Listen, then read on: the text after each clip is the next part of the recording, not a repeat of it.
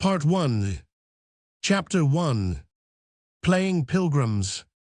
Christmas won't be Christmas without any presents, grumbled Joe, lying on the rug. It's so dreadful to be poor, sighed Meg, looking down at her old dress. I don't think it's fair for some girls to have plenty of pretty things, and other girls nothing at all, added little Amy, with an injured sniff. We've got father and mother, and each other, said Beth contentedly from her corner. The four young faces, on which the firelight shone, brightened at the cheerful words, but darkened again, as Joe said sadly, "We haven't got father, and shall not have him for a long time." She didn't say perhaps never, but each silently added it, thinking of father far away where the fighting was. Nobody spoke for a minute, then Meg said in an altered tone, "You know the reason mother proposed not having any presents this Christmas was because it is going to be a hard winter for everyone, and she thinks we ought not to spend money for pleasure when our men are suffering so in the army. We can't do much, but we can make our little sacrifices, and ought to do it gladly, but I am afraid I don't." And Meg shook her head, as she thought regretfully of all the pretty things she wanted. "But I don't think the little we should spend would do any good. We've each got $1, and the army wouldn't be much helped by our giving. That I agree not to expect anything from mother or you, but I do want to buy Undine and Cintran for myself. I've wanted it so long," said Joe, who was a bookworm. "I plan to spend mine in new music," said Beth, with a little sigh, which no one heard but the hearth brush and kettle holder. "I shall get a nice box of Faber's drawing pencils. I really need them," said Amy decidedly. "Mother didn't say anything about our money, and she won't wish us to give up everything. Let's each buy what we want, and have a little fun. I am sure we work hard enough to earn it," cried Joe, examining the heels of her shoes in a gentlemanly manner. "I know I dote touching those tiresome children nearly all day, when I am longing to enjoy myself at home," began Meg, in the complaining tone again. "You don't have half such a hard time as I do," said Joe. "How would you like to be shut up for hours with a nervous, fussy old lady who keeps you trotting, is never satisfied, and worries you till you're ready to fly out the window or cry? It's naughty to fret, but I do think washing dishes and keeping things tidy is the worst work in the world. It makes me cross, and my hands get so stiff I can't practice well at all." And Beth looked at her rough hands with a sigh that anyone could hear that time. "I don't believe any of you suffer as I do," cried Amy, "for you don't have to go to school with impertinent girls who plague you if you don't know your lessons, and laugh at your dresses, and label your father if he isn't rich, and insult you when your nose isn't nice." "If you mean libel, I'd say so, and not talk about labels, as if Papa was a pickle bottle," advised Joe, laughing. "I know what I mean, and you needn't be satirical about it. It's proper to use good words and improve your vocabulary," returned Amy with dignity. "Don't peck at one another, children. Don't you wish we had the money Papa lost when we were little, Joe? Dear me, how happy and good we'd be if we had no worries," said Meg, who could remember better times. "You said the other day you thought we were a deal happier than the King children, for they were fighting and fretting all the time, in spite of their money." "So I did, Beth. Well, I think we are, for though we do have to work, we make fun of ourselves, and are a pretty jolly set, as Joe would say." "Joe does use such slang words," observed Amy, with a reproving look at the long figure stretched on the rug. Joe immediately sat up, put her hands in her pockets, and began to whistle. "Don't, Joe, it's so boyish. That's why I do it. I detest rude, unladylike girls. I hate affected, nimmonipomini chits. Birds in their little nests agree," sang Beth the peacemaker, with such a funny face that both sharp voices softened to a laugh, and the pecking ended for that time. "Really, girls, you are both to be blamed," said Meg, beginning to lecture in her elder sisterly fashion. "You are old enough to leave off boyish tricks, and to behave better. Josephine, it didn't matter so much when you were a little girl, but now you are so tall and turn up your hair, you should remember that you are a young lady." "I'm not, and if turning up my hair makes me one ill, wear it in 2 tails till I am 20, cried Joe, pulling off her net and shaking down a chestnut mane. "I hate to think I've got to grow up and be Miss March, and wear long gowns, and look as prim as a China aster. It's bad enough to be a girl anyway. When I like boys' games and work and manners, I can't get over my disappointment in not being a boy, and it's worse than ever now, for I am dying to go and fight with Papa, and I can only stay home and knit like a poky old woman." And Jo shook the blue army sock till the needles rattled like castanets, and her ball bounded across the room. "Poor Jo, it's too bad, but it can't be helped, so you must try to be contented with making your name boyish and playing brother to us girls," said Bate, stroking the rough head with a hand that all the dish-washing and dusting in the world could not make ungentle in its touch. "As for you, Amy," continued Meg, "you are altogether too particular and prim. Your airs are funny now, but you'll grow up an affected little goose if you don't take care. I like your nice manners and refined ways of speaking, when you don't try to be elegant, but your absurd words are as bad as Joss slang." "If Jo is a tomboy and Amy a goose, what am I, please?" asked Bate, ready to share the lecture. "You're a dear, and nothing else," answered Meg warmly, and no one contradicted her, for the mouse was the pet of the family. As young readers like to know how people look, we will take this moment to give them a little sketch of the four sisters who sat knitting away in the twilight, while the December snow fell quietly without, and the fire crackled cheerfully within. It was a comfortable room, though the carpet was faded, and the furniture very plain, for a good picture or two hung on the walls. Books filled the recesses, chrysanthemums and Christmas roses bloomed in the windows, and a pleasant atmosphere of home peace pervaded it.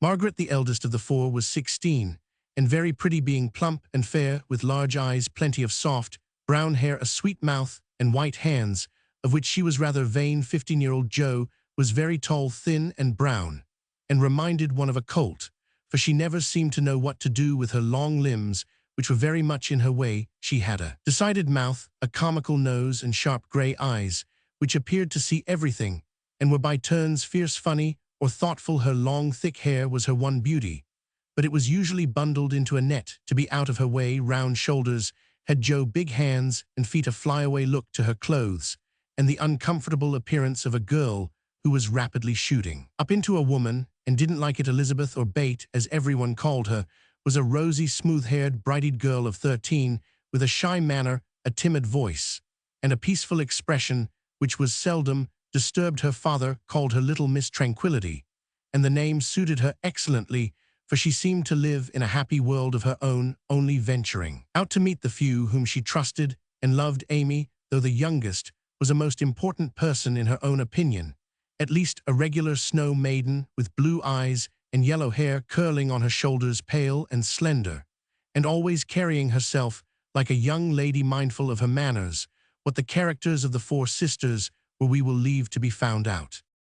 The clock struck 6, and having swept up the hearth, Bate put a pair of slippers down to warm. Somehow the sight of the old shoes had a good effect upon the girls, for Mother was coming, and everyone brightened to welcome her. Meg stopped lecturing and lighted the lamp. Amy got out of the easy chair without being asked, and Jo forgot how tired she was as she sat up to hold the slippers nearer to the blaze.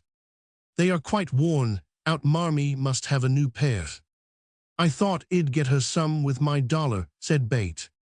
"No, I shall," cried Amy. "I am the oldest," began Meg, but Jo cut in with a decided, "I am the man of the family now. Papa is away, and I shall provide the slippers, for he told me to take special care of Mother while he was gone." "I'll tell you what we'll do," said Bate. "Let's each get her something for Christmas and not get anything for ourselves." "That's like you, dear. What will we get?" exclaimed Jo. Everyone thought soberly for a minute. Then Meg announced, as if the idea was suggested by the sight of her own pretty hands, "I shall give her a nice pair of gloves." "Army shoes best to be had," cried Jo. "Some handkerchiefs, all hemmed," said Bate. "I'll get a little bottle of cologne. She likes it, and it won't cost much, so I'll have some left to buy my pencils," added Amy. "How will we give the things?" asked Meg. "Put them on the table and bring her in and see her open the bundles. Don't you remember how we used to do on our birthdays?" answered Jo. "I used to be so frightened when it was my turn to sit in the chair with the crown on and see you all come marching round to give the presents with a kiss. I liked the things and the kisses, but it was dreadful to have you sit looking at me while I opened the bundles, said Beth, who was toasting her face, and the bread for tea at the same time. Let Marmee think we are getting things for ourselves, and then surprise her. We must go shopping tomorrow afternoon, Meg. There is so much to do about the play for Christmas night, said Jo, marching up and down with her hands behind her back and her nose in the air. I don't mean to act any more after this time. I am getting too old for such things, observed Meg, who was as much a child as ever about dressing-up frolics. You won't stop, I know, as long as you can trail round in a white gown with your hair down and wear gold-paper jewelry. You are the best actress we've got, and there'll be an end of everything if you quit the boards, said Jo. We ought to rehearse tonight. Come here, Amy, and do the fainting scene, for you are as stiff as a poker in that. I can't help it. I never saw anyone faint, and I don't choose to make myself all black and blue tumbling flat as you do. If I can go down easily, I'll drop. If I can't, I shall fall into a chair and be graceful. I don't care if Hugo does come at me with a pistol, returned Amy, who was not gifted with dramatic power, but was chosen because she was small enough to be borne out shrieking by the villain of the piece. Do it this way, clasp your hands so, and stagger across the room, crying frantically, Rodrigo, save me, and away went Jo with a melodramatic scream, which was truly thrilling. Amy followed, but she poked her hands out stiffly before her and jerked herself along as if she went by machinery, and her owl was more suggestive of pins being run into her than of fear and anguish. Jo gave a despairing groan, and Meg laughed outright, while Beth let her bread burn as she watched the fun with interest. It's no use, do the best you can when the time comes, and if the audience laughs, don't blame me. Come on, Meg. Then things went smoothly, for Don Pedro defied the world in a speech of 2 pages without a single break. Hagar, the witch, chanted an awful incantation over her kettleful of simmering toads. With weird effect, Rodrigo rent his chains asunder manfully, and Hugo died in agonies of remorse, and Arsenic with a wild ha-ha. It's the best we've had yet, said Meg, as the dead villain sat up and rubbed his elbows. I don't see how you can write and act such splendid things, Jo. You're a regular Shakespeare, exclaimed Beth, who firmly believed that her sisters were gifted with wonderful genius in all things. Not quite, replied Jo modestly. I do think The Witch's Curse, an operatic tragedy, is rather a nice thing, but I'd like to try Macbeth. If we only had a trapdoor for Banquo. I always wanted to do the killing part. Is that a dagger that I see before me? Muttered Jo, rolling her eyes and clutching at the air, as she had seen a famous tragedian do. No, it's the toasting fork with Mother's shoe on it, instead of the bread. Bates stage-struck, cried Meg, and the rehearsal ended in a general burst of laughter. Glad to find you so merry, my girls, said a cheery voice at the door, and actors and audience turned to welcome a tall motherly lady with a "Can I help you?" look about her, which was truly delightful. She was not elegantly dressed, but a noble-looking woman, and the girls thought the grey cloak and unfashionable bonnet covered the most splendid mother in the world.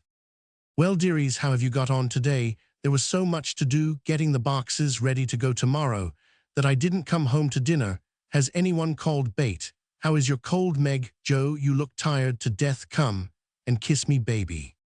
While making these maternal inquiries, Mrs. March got her wet things off her warm slippers on, and sitting down in the easy chair, drew Amy to her lap, preparing to enjoy the happiest hour of her busy day.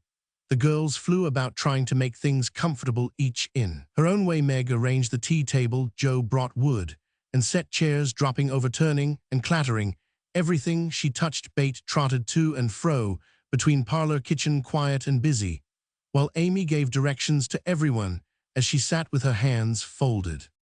As they gathered about the table, Mrs. March said, with a particularly happy face, I've got a treat for you after supper.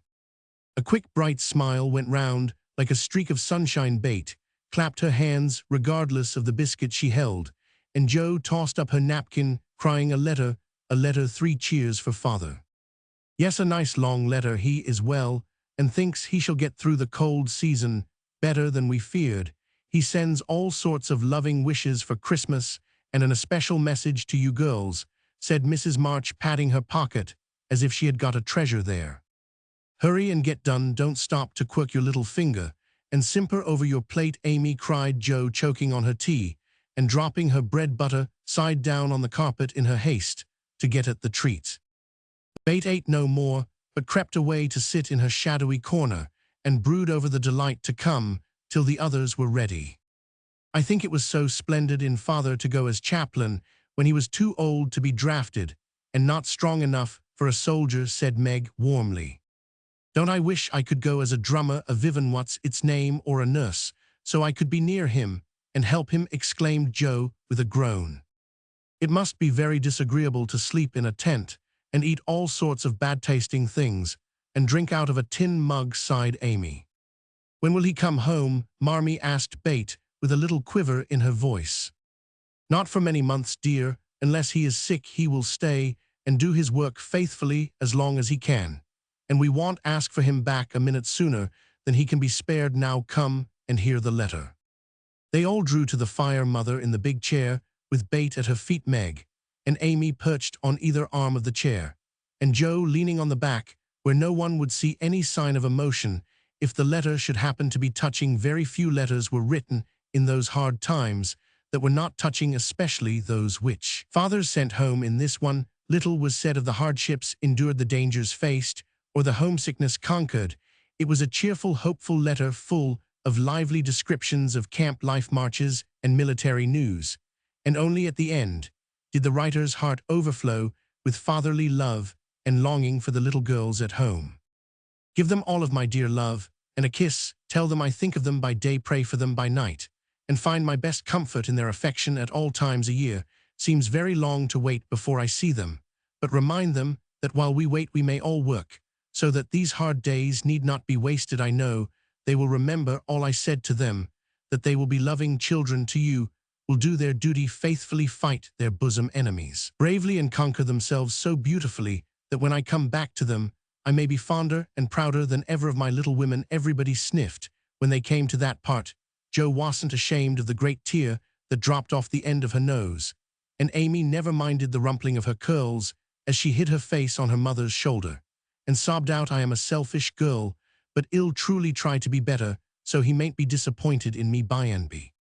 We all will, cried Meg. I think too much of my looks and hate to work, but want any more if I can help it. I'll try and be what he loves to call me, a little woman, and not be rough and wild, but do my duty here instead of wanting to be somewhere else, said Joe, thinking that keeping her temper at home was a much harder task than facing a rebel or two down south. Beth said nothing, but wiped away her tears with the blue army sock, and began to knit with all her might, losing no time in doing the duty that lay nearest her, while she resolved in her quiet little soul to be all that father hoped to find her when the year brought round the happy coming home. Mrs. March broke the silence that followed Jo's words by saying in her cheery voice, do you remember how you used to play Pilgrim's Progress when you were little things? Nothing delighted you more than to have me tie my piece bags on your backs for burdens, give you hats and sticks and rolls of paper, and let you travel through the house from the cellar, which was the city of destruction, up to the housetop, where you had all the lovely things you could collect to make a celestial city. What fun it was, especially going by the lions fighting Apollyon, and passing through the valley where the hobgoblins were, said Joe. I liked the place where the bundles fell off and tumbled downstairs, said Meg. I don't remember much about it, except that I was afraid of the cellar and the dark entry, and always liked the cake and milk we had up at the top.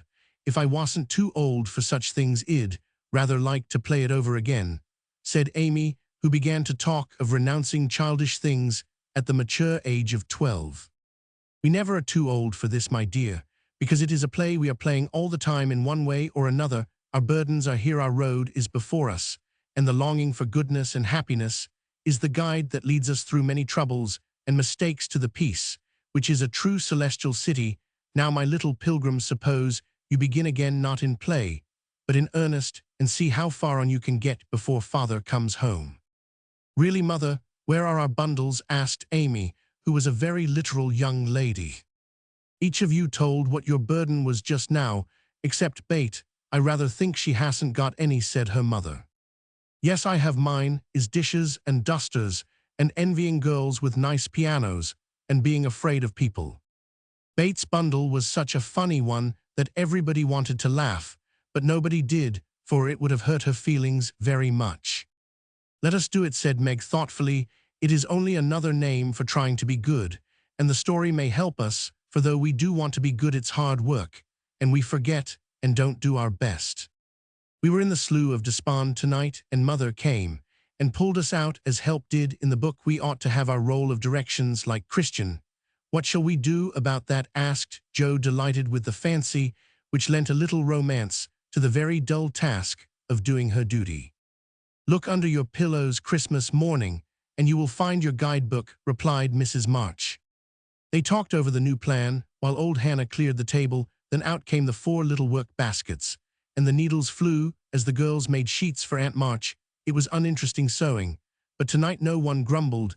They adopted Jo's plan of dividing the long seams into 4 parts and calling the quarters Europe, Asia, Africa, and America, and in that way got on capitally, especially when they talked about the different countries as they stitched their way through them.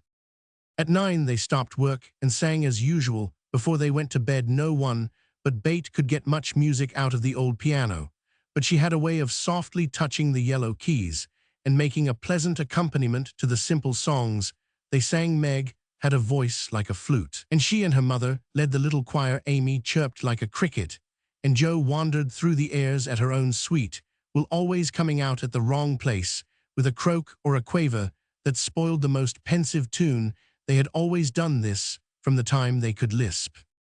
"Crinkle, crinkle, ittle tars." And it had become a household custom, for the mother was a born singer. The first sound in the morning was her voice, as she went about the house singing like a lark, and the last sound at night was the same cheery sound, for the girls never grew too old for that familiar lullaby.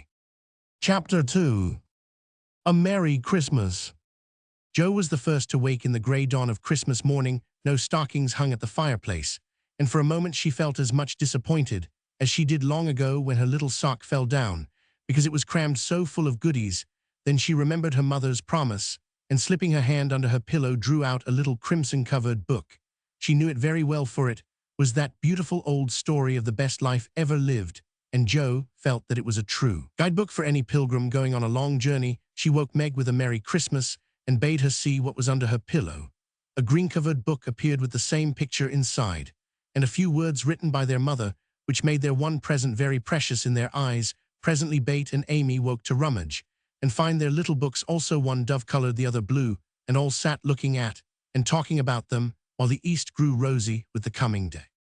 In spite of her small vanities, Margaret had a sweet and pious nature, which unconsciously influenced her sisters, especially Jo, who loved her very tenderly and obeyed her because her advice was so gently given.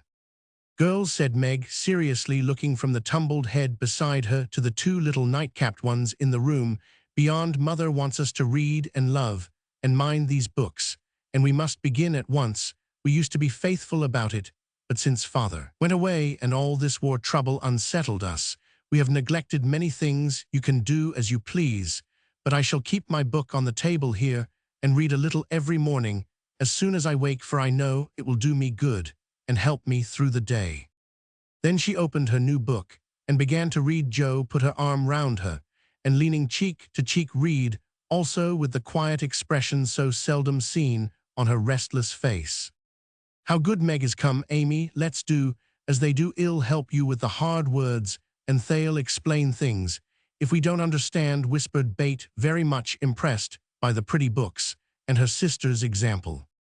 "I'm glad mine is blue," said Amy, and then the rooms were very still while the pages were softly turned, and the winter sunshine crept in to touch the bright heads and serious faces with a Christmas greeting. "Where is Mother?" asked Meg, as she and Jo ran down to thank her for their gifts half an hour later. "Goodness only knows, some poor creetur came a-beggin', and your ma went straight off to see what was needed. There never was such a woman for givin' away victuals and drink clothes and fearin'," replied Hannah, who had lived with the family since Meg was born, and was considered by them all more as a friend than a servant.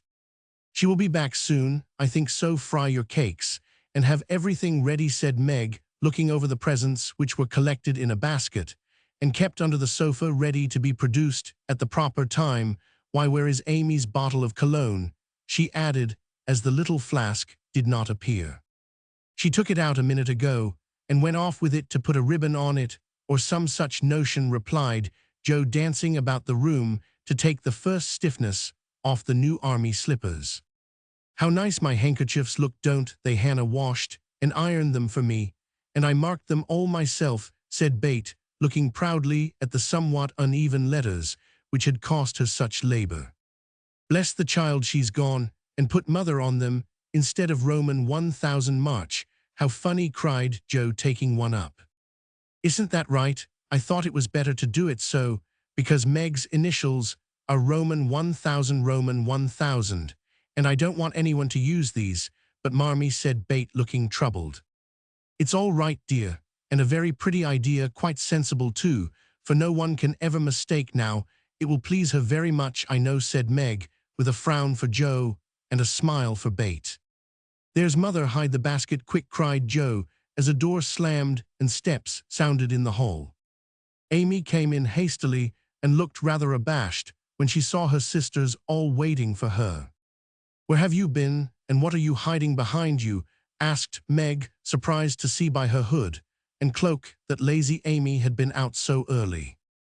Don't laugh at me, Joe, I didn't mean anyone should know till the time came. I only meant to change the little bottle for a big one, and I gave all my money to get it, and I am truly trying not to be selfish anymore. As she spoke, Amy showed the handsome flask, which replaced the cheap one, and looked so earnest and humble in her little effort to forget herself that Meg hugged her on the spot, and Joe pronounced her a trump while Beth ran to the window and picked her finest rose to ornament the stately bottle. You see, I felt ashamed of my present after reading and talking about being good this morning, so I ran round the corner and changed it the minute I was up, and I am so glad, for mine is the handsomest now. Another bang of the street door sent the basket under the sofa, and the girls to the table eager for breakfast. Merry Christmas, Marmee, many of them. Thank you for our books. We read some and mean to every day, they all cried in chorus. Merry Christmas, little daughters. I am glad you began at once and hope you will keep on, but I want to say one word before we sit down. Not far away from here lies a poor woman with a little newborn baby. 6 children are huddled into one bed to keep from freezing, for they have no fire, there is nothing to eat over there. And the oldest boy came to tell me they were suffering hunger and cold. My girls, will you give them your breakfast as a Christmas present? They were all unusually hungry, having waited nearly an hour. And for a minute, no one spoke. Only a minute, for Joe exclaimed impetuously, I am so glad you came before we began. May I go and help carry the things to the poor little children? Asked Beth eagerly. I shall take the cream and the muffins, added Amy, heroically giving up the article she most liked. Meg was already covering the buckwheats and piling the bread into one big plate. I thought you'd do it, said Mrs. March, smiling as if satisfied. You shall all go and help me, and when we come back, we will have bread and milk for breakfast and make it up at dinner time. They were soon ready, and the procession set out. Fortunately, it was early, and they went through back streets so few people saw them, and no one laughed at the queer party. A poor, bare, miserable room it was, with broken windows, no fire, ragged bedclothes, a sick mother wailing baby, and a group of pale, hungry children cuddled under one old quilt, trying to keep warm. How the big eyes stared and the blue lips smiled as the girls went in. "Och, mein Gott, it is good angels come to us," said the poor woman, crying for joy. "Funny angels in hoods and mittens," said Joe, and set them to laughing. In a few minutes, it really did seem as if kind spirits had been at work there. Hannah, who had carried wood, made a fire and stopped up the broken panes with old hats and her own cloak. Mrs. March gave the mother tea and gruel and comforted her with promises of help while she dressed the little baby as tenderly as if it had been her own. The girls, meantime, spread the table, set the children round the fire, and fed them like so many hungry birds, laughing, talking, and trying to understand the funny broken English. "Does ist gut die Angel kinder?" cried the poor things as they ate and warmed their purple hands at the comfortable blaze. The girls had never been called angel children before, and thought it very agreeable, especially Joe, who had been considered a Sancho, ever since she was born. That was a very happy breakfast, though they didn't get any of it. And when they went away leaving comfort behind, I think there were not in all the city 4 merrier people than the hungry little girls who gave away their breakfasts and contented themselves with bread and milk on Christmas morning. "That's loving our neighbor better than ourselves, and I like it," said Meg, as they set out their presents, while their mother was upstairs collecting clothes for the poor Hummels. Not a very splendid show, but there was a great deal of love done up in the few little bundles, and the tall vase of red roses, white chrysanthemums, and trailing vines, which stood in the middle, gave quite an elegant air to the table. "She's coming, strike up, Bate, open the door, Amy, 3 cheers for Marmee," cried Joe, prancing about, while Meg went to conduct Mother to the seat of honor. Bate played her gayest march. Amy threw open the door, and Meg enacted escort with great dignity. Mrs. March was both surprised and touched, and smiled with her eyes full as she examined her presents, and read the little notes which accompanied them. The slippers went on at once. A new handkerchief was slipped into her pocket, well scented with Amy's cologne. The rose was fastened in her bosom, and the nice gloves were pronounced a perfect fit. There was a good deal of laughing and kissing and explaining in the simple, loving fashion which makes these home festivals so pleasant at the time, so sweet to remember long afterward, and then all fell to work. The morning charities and ceremonies took so much time that the rest of the day was devoted to preparations for the evening festivities. Being still too young to go often to the theater, and not rich enough to afford any great outlay for private performances, the girls put their wits to work, and necessity, being the mother of invention, made whatever they needed very clever. With some of their productions, pasteboard guitars, antique lamps made of old-fashioned butter boats, covered with silver paper, gorgeous robes of old cotton, glittering with tin spangles from a pickle factory, and armor covered with the same useful diamond-shaped bits left in sheets. When the lids of preserve pots were cut out, the big chamber was the scene of many innocent revels. No gentlemen were admitted, so Joe played male parts to her heart's content, and took immense satisfaction in a pair of russet leather boots given her by a friend who knew a lady who knew an actor. These boots, an old foil, and a slashed doublet, once used by an artist for some picture, were Jo's chief treasures, and appeared on all occasions. The smallness of the company made it necessary for the 2 principal actors to take several parts apiece, and they certainly deserved some credit for the hard work they did in learning 3 or 4 different parts, whisking in and out of various costumes, and managing the stage besides. It was excellent drill for their memories, a harmless amusement, and employed many hours which otherwise would have been idle, lonely, or spent in less profitable society. On Christmas night, a dozen girls piled onto the bed, which was the dress circle, and sat before the blue and yellow chintz curtains in a most flattering state of expectancy. There was a good deal of rustling and whispering behind the curtain, a trifle of lamp smoke, and an occasional giggle from Amy, who was apt to get hysterical in the excitement of the moment. Presently a bell sounded, the curtains flew apart, and the operatic tragedy began. A gloomy wood, according to the one playbill, was represented by a few shrubs in pots, green baize on the floor, and a cave in the distance.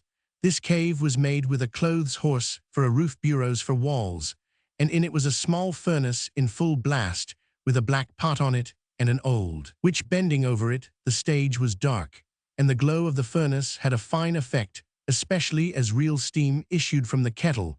When the witch took off the cover, a moment was allowed for the first thrill to subside. Then Hugo the villain stalked in, with a clanking sword at his side, slouching hat, black beard, mysterious cloak, and the boots. After pacing to and fro in much agitation, he struck his forehead and burst out in a wild strain, singing of his hatred for Rodrigo, his love for Zara, and his pleasing resolution to kill the one and win the other. The gruff tones of Hugo's voice, with an occasional shout when his feelings overcame him, were very impressive, and the audience applauded the moment he paused for breath. Bowing with the air of one accustomed to public praise, he stole to the cavern and ordered Hagar to come forth, with a commanding, "What ho, minion, I need thee." Out came Meg, with grey horsehair hanging about her face, a red and black robe, a staff, and cabalistic signs upon her cloak. Hugo demanded a potion to make Zara adore him, and one to destroy Rodrigo Hager in a fine dramatic melody promised both, and proceeded to call up the spirit who would bring the love philter. Hither, hither, from thy home, airy sprite, I bid thee come, born of roses, fed on dew, charms and potions canst thou brew. Bring me here with elfin speed the fragrant philter which I need. Make it sweet and swift and strong. Spirit, answer now my song. A soft strain of music sounded, and then at the back of the cave appeared a little figure in cloudy white, with glittering wings, golden hair, and a garland of roses on its head. Waving a wand it sang, "Hither I come, from my airy home, afar in the silver moon. Take the magic spell, and use it well, or its power will vanish soon." And dropping a small gilded bottle at the witch's feet, the spirit vanished. Another chant from Hager produced another apparition, not a lovely one, for, with a bang, an ugly black imp appeared, and having croaked a reply, tossed a dark bottle at Hugo, and disappeared with a mocking laugh. Having warbled his thanks and put the potions in his boots, Hugo departed, and Hager informed the audience that as he had killed a few of her friends in times past, she had cursed him, and intends to thwart his plans and be revenged on him. Then the curtain fell, and the audience reposed and ate candy while discussing the merits of the play. A good deal of hammering went on before the curtain rose again, but when it became evident what a masterpiece of stage carpentry had been got up, no one murmured at the delay. It was truly superb. A tower rose to the ceiling. Halfway up appeared a window with a lamp burning in it, and behind the white curtain appeared Zara in a lovely blue and silver dress, waiting for Rodrigo. He came in gorgeous array, with plumed cap, red cloak, chestnut lovelocks, a guitar, and the boots, of course. Kneeling at the foot of the tower, he sang a serenade in melting tones. Zara replied, and after a musical dialogue consented to fly. Then came the grand effect of the play. Rodrigo produced a rope ladder with 5 steps to it, threw up one end, and invited Zara to descend timidly. She crept from her lattice, put her hand on Rodrigo's shoulder, and was about to leap gracefully down, when alas, alas for Zara, she forgot her train. It caught in the window. The tower tottered, leaned forward, fell with a crash, and buried the unhappy lovers in the ruins. A universal shriek arose as the russet boots waved wildly from the wreck, and a golden head emerged, exclaiming, "I told you so, I told you so." With wonderful presence of mind, Don Pedro, the cruel sire, rushed in, dragged out his daughter with a hasty aside. "Don't laugh, act as if it was all right," and ordering Rodrigo up, banished him from the kingdom with wrath and scorn. Though decidedly shaken by the fall from the tower upon him, Rodrigo defied the old gentleman, and refused to stir. This dauntless example fired Zara. She also defied her sire, and he ordered them both to the deepest dungeons of the castle. A stout little retainer came in with chains, and led them away, looking very much frightened, and evidently forgetting the speech he ought to have made. Act third was the castle hall, and here Hager appeared, having come to free the lovers and finish Hugo. She hears him coming, and hides, sees him put the potions into 2 cups of wine, and bid the timid little servant bear them to the captives in their cells, and tell them, "I shall come anon." The servant takes Hugo aside to tell him something, and Hager changes the cups for 2 others, which are harmless. Ferdinando, the minion, carries them away, and Hager puts back the cup, which holds the poison meant for Rodrigo. Hugo, getting thirsty, after a long warble drinks, it loses his wits, and after a good deal of clutching and stamping, falls flat and dies, while Hager informs him what she has done in a song of exquisite power and melody. This was a truly thrilling scene, though some persons might have thought that the sudden tumbling down of a quantity of long red hair rather marred the effect of the villain's death. He was called before the curtain, and with great propriety appeared leading Hager, whose singing was considered more wonderful than all the rest of the performance put together. Act fourth displayed the despairing Rodrigo on the point of stabbing himself, because he has been told that Zara has deserted him, just as the dagger is at his heart. A lovely song is sung under his window, informing him that Zara is true but in danger, and he can save her if he will. A key is thrown in which unlocks the door, and in a spasm of rapture, he tears off his chains and rushes away to find and rescue his lady love. Act fifth opened with a stormy scene between Zara and Don Pedro. He wishes her to go into a convent, but she won't hear of it, and after a touching appeal, is about to faint when Rodrigo dashes in and demands her hand. Don Pedro refuses. Because he is not rich, they shout and gesticulate tremendously, but cannot agree, and Rodrigo is about to bear away the exhausted Zara when the timid servant enters with a letter and a bag from Hagar, who has mysteriously disappeared. Latter informs the party that she bequeaths untold wealth to the young pair and an awful doom to Don Pedro. If he doesn't make them happy, the bag is opened, and several quarts of tin money shower down upon the stage, till it is quite glorified with the glitter. This entirely softens the stern sire. He consents. Without a murmur, all join in a joyful chorus, and the curtain falls upon the lovers kneeling to receive Don Pedro's blessing in attitudes of the most romantic grace. Tumultuous applause followed, but received an unexpected check, for the cot bed, on which the dress circle was built, suddenly shut up, and extinguished the enthusiastic audience. Rodrigo and Don Pedro flew to the rescue, and all were taken out unhurt, though many were speechless with laughter. The excitement had hardly subsided when Hannah appeared with Mrs. March's compliments, and would the ladies walk down to supper. This was a surprise even to the actors, and when they saw the table they looked at one another in rapturous amazement. It was like Marmee to get up a little treat for them, but anything so fine as this was unheard of since the departed days of plenty. There was ice cream, actually 2 dishes of it, pink and white, and cake and fruit, and distracting French bonbons, and in the middle of the table 4 great bouquets of hothouse flowers. It quite took their breath away, and they stared first at the table, and then at their mother, who looked as if she enjoyed it immensely. "Is it fairies?" asked Amy. "Santa Claus," said Beth. Mother did it, and Meg smiled her sweetest, in spite of her gray beard and white eyebrows. Aunt March had a good fit, and sent the supper, cried Joe, with a sudden inspiration. "All wrong, old Mr. Lawrence sent it," replied Mrs. March. "The Lawrence boy's grandfather, what in the world put such a thing into his head? We don't know him," exclaimed Meg. "Hannah told one of his servants about your breakfast party. He is an odd old gentleman, but that pleased him. He knew my father years ago, and he sent me a polite note this afternoon saying he hoped I would allow him to express his friendly feeling toward my children by sending them a few trifles in honor of the day.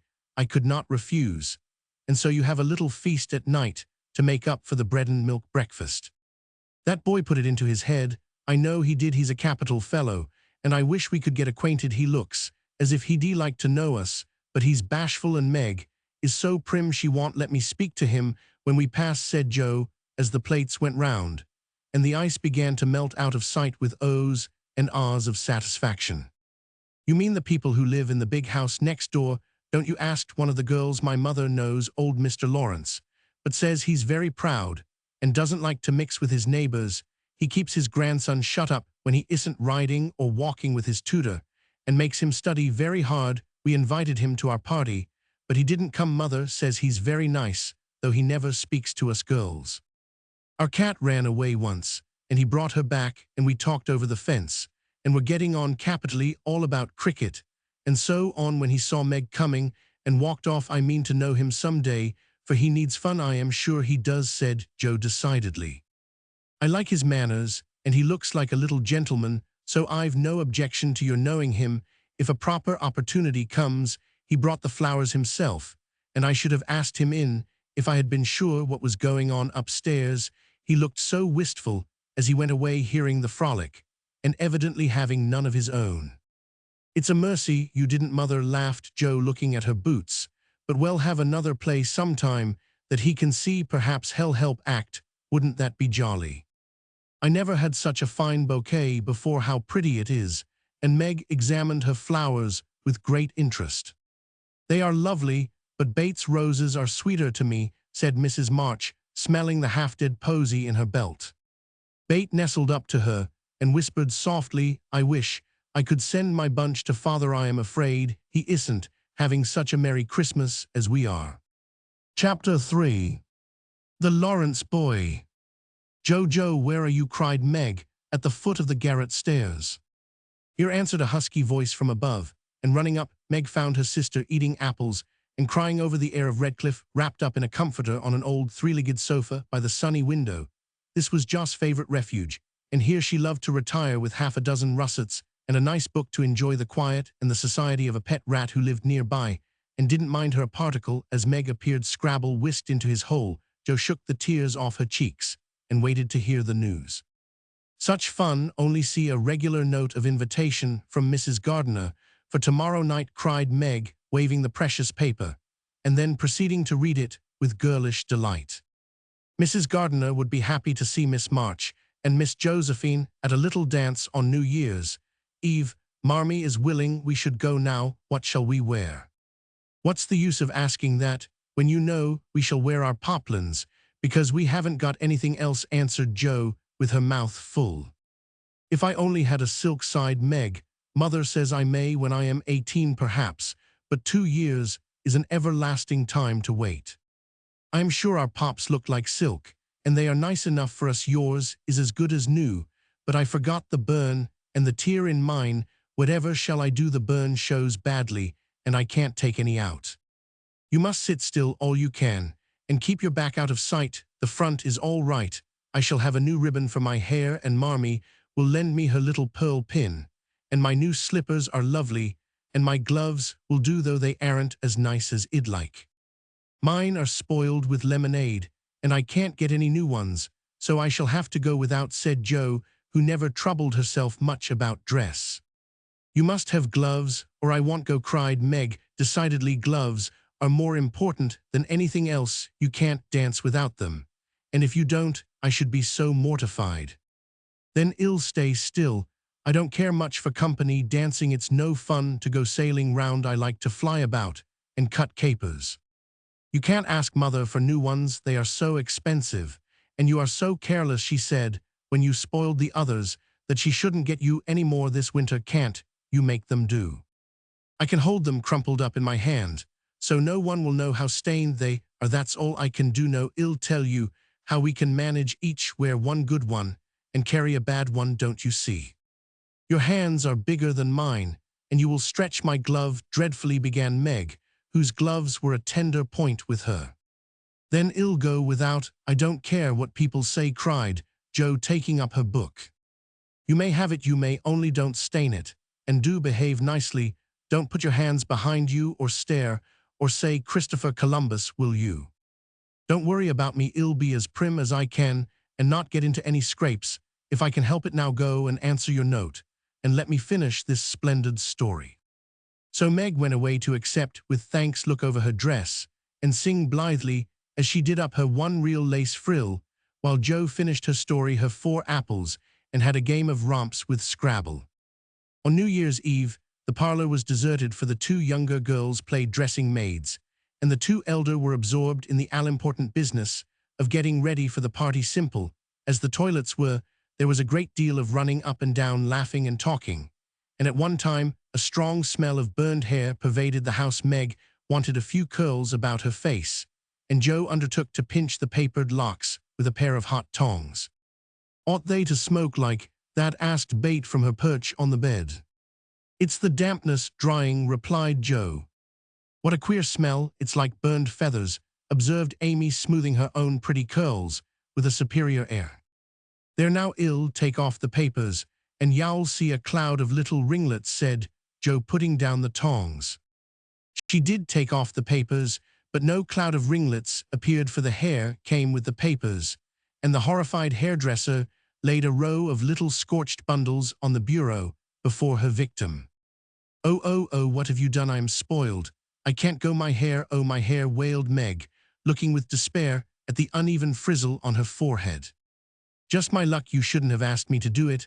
I always spoil everything. I am so sorry, but the tongs were too hot, and so I've made a mess, groaned poor Joe, regarding the little black pancakes with tears of regret. It isn't spoiled, just frizzle it, and tie your ribbon so the ends come on your forehead a bit, and it will look like the last fashion. I've seen many girls do it, so said Amy consolingly. Serves me right for trying to be fine. I wish I'd let my hair alone, cried Meg petulantly. So do I. It was so smooth and pretty, but it will soon grow out again, said Beth, coming to kiss and comfort the shorn sheep.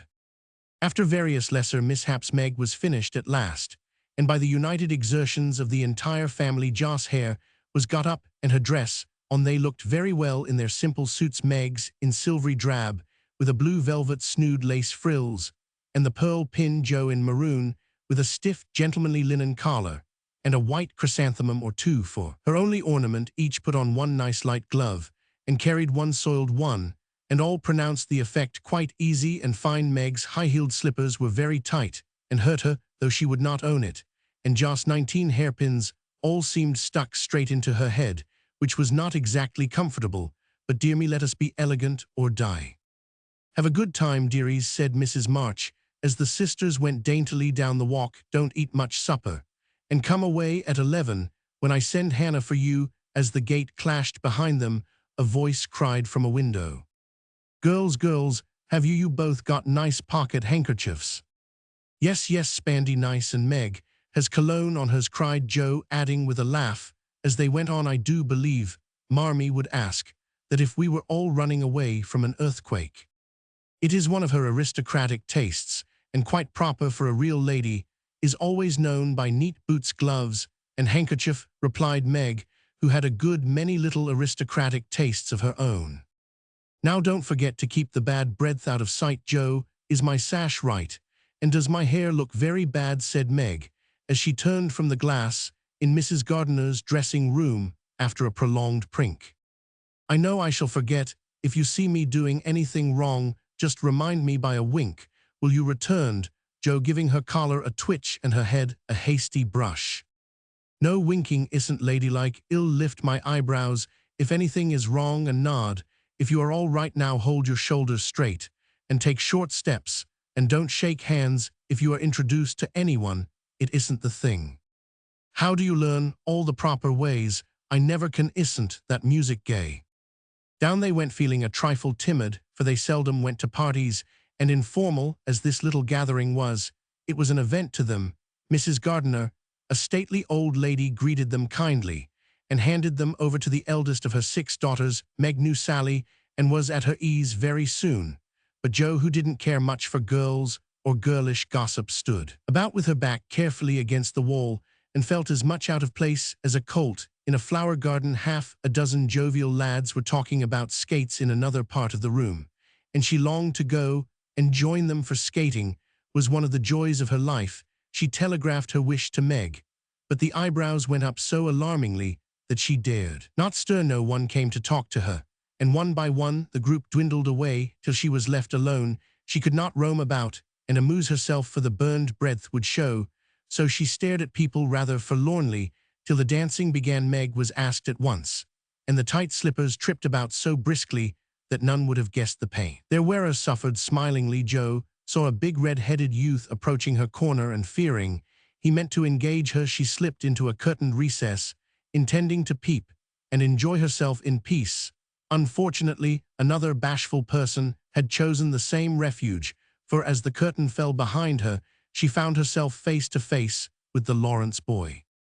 "Dear me, I didn't know anyone was here," stammered Joe, preparing to back out as speedily as she had bounced in. But the boy laughed and said pleasantly, though he looked a little startled, "Don't mind me, stay if you like. Shan't I disturb you?"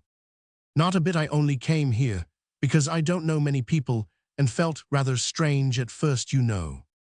"So did Roman. One don't go away plays unless you'd rather."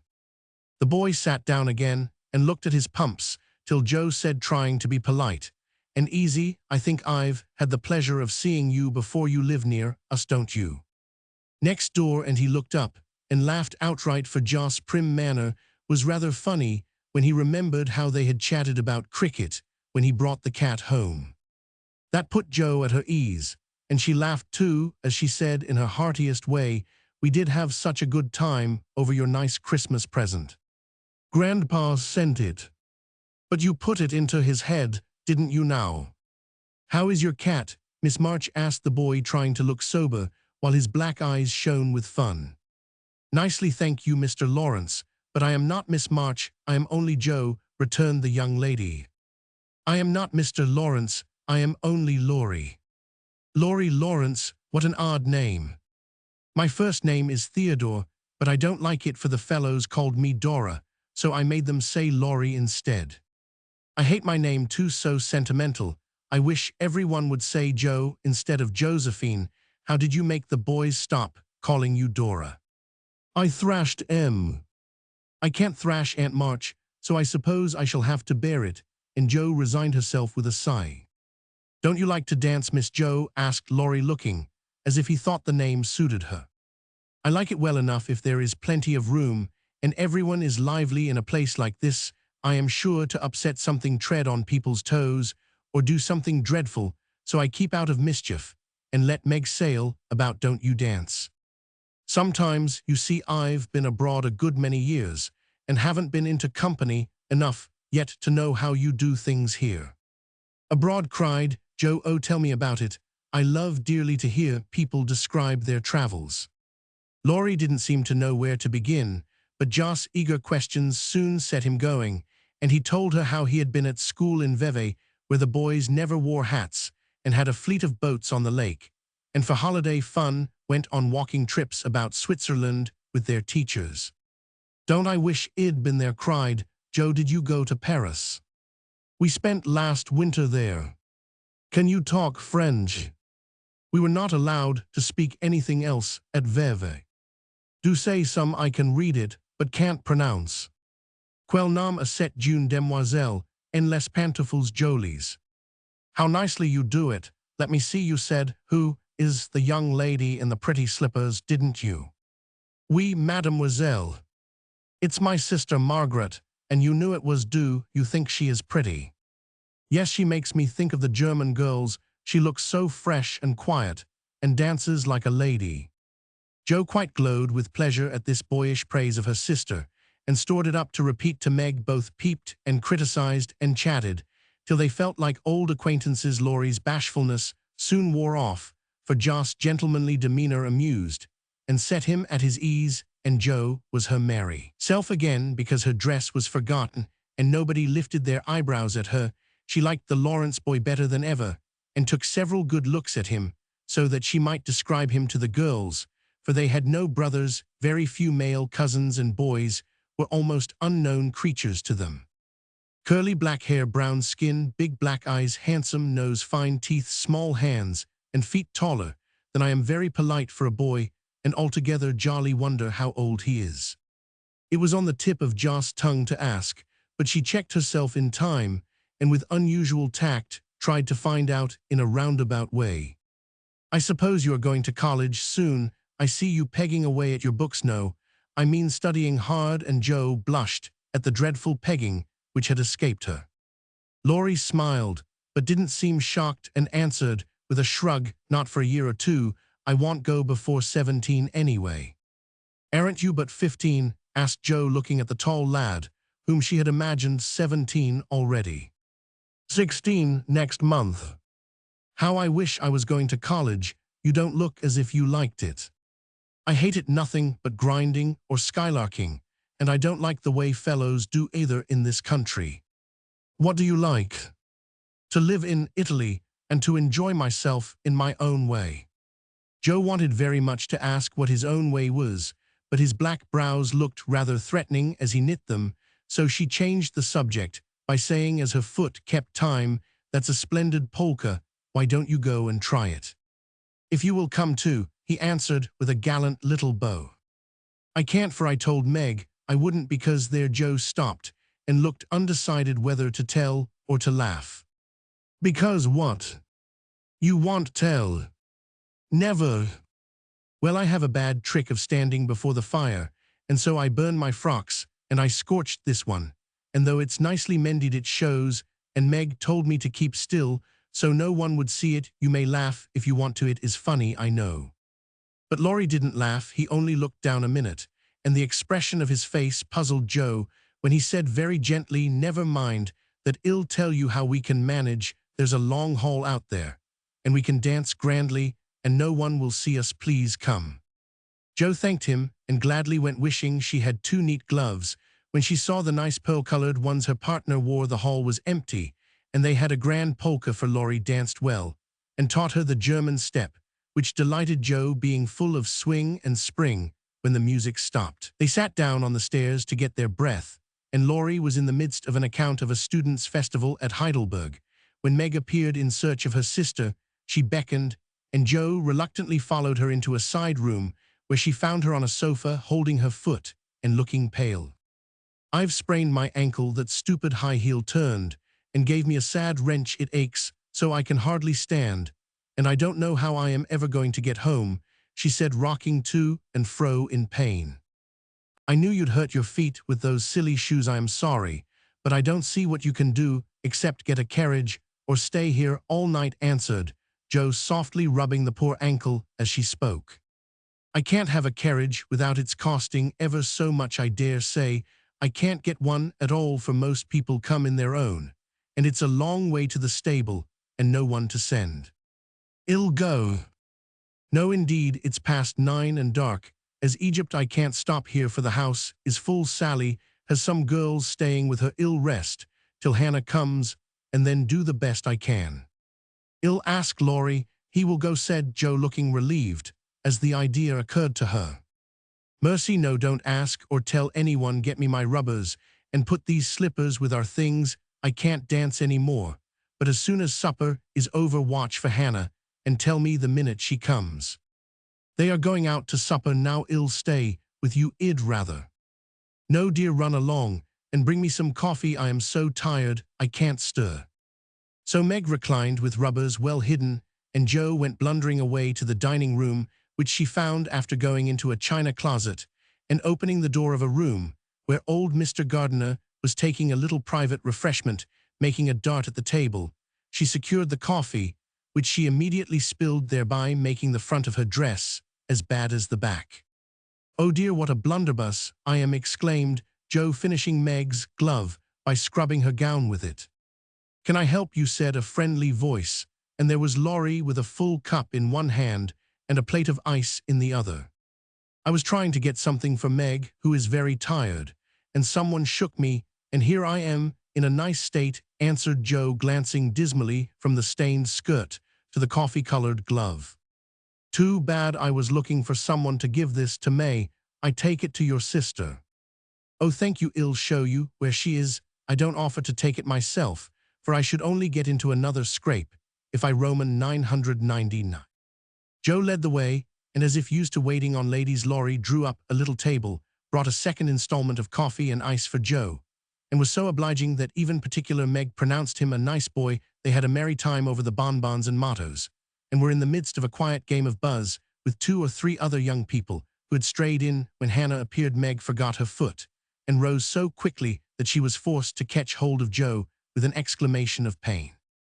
"Hush, don't say anything," she whispered, adding aloud, "It's nothing. I turned my foot a little, that's all," and limped upstairs to put her things on. Hannah scolded, Meg cried, and Joe was at her wits' end till she decided to take things into her own hands. Slipping out, she ran down and, finding a servant, asked if he could get her a carriage. It happened to be a hired waiter who knew nothing about the neighborhood, and Joe was looking round for help when Laurie, who had heard what she said, came up and offered his grandfather's carriage, which had just come for him. He said, "It's so early, you can't mean to go yet," began Joe, looking relieved, but hesitating to accept the offer. "I always go early, I do truly, please. Let me take you home. It's all on my way, you know, and it rains, they say." That settled it, and telling him of Meg's mishap, Joe gratefully accepted and rushed up to bring down the rest of the party. Hannah hated rain as much as a cat does, so she made no trouble, and they rolled away in the luxurious close carriage, feeling very festive and elegant. Laurie went on the box so Meg could keep her foot up, and the girls talked over their party in freedom. "I had a capital time, did you?" asked Joe, rumpling up her hair and making herself comfortable. "Yes, till I hurt myself. Sally's friend Annie Moffat took a fancy to me and asked me to come and spend a week with her when Sally does. She is going in the spring when the opera comes, and it will be perfectly splendid if Mother only lets me go," answered Meg, cheering up at the thought. "I saw you dancing with the red-headed man I ran away from. Was he nice?" "Oh, very. His hair is auburn, not red, and he was very polite, and I had a delicious redowa with him. He looked like a grasshopper in a fit when he did the new step, Laurie, and I couldn't help laughing. Did you hear us?" "No, but it was very rude. What were you about all that time hidden away there?" Jo told her adventures, and by the time she had finished, they were at home. With many thanks they said good night, and crept in hoping to disturb no one, but the instant their door creaked 2 little nightcaps bobbed up, and 2 sleepy, but eager voices cried out, "Tell about the party, tell about the party." With what Meg called a great want of manners, Jo had saved some bonbons for the little girls, and they soon subsided after hearing the most thrilling events of the evening. I declare it really seems like being a fine young lady to come home from the party in a carriage and sit in my dressing gown with a maid to wait on me, said Meg, as Jo bound up her foot with arnica and brushed her hair.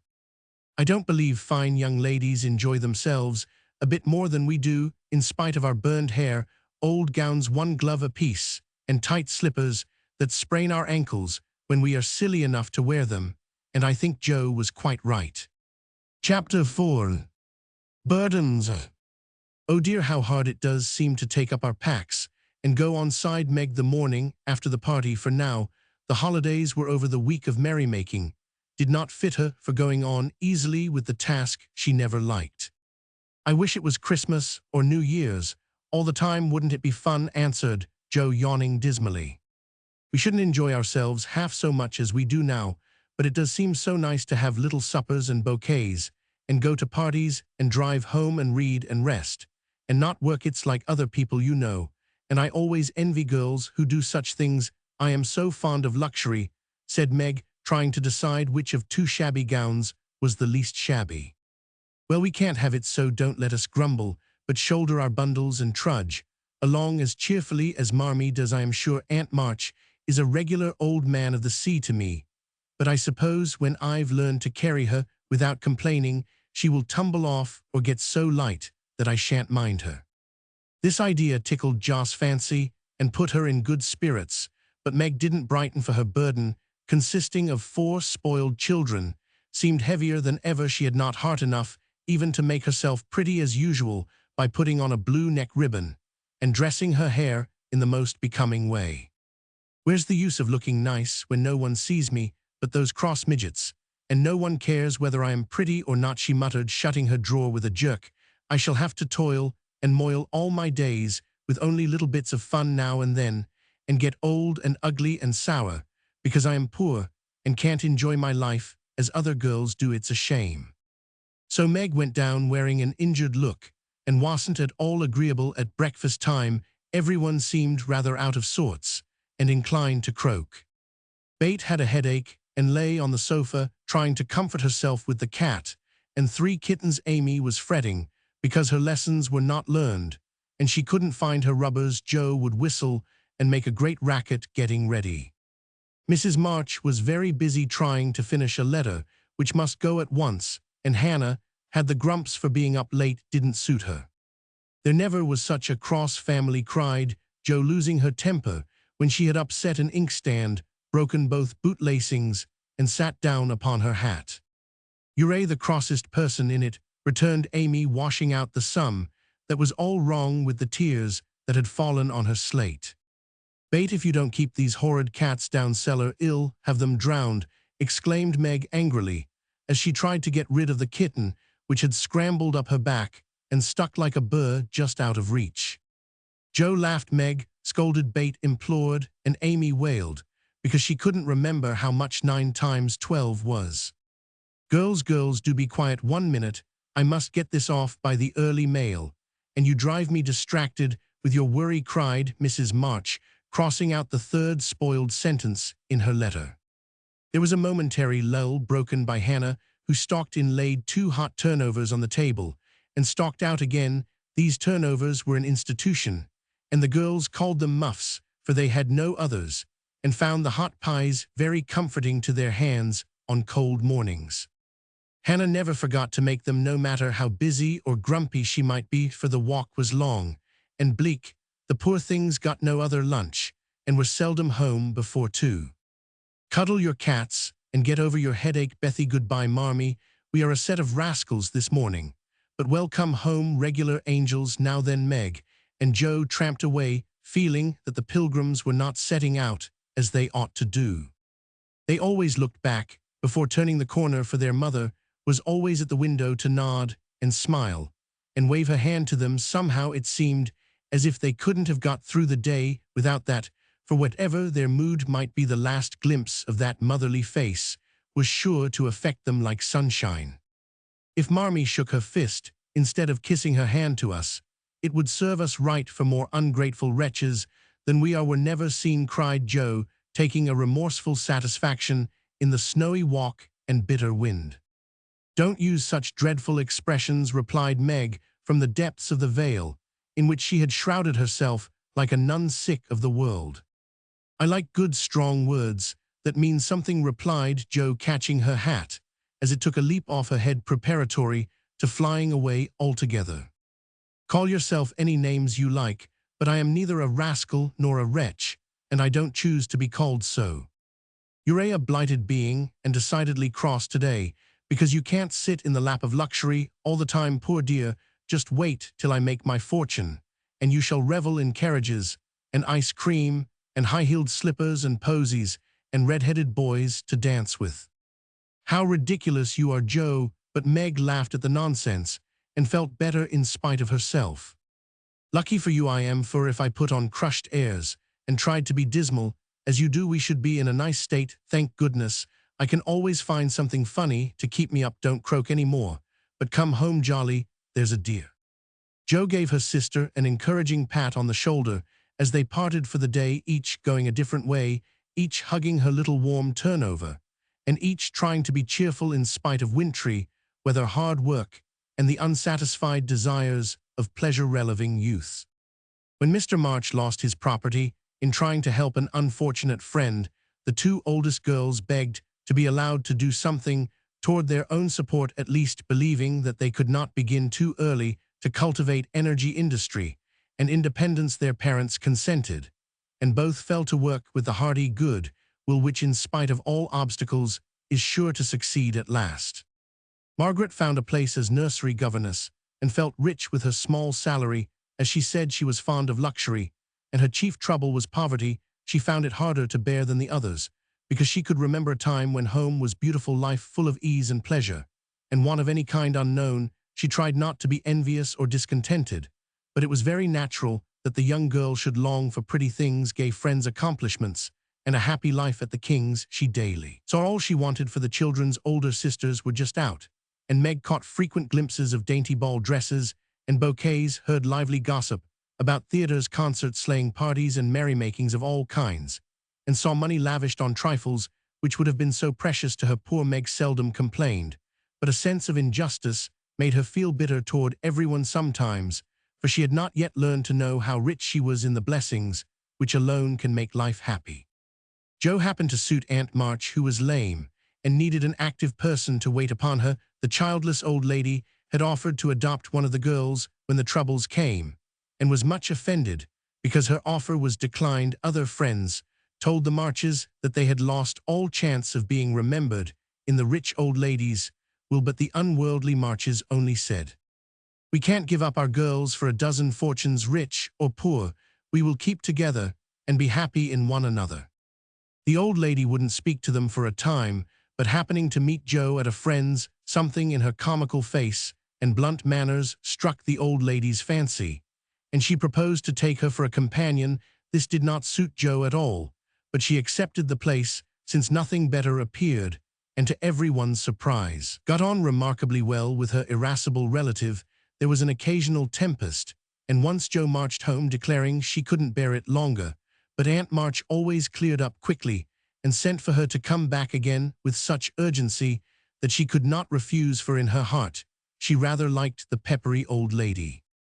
I suspect that the real attraction was a large library of fine books, which was left to dust and spiders. Since Uncle March died, Joe remembered the kind old gentleman who used to let her build railroads and bridges with his big dictionaries, tell her stories about queer pictures in his Latin books, and buy her cards of gingerbread whenever he met her in the street. The dim, dusty room, with the busts staring down from the tall bookcases, the cozy chairs, the globes, and best of all, the wilderness of books in which she could wander where she liked, made the library a region of bliss to her. The moment Aunt March took her nap, or was busy with company, Jo hurried to this quiet place, and curling herself up in the easy chair devoured poetry, romance, history, travels, and pictures like a regular bookworm. But like all happiness, it did not last long, for as sure as she had just reached the heart of the story, the sweetest verse of a song, or the most perilous adventure of her traveler, a shrill voice called Josephine, Josephine, and she had to leave her paradise to wind yarn, wash the poodle, or read Belcham's essays by the hour together. Jo's ambition was to do something very splendid. What it was she had no idea as yet, but left it for time to tell her, and meanwhile found her greatest affliction in the fact that she couldn't read, run, and ride as much as she liked. A quick temper, sharp tongue, and restless spirit were always getting her into scrapes, and her life was a series of ups and downs, which were both comic and pathetic. But the training she received at Aunt March's was just what she needed, and the thought that she was doing something to support herself made her happy in spite of the perpetual Josephine. Beth was too bashful to go to school. It had been tried, but she suffered so much that it was given up, and she did her lessons at home with her father even when he went away, and her mother was called to devote her skill and energy to soldiers' aid societies. Beth went faithfully on by herself, and did the best she could. She was a housewifely little creature, and helped Hannah keep home neat and comfortable for the workers, never thinking of any reward, but to be loved. Long, quiet days she spent not lonely nor idle, for her little world was peopled with imaginary friends, and she was by nature a busy bee.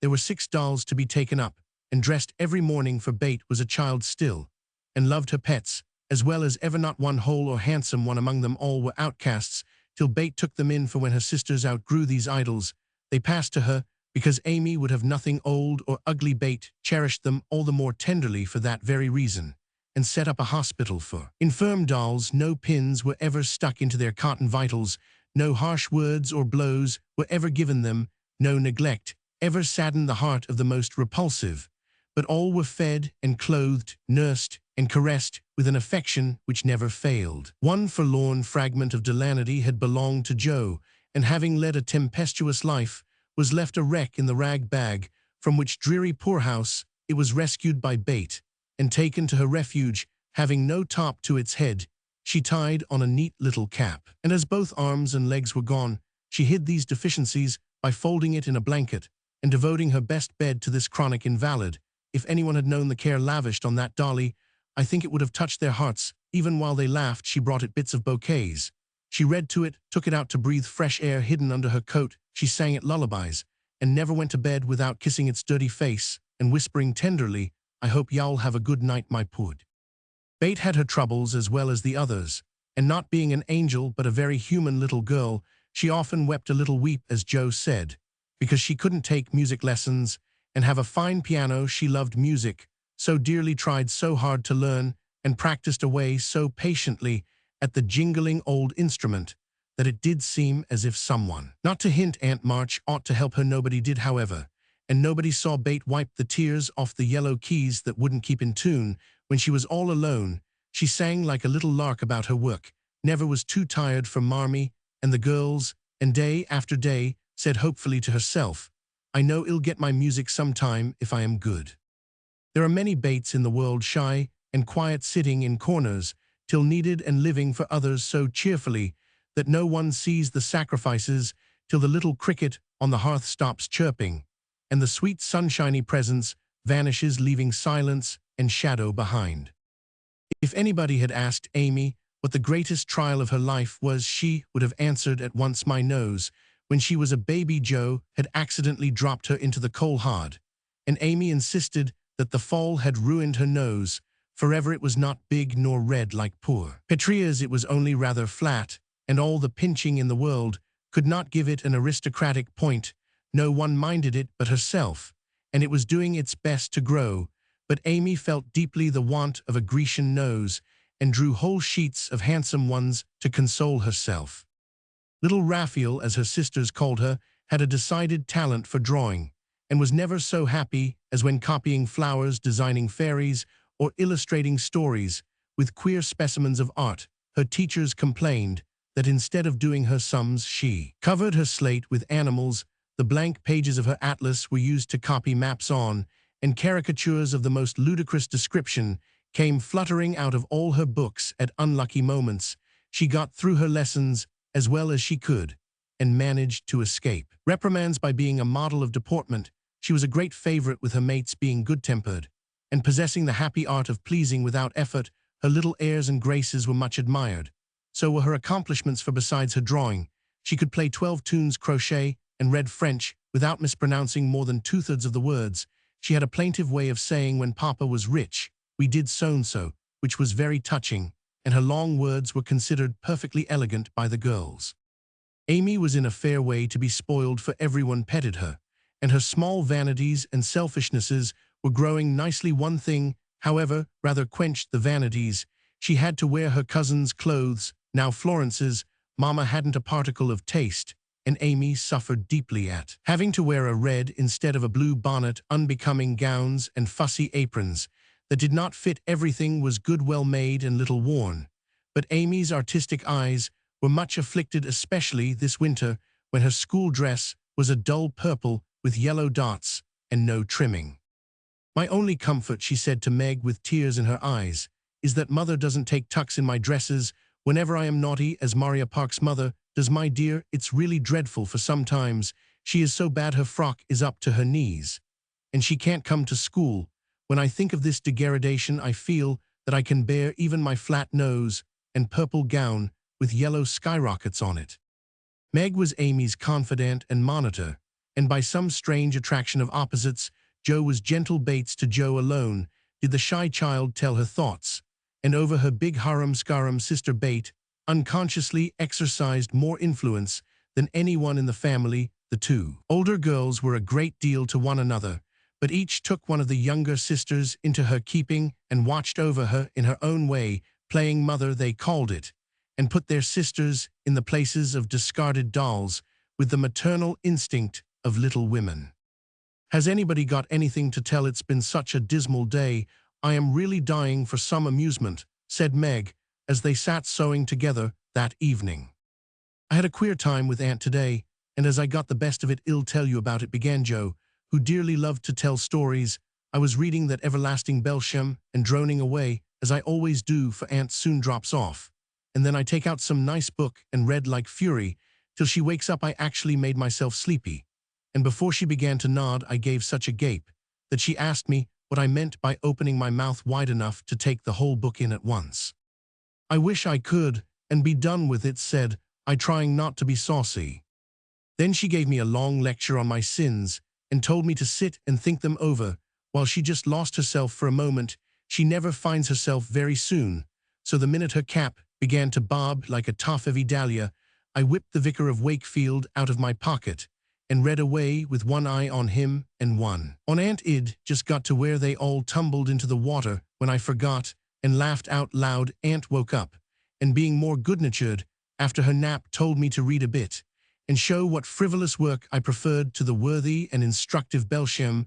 I did my very best, and she liked it, though she only said, "I don't understand what it's all about. Go back and begin it, child."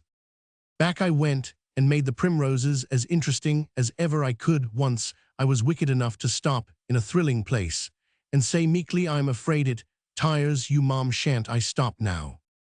She caught up her knitting, which had dropped out of her hands, gave me a sharp look through her specs, and said in her short way, "Finish the chapter, and don't be impertinent, miss." Did she own she liked it? Asked Meg. "Oh, bless you, no, but she let old Belsham rest. And when I ran back after my gloves this afternoon, there she was so hard at the vicar that she didn't hear me laugh as I danced a jig in the hall, because of the good time coming. What a pleasant life she might have if only she chose. I don't envy her much in spite of her money, for after all, rich people have about as many worries as poor ones, I think," added Jo. "That reminds me," said Meg, "that I've got something to tell. It isn't funny like Joss' story, but I thought about it a good deal as I came home at the King's today.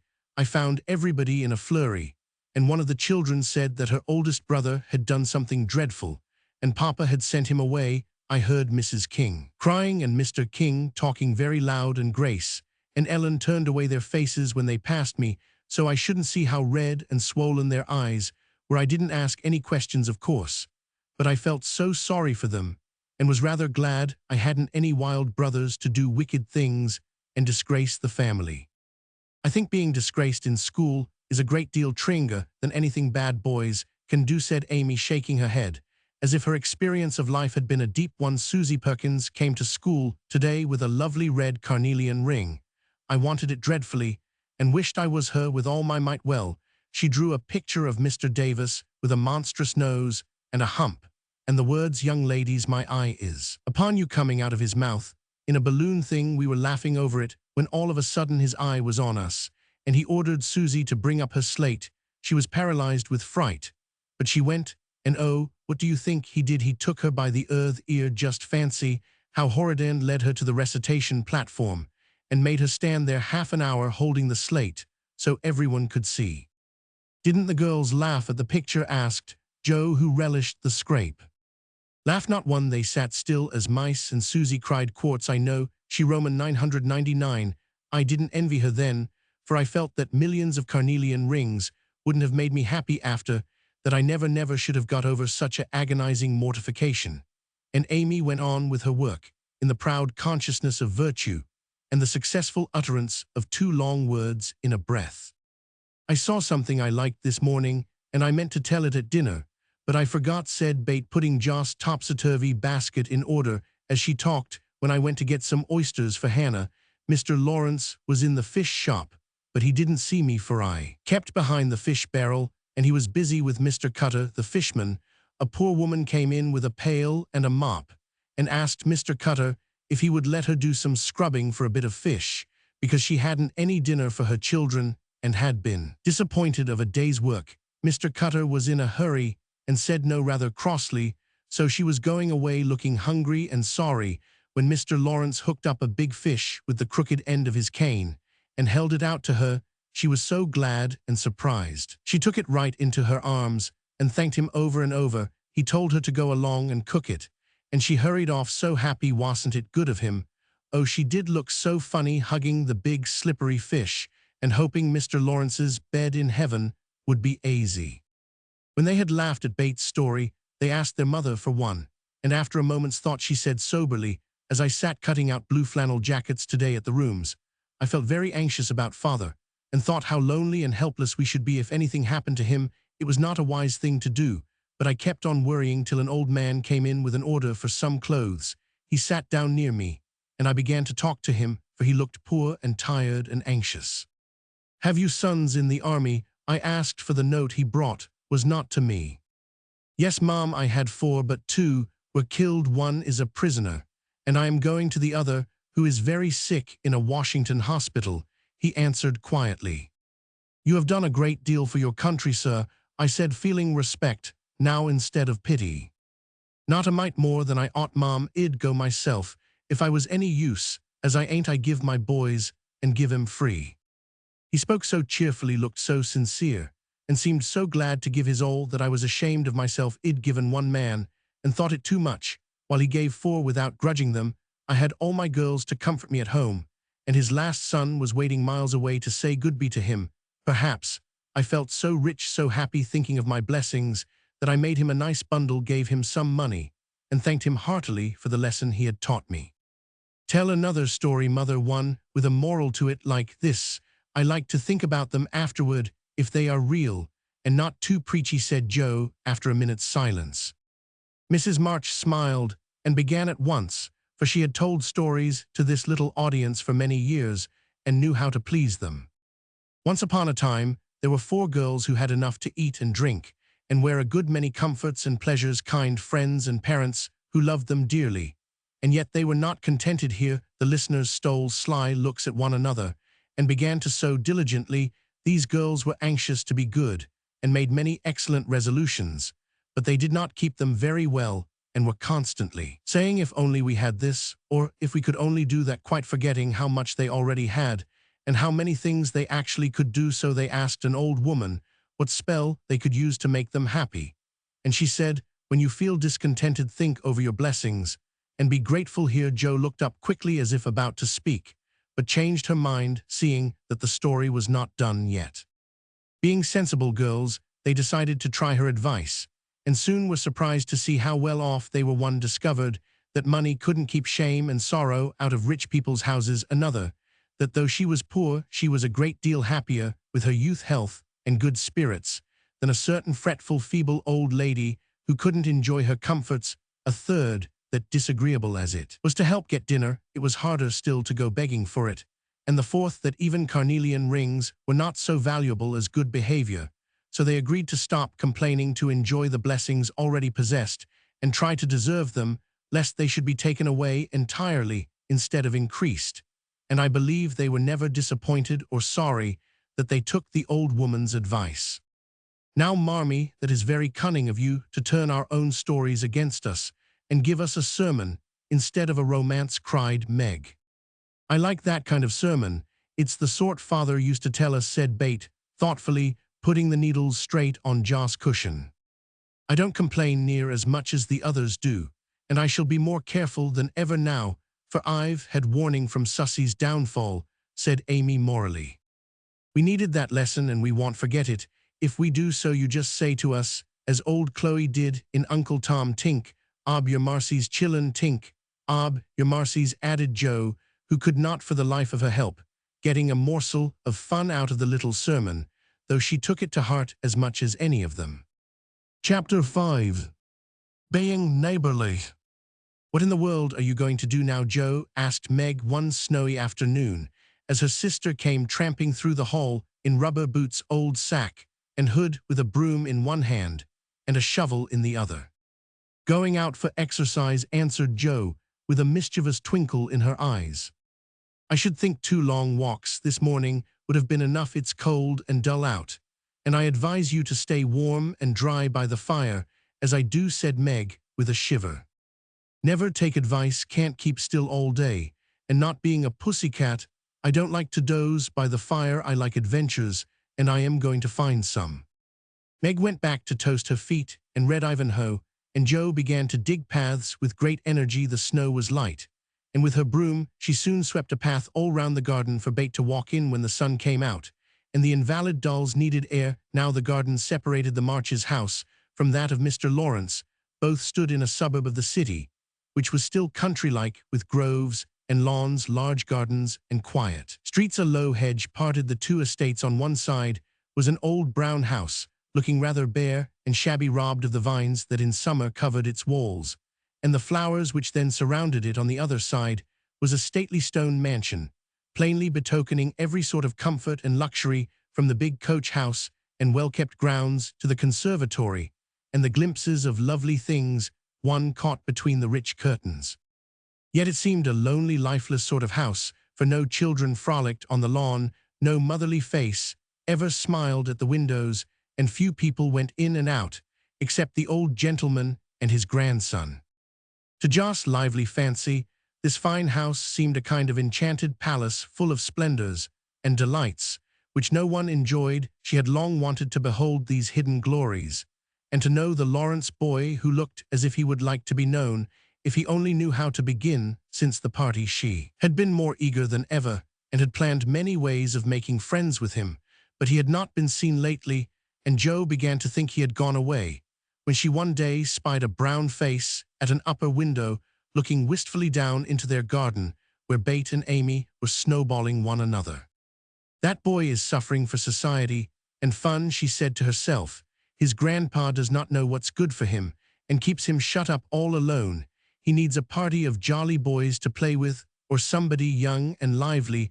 I've a great mind to go over and tell the old gentleman so. The idea amused Jo, who liked to do daring things, and was always scandalizing Meg by her queer performances. The plan of going over was not forgot, and when the snowy afternoon came, Jo resolved to try what could be done. She saw Mr. Lawrence drive off, and then sallied out to dig her way down to the hedge, where she paused and took a survey. All quiet, curtains down at the lower windows, servants out of sight, and nothing human visible but a curly black head leaning on a thin hand at the upper window.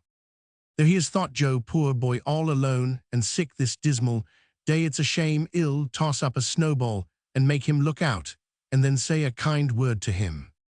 Up went a handful of soft snow, and the head turned at once, showing a face which lost its listless look in a minute, as the big eyes brightened, and the mouth began to smile. Jo nodded and laughed, and flourished her broom as she called out.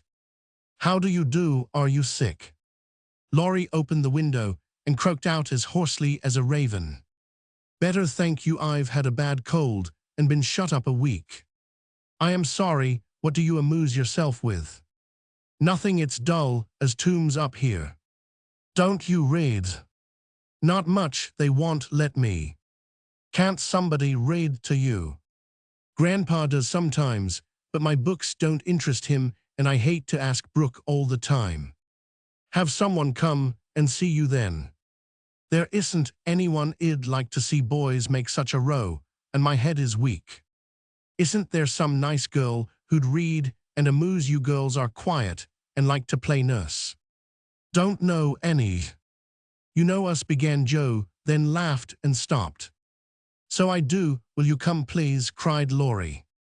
"I'm not quiet and nice, but I'll come. If mother will let me, I'll go ask her. Shut the window like a good boy and wait till I come." With that, Joe shouldered her broom and marched into the house, wondering what they would all say to her. Laurie was in a flutter of excitement at the idea of having company and flew about to get ready for, as Mrs. March said, he was a little gentleman, and did honor to the coming guest by brushing his curly pate, putting on a fresh color, and trying to tidy up the room, which in spite of half a dozen servants was anything but neat. Presently there came a loud ring, then a decided voice asking for Mr. Laurie, and a surprised-looking servant came running up to announce a young lady. "All right, show her up. It's Miss Joe," said Laurie, going to the door of his little parlor to meet Joe, who appeared looking rosy and quite at her ease, with a covered dish in one hand and Bates' 3 kittens in the other. "Here I am, bag and baggage," she said briskly. "Mother sent her love and was glad if I could do anything for you. Meg wanted me to bring some of her blanc mange. She makes it very nicely, and Bate thought her cats would be comforting. I knew you'd laugh at them, but I couldn't refuse. She was so anxious to do something." It so happened that Bates' funny loan was just the thing for. In laughing over the kits, Laurie forgot his bashfulness and grew sociable at once. "That looks too pretty to eat," he said, smiling with pleasure as Joe uncovered the dish and showed the blanc mange, surrounded by a garland of green leaves and the scarlet flowers of Amy's pet geranium. "It isn't anything, only they all felt kindly and wanted to show it. Tell the girl to put it away for your tea. It's so simple you can eat it, and being soft, it will slip down without hurting your sore throat. What a cozy room this is." "It might be if it was kept nice, but the maids are lazy, and I don't know how to make them mind. It worries me." "I'll write it up in 2 minutes, for it only needs to have the hearth brushed, sowned, the things made straight on the mantelpiece, sewn, the books put here, and the bottles there, and your sofa turned from the light, and the pillows plumped up a bit now, then you're a fixed." And so he was, for as she laughed and talked, Joe had whisked things into place and given quite a different air to the room. Laurie watched her in respectful silence, and when she beckoned him to his sofa, he sat down with a sigh of satisfaction, saying gratefully, "How kind you are. Yes, that's what it wanted. Now please take the big chair and let me do something to amuse my company." "No, I came to amuse you. Shall I read aloud?" And Joe looked affectionately toward some inviting books nearby. "Thank you, I've read all those, and if you don't mind, I'd rather talk," answered Laurie. "Not a bit. I'll talk all day, if y'all only set me going. Bate says I never know when to stop." "Is Bate the rosy one who stays at home good deal, and sometimes goes out with a little basket?" asked Laurie with interest. "Yes, that's Bate. She's my girl, and a regular good one she is too. The pretty one is Meg, and the curly-haired one is Amy, I believe." "How did you find that out?" Laurie colored up, but answered frankly, "Why, you see, I often hear you calling to one another, and when I'm alone up here, I can't help looking over at your house. You always seem to be having such good times. I beg your pardon for being so rude, but sometimes you forget to put down the curtain at the window where the flowers are. And when the lamps are lighted, it's like looking at a picture to see the fire, and you all around the table with your mother. Her face is right opposite, and it looks so sweet behind the flowers. I can't help watching it. I haven't got any mother, you know." And Laurie poked the fire to hide a little twitching of the lips that he could not control. The solitary, hungry look in his eyes went straight to Jo's warm heart. She had been so simply taught that there was no nonsense in her head, and at 15, she was as innocent and frank as any child. Laurie was sick and lonely, and feeling how rich she was in home and happiness, she gladly tried to share it with him. Her face was very friendly, and her sharp voice unusually gentle as she said, "Well, never draw that curtain any more, and I give you leave to look as much as you like. I just wish, though, instead of peeping, you'd come over and see us. Mother is so splendid. Shed do you heaps of good, and bait would sing to you if I begged her to, and Amy would dance Meg, and I would make you laugh over our funny stage properties, and we'd have jolly times. Wouldn't your grandpa let you?" "I think he would if your mother asked him. He's very kind, though he does not look so, and he lets me do what I like pretty much, only he's afraid I might be a bother to strangers," began Laurie, brightening more and more. "We are not strangers, we are neighbors, and you needn't think you'd be a bother. We want to know you, and I've been trying to do it this ever so long. We haven't been here a great while, you know, but we have got acquainted with all our neighbors.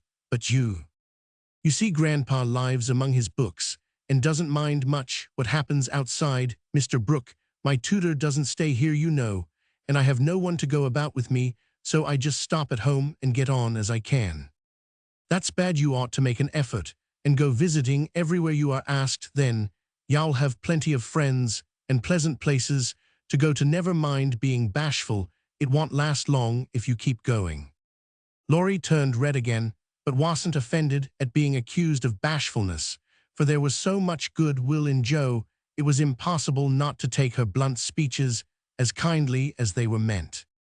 "Do you like your school?" asked the boy, changing the subject after a little pause during which he stared at the fire, and Jo looked about her well pleased. "Don't go to school. I am a businessman girl. I mean, I go to wait on my great-aunt, and a dear cross old soul she is too," answered Jo. Laurie opened his mouth to ask another question, but remembering just in time that it wasn't manners to make too many inquiries into people's affairs, he shut it again and looked uncomfortable. Jo liked his good breeding and didn't mind having a laugh at Aunt March, so she gave him a lively description of the fidgety old lady, her fat poodle, the parrot that talked Spanish, and the library where she reveled. Laurie enjoyed that immensely, and when she told about the prim old gentleman who came once to woo Aunt March, and in the middle of a fine speech, how Pole had tweaked his wig off to his great dismay, the boy lay back and laughed till the tears ran down his cheeks, and a maid popped her head in to see what was the matter. "Oh, that does me no end of good. Tell on, please," he said, taking his face out of the sofa cushion, red and shining with merriment.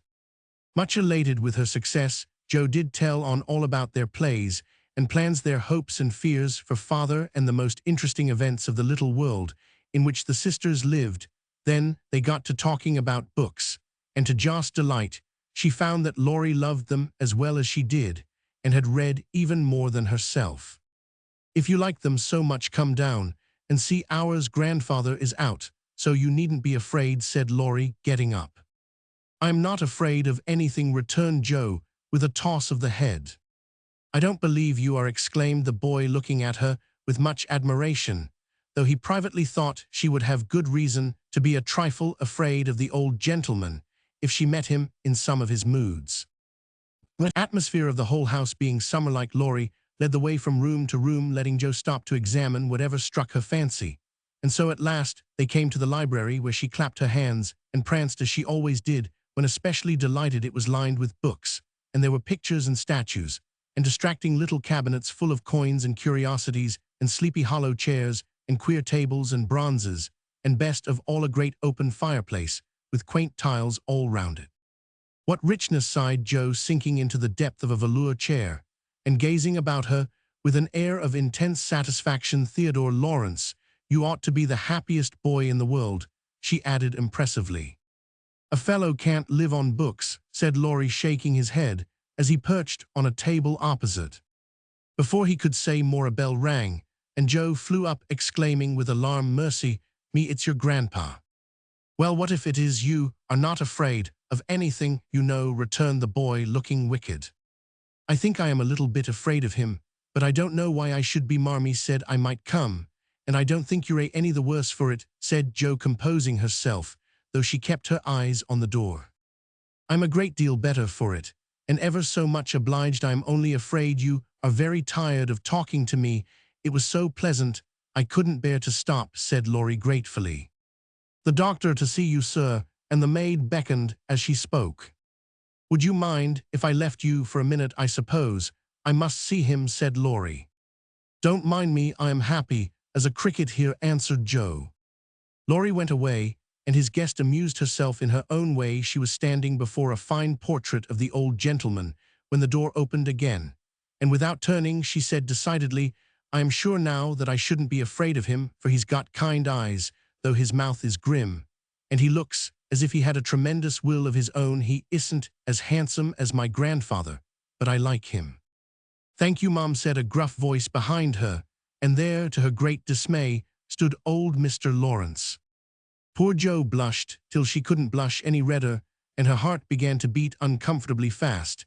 As she thought what she had said, for a minute a wild desire to run away possessed her, but that was cowardly, and the girls would laugh at her, so she resolved to stay and get out of the scrape as she could. A second look showed her that the living eyes under the bushy eyebrows were kinder even than the painted ones, and there was a sly twinkle in them which lessened her fear a good deal. The gruff voice was gruffer than ever as the old gentleman said abruptly, after the dreadful pause, "So you're not afraid of me, hey?" "Not much, sir." "And you don't think me as handsome as your grandfather?" "Not quite, sir." "And I've got a tremendous will, have I?" "I only said I thought so." "But you like me in spite of it?" "Yes, I do, sir."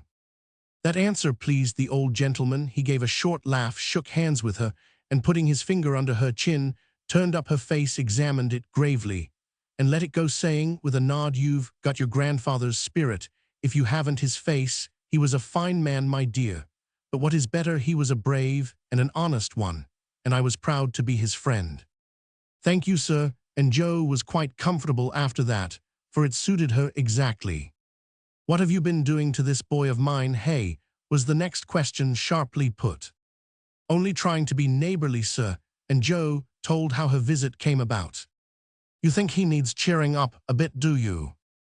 "Yes, sir, he seems a little lonely, and young folks would do him good perhaps. We are only girls, but we should be glad to help, if we could, for we don't forget the splendid Christmas present you sent us," said Jo eagerly. "Tut, tut, tut, that was the boy's affair. How is the poor woman?" "Doing nicely, sir," and off went Jo, talking very fast, as she told all about the Hummels, in whom her mother had interested richer friends than they were. "Just her father's way of doing good. I shall come and see your mother some fine day. Tell her so. There's the tea bell. We have it early on the boy's account. Come down and go on being neighborly." "If you'd like to have me, sir." "Shouldn't ask you if I didn't," and Mr. Lawrence offered her his arm with old-fashioned courtesy. What would Meg say to this, thought Jo, as she was marched away, while her eyes danced with fun, as she imagined herself telling the story at home. "Hey, why, what the dickens has come to the fellow?" said the old gentleman as Laurie came running downstairs, and brought up with a start of surprise at the astounding sight of Jo arm in arm with his redoubtable grandfather. "I didn't know you'd come, sir," he began, as Jo gave him a triumphant little glance. "That's evident by the way you racket downstairs. Come to your tea, sir, and behave like a gentleman." And having pulled the boy's hair by way of a caress, Mr. Lawrence walked on, while Laurie went through a series of comic evolutions behind their backs, which nearly produced an explosion of laughter from Jo. The old gentleman did not say much as he drank his 4 cups of tea, but he watched the young people, who soon chatted away like old friends, and the change in his grandson did not escape him. There was color, light, and life in the boy's face now, vivacity in his manner, and genuine merriment in his laugh. "She's right, the lad is lonely. Ill see what these little girls can do for him," thought Mr. Lawrence as he looked and listened. He liked Jo, for her odd, blunt ways suited him, and she seemed to understand the boy almost as well as if she had been one herself. If the Lawrences had been what Jo called prim and poky, she would not have got on at all, for such people always made her shy and awkward, but finding them free and easy, she was so herself, and made a good impression. When they rose, she proposed to go, but Laurie said he had something more to show her, and took her away to the conservatory, which had been lighted for her benefit. It seemed quite fairy-like to Jo as she went up and down the walks, enjoying the blooming walls on either side, the soft light, the damp, sweet air, and the wonderful vines and trees that hung about her, while her new friend cut the finest flowers till his hands were full. Then he tied them up, saying with the happy look, "Jo, like to see, please give these to your mother, and tell her I like the medicine she sent me very much." They found Mr. Lawrence standing before the fire in the great drawing-room, but Jo's attention was entirely absorbed by a grand piano which stood open. "Do you play?" she asked, turning to Laurie with a respectful expression. "Sometimes," he answered modestly. "Please do now, I want to hear it so I can tell Beth." "Want you first. Don't know how, too stupid to learn, but I love music dearly." So Laurie played, and Jo listened with her nose luxuriously buried in heliotrope, and Rose's her respect and regard for the Lawrence boy increased very much, for he played remarkably well, and didn't put on any airs. She wished Beth could hear him, but she did not say so, only praised him till he was quite abashed, and his grandfather came to his rescue. That will do, young lady. Too many sugar plums are not good for him. His music isn't bad, but I hope he will do as well in more important things. Going well, I am much obliged to you, and I hope y'all come again. My respects to your mother. Good night, Dr. Jo." He shook hands kindly, but looked as if something did not please him. When they got into the hall, Jo asked Laurie if she had said something amiss. He shook his head. "No, it was me. He doesn't like to hear me play." "Why not?" "I'll tell you some day. John is going home with you, as I can't." "No need of that. I am not a young lady, and it's only a step. Take care of yourself, won't you?" "Yes, but you will come again, I hope. If you promise to come and see us after you are well." "I will. Good night, Laurie." "Good night, Jo. Good night." When all the afternoon's adventures had been told, the family felt inclined to go visiting in a body, for each found something very attractive in the big house on the other side of the hedge.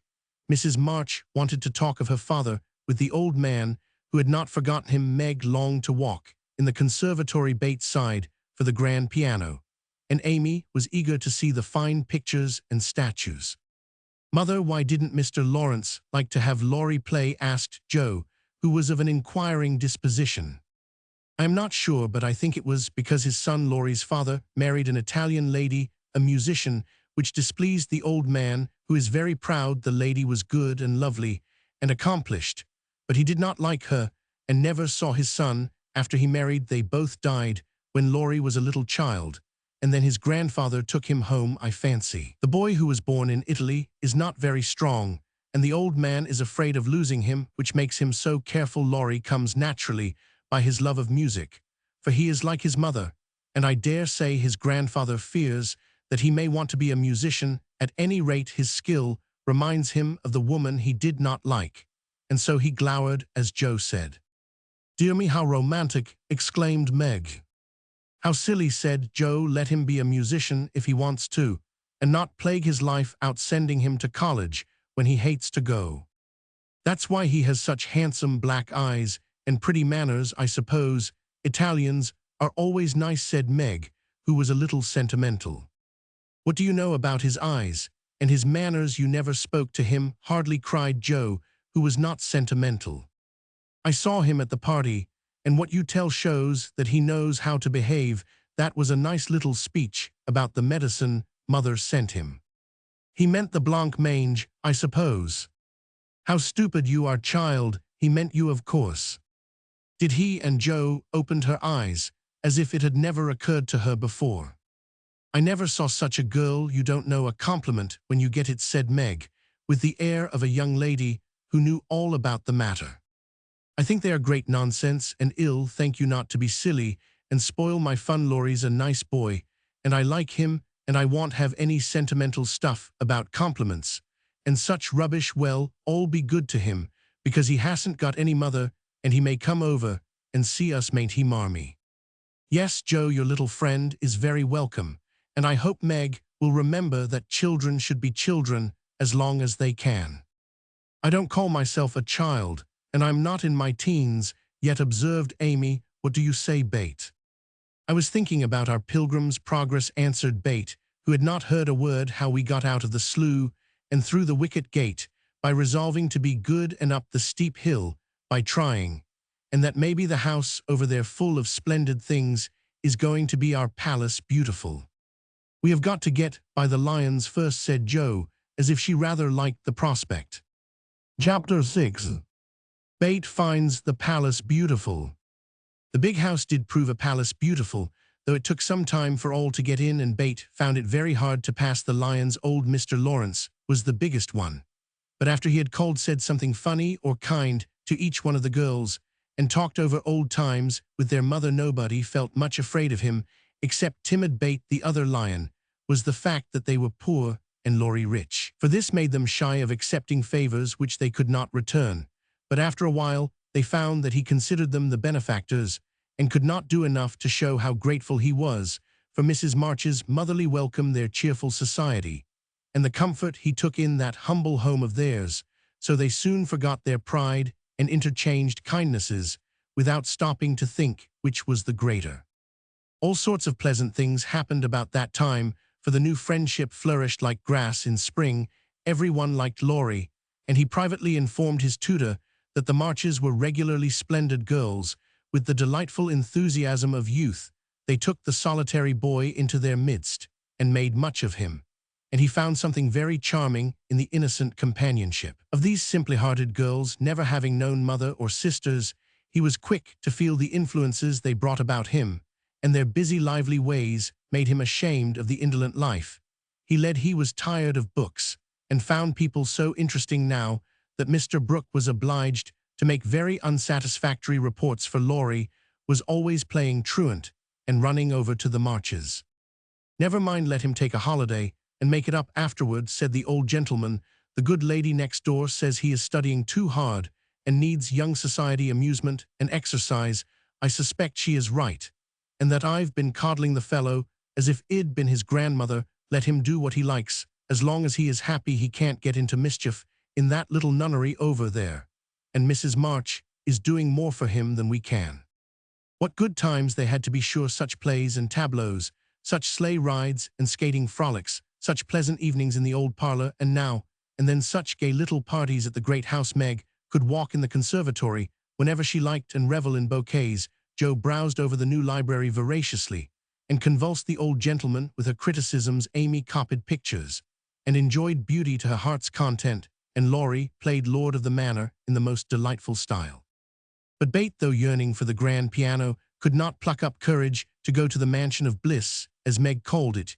She went once with Joe, but the old gentleman, not being aware of her infirmity, stared at her so hard from under his heavy eyebrows, and said hey so loud that he frightened her so much her feet chattered on the floor. She never told her mother, and she ran away declaring she would never go there any more, not even for the dear piano. No persuasions or enticements could overcome her fear, till the fact coming to Mr. Lawrence's ear in some mysterious way, he set about mending matters. During one of the brief calls he made, he artfully led the conversation to music, and talked away about great singers whom he had seen, fine organs he had heard, and told such charming anecdotes that Bate found it impossible to stay in her distant corner, but crept nearer and nearer, as if fascinated. At the back of his chair she stopped and stood listening, with her great eyes wide open and her cheeks red with excitement of this unusual performance, taking no more notice of her than if she had been a fly. Mr. Lawrence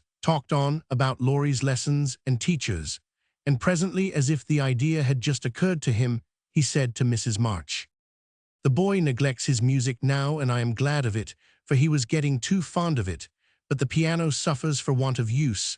Wouldn't some of your girls like to run over and practice on it now, and then just to keep it in tune, you know, Mom?"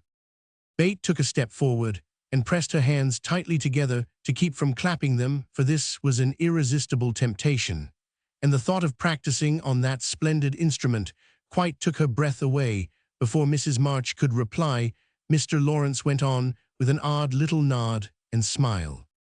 They needn't see or speak to anyone, but run in at any time, for I am shut up in my study at the other end of the house. Laurie is out a great deal, and the servants are never near the drawing-room after 9 o'clock. Here he rose as if going, and Beth made up her mind to speak, for that last arrangement left nothing to be desired. Please tell the young ladies what I say, and if they don't care to come, why, never mind. Here a little hand slipped into his, and Beth looked up at him with a face full of gratitude as she said in her earnest, yet timid way, "Oh, sir, they do care very, very much." "Are you the musical girl?" he asked, without any startling hey, as he looked down at her very kindly. "I'm Beth. I love it dearly, and ill come, if you're quite sure nobody will hear me and be disturbed," she added, fearing to be rude and trembling at her own boldness as she spoke. "Not a soul, my dear. The house is empty half the day, so come and drum away as much as you like, and I shall be obliged to you." "How kind you are, sir." Beth blushed like a rose under the friendly look he wore, but she was not frightened now, and gave the hand a grateful squeeze, because she had no words to thank him for the precious gift he had given her. The old gentleman softly stroked the hair off her forehead, and stooping down, he kissed her, saying, in a tone few people ever heard, "I had a little girl once with eyes like these. God bless you, my dear. Good day, madam." And away he went in a great hurry. Beth had a rapture with her mother, and then rushed up to impart the glorious news to her family of invalids. As the girls were not home, how blithely she sang that evening, and how they all laughed at her, because she woke Amy in the night by playing the piano on her face in her sleep. Next day, having seen both the old and young gentleman out of the house, Beth, after 2 or 3 retreats, fairly got in at the side door, and made her way as noiselessly as any mouse to the drawing-room, where her idol stood quite by accident, of course. Some pretty easy music lay on the piano, and with trembling fingers and frequent stops to listen and look about, Beth at last touched the great instrument and straightway forgot her fear herself and everything else but the unspeakable delight which the music gave her, for it was like the voice of a beloved friend. She stayed till Hannah came to take her home to dinner, but she had no appetite and could only sit and smile upon everyone in a general state of beatitude.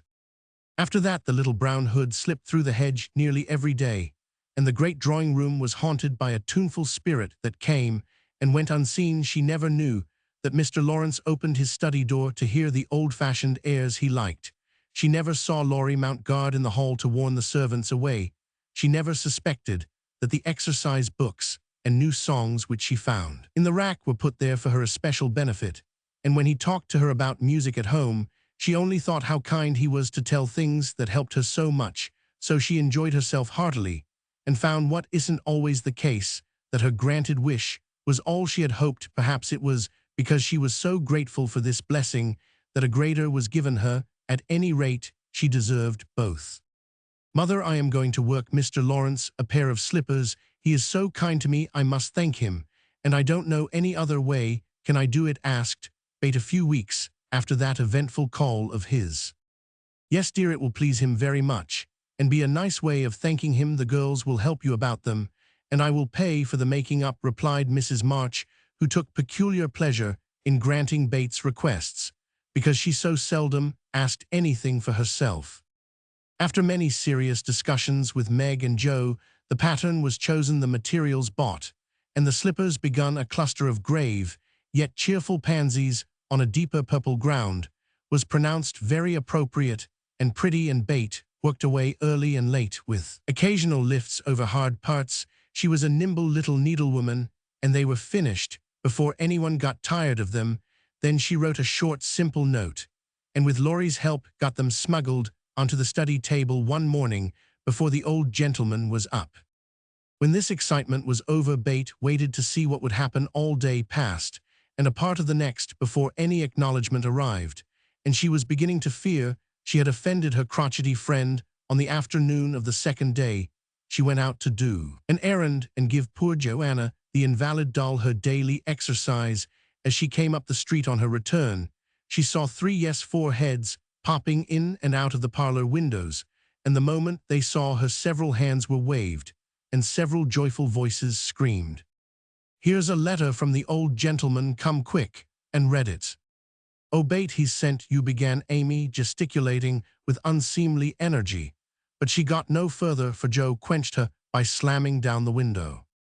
Bate hurried on in a flutter of suspense. At the door her sisters seized and bore her to the parlor in a triumphal procession, all pointing, and all saying at once, look. Their Bate did look, and turned pale with delight and surprise, for there stood a little cabinet piano, with a letter lying on the glossy lid, directed like a sign-board to Miss Elizabeth March. For me, gasped Bate, holding on to Joe, and feeling as if she should tumble down. It was such an overwhelming thing altogether. Yes, all for you, my precious. Isn't it splendid of him? Don't you think he's the dearest old man in the world? Here's the key in the letter. We didn't open it, but we are dying to know what he says, cried Joe, hugging her sister and offering the note. You read it? I can't. I feel so queer. Oh, it is too lovely. And Bate hid her face in Joss' apron, quite upset by her present. Joe opened the paper and began to laugh, for the first words she saw were, Miss March, dear madam. How nice it sounds. I wish someone would write to me, so said Amy, who thought the old-fashioned address very elegant. I have had many pairs of slippers in my life, but I never had any that suited me so well as yours, continues Joe. Heartsease is my favorite flower, and these will always remind me of the gentle giver. I like to pay my debts, so I know you will allow the old gentleman to send you something which once belonged to the little granddaughter he lost. With hearty thanks and best wishes, I remain your grateful friend and humble servant, James Lawrence. Their Bate, that's an honor to be proud of. I am sure Laurie told me how fond Mr. Lawrence used to be of the child who died, and how he kept all her little things carefully. Just think, he's given you her piano, that comes of having big blue eyes and loving music, said Joe, trying to soothe Bate, who trembled and looked more excited than she had ever been before. See the cunning brackets to hold candles, and the nice green silk puckered up with a gold rose in the middle, and the pretty rack and stool, all complete, added Meg, opening the instrument and displaying its beauties. Your humble servant, James Lawrence. Only think of his writing, that to you ill tell the girls they'll think it's splendid, said Amy, much impressed by the note. Try it, honey, let's hear the sound of the baby peony, said Hannah, who always took a share in the family joys and sorrows. So Bate tried it, and everyone pronounced it the most remarkable piano ever heard. It had evidently been newly tuned and put in apple pie order, but perfect as it was. I think the real charm lay in the happiest of all happy faces which leaned over it, as Bate lovingly touched the beautiful black and white keys and pressed the bright pedals. Y'all have to go and thank him, said Joe by way of a joke, for the idea of the child's really going never entered her head. Yes, I mean to. I guess I'll go now, before I get frightened thinking about it. And to the utter amazement of the assembled family, Bate walked deliberately down the garden, through the hedge, and in at the Lawrences' door. Well, I wish I may die if it ain't the queerest thing I ever see. The peony has turned her head. She'd never have gone in her right mind, cried Hannah, staring after her, while the girls were rendered quite speechless by the miracle. They would have been still more amazed if they had seen what Bate did afterward. If you will believe me, she went and knocked at the study door before she gave herself time to think, and when a gruff voice called out, come in, she did go in right up to Mr. Lawrence, who looked quite taken aback and held out her hand, saying with only a small quaver in her voice, I came to thank you, sir, for but she didn't finish, for he looked so friendly that she forgot her speech, and only remembering that he had lost the little girl he loved, she put both arms round his neck and kissed him. If the roof of the house had suddenly flown off, the old gentleman wouldn't have been more astonished, but he liked it, oh dear yes, he liked it amazingly, and was so touched and pleased by that confiding little kiss that all his crustiness vanished, and he just set her on his knee and laid his wrinkled cheek against her rosy one, feeling as if he had got his own little granddaughter back again. Bate ceased to fear him from that moment, and sat there talking to him as cozily as if she had known him all her life, for love casts out fear and gratitude can conquer pride. When she went home, he walked with her to her own gate, shook hands cordially, and touched his hat as he marched back again, looking very stately and erect, like a handsome, soldierly old gentleman as he was. When the girls saw that performance, Jo began to dance a jig. By way of expressing her satisfaction, Amy nearly fell out of the window in her surprise, and Meg exclaimed with uplifted hands, "Well, I do believe the world is coming to an end." Chapter 7. Amy's Valley of Humiliation. "That boy is a perfect cyclops, isn't he?" said Amy one day as Laurie clattered by on horseback with a flourish of his whip as he passed. "How dare you say so when he's got both his eyes, and very handsome ones? They are too," cried Jo, who resented any slighting remarks about her friend. "I didn't say anything about his eyes, and I don't see why you need fire up when I admire his riding." "Oh my goodness, that little goose means a centaur, and she called him a cyclops," exclaimed Jo with a burst of laughter. "You needn't be so rude, it's only a lapse of lingy, as Mr. Davis says," retorted Amy, finishing Jo with her Latin. "I just wish I had a little of the money Laurie spends on that horse," she added, as if to herself, yet hoping her sisters would hear. "Why?" asked Meg kindly, for Jo had gone off in another laugh at Amy's second blunder. "I need it so much. I am dreadfully in debt, and it won't be my turn to have the rag money for a month." "In debt, Amy? What do you mean?" and Meg looked sober. "Why, I owe at least a dozen pickled limes, and I can't pay them, you know, till I have money for Marmee forbade my having anything charged at the shop." "Tell me all about it. Are limes the fashion now? It used to be pricking bits of rubber to make balls," and Meg tried to keep her countenance. Amy looked so grave and important. "Why, you see, the girls are always buying them, and unless you want to be thought mean, you must do it too. It's nothing but limes now, for everyone is sucking them in their desks in school time, and trading them off for pencils, bead rings, paper dolls, or something else at recess. If one girl likes another, she gives her a lime. If she's mad with her, she eats one before her face, and doesn't offer even a suck. They treat by turns, and I've had ever so many, but haven't returned them, and I ought, for they are debts of honor, you know." "How much will pay them off and restore your credit?" asked Meg, taking out her purse. "A quarter would more than do it, and leave a few cents over for a treat for you. Don't you like limes?" "Not much. You may have my share. Here's the money. Make it last as long as you can, for it isn't very plenty, you know." "Oh, thank you. It must be so nice to have pocket money. I'll have a grand feast, for I haven't tasted a lime this week. I felt delicate about taking any, as I couldn't return them, and I am actually suffering for one." Next day Amy was rather late at school, but could not resist the temptation of displaying with pardonable pride a moist brown paper parcel before she consigned it to the inmost recesses of her desk. During the next few minutes, the rumor that Amy March had got 24 delicious limes, she ate one on the way, and was going to treat circulated through her set, and the attentions of her friends became quite overwhelming. Katie Brown invited her to her next party on the spot. Mary Kingsley insisted on lending her watch till recess, and Jenny Snow, a satirical young lady who had basely twitted Amy upon her limeless state, promptly buried the hatchet and offered to furnish answers to certain appalling sums.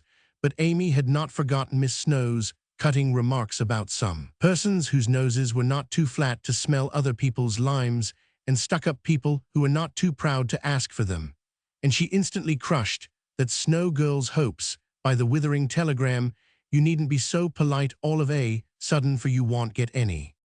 A distinguished personage happened to visit the school that morning, and Amy's beautifully drawn maps received praise, which honor to her foe rankled in the soul of Miss Snow, and caused Miss March to assume the airs of a studious young peacock. But alas, alas, pride goes before a fall, and the revengeful Snow turned the tables with disastrous success. No sooner had the guest paid the usual stale compliments and bowed himself out than Jenny, under pretense of asking an important question, informed Mr. Davis, the teacher, that Amy March had pickled limes in her desk. Now Mr. Davis had declared limes a contraband article and solemnly vowed to publicly ferule the first person who was found breaking the law. This much-injuring man had succeeded in banishing chewing gum after a long and stormy war, had made a bonfire of the confiscated novels and newspapers, had suppressed a private post office, had forbidden distortions of the face, nicknames and caricatures, and done all that one man could do to keep 100 rebellious girls in order. Boys are trying enough to human patience, goodness knows, but girls are infinitely more so, especially to nervous gentlemen with tyrannical tempers, and no more talent for teaching than Dr. Blimber. Mr. Davis knew any quantity of Greek, Latin, algebra, and ologies of all sorts, so he was called a fine teacher, and manners, morals, feelings, and examples were not considered of any particular importance. It was a most unfortunate moment for denouncing Amy, and Jenny knew it. Mr. Davis had evidently taken his coffee too strong that morning. There was an east wind, which always affected his neuralgia, and his pupils had not done him the credit which he felt he deserved. Therefore, to use the expressive, if not elegant language of a schoolgirl, he was as nervous as a witch, and as cross as a bear. The word limes was like fire to powder. His yellow face flushed, and he rapped on his desk with an energy which made Jenny skip to her seat with unusual rapidity. "Young ladies, attention, if you please." At the stern order the buzz ceased, and 50 pairs of blue, black, gray, and brown eyes were obediently fixed upon his awful countenance. "Miss March, come to the desk." Amy rose to comply with outward composure, but a secret fear oppressed her, for the limes weighed upon her conscience. "Bring with you the limes you have in your desk," was the unexpected command which arrested her before she got out of her seat. "Don't take all," whispered her neighbor, a young lady of great presence of mind. Amy hastily shook out half a dozen and laid the rest down before Mr. Davis, feeling that any man possessing a human heart would relent when that delicious perfume met his nose. Unfortunately, Mr. Davis particularly detested the odor of the fashionable pickle, and disgust added to his wrath. "Is that all?" "Not quite," stammered Amy. "Bring the rest immediately." With a despairing glance at her set, she obeyed. "You are sure there are no more?" "I never lie, sir." "So I see now. Take these disgusting things 2 by 2 and throw them out of the window."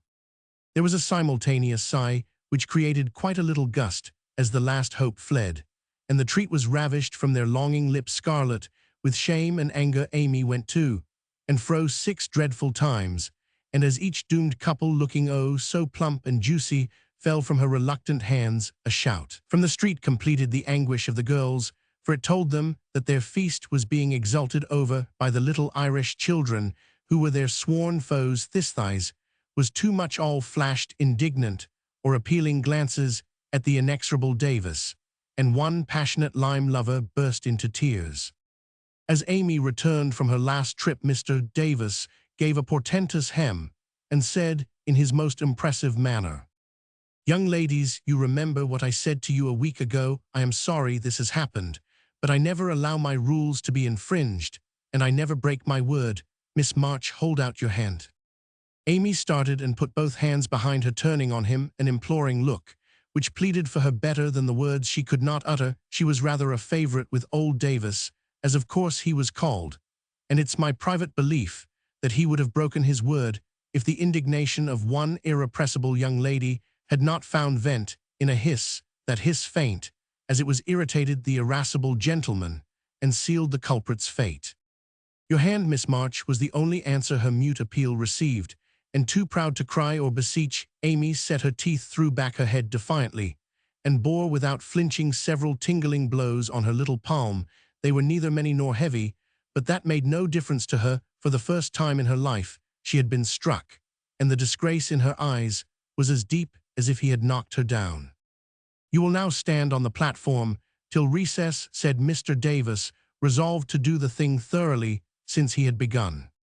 That was dreadful. It would have been bad enough to go to her seat and see the pitying faces of her friends or the satisfied ones of her few enemies, but to face the whole school with that shame fresh upon her seemed impossible, and for a second she felt as if she could only drop down where she stood and break her heart with crying. A bitter sense of wrong and the thought of Jenny Snow helped her to bear it, and taking the ignominious place, she fixed her eyes on the stove funnel above what now seemed a sea of faces, and stood there so motionless and white that the girls found it hard to study with that pathetic figure before them. During the 15 minutes that followed, the proud and sensitive little girl suffered a shame and pain, which she never forgot. To others, it might seem a ludicrous or trivial affair, but to her, it was a hard experience, for during the 12 years of her life, she had been governed by love alone, and a blow of that sort had never touched her before. The smart of her hand and the ache of her heart were forgotten in the sting of the thought, "I shall have to tell at home, and they will be so disappointed in me." The 15 minutes seemed an hour, but they came to an end at last, and the word recess had never seemed so welcome to her before. "You can go, Miss March," said Mr. Davis, looking as he felt uncomfortable. He did not soon forget the reproachful glance Amy gave him as she went without a word to anyone straight into the anteroom, snatched her things, and left the place forever, as she passionately declared to herself. She was in a sad state when she got home, and when the older girls arrived some time later, an indignation meeting was held. At once, Mrs. March did not say much, but looked disturbed and comforted her afflicted little daughter in her tenderest manner. Meg bathed the insulted hand with glycerine and tears. Beth felt that even her beloved kittens would fail as a balm for griefs like this. Joe wrathfully proposed that Mr. Davis be arrested without delay, and Hannah shook her fist at the villain and pounded potatoes for dinner, as if she had him under her pestle. No notice was taken of Amy's flight, except by her mates, but the sharpie demoiselles discovered that Mr. Davis was quite benignant in the afternoon, also unusually nervous. Just before school closed, Jo appeared wearing a grim expression as she stalked up to the desk and delivered a letter from her mother, then collected Amy's property and departed, carefully scraping the mud from her boots on the doormat as if she shook the dust of the place off her feet. "Yes, you can have a vacation from school, but I want you to study a little every day with Beth," said Mrs. March that evening. "I don't approve of corporal punishment, especially for girls. I dislike Mr. Davis' manner of teaching, and don't think the girls you associate with are doing you any good, so I shall ask your father's advice before I send you anywhere else." "That's good. I wish all the girls would leave and spoil his old school. It's perfectly maddening to think of those lovely limes," sighed Amy with the air of a martyr. "I am not sorry you lost them, for you broke the rules and deserved some punishment for disobedience," was the severe reply, which rather disappointed the young lady, who expected nothing but sympathy. "Do you mean you are glad I was disgraced before the whole school?" cried Amy. "I should not have chosen that way of mending a fault," replied her mother, "but I'm not sure that it won't do you more good than a bolder method. You are getting to be rather conceited, my dear, and it is quite time you set about correcting it. You have a good many little gifts and virtues, but there is no need of parading them, for conceit spoils the finest genius. There is not much danger that real talent or goodness will be overlooked long, even if it is the consciousness of possessing and using it well should satisfy one, and the great charm of all power is modesty." "So it is," cried Laurie, who was playing chess in a corner with Jo. "I knew a girl once who had a really remarkable talent for music, and she didn't know it. Never guessed what sweet little things she composed when she was alone, and wouldn't have believed it if anyone had told her. I wish I'd known. That nice girl, maybe she would have helped me. I am so stupid," said Beth, who stood beside him, listening eagerly. "You do know her, and she helps you better than anyone else could," answered Laurie, looking at her with such mischievous meaning in his merry black eyes that Beth suddenly turned very red and hid her face in the sofa cushion, quite overcome by such an unexpected discovery. Jo let Laurie win the game to pay for that praise of her. Beth, who could not be prevailed upon to play for them after her compliment, so Laurie did his best and sang delightfully, being in a particularly lively humor, for to the Marches he seldom showed the moody side of his character. When he was gone, Amy, who had been pensive all evening, said suddenly, as if busy over some new idea, "Is Laurie an accomplished boy?" "Yes, he has had an excellent education and has much talent. He will make a fine man if not spoiled by petting," replied her mother. "And he isn't conceited, is he?" asked Amy. "Not in the least. That is why he is so charming, and we all like him so much." "I see. It's nice to have accomplishments and be elegant, but not to show off or get perked up," said Amy thoughtfully. "These things are always seen and felt in a person's manner and conversations if modestly used, but it is not necessary to display them, said Mrs. March, any more than it's proper to wear all your bonnets and gowns and ribbons at once that folks may know you've got them, added Joe, and the lecture ended in a laugh. Chapter 8. Joe meets Apollyon.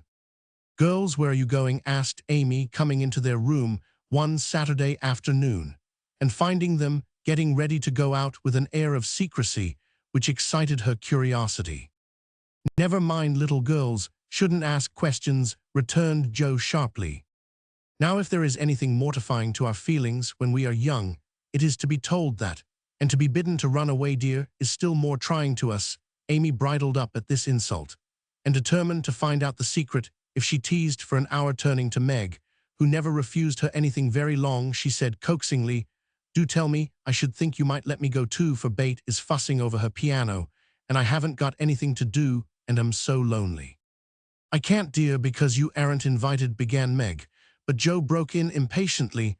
"Now, Meg, be quiet, or you will spoil it all. You can't go, Amy, so don't be a baby and whine about it. You are going somewhere with Laurie, I know you are. You were whispering and laughing together on the sofa last night, and you stopped when I came in. Aren't you going with him?" "Yes, we are now. Do be still and stop bothering." Amy held her tongue, but used her eyes, and saw Meg slip a fan into her pocket. I know, you're going to the theater to see the Seven Castles," she cried, adding resolutely, "and I shall go, for Mother said I might see it, and I've got my rag money, and it was mean not to tell me in time." "Just listen to me a minute, and be a good child," said Meg soothingly. "Mother doesn't wish you to go this week, because your eyes are not well enough yet to bear the light of this fairy piece.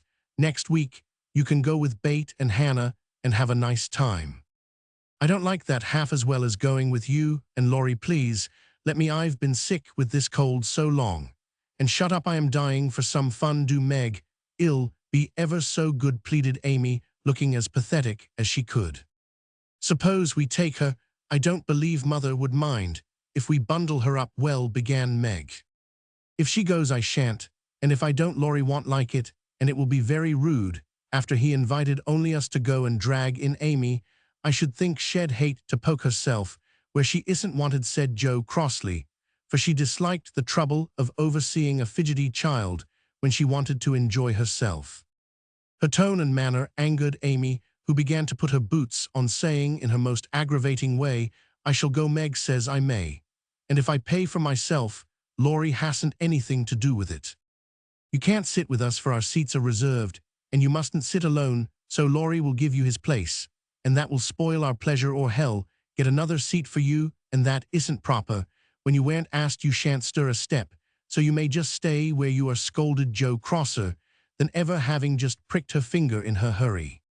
Sitting on the floor with one boot on, Amy began to cry, and Meg to reason with her, when Laurie called from below, and the two girls hurried down, leaving their sister wailing for now, and then she forgot her grown-up ways, and acted like a spoiled child. Just as the party was setting out, Amy called over the banisters in a threatening tone, "You'll be sorry for this, Joe March, see if you ain't." "Fiddlesticks," returned Joe, slamming the door. They had a charming time, for the Seven Castles of the Diamond Lake was as brilliant and wonderful as heart could wish. But in spite of the comical red imps, sparkling elves, and the gorgeous princes and princesses, Joss' pleasure had a drop of bitterness in it.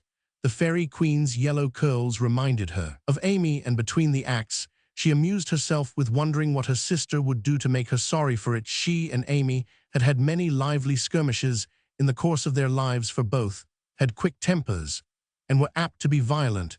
When fairly roused, Amy teased Joe, and Joe irritated Amy, and semi-occasional explosions occurred, of which both were much ashamed afterward, although the oldest Joe had the least self-control, and had hard times trying to curb the fiery spirit, which was continually getting her into trouble. Her anger never lasted long, and having humbly confessed her faults, she sincerely repented, and tried to do better. Her sisters used to say that they rather liked to get Joe into a fury, because she was such an angel afterward. Poor Joe tried desperately to be good, but her bosom enemy was always ready to flame up and defeat her, and it took years of patient effort to subdue it.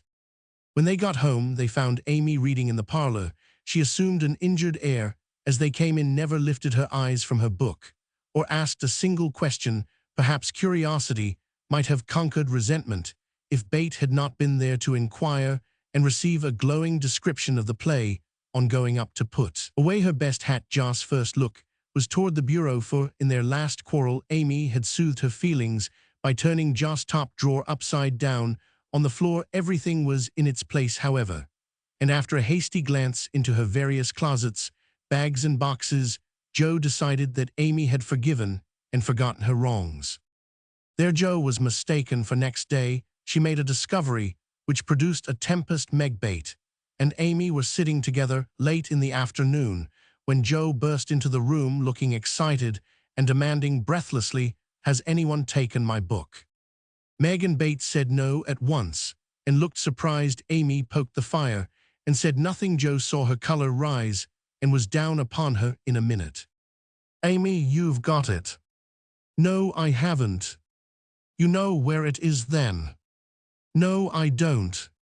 "That's a fib," cried Jo, taking her by the shoulders and looking fierce enough to fright a much braver child than Amy.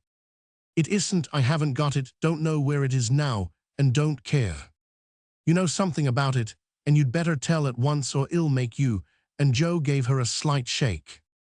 "Scold as much as you like, y'all never see your silly old book again," cried Amy, getting excited in her turn.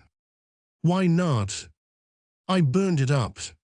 What my little book one was so fond of and worked over and meant to finish before Father got home." "Have you really burned it?" said Jo, turning very pale while her eyes kindled and her hands clutched Amy nervously. "Yes, I did. I told you it'd make you pay for being so cross yesterday, and I have so."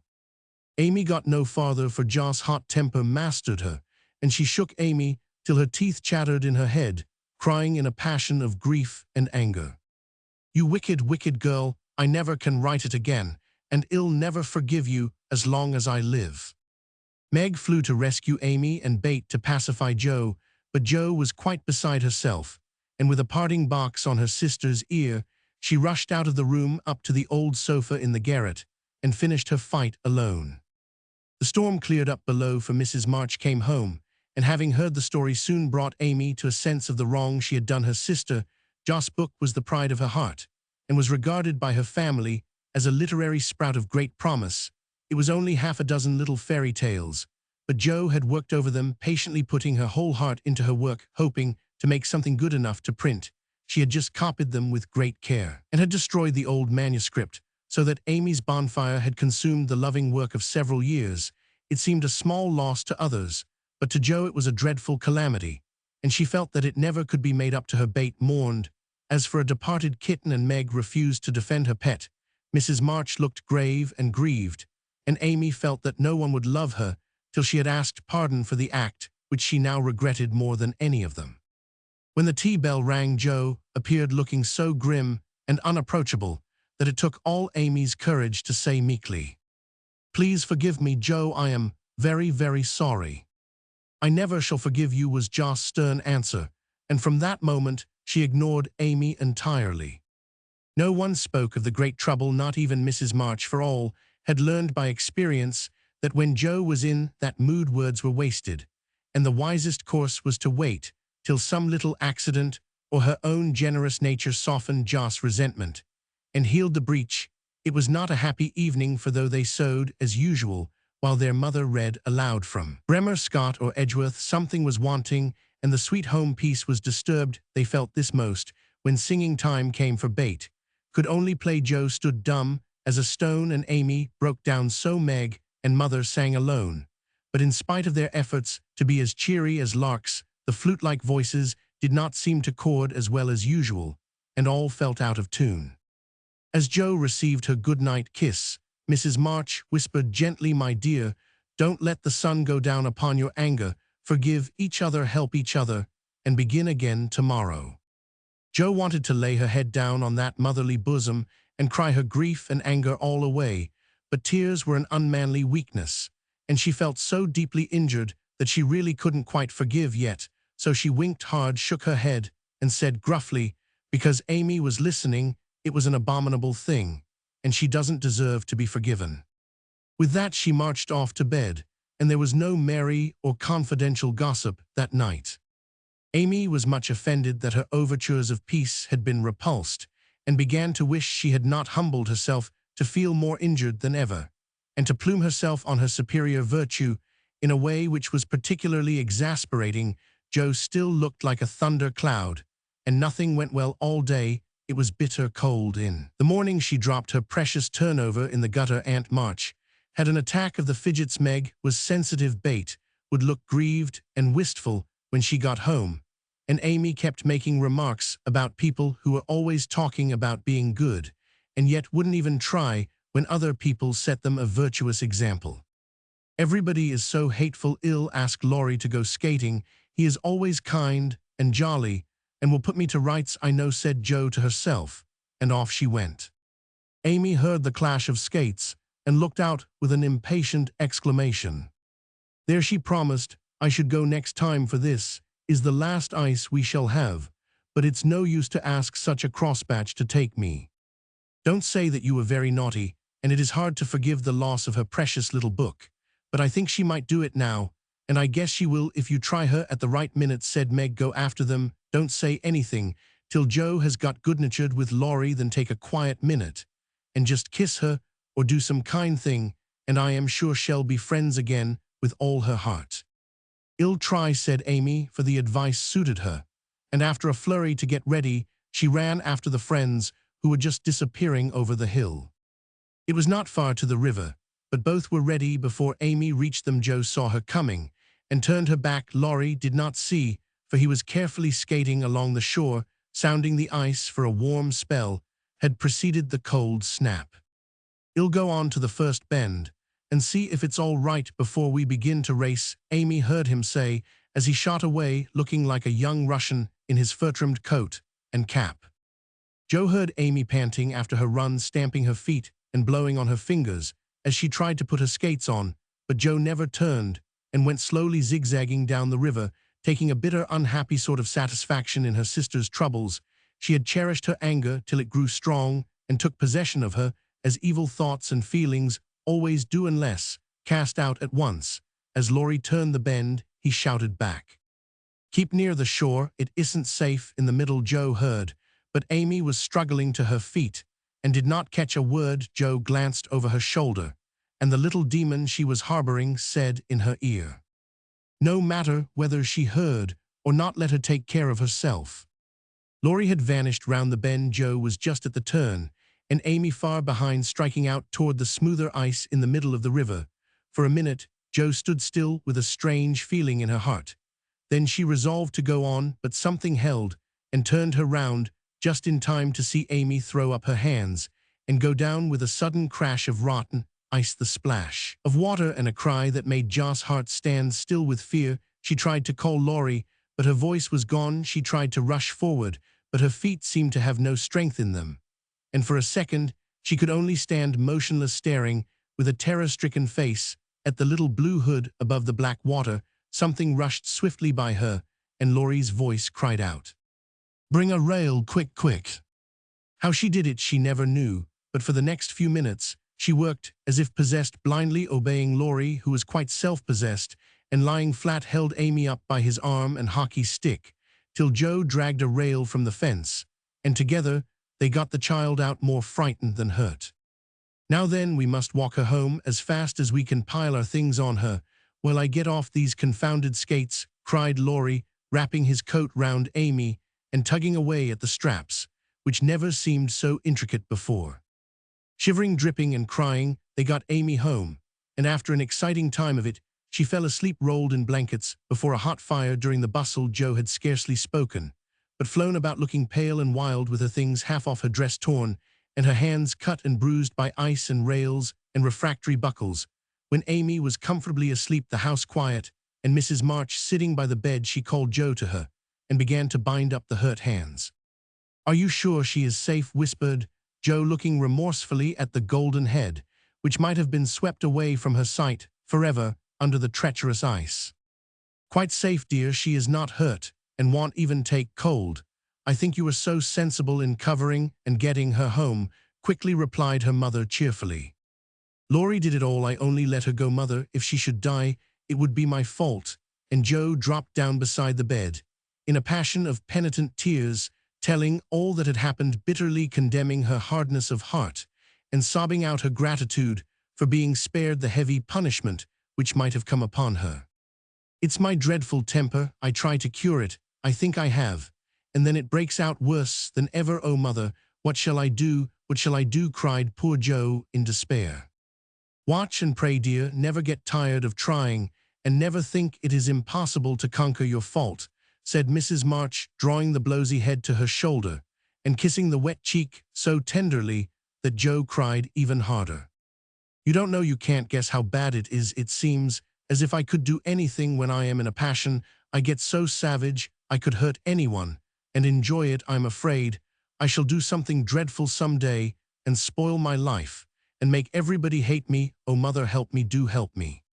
"I will, my child, I will. Don't cry so bitterly, but remember this day and resolve with all your soul that you will never know another like it. Joe dear, we all have our temptations, some far greater than yours, and it often takes us all our lives to conquer them.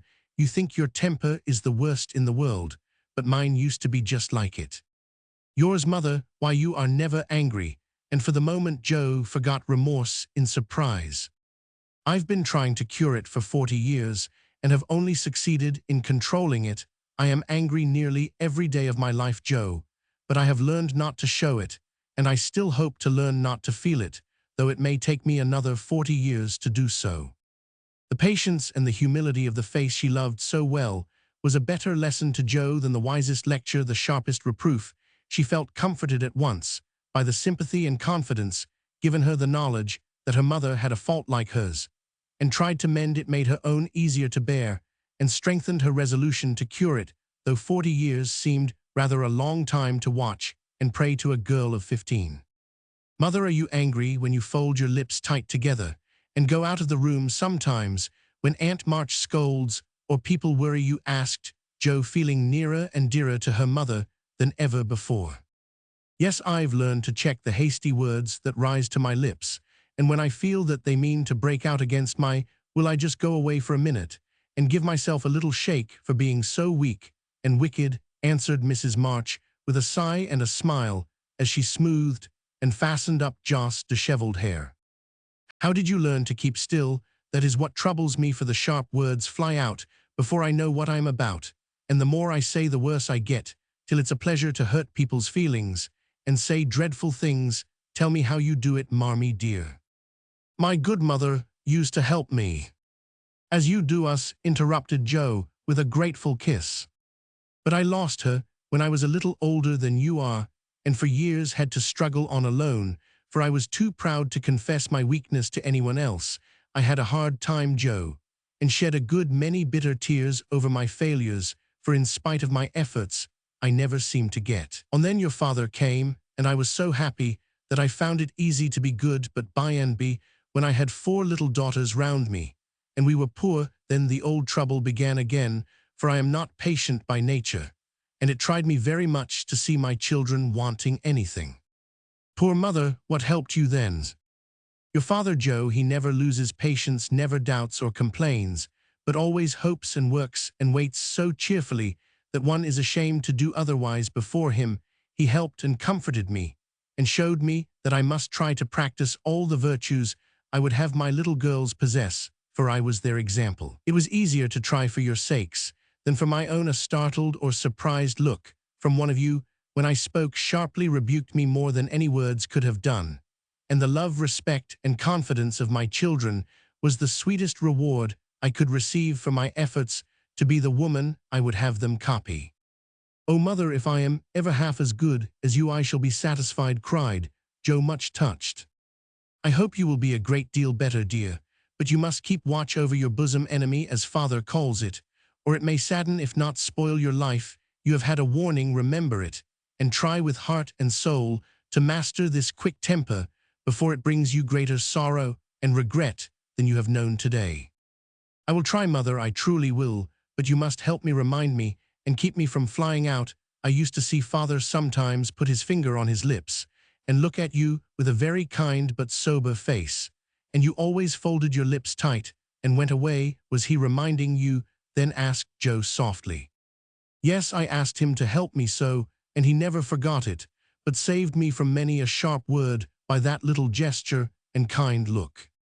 Joe saw that her mother's eyes filled, and her lips trembled as she spoke, and fearing that she had said too much, she whispered anxiously, "Was it wrong to watch you?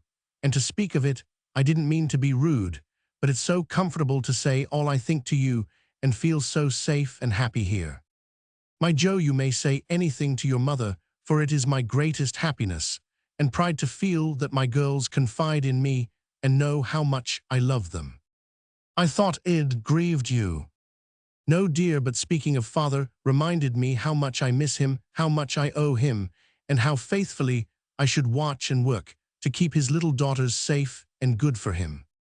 "Yet you told him to go, mother, and didn't cry when he went, and never complain now or seem as if you needed any help," said Joe, wondering. "I gave my best to the country I love and kept my tears till he was gone. Why should I complain when we both have merely done our duty and will surely be the happier for it in the end? If I don't seem to need help, it is because I have a better friend even than father to comfort and sustain me. My child, the troubles and temptations of your life are beginning and may be many, but you can overcome and outlive them all if you learn to feel the strength and tenderness of your heavenly Father as you do that of your earthly one. The more you love and trust him, the nearer you will feel to him, and the less you will depend on human power and wisdom. His love and care never tire or change, can never be taken from you, but may become the source of lifelong peace, happiness, and strength. Believe this heartily, and go to God with all your little cares and hopes and sins and sorrows as freely and confidingly as you come to your mother."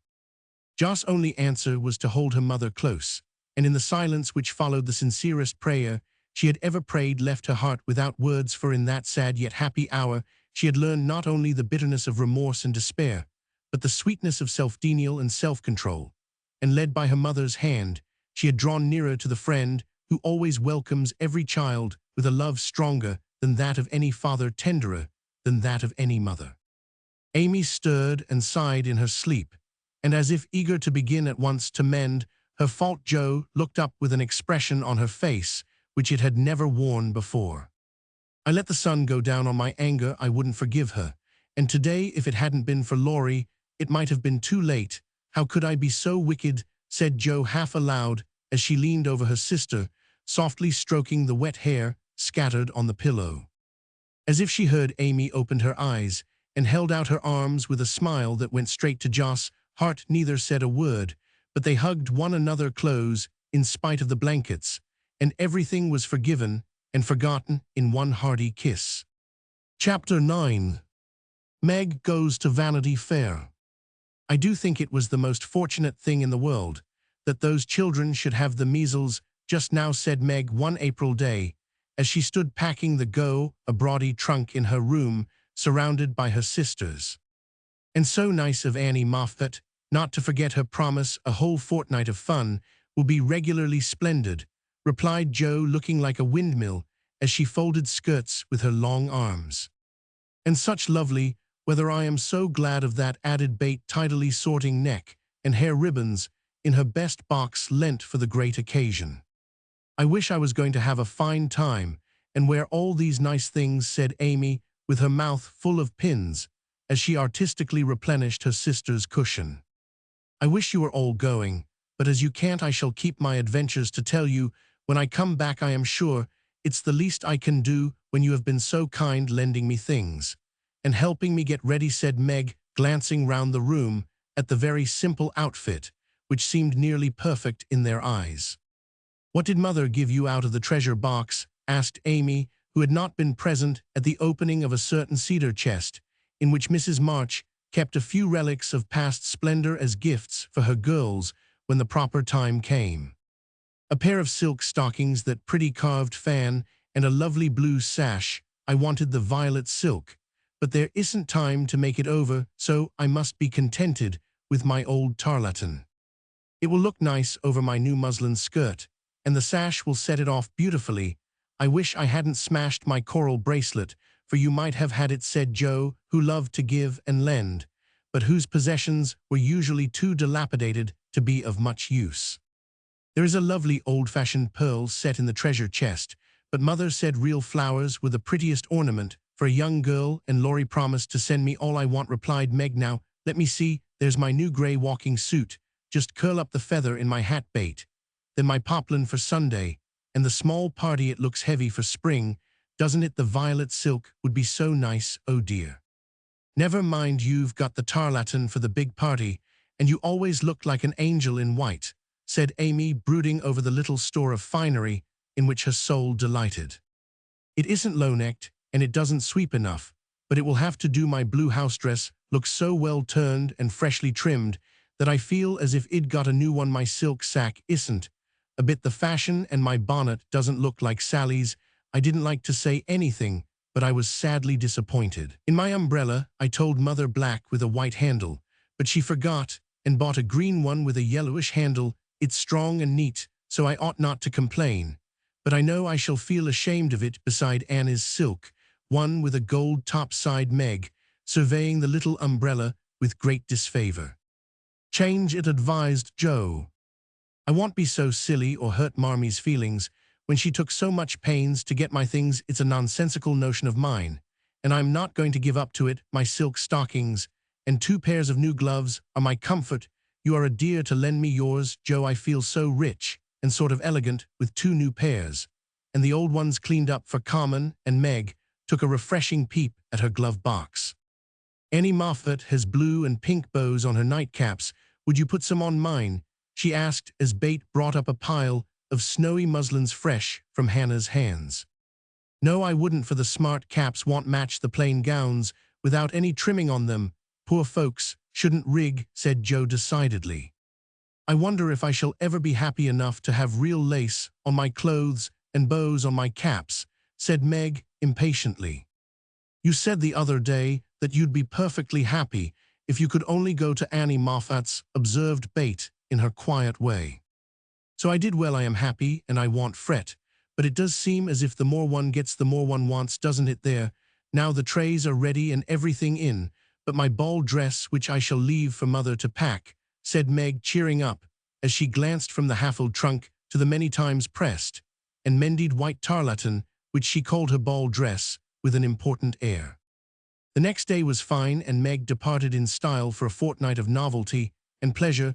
Mrs. March had consented to the visit, rather reluctantly, fearing that Margaret would come back more discontented than she went, but she begged so hard, and Sally had promised to take good care of her, and a little pleasure seemed so delightful after a winter of irksome work that the mother yielded, and the daughter went to take her first taste of fashionable life.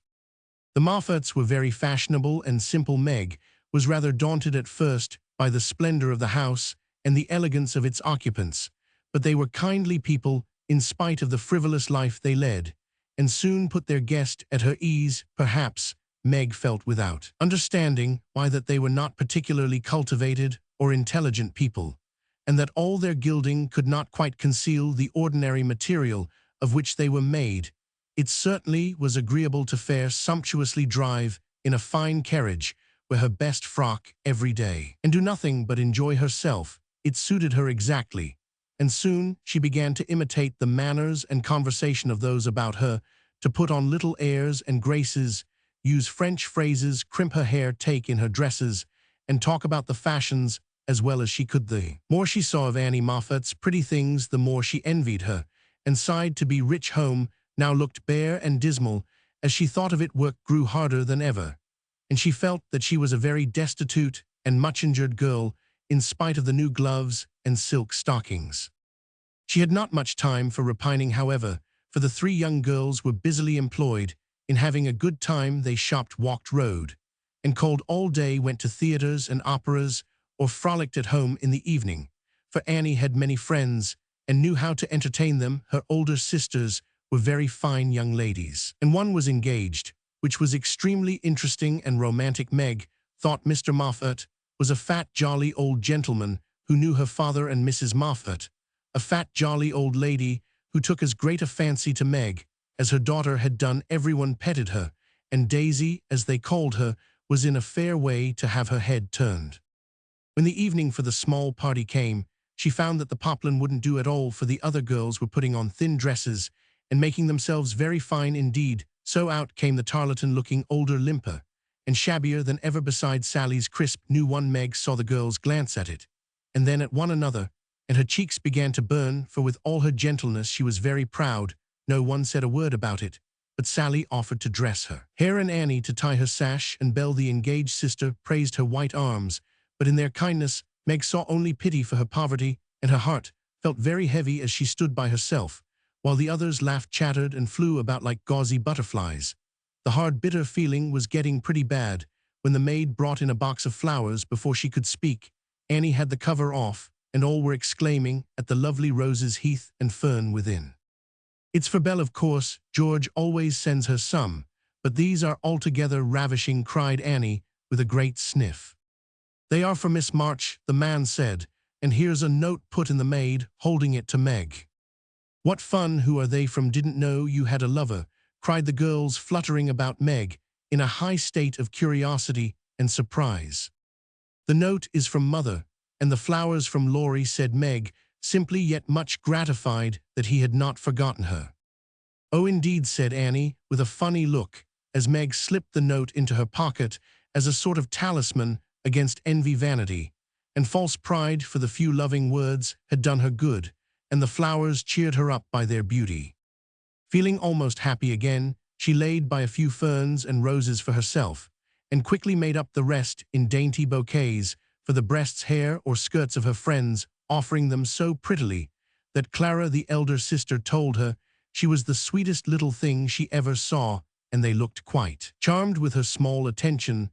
Somehow the kind act finished her despondency, and when all the rest went to show themselves to Mrs. Moffat, she saw a happy, bright-eyed face in the mirror as she laid her ferns against her rippling hair and fastened the roses in the dress that didn't strike her as so very shabby now. She enjoyed herself very much that evening, for she danced to her heart's content.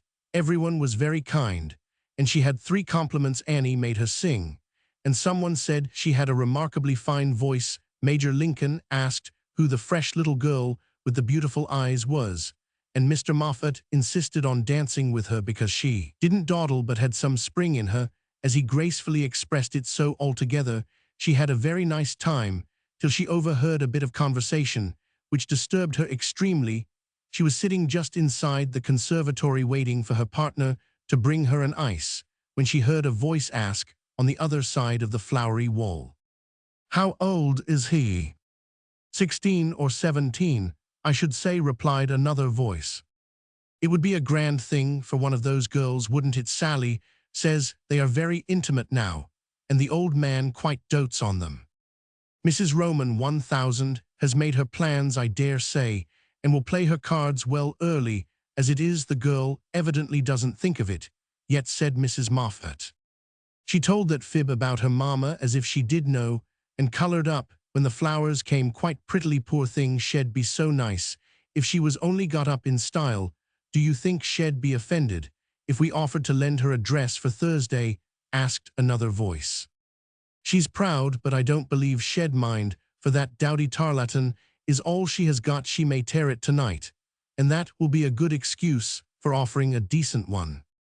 Here Meg's partner appeared to find her looking much flushed and rather agitated. She was proud, and her pride was useful just then, for it helped her hide her mortification, anger, and disgust at what she had just heard, for innocent and unsuspicious as she was, she could not help understanding the gossip of her friends. She tried to forget it, but could not, and kept repeating to herself, "Mrs. Roman 1000 has made her plans, that fib about her mamma and dowdy tarlatan," till she was ready to cry and rush home to tell her troubles and ask for advice. As that was impossible, she did her best to seem gay, and being rather excited, she succeeded so well that no one dreamed what an effort she was making. She was very glad when it was all over and she was quiet in her bed, where she could think and wonder and fume till her head ached and her hot cheeks were cooled by a few natural tears. Those foolish yet well-meant words had opened a new world to Meg, and much disturbed the peace of the old one in which till now she had lived as happily As a child, her innocent friendship with Laurie was spoiled by the silly speeches she had overheard. Her faith in her mother was a little shaken by the worldly plans attributed to her by Mrs. Moffat, who judged others by herself, and the sensible resolution to be contented with the simple wardrobe which suited a poor man's daughter was weakened by the unnecessary pity of girls who thought a shabby dress one of the greatest calamities under heaven. Poor Meg had a restless night, and got up heavied, unhappy, half resentful toward her friends, and half ashamed of herself for not speaking out frankly and setting everything right. Everybody dawdled that morning, and it was noon before the girls found energy enough even to take up their worsted work, something in the manner of her friends struck Meg at once. They treated her with more respect, she thought, took quite a tender interest in what she said, and looked at her with eyes that plainly betrayed curiosity. All this surprised and flattered her, though she did not understand it, till Miss Bell looked up from her writing and said with a sentimental air, "Daisy, dear, I've sent an invitation to your friend Mr. Lawrence for Thursday. We should like to know him, and it's only a proper compliment to you." Meg colored, but a mischievous fancy to tease the girls made her reply demurely, "You are very kind, but I'm afraid he won't come." "Why not, cherie?" asked Miss Bell. "He's too old." "My child, what do you mean? What is his age, I beg to know?" cried Miss Clara. "Nearly 70, I believe," answered Meg, counting stitches to hide the merriment in her eyes. "You sly creature, of course we meant the young man," exclaimed Miss Bell, laughing. "There isn't any. Laurie is only a little boy," and Meg laughed also at the queer look which the sisters exchanged as she thus described her supposed lover. "About your age," Nan said. "Nearer my sister Joss. I am 17 in August," returned Meg, tossing her head. "It's very nice of him to send you flowers, isn't it?" said Annie, looking wise about nothing. "Yes, he often does to all of us, for their house is full, and we are so fond of them. My mother and old Mr. Lawrence are friends, you know, so it is quite natural that we children should play together," and Meg hoped they would say no more. "It's evident Daisy isn't out yet," said Miss Clara to Belle with a nod. "Quite a pastoral state of innocence all round," returned Miss Bell with a shrug. "I am going out to get some little matters for my girls. Can I do anything for you young ladies?" asked Mrs. Moffat, lumbering in like an elephant in silk and lace. "No, thank you, Mom," replied Sally. "I've got my new pink silk for Thursday and don't want a thing." "Nor Roman one," began Meg, but stopped because it occurred to her that she did want several things and could not have them. "What shall you wear?" asked Sally. "My old white one again, if I can mend it fit to be seen. It got sadly torn last night," said Meg, trying to speak quite easily, but feeling very uncomfortable. "Why don't you send home for another?" said Sally, who was not an observing young lady.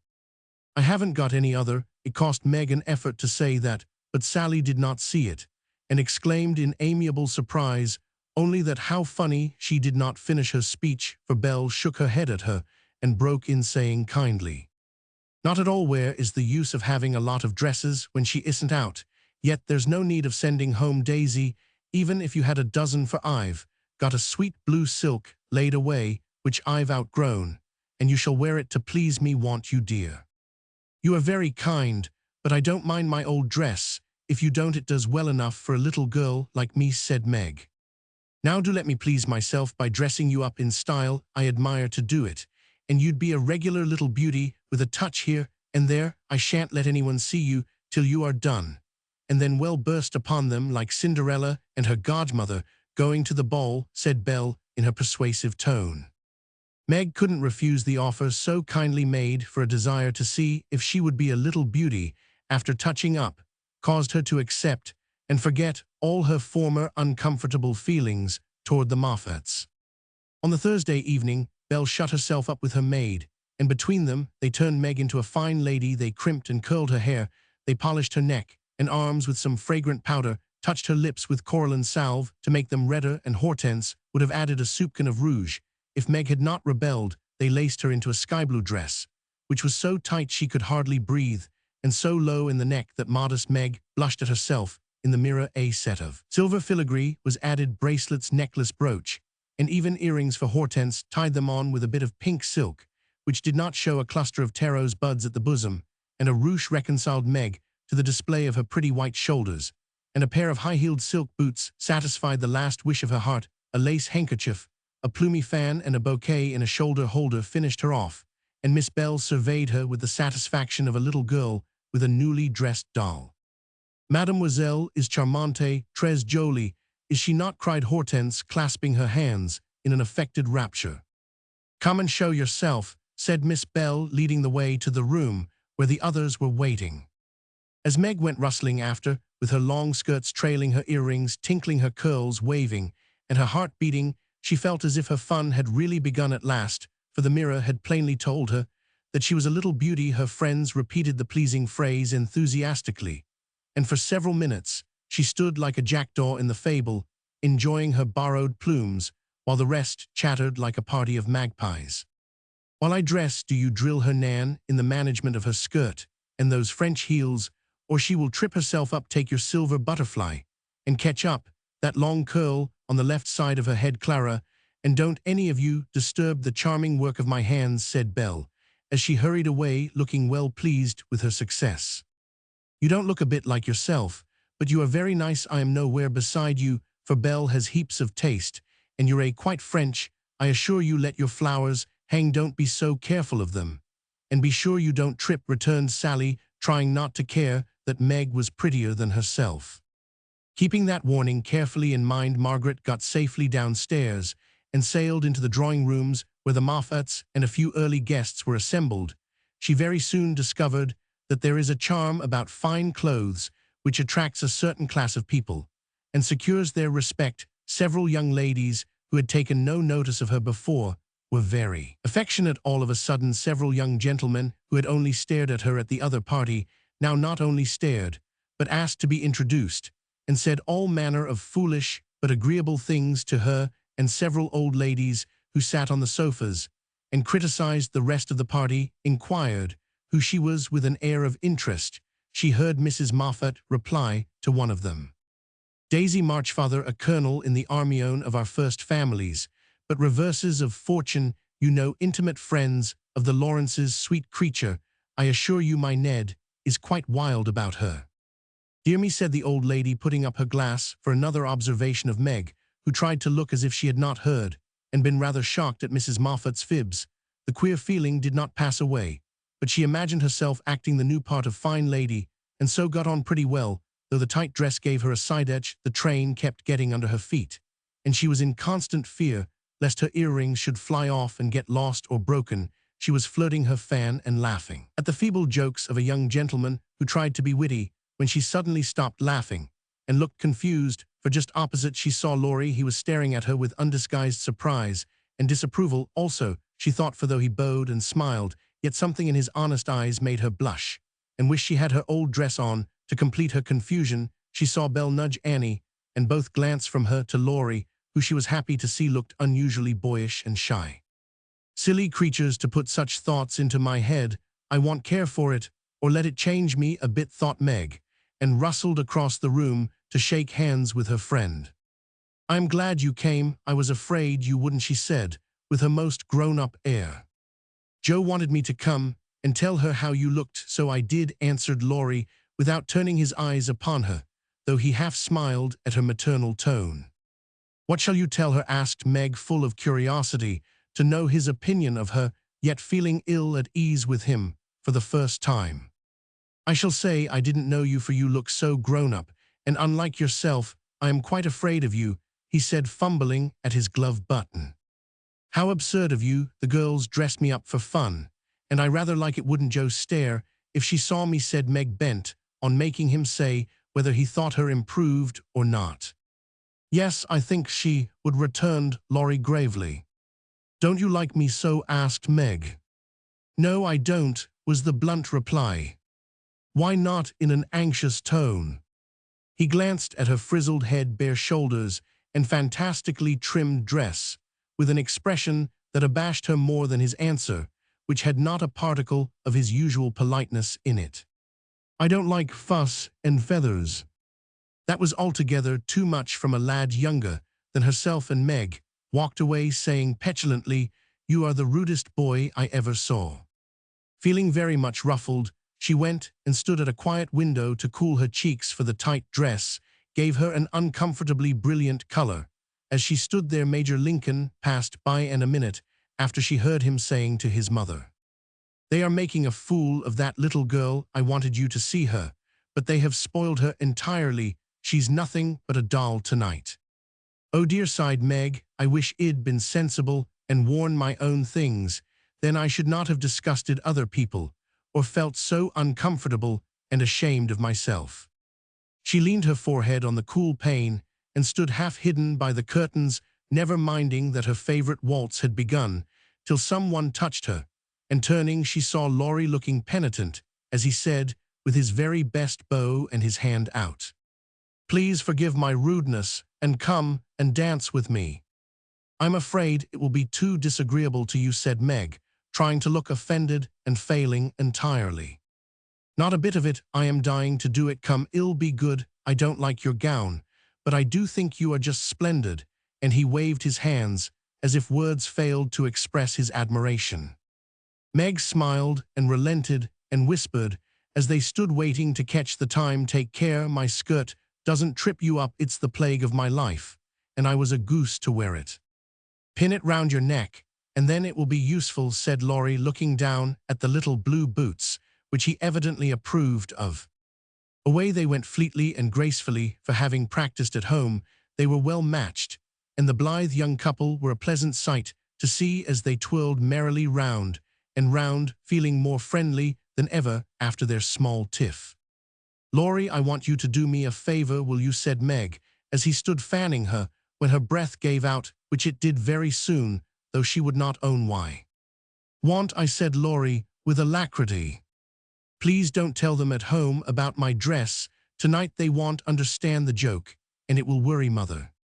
"Then why did you do it?" said Laurie's eyes so plainly that Meg hastily added, "I shall tell them myself all about it, and fess to Mother how silly I've been, but I'd rather do it myself, so you'll not tell, will you?"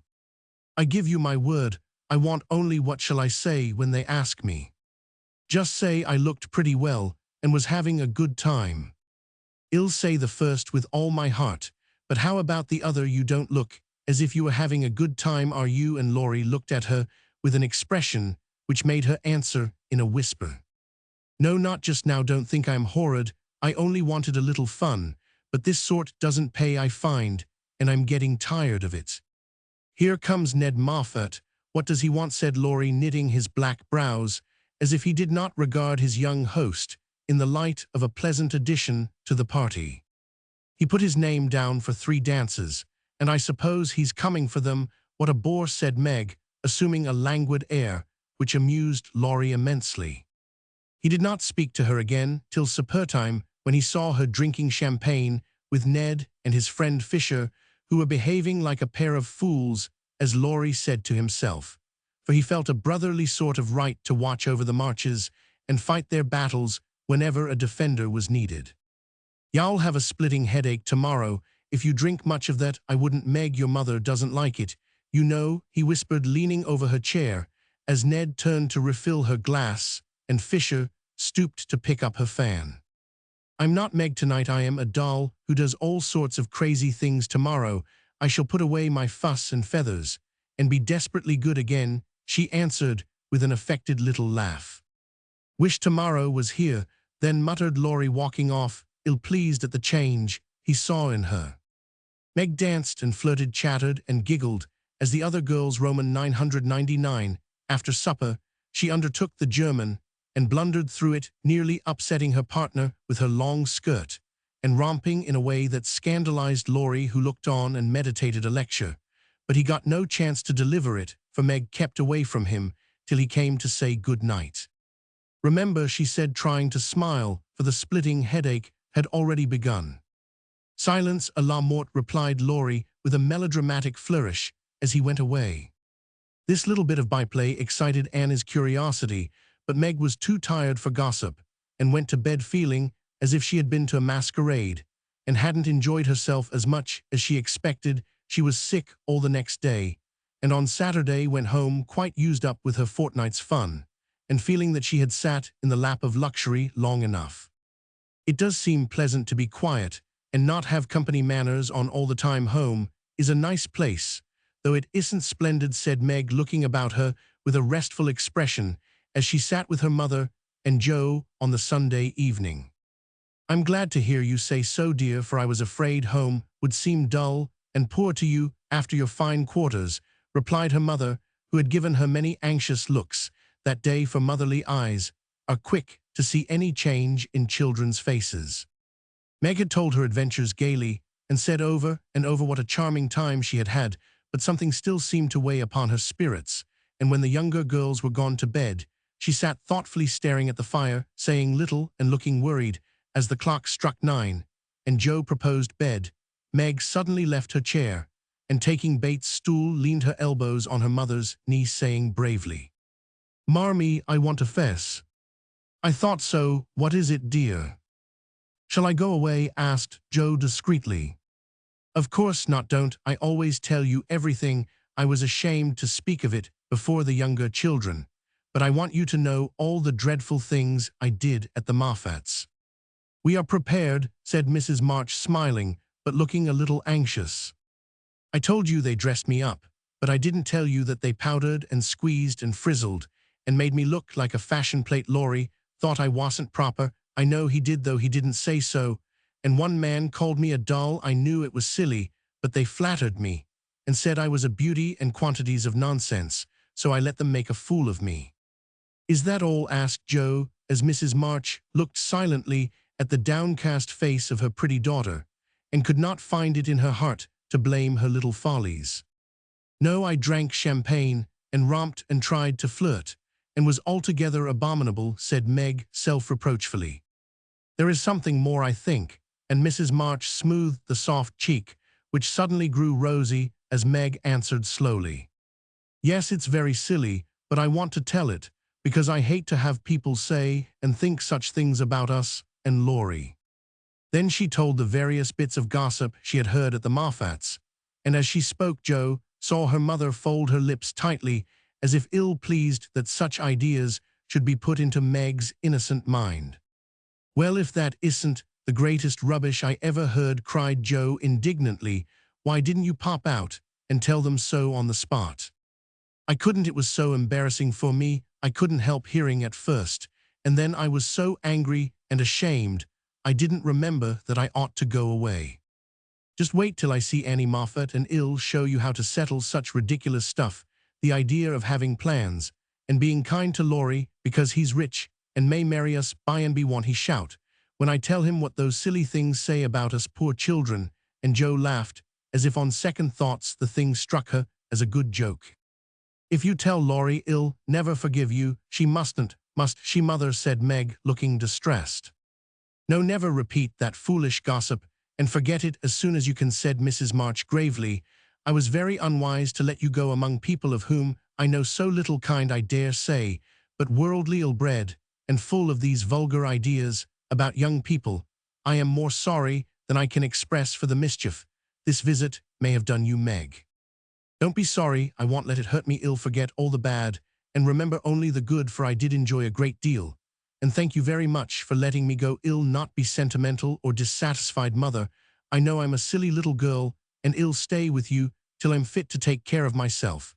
But it is nice to be praised and admired, and I can't help saying I like it," said Meg, looking half ashamed of the confession. "That is perfectly natural and quite harmless, if the liking does not become a passion and lead one to do foolish or unmaidenly things. Learn to know and value the praise which is worth having, and to excite the admiration of excellent people by being modest as well as pretty." Meg.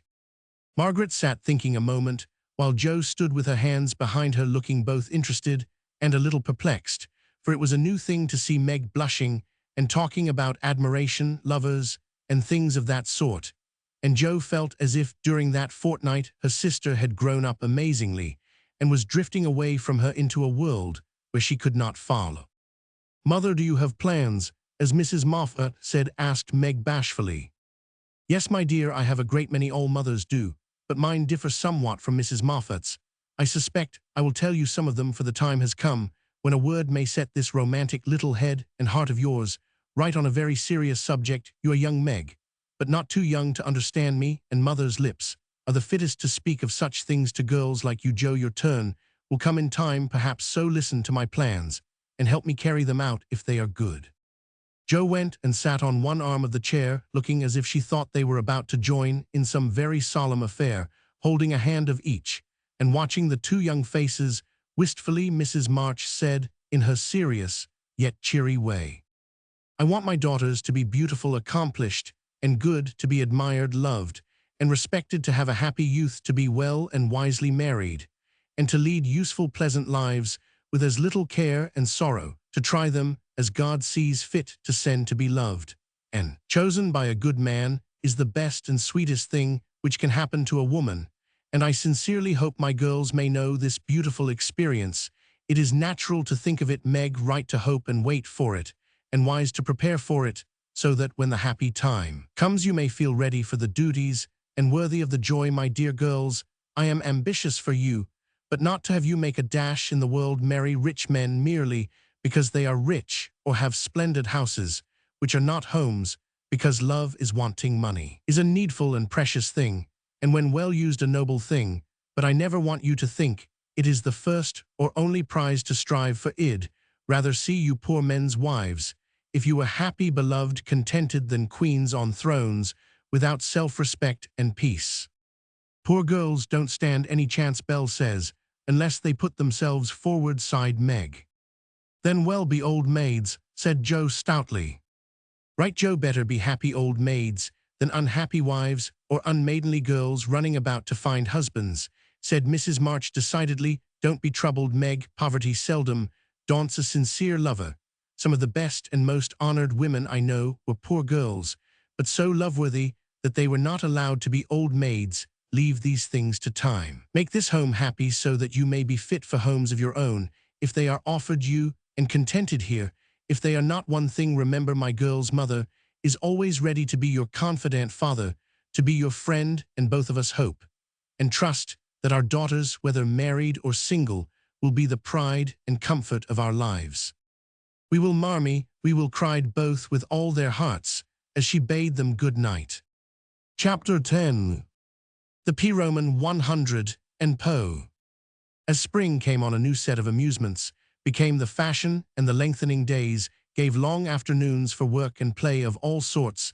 The garden had to be put in order, and each sister had a quarter of the little plot to do what she liked with. Hannah used to say I'd know which each of them gardings belonged to FICM in Chinese, and so she might, for the girls' tastes differed as much as their characters. Meg's had roses and heliotrope myrtle, and a little orange tree in it. Joss' bed was never alike 2 seasons, for she was always trying experiments. This year it was to be a plantation of sun flowers, the seeds of which cheerful and aspiring plant were to feed Aunt Cockletop, and her family of chicks. Bait had old-fashioned fragrant flowers in her garden, sweet peas and mignonette, larkspur, pinks, pansies, and southernwood, with chickweed for the birds and catnip for the pussies. Amy had a bower in hers, rather small and earwiggy, but very pretty to look at, with honeysuckle and morning glories hanging their colored horns and bells in graceful wreaths all over it, tall white lilies, delicate ferns, and as many brilliant, picturesque plants as would consent to blossom there. Gardening walks rose on the river, and flower hunts employed the fine days, and for rainy ones they had house diversions, some old, some new, all more or less original. One of these was the P. Roman 100, for as secret societies were the fashion, it was thought proper to have one, and as all of the girls admired Dickens, they called themselves the Pickwick Club.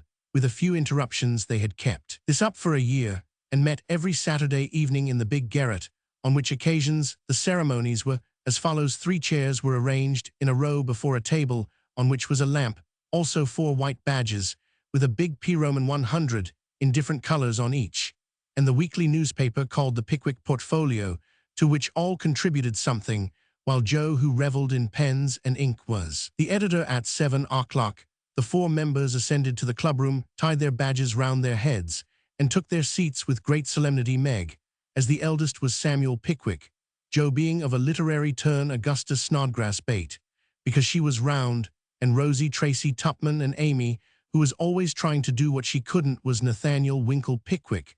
The president read the paper, which was filled with original tales, poetry, local news, funny advertisements, and hints, in which they good-naturedly reminded each other of their faults and shortcomings. On one occasion, Mr. Pickwick put on a pair of spectacles without any glass wrapped upon the table hemmed, and having stared hard at Mr. Snodgrass, who was tilting back in his chair, till he arranged himself properly, began to read. The Pickwick Portfolio, May 2018. Poets' Corner. Anniversary Ode. Again we mate to celebrate, with badge and solemn rite, our 5th ISCOND anniversary. In Pickwick Hall tonight, we all are here in perfect health, none gone from our small band. Again we see each well-known face, and press each friendly hand. Our Pickwick always at his post, with reverence we greet. As spectacles on nose he reads our well-filled weekly sheet. Although he suffers from a cold, we joy to hear him speak, for words of wisdom from him fall, in spite of croak or squeak. Old 6-foot Snodgrass looms on high, with elephantine grace, and beams upon the company, with brown and jovial face. Poetic fire lights up his eye. He struggles gainst his lot. Behold ambition on his brow, and on his nose a blot. Next our peaceful Tupman comes, so rosy, plump, and sweet, who chokes with laughter at the puns, and tumbles off his seat. Prim little Winkle too is here, with every hair in place, a model of propriety, though he hates to wash his face. The year is gone, we still unite, to joke and laugh and read, and tread the path of literature, that doth to glory lead. Long may our paper prosper well, our club unbroken be, and coming years their blessings pour on the useful gay pay Roman 100. A Snodgrass, the masked marriage, a tale of Venice. Gondola after gondola swept up to the marble steps and left its lovely load to swell the brilliant throng that filled the stately halls of Count Adelin knights and ladies elves and pages monks and flower girls, all mingled gaily in the dance. Sweet voices and rich melody filled the air, and so with mirth and music the masquerade went on. Has your highness seen the Lady Viola tonight? Asked a gallant troubadour of the fairy queen, who floated down the hall upon his arm. Yes, is she not lovely? Though so sad her dress is well chosen too, for in a week she weds Count Antonio, whom she passionately hates. By my faith I envy him yonder, he comes arrayed like a bridegroom, except the black mask. When that is off, we shall see how he regards the fair maid whose heart he cannot win though her stern father bestows her hand, returned the troubadour. Tease whispered that she loves the young English artist who haunts her steps, and is spurned by the old count, said the lady as they joined the dance. The revel was at its height, when a priest appeared, and withdrawing the young pair to an alcove hung with purple velvet, he motioned them to kneel. Instant silence fell on the gay throng, and not a sound, but the dash of fountains or the rustle of orange groves sleeping in the moonlight, broke the hush, as Count d'Adelin spoke thus. My lords and ladies, pardon the ruse by which I have gathered you here to witness the marriage of my daughter. Father, we wait your services. All eyes turned toward the bridal party, and a murmur of amazement went through the throng, for neither bride nor groom removed their masks. Curiosity and wonder possessed all hearts, but respect restrained all tongues, till the holy rite was over. Then the eager spectators gathered round the count, demanding an explanation. Gladly would I give it if I could, but I only know that it was the whim of my timid Viola, and I yielded to it. Now, my children, let the play end. Unmask and receive my blessing. But neither bent the knee, for the young bridegroom replied in a tone that startled all listeners, as the mask fell, disclosing the noble face of Ferdinand Devereux, the artist lover, and leaning on the breast, where now flashed the star of an English earl, was the lovely Viola, radiant with joy and beauty. My lord, you scornfully bade me claim your daughter when I could boast as high a name and vast a fortune as the Count Antonio. I can do more, for even your ambitious soul cannot refuse the Earl of Devereux and De Vere when he gives his ancient name and boundless wealth in return for the beloved hand of this fair lady, now my wife." The Count stood like one changed to stone, and turning to the bewildered crowd, Ferdinand added with a gay smile of triumph, "To you, my gallant friends, I can only wish that your wooing may prosper as mine has done, and that you may all win as fair a bride as I have by this masked marriage." As Pickwick. Why is the P Roman 100 like the Tower of Babel? It is full of unruly members. The history of a squash. Once upon a time, a farmer planted a little seed in his garden, and after a while it sprouted and became a vine and bore many squashes. One day in October, when they were ripe, he picked one and took it to market. A grocerman bought and put it in his shop that same morning. A little girl in a brown hat and blue dress, with a round face and snub nose, went and bought it for her mother. She lugged it home, cut it up, and boiled it in the big pot, mashed some of it with salt and butter for dinner, and to the rest she added a pint of milk, 2 eggs, 4 spoons of sugar, nutmeg, and some crackers. Put it in a deep dish, and baked it till it was brown and nice, and next day it was eaten by a family named March. T. Tupman. Mr. Pickwick, sir. I address you upon the subject of sin. The sinner I mean is a man named Winkle, who makes trouble in his club by laughing, and sometimes won't write his piece in this fine paper. I hope you will pardon his badness, and let him send a French fable, because he can't write out of his head, as he has so many lessons to do and no brains. In future I will try to take time by the fetlock, and prepare some work which will be all comme il faut. That means all right. I am in haste, as it is nearly school time. Yours respectably, N. Winkle. The above is a manly and handsome acknowledgment of past misdemeanors. If our young friend studied punctuation, it would be well. A sad accident. On Friday last, we were startled by a violent shock in our basement, followed by cries of distress. On rushing in a body to the cellar, we discovered our beloved president prostrate upon the floor, having tripped and fallen while getting wood for domestic purposes. A perfect scene of ruin met our eyes, for in his fall Mr. Pickwick had plunged his head and shoulders into a tub of water, upset a keg of soft soap upon his manly form, and torn his garments badly. On being removed from this perilous situation, it was discovered that he had suffered no injury but several bruises, and we are happy to add, is now doing well. Ed. The public bereavement. It is our painful duty to record the sudden and mysterious disappearance of our cherished friend Mrs. Snowball Pat. For this lovely and beloved cat was the pet of a large circle of warm and admiring friends, for her beauty attracted all eyes, her graces and virtues endeared her to all hearts, and her loss is deeply felt by the whole community. When last seen, she was sitting at the gate watching the butcher's cart, and it is feared that some villain, tempted by her charms, basely stole her. Weeks have passed, but no trace of her has been discovered, and we relinquish all hope. Tie a black ribbon to her basket, set aside her dish, and weep for her as one lost to us forever. A sympathizing friend sends the following gem. A lament. For S.B. Pat Paul. We mourn the loss of our little pet, and sigh o'er her hapless fate. For never more by the fire shall sit, nor play by the old green gate. The little grave where her infant sleeps is 'neath the chestnut tree, but o'er her grave we may not weep. We know not where it may be. Her empty bed, her idle balls, we'll never see her more. No gentle tap, no loving purr is heard at the parlor door. Another cat comes after her mice, a cat with a dirty face, but she does not hunt as our darling did, nor play with her airy grace. Her stealthy paws tread the very hole where Snowball used to play, but she only spits at the dogs our pet so gallantly drove away.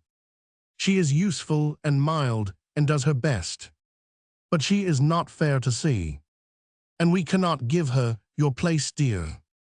nor worship her as we worship thee. As advertisements.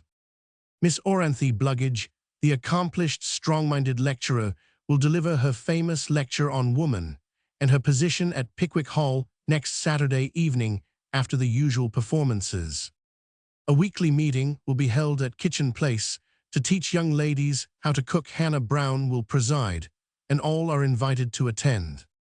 The Dustpan Society will meet on Wednesday next and parade in the upper story of the club house, all members to appear in uniform and shoulder their brooms at 9 precisely. Mrs. Bate Bouncer will open her new assortment of dolls' millinery next week. The latest Paris fashions have arrived, and orders are respectfully solicited. A new play will appear at the Barnville Theatre in the course of a few weeks, which will surpass anything ever seen on the American stage. The Greek Slave, or Constantine the Avenger, is the name of this thrilling drama. Hence, if SB didn't use so much soap on his hands, he wouldn't always be late at breakfast. As is requested not to whistle in the street. Tt, please. Don't forget Amy's napkin, and W must not fret because his dress has not 9 tucks. Weekly report. Meg good. Joe bad. Bate very good. Amy middling.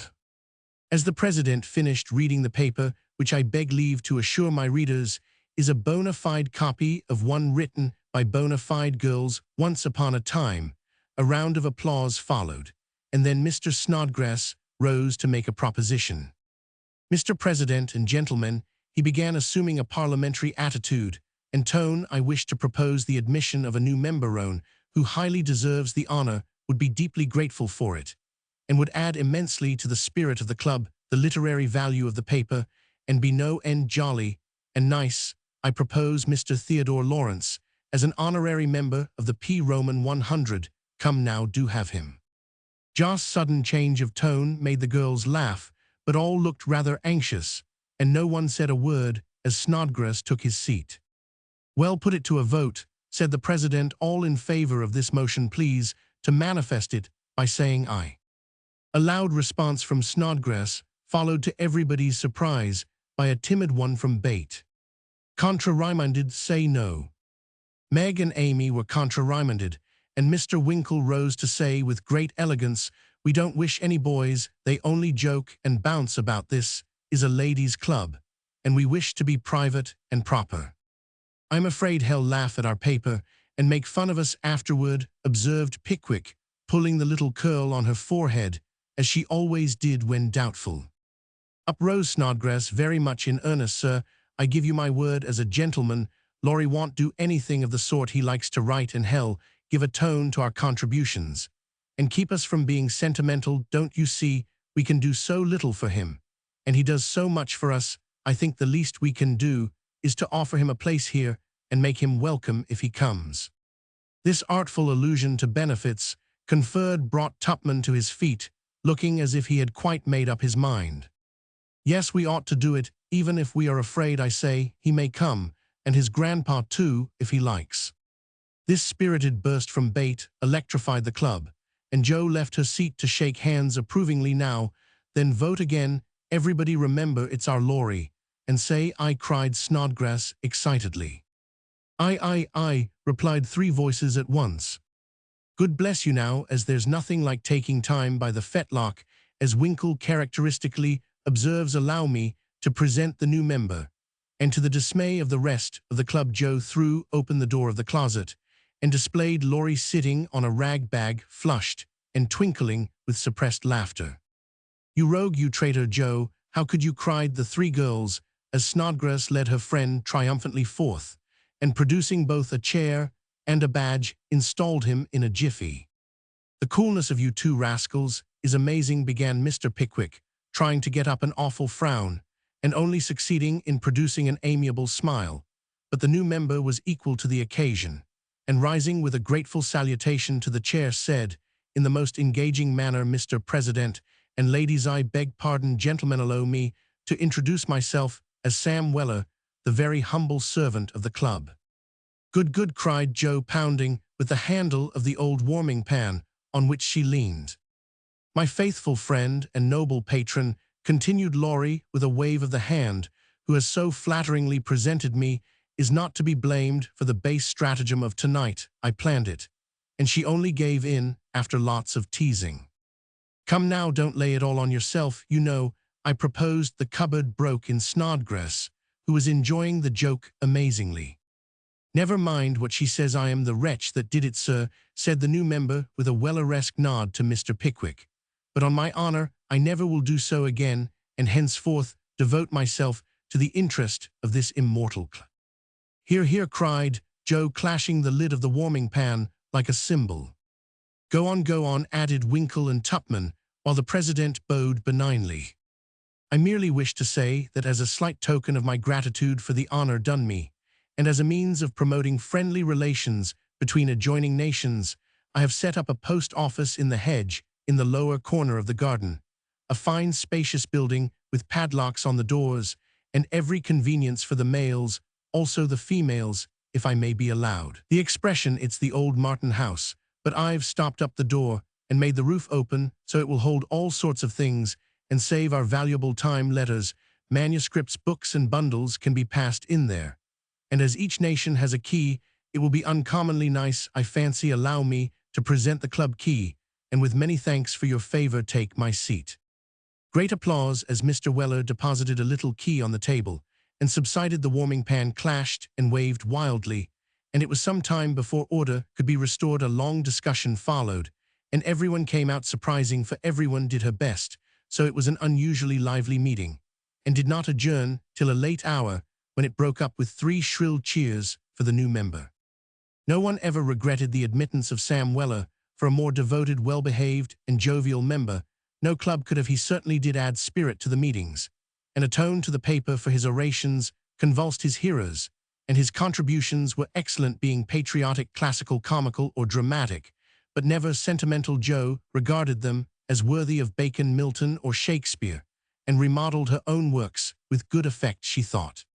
The P.O. was a capital little institution, and flourished wonderfully, for nearly as many queer things passed through it as through the real post office. Tragedies and cravats, poetry and pickles, garden seeds and long letters, music and gingerbread rubbers, invitations, scoldings and puppies.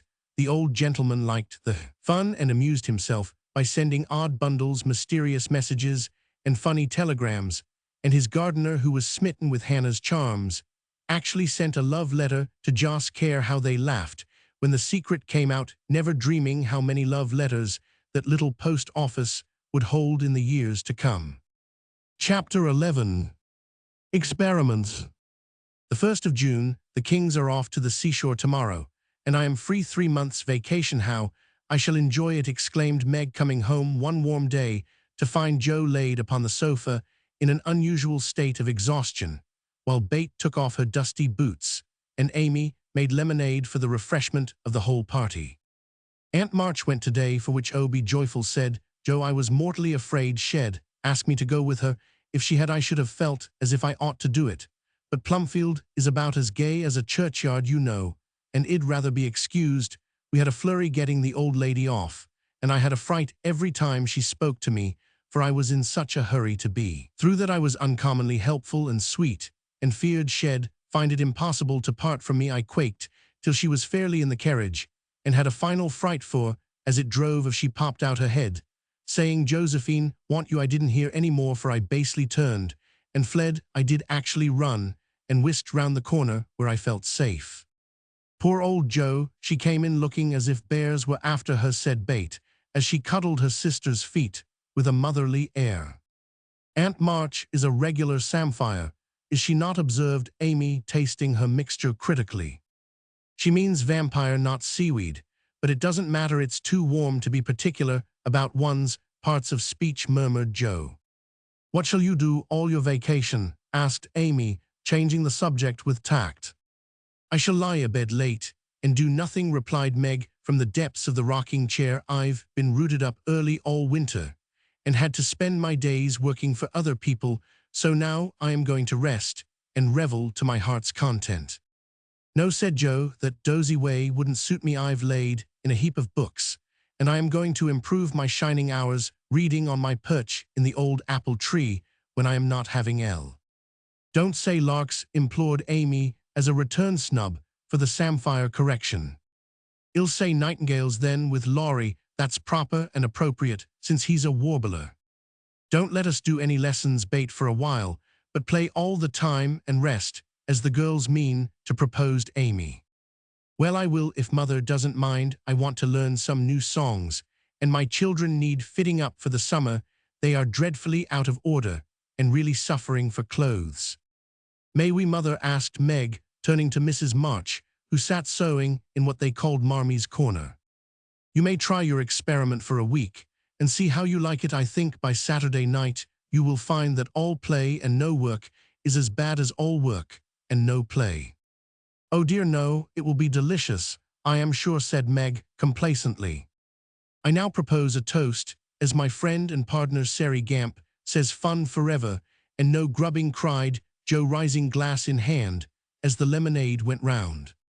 They all drank it merrily and began the experiment by lounging for the rest of the day. Next morning Meg did not appear till 10 o'clock. Her solitary breakfast did not taste good, and the room seemed lonely and untidy, for Joe had not filled the vases, Bate had not dusted, and Amy's books lay scattered about. Nothing was neat and pleasant but Marmy's corner, which looked as usual, and there Meg sat to rest and read, which meant to yawn and imagine what pretty summer dresses she would get with her salary. Joe spent the morning on the river with Laurie and the afternoon reading and crying over the wide world up in the apple tree. Bate began by rummaging everything out of the big closet where her family resided, but getting tired before half done, she left her establishment topsy-turvy and went to her music, rejoicing that she had no dishes to wash. Amy arranged her bower, put on her best white frock, smoothed her curls, and sat down to draw under the honeysuckle, hoping someone would see and inquire who the young artist was, as no one appeared but an inquisitive dadalonglegs who examined her work with interest. She went to walk, got caught in a shower, and came home dripping. At tea time they compared notes, and all agreed that it had been a delightful though unusually long day. Meg, who went shopping in the afternoon and got a sweet blue muslin, had discovered, after she had cut the breadths off, that it wouldn't wash, which mishap made her slightly cross. Joe had burned the skin off her nose, boating, and got a raging headache by reading too long. Bate was worried by the confusion of her closet and the difficulty of learning 3 or 4 songs at once, and Amy deeply regretted the damage done her frock, for Katie Brown's party was to be the next day, and now, like Flora McFlimsy, she had nothing to wear. But these were mere trifles, and they assured their mother that the experiment was working finely. She smiled, said nothing, and with Hannah's help did their neglected work, keeping home pleasant and the domestic machinery running smoothly. It was astonishing what a peculiar and uncomfortable state of things was produced by the resting and reveling process. The days kept getting longer and longer. The weather was unusually variable, and so were tempers, and unsettled feeling possessed everyone, and Satan found plenty of mischief for the idle hands to do. As the height of luxury, Meg put out some of her sewing, and then found time hang so heavily that she fell to snipping and spoiling her clothes in her attempts to furbish them up a la Moffat. Joe read till her eyes gave out, and she was sick of books, got so fidgety that even good-natured Laurie had a quarrel with her, and so reduced in spirits that she desperately wished she had gone with Aunt March. Bate got on pretty well, for she was constantly forgetting that it was to be all play and no work, and fell back into her old ways now and then, but something in the air affected her, and more than once her tranquility was much disturbed, so much so that on one occasion she actually shook poor dear Joanna and told her she was a fright. Amy fared worst of all, for her resources were small, and when her sisters left her to amuse herself, she soon found that accomplished and important little self a great burden. She didn't like dolls, fairy tales were childish, and one couldn't draw all the time. Tea parties didn't amount to much neither. Picnics, unless very well conducted, if one could have a fine house full of nice girls, or go traveling the summer, would be delightful, but to stay at home with 3 selfish sisters and a grown-up boy was enough to try the patience of a beau, complained Miss Malaprop, after several days devoted to pleasure, fretting, and ennui. No one would own that they were tired of the experiment, but by Friday night each acknowledged to herself that that she was glad the week was nearly done, hoping to impress the lesson more deeply. Mrs. March, who had a good deal of humor, resolved to finish off the trial in an appropriate manner, so she gave Hannah a holiday and let the girls enjoy the full effect of the play system. When they got up on Saturday morning, there was no fire in the kitchen, no breakfast in the dining room, and no mother anywhere to be seen. "Mercy on us, what has happened?" cried Jo, staring about her in dismay. Meg ran upstairs and soon came back again, looking relieved, but rather bewildered and a little ashamed. "Mother isn't sick, only very tired, and she says she is going to stay quietly in her room all day and let us do the best we can. It's a very queer thing for her to do. She doesn't act a bit like herself, but she says it has been a hard week for her, so we mustn't grumble but take care of ourselves." "That's easy enough, and I like the idea. I am aching for something to do, that is some new amusement, you know," added Jo quickly. In fact, it was an immense relief to them all to have a little work, and they took hold with a will, but soon realized the truth of Hannah's saying housekeeping ain't no joke. There was plenty of food in the larder, and while Bate and Amy set the table, Meg and Jo got breakfast, wondering, as they did, why servants ever talked about hard work. "I shall take some up to Mother, though she said we were not to think of her, for she'd take care of herself," said Meg, who presided and felt quite matronly behind the teapot. So a tray was fitted out before anyone began and taken up with the cook's compliments. The boiled tea was very bitter, the omelette scorched, and the biscuits speckled with saleratus, but Mrs. March received her repast with thanks and laughed heartily over it after Jo was gone. "Poor little souls, they will have a hard time, I am afraid, but they won't suffer, and it will do them good," she said, producing the more palatable viands with which she had provided herself and disposing of the bad breakfast, so that their feelings might not be hurt, a motherly little deception for which they were grateful. Many were the complaints below, and great the chagrin of the head cook at her failures. "Never mind, ill get the dinner, and be servant you be mistress, keep your hands nice, see company, and give orders," said Jo, who knew still less than Meg about culinary affairs.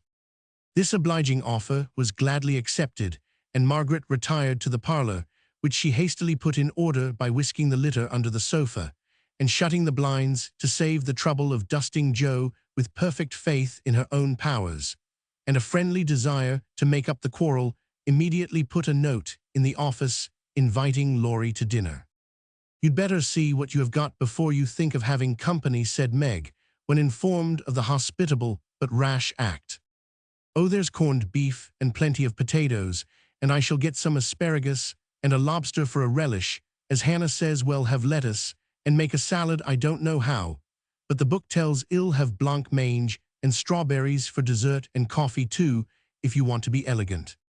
Don't try too many messes, Jo, for you can't make anything but gingerbread and molasses, candy fit to eat. I wash my hands of the dinner party. Since you have asked Laurie on your own responsibility, you may just take care of him. I don't want you to do anything but be civil to him and help to the pudding. You'll give me your advice if I get in a muddle, won't you?" asked Jo, rather hurt. "Yes, but I don't know much except about bread and a few trifles. You had better ask Mother's leave before you order anything," returned Meg prudently. "Of course I shall. I'm not a fool," and Jo went off in a huff at the doubts expressed of her powers. "Get what you like and don't disturb me. I am going out to dinner and can't worry about things at home," said Mrs. March, when Jo spoke to her. "I never enjoyed housekeeping, and I am going to take a vacation today, and read right, go visiting and amuse myself." The unusual spectacle of her busy mother rocking comfortably and reading early in the morning made Jo feel as if some unnatural phenomenon had occurred, for an eclipse, an earthquake, or a volcanic eruption would hardly have seemed stranger. "Everything is out of sorts, somehow," she said to herself, going downstairs. "There's Bate crying, that's a sure sign that something is wrong in this family. If Amy is bothering, I'll shake her." Feeling very much out of sorts herself, Jo hurried into the parlor to find Bate sobbing over Pip, the canary, who lay dead in the cage with his little claws pathetically extended, as if imploring the food for want of which he had died. It's all my fault I forgot him, there isn't a seed or a drop left, oh Pip, oh Pip. How could I be so cruel to you, cried Beth, taking the poor thing in her hands and trying to restore him. Joe peeped into his half-open eye, felt his little heart, and finding him stiff and cold shook her head and offered her domino box for a coffin. Put him in the oven, and maybe he will get warm and revive, said Amy hopefully. He's been starved, and he shan't be baked now he's dead. Ill, make him a shroud, and he shall be buried in the garden, and ill, never have another bird, never my Pip, for I am too bad to own one, murmured Beth, sitting on the floor with her pet folded in her hands. The funeral shall be this afternoon, and we will all go now. Don't cry, Bethy, it's a pity, but nothing goes right this week. And Pip has had the worst of the experiment. Make the shroud and lay him in my box. And after the dinner party, we'll have a nice little funeral, said Joe, beginning to feel as if she had undertaken a good deal. Leaving the others to console Beth, she departed to the kitchen, which was in a most discouraging state of confusion. Putting on a big apron, she fell to work and got the dishes piled up ready for washing when she discovered that the fire was out. Here's a sweet prospect, muttered Joe, slamming the stove door open and poking vigorously among the cinders. Having rekindled the fire, she thought she would go to market, while the water heated. The walk revived her spirits, and flattering herself that she had made good bargains, she trudged home again, after buying a very young lobster, some very old asparagus, and 2 boxes of acid strawberries. By the time she got cleared up, the dinner arrived, and the stove was red hot. Hannah had left a pan of bread to rise. Meg had worked it up early, set it on the hearth for a second rising, and forgotten it.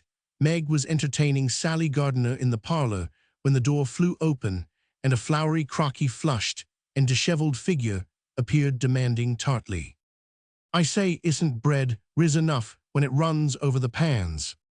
Sally began to laugh, but Meg nodded and lifted her eyebrows as high as they would go, which caused the apparition to vanish, and put the sour bread into the oven without further delay. Mrs. March went out after peeping here and there to see how matters went, also saying a word of comfort to Beth, who sat making a winding sheet, while the dear departed lay in state in the domino box.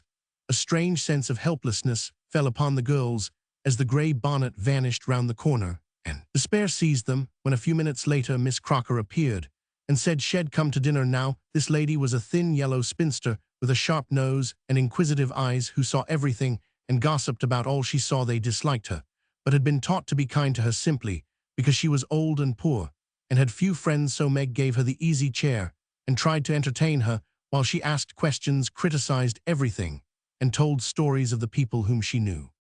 Language cannot describe the anxieties, experiences, and exertions which Joe underwent that morning, and the dinner she served up became a standing joke. Fearing to ask any more advice, she did her best alone, and discovered that something more than energy and good will is necessary to make a cook. She boiled the asparagus for an hour, and was grieved to find the heads cooked off, and the stalks harder than ever. The bread burned black, for the salad dressing so aggravated her that she could not make it fit to eat. The lobster was a scarlet mystery to her, but she hammered and poked till it was unshelled, and its meager proportions concealed in a grove of lettuce leaves. The potatoes had to be hurried not to keep the asparagus waiting, and were not done at the last. The blanc mange was lumpy, and the strawberries not as ripe as they looked, having been skillfully deaconed. Well, they can eat beef and bread and butter if they are hungry, only it's mortifying to have to spend your whole morning for nothing, thought Joe, as she rang the bell half an hour later than usual and stood hot-tired and dispirited, surveying the feast spread before Laurie, accustomed to all sorts of elegance, and Miss Crocker, whose tattling tongue would report them far and wide. Poor Joe would gladly have gone under the table as one thing after another was tasted and left, while Amy giggled, Meg looked distressed, Miss Crocker pursed her lips, and Laurie talked and laughed with all his might to give a cheerful tone to the festive scene. Just one strong point was the fruit, for she had sugared it well, and had a pitcher of rich cream to eat with it. Her hot cheeks cooled a trifle, and she drew a long breath as the pretty glass plates went round, and everyone looked graciously at the little rosy islands floating in a sea of cream. Miss Crocker tasted first, made a wry face, and drank some water hastily. Joe, who refused, thinking there might not be enough, for they dwindled sadly after the picking over, glanced at Laurie, but he was eating away manfully, though there was a slight pucker about his mouth. and he kept his eye fixed on his plate. Amy, who was fond of delicate fare, took a heaping spoonful, choked, hid her face in her napkin, and left the table precipitately. "Oh, what is it?" exclaimed Joe, trembling. "Salt instead of sugar, and the cream is sour," replied Meg, with a tragic gesture. Joe uttered a groan and fell back in her chair, remembering that she had given a last hasty powdering to the berries out of one of the 2 boxes on the kitchen table, and had neglected to put the milk in the refrigerator. She turned scarlet and was on the verge of crying when she met Laurie's eyes, which would look merry in spite of his heroic efforts. The comical side of the affair suddenly struck her, and she laughed till the tears ran down her cheeks. So did everyone else, even Croker, as the girls called the old lady, and the unfortunate dinner ended gaily with bread and butter, olives, and fun. "I haven't strength of mind enough to clear up now, so we will sober ourselves with a funeral," said Joe, as they rose and Miss Crocker made ready to go, being eager to tell the new story at another friend's dinner table. They did sober themselves for Bates' sake. Laurie dug a grave under the ferns in the grove. Little Pip was laid in with many tears by his tender-hearted mistress, and covered with moss, while a wreath of violets and chickweed was hung on the stone, which bore his epitaph, composed by Joe while she struggled with the dinner. "Here lies Pip March, who died the 7th of June, loved and lamented sore, and not forgotten soon." At the conclusion of the ceremonies, Bate retired to her room, overcome with emotion and lobster, but there was no place of repose, for the beds were not made, and she found her grief much assuaged by beating up the pillows and putting things in order. Meg helped Joe clear away the remains of the feast, which took half the afternoon, and left them so tired that they agreed to be contented with tea and toast for supper. Laurie took Amy to drive, which was a deed of charity, for the sour cream seemed to have had a bad effect upon her temper. Mrs. March came home to find the 3 older girls hard at work in the middle of the afternoon, and a glance at the closet gave her an idea of the success of one part of the experiment. Before the housewives could rest, several people called, and there was a scramble to get ready to see them. Then tea must be got, errands done, and 1 or 2 necessary bits of sewing neglected until the last minute, as twilight fell dewy, and still one by one they gathered on the porch, where the June roses were budding beautifully, and each groaned or sighed as she sat down, as if tired or troubled. "What a dreadful day this has been," began Joe, usually the first to speak. "It has seemed shorter than usual, but so uncomfortable," said Meg. "Not a bit like home," added Amy. "It can't seem so without Marmee and little Pip," sighed Bate, glancing with full eyes at the empty cage above her head. "Here's Mother, dear, and you shall have another bird tomorrow if you want it." As she spoke, Mrs. March came and took her place among them, looking as if her holiday had not been much pleasanter than theirs. "Are you satisfied with your experiment, girls, or do you want another week of it?" she asked as Bate nestled up to her, and the rest turned toward her with brightening faces as flowers turn toward the sun. "I don't," cried Joe decidedly. "Nor I," echoed the others.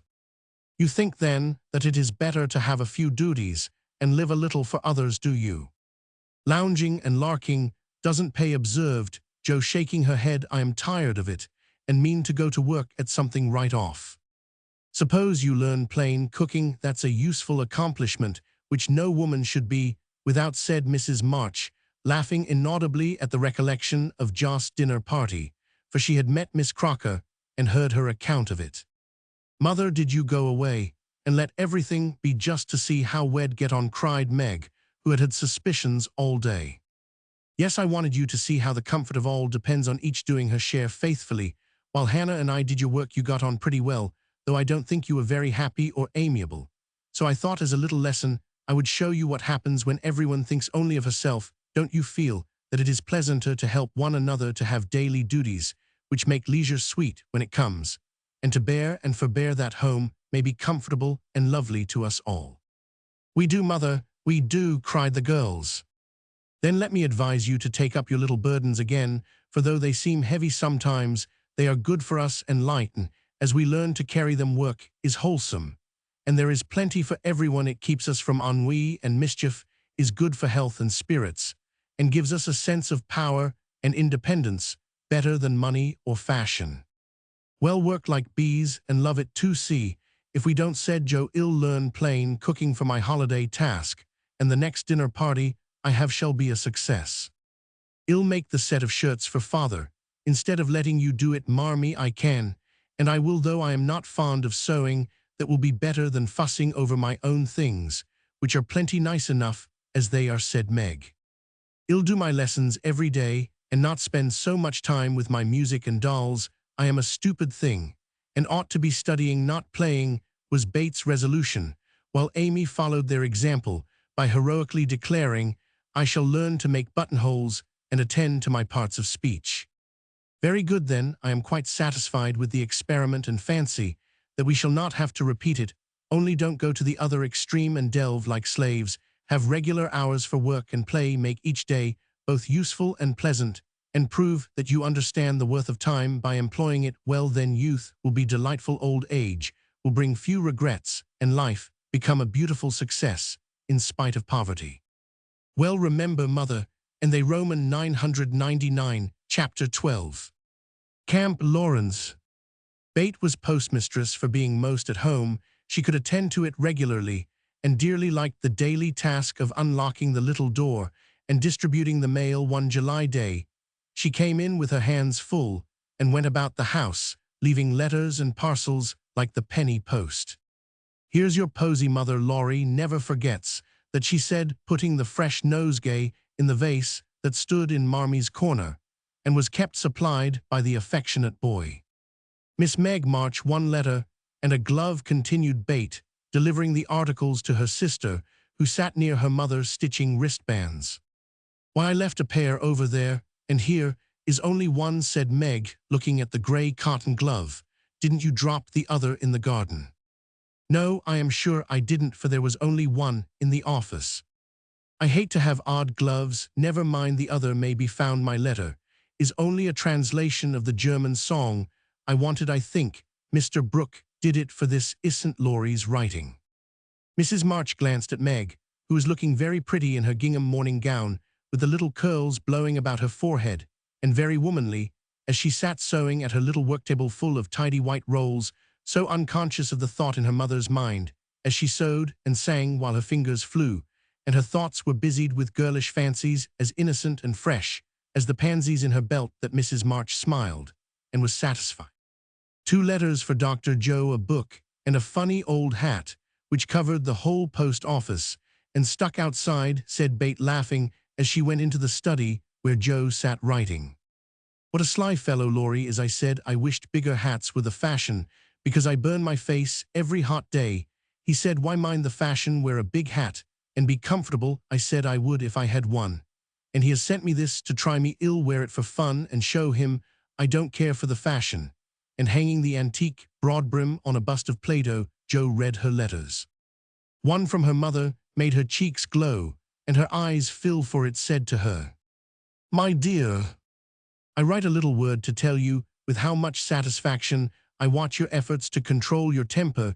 You say nothing about your trials, failures, or successes, and think perhaps that no one sees them but the friend whose help you daily ask. If I may trust the well-worn cover of your guidebook, I too have seen them all, and heartily believe in the sincerity of your resolution. Since it begins to bear fruit, go on, dear, patiently and bravely, and always believe that no one sympathizes more tenderly with you than your loving mother. That does me good. That's worth millions of money and pecks of praise. Oh, Marmy, I do try. I will keep on trying and not get tired, since I have you to help me. Laying her head on her arms, Joe wet her little romance with a few happy tears, for she had thought that no one saw and appreciated her efforts to be good. And this assurance was doubly precious, doubly encouraging, because unexpected, and from the person whose commendation she most valued. Feeling stronger than ever to meet and subdue her Apollyon, she pinned the note inside her frock as a shield and a reminder lest she be taken unaware, and proceeded to open her other letter, quite ready for either good or bad news. In a big dashing hand, Laurie wrote, Dear Joe, what ho! Some English girls and boys are coming to see me tomorrow, and I want to have a jolly time. If it's fine, I am going to pitch my tent in Longmeadow and row up the whole crew to lunch and crock with a fire, make messes gypsy fashion, and all sorts of larks. They are nice people. And, like such things, Brooke will go to keep us boys steady, and Kate Vaughan will play propriety for the girls. I want you all to come. Can't let bait off at any price. And nobody shall worry her. Don't bother about rations, I'll see to that. And everything else, only do come, there's a good fellow. In a tearing hurry, yours ever, Laurie. Here's richness, cried Joe, flying in to tell the news to Meg. Of course we can go, mother. It will be such a help to Laurie, for I can row and Meg see to the lunch, and the children be useful in some way. I hope the Vaughans are not fine grown-up people. Do you know anything about them? Joe asked Meg. Only that there are 4 of them. Kate is older than you, Fred and Frank, twins about my age, and a little girl, Grace, who is 9 or 10. Laurie knew them abroad, and liked the boys. I fancied from the way he primmed up his mouth in speaking of her that he didn't admire Kate much. I'm so glad my French print is clean. It's just the thing, and so becoming, observed Meg complacently. Have you anything decent, Joe? Scarlet and grey boating suit good enough for me. I shall row and tramp about, so I don't want any starch to think of. Yowl, come Betty. If you want, let any boys talk to me. Not a boy. I like to please Laurie, and I'm not afraid of Mr. Brooke. He is so kind, but I don't want to play or sing or say anything ill. Work hard, and not trouble anyone, and Yowl, take care of me, Joe, so ill go. That's my good girl. You do try to fight off your shyness, and I love you for it. Fighting faults isn't easy, as I know, and a cheery word kind of gives a lift. Thank you, mother. And Joe gave the thin cheek a grateful kiss, more precious to Mrs. March than if it had given back the rosy roundness of her youth. I had a box of chocolate drops, and the picture I wanted to copy, said Amy, showing her mail. And I got a note from Mr. Lawrence asking me to come over and play to him tonight before the lamps are lighted, and I shall go, added Bate, whose friendship with the old gentleman prospered finely. Now let's fly round and do double duty today so that we can play tomorrow with free minds, said Joe, preparing to replace her pen with a broom. When the sun peeped into the girls' room early next morning to promise them a fine day, he saw a comical sight. Each had made such preparation for the fate as seemed necessary and proper. Meg had an extra row of little curl papers across her forehead. Joe had copiously anointed her afflicted face with cold cream. Bate had taken Joanna to bed with her to atone for the approaching separation, and Amy had capped the climax by putting a clothespin on her nose to uplift the offending feature. It was one of the kind artists use to hold the paper on their drawing boards, therefore quite appropriate and effective for the purpose it was now being put. This funny spectacle appeared to amuse the sun, for he burst out with such radiance that Joe woke up and roused her sisters by a hearty laugh at Amy's ornament.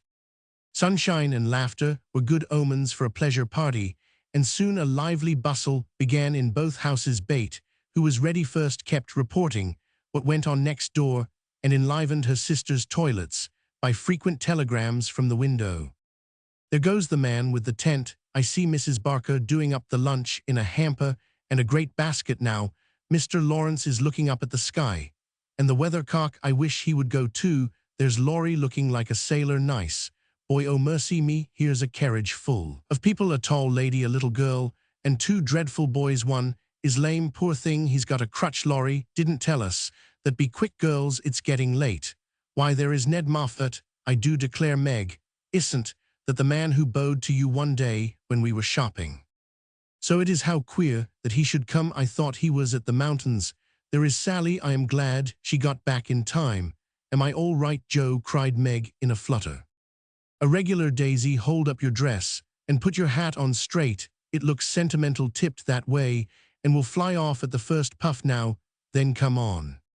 Oh, Joe, you are not going to wear that awful hat. It's too absurd. You shall not make a guy of yourself, remonstrated Meg, as Joe tied down with a red ribbon the broad-brimmed old-fashioned leghorn Laurie had sent for a joke. I just will, though, for its capital so shady light and big it will make fun, and I don't mind being a guy. if I am comfortable with that." Joe marched straight away, and the rest followed, a bright little band of sisters, all looking their best in summer suits, with happy faces under the jaunty hat brims. Laurie ran to meet and present them to his friends in the most cordial manner. The lawn was the reception room, and for several minutes a lively scene was enacted.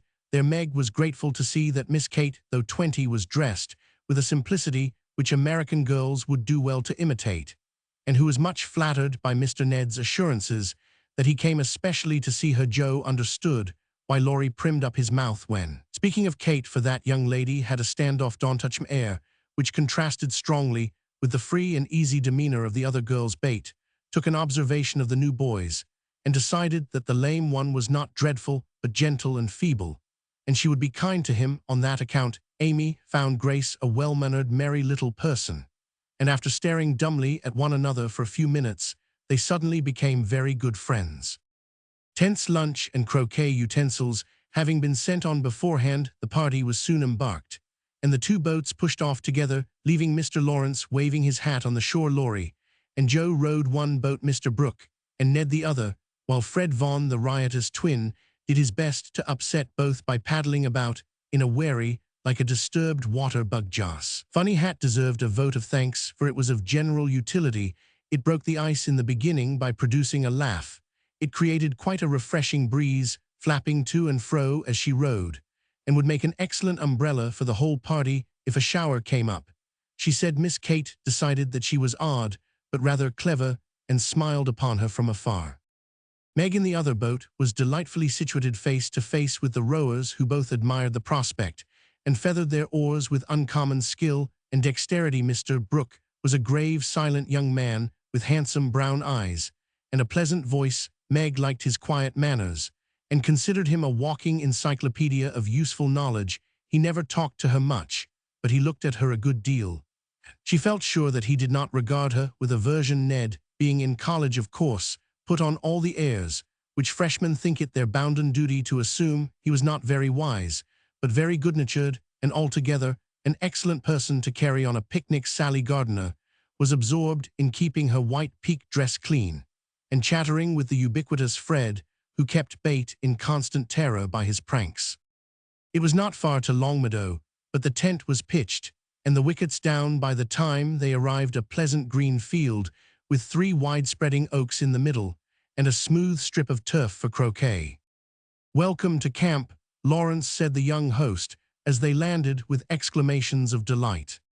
"Brooke is commander-in-chief, I am commissary-general, the other fellows are staff officers, and you ladies are company. The tent is for your especial benefit, and that oak is your drawing-room, this is the mess-room, and the third is the camp kitchen. Now let's have a game before it gets hot, and then we'll see about dinner." Frank Bate, Amy, and Grace sat down to watch the game played by the other 8. Mr. Brooke chose Meg Kate, and Fred Laurie took Sally Joe, and Ned the English played well, but the Americans played better and contested every inch of the ground as strongly as if the spirit of '76 inspired them. Joe and Fred had several skirmishes, and once narrowly escaped high words. Joe was through the last wicket, and had missed the stroke, which failure ruffled her a good deal. Fred was close behind her, and his turn came before hers. He gave a stroke, his ball hit the wicket, and stopped an inch on the wrong side. No one was very near, and running up to examine, he gave it a sly nudge with his toe, which put it just an inch on the right side. "I am through now, Miss Joe, I'll settle you, and get in first," cried the young gentleman, swinging his mallet for another blow. "You pushed it, I saw you. It's my turn now," said Joe sharply. "Upon my word, I didn't move it. It rolled a bit perhaps, but that is allowed, so stand off, please, and let me have a go at the stake." "We don't cheat in America, but you can if you choose," said Joe angrily. "Yankees are a deal the most tricky everybody knows. There you go," returned Fred, crocking her ball far away. Joe opened her lips to say something rude, but checked herself in time, colored up to her forehead, and stood a minute hammering down a wicket with all her might, while Fred hit the stake and declared himself out with much exultation.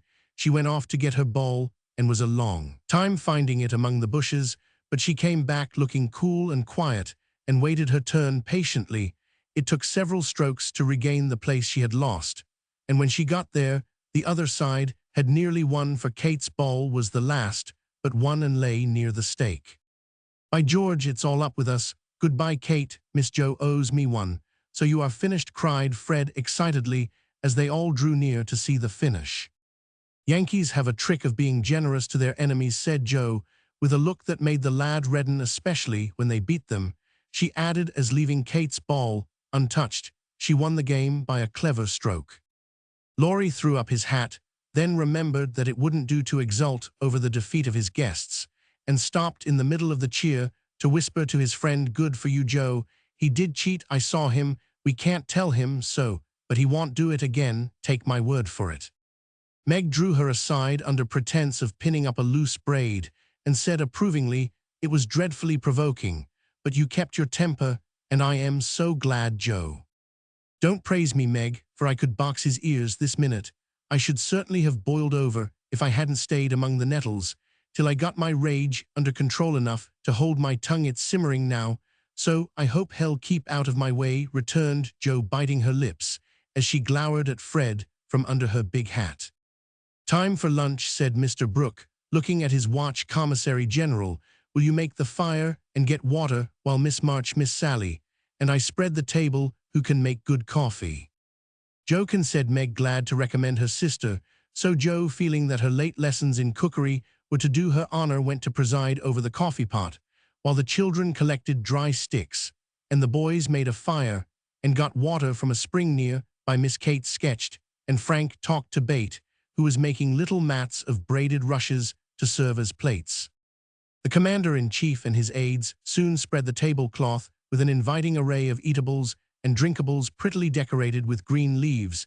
Jo announced that the coffee was ready, and everyone settled themselves to a hearty meal. For youth is seldom dyspeptic, and exercise develops wholesome appetites. A very merry lunch it was, for everything seemed fresh and funny, and frequent peals of laughter startled a venerable horse who fed near by. There was a pleasing inequality in the table, which produced many mishaps to cups and plates. Acorns dropped in the milk, little black ants partook of the refreshments without being invited, and fuzzy caterpillars swung down from the tree to see what was going on. 3 white-headed children peeped over the fence, and an objectionable dog barked at them from the other side of the river with all his might and main. "There's salt here," said Laurie, as he handed Jo a saucer of berries. "Thank you, I prefer spiders," she replied, fishing up 2 unwary little ones who had gone to a creamy death. "How dare you remind me of that horrid dinner party, when yours is so nice in every way," added Jo, as they both laughed and ate out of one plate, the china having run short. "I had an uncommonly good time that day and haven't got over it, yet this is no credit to me. You know I don't do anything. It's you and Meg and Brooke who make it all go, and I'm no end obliged to you. What shall we do when we can't eat any more?" asked Laurie, feeling that his trump card had been played when lunch was over. "Have games till it's cooler. I brought authors, and I dare say Miss Kate knows something new and nice. Go and ask her. She's company, and you ought to stay with her more." "Aren't you company too? I thought Shed suit Brooke, but he keeps talking to Meg, and Kate just stares at them through that ridiculous glass of hers. I am going, so you needn't try to preach propriety, for you can't do it, Jo." Miss Kate did know several new games, and as the girls would not, and the boys could not eat any more, they all adjourned to the drawing room to play rigmarole. One person begins a story, any nonsense you like, and tells as long as he pleases, only taking care to stop short at some exciting point when the next takes it up and does the same. It's very funny when well done, and makes a perfect jumble of tragical comical stuff to laugh over. "Please start it, Mr. Brooke," said Kate with a commanding air which surprised Meg, who treated the tutor with as much respect as any other gentleman. Lying on the grass at the feet of the 2 young ladies, Mr. Brooke obediently began the story, with the handsome brown eyes steadily fixed upon the sunshiny river. "Once on a time, a knight went out into the world to seek his fortune, for he had nothing but his sword and his shield. He traveled a long while, nearly 28 years, and had a hard time of it, till he came to the palace of a good old king, who had offered a reward to anyone who could tame and train a fine but unbroken colt. of which he was very fond, the knight agreed to try and got on slowly, but surely, for the colt was a gallant fellow, and soon learned to love his new master, though he was freakish and wild every day when he gave his lessons to this pet of the king's. The knight rode him through the city, and as he rode, he looked everywhere for a certain beautiful face which he had seen many times in his dreams, but never found. One day, as he went prancing down a quiet street, he saw at the window of a ruinous castle the lovely face. He was delighted, inquired who lived in this old castle, and was told that several captive princesses were kept there by a spell and spun all day to lay up money to buy their liberty.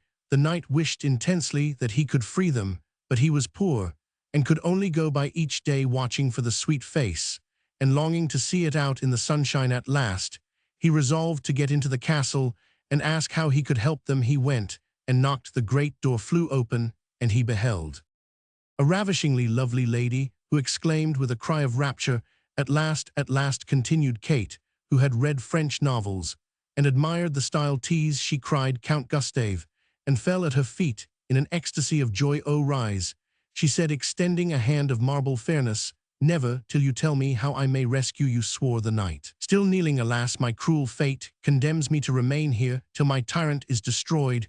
Where is the villain in the mauve salon? Go, brave heart, and save me from despair. I obey, and return victorious or dead. With these thrilling words, he rushed away, and flinging open the door of the mauve salon, was about to enter when he received a stunning blow from the big Greek lexicon, which an old fellow in a black gown fired at him. Said Ned instantly, Sir What's-his-name recovered himself, pitched the tyrant out of the window, and turned to join the lady victorious, but with a bump on his brow, found the door locked, tore up the curtains, made a rope ladder, got halfway down when the ladder broke, and he went headfirst into the moat 60 feet below, could swim like a duck, paddled round the castle, till he came to a little door, guarded by two stout fellows, knocked their heads together till they cracked like a couple of nuts. Then, by a trifling exertion of his prodigious strength, he smashed in the door, went up a pair of stone steps, covered with dust a foot thick, toads as big as your fist, and spiders that would frighten you into hysterics. Miss March, at the top of these steps, he came plump upon a sight that took his breath away and chilled his blood. A tall figure all in white, with a veil over its face, and a lamp in its wasted hand, went on. Meg, it beckoned, gliding noiselessly before him down a corridor as dark and cold as any tomb. Shadowy effigies in armor stood on either side. A dead silence reigned. The lamp burned blue, and the ghostly figure ever and anon turned its face toward him, showing the glitter of awful eyes through its white veil. They reached a curtained door behind, which sounded lovely music. He sprang forward to enter, but the spectre plucked him back and waved threateningly before him.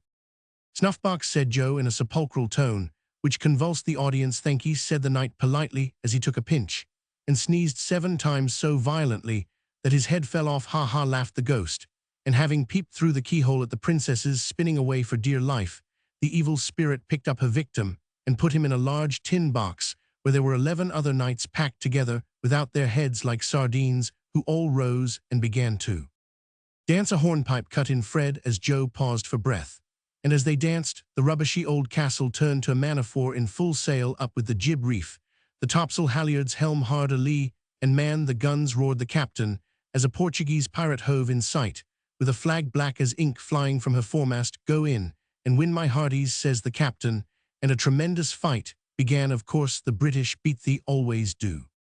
No, they don't, cried Joe aside.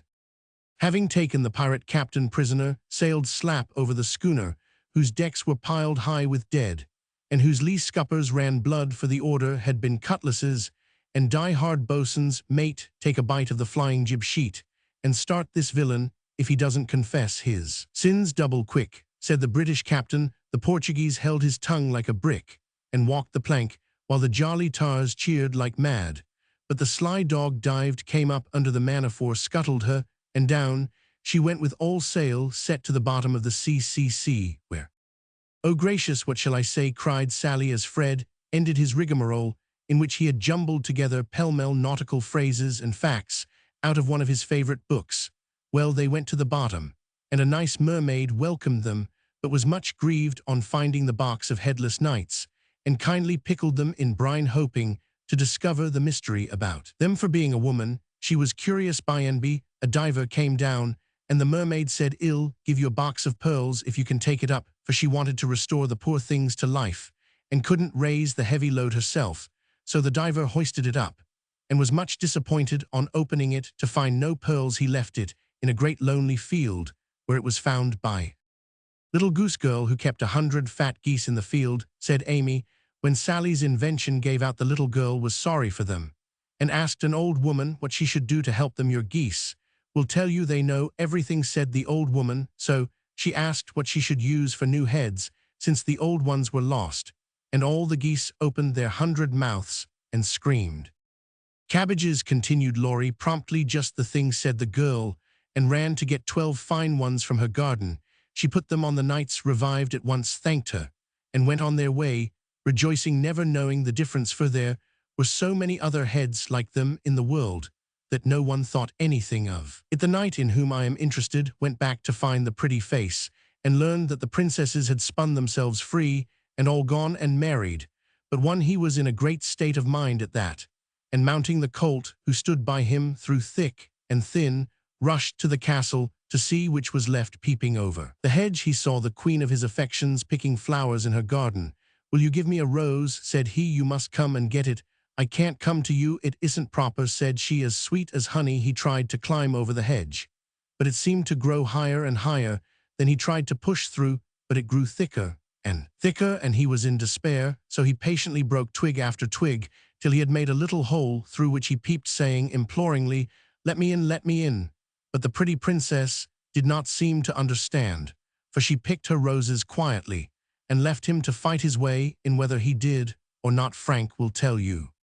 "I can't, I'm not playing, I never do," said Frank, dismayed at the sentimental predicament out of which he was to rescue the absurd couple. Bate had disappeared behind Joe, and Grace was asleep. "So the poor knight is to be left sticking in the hedge, is he?" asked Mr. Brooke, still watching the river and playing with the wild rose in his buttonhole.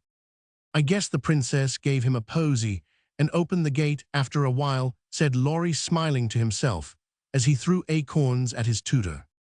"What a piece of nonsense we have made! With practice, we might do something quite clever. Do you know truth?" "I hope so," said Meg soberly. "The game, I mean." "What is it?" said Fred. "Why, you pile up your hands, choose a number, and draw out in turn, and the person who draws at the number has to answer truly any question put by the rest. It's great fun." "Let's try it," said Joe, who liked new experiments. Miss Kate and Mr. Brooke, Meg, and Ned declined, but Fred, Sally, Joe, and Laurie piled and drew, and the lot fell to Laurie.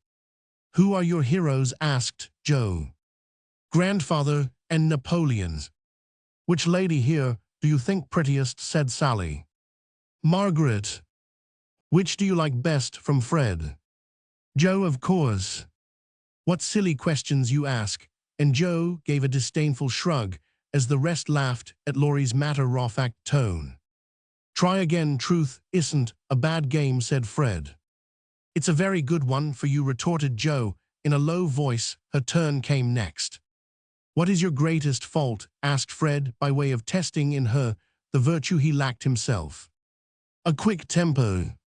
"What do you most wish for?" said Laurie. "A pair of bootlacings," returned Joe, guessing and defeating his purpose. "Not a true answer. You must say what you really do want most." "Genius, don't you wish you could give it to me, Laurie?" and she slyly smiled in his disappointed face. "What virtues do you most admire in a man?" asked Sally. "Courage and honesty." "Now my turn," said Fred, as his hand came last. "Let's give it to him," whispered Laurie to Joe, who nodded and asked at once, "Didn't you cheat at croquet?" "Well, yes, a little bit." "Good, didn't you take your story out of the Sea Lion?" said Laurie. "Rather." "Don't you think the English nation perfect in every respect?" asked Sally. "I should be ashamed of myself if I didn't." "He's a true John Bull. Now, Miss Sally, you shall have a chance, without waiting to draw. I'll harrow up your feelings first by asking if you don't think you are something of a flirt," said Laurie, as Joe nodded to Fred as a sign that peace was declared. You impertinent boy, of course I am not, exclaimed Sally, with an air that proved the contrary. What do you hate most? Asked Fred. Spiders and rice pudding. What do you like best? Asked Joe.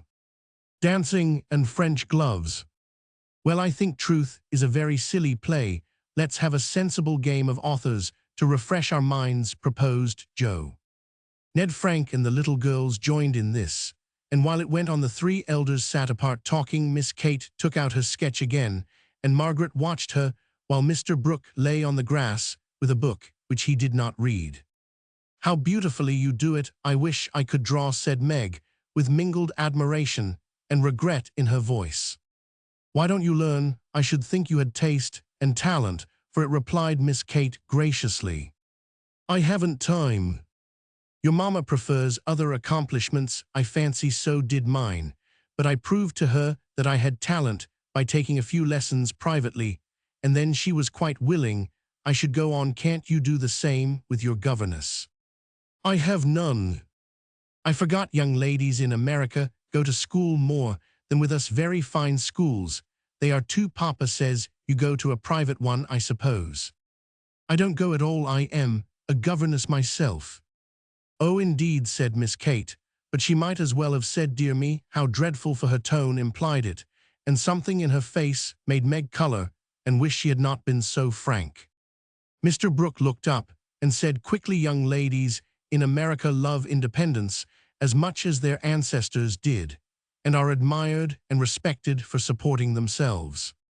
Oh yes, of course, it's very nice and proper in them to do so. We have many most respectable and worthy young women who do the same, and are employed by the nobility, because being the daughters of gentlemen, they are both well bred and accomplished, you know, said Miss Kate in a patronizing tone that hurt Meg's pride, and made her work seem not only more distasteful, but degrading. Did the German song suit Miss March? Inquired Mr. Brooke, breaking an awkward pause. Oh yes, it was very sweet, and I'm much obliged to whoever translated it for me, and Meg's downcast face brightened as she spoke. Don't you read German? Asked Miss Kate, with a look of surprise. Not very well. My father, who taught me, is away, and I don't get on very fast alone, for I've no one to correct my pronunciation. Try a little now. Here is Schiller's Mary Stuart, and a tutor who loves to teach, and Mr. Brooke laid his book on her lap with an inviting smile. It's so hard, I'm afraid, to try, said Meg, grateful but bashful in the presence of the accomplished young lady beside her. I'll read a bit to encourage you, and Miss Kate read one of the most beautiful passages in a perfectly correct but perfectly expressionless manner. Mr. Brooke made no comment as she returned the book to Meg, who said innocently, I thought it was poetry. Some of it is. Try this passage. There was a queer smile about Mr. Brooke's mouth as he opened at poor Mary's lament. Meg, obediently following the long grass-blade, which her new tutor used to point with, read slowly and timidly, unconsciously making poetry of the hard words. By the soft intonation of her musical voice, down the page went the green guide, and presently forgetting her listener in the beauty of the sad scene, Meg read, as if alone, giving a little touch of tragedy to the words of the unhappy queen. If she had seen the brown eyes, then she would have stopped short, but she never looked up, and the lesson was not spoiled for her.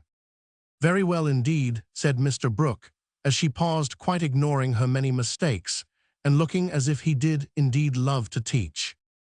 Miss Kate put up her glass, and having taken a survey of the little tableau before her, shut her sketch book, saying with condescension, You've a nice accent, and in time will be a clever reader. I advise you to learn, for German is a valuable accomplishment too. Teachers, I must look after Grace. She is romping, and Miss Kate strolled away, adding to herself with a shrug, I didn't come to chaperone a governess, though she is young and pretty. What odd people these Yankees are. I am afraid Laurie will be quite spoiled among them. I forgot that English people rather turn up their noses at governesses and don't treat them as we do, said Meg, looking after the retreating figure with an annoyed expression. Tutors also have rather a hard time of it there, as I know to my sorrow. There's no place like America for us workers. Miss Margaret and Mr. Brooke looked so contented and cheerful that Meg was ashamed to lament her hard lot. "I am glad I live in it, then I don't like my work, but I get a good deal of satisfaction out of it after all, so I won't complain. I only wished I liked teaching as you do." "I think you would if you had Laurie for a pupil. I shall be very sorry to lose him next year," said Mr. Brooke, busily punching holes in the turf. "Going to college, I suppose?" Meg's lips asked the question, but her eyes added, "And what becomes of you?" "Yes, it's high time he went, for he is ready, and as soon as he is off, I shall turn soldier. I am needed." "I am glad of that," exclaimed Meg. "I should think every young man would want to go, though it is hard for the mothers and sisters who stay at home," she added sorrowfully. "I have neither, and very few friends to care whether I live or die," said Mr. Brooke, rather bitterly, as he absently put the dead rose in the hole he had made, and covered it up like a little grave. "Laurie and his grandfather would care a great deal, and we should all be very sorry to have any harm happen to you," said Meg heartily. "Thank you, that sounds pleasant," began Mr. Brooke, looking cheerful again. But before he could finish his speech, Ned, mounted on the old horse, came lumbering up to display his equestrian skill before the young ladies, and there was no more quiet that day. "Don't you love to ride?" asked Grace of Amy, as they stood resting after a race round the field, with the others led by Ned. "I dote upon it. My sister Meg used to ride when Papa was rich, but we don't keep any horses now, except Ellen Tree," added Amy, laughing. "Tell me about Ellen Tree. Is it a donkey?" asked Grace curiously. "Why, you see, Joe is crazy about horses, and so am I, but we've only got an old side saddle, and no horse. Out in our garden is an apple tree that has a nice low branch, so Joe put the saddle on it, fixed some reins on the part that turns up, and we bounce away on Ellen Tree whenever we like." "How funny," laughed Grace. "I have a pony at home, and ride nearly every day in the park with Fred and Kate. It's very nice, for my friends go too, and the row is full of ladies and gentlemen."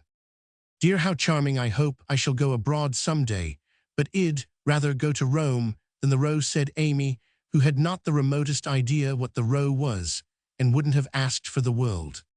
Frank, sitting just behind the little girls, heard what they were saying, and pushed his crutch away from him with an impatient gesture, as he watched the active lads going through all sorts of comical gymnastics. Beth, who was collecting the scattered author cards, looked up, and said in her shy yet friendly way, "I am afraid you are tired. Can I do anything for you?" "Talk to me, please. It's dull sitting by myself," answered Frank, who had evidently been used to being made much of at home.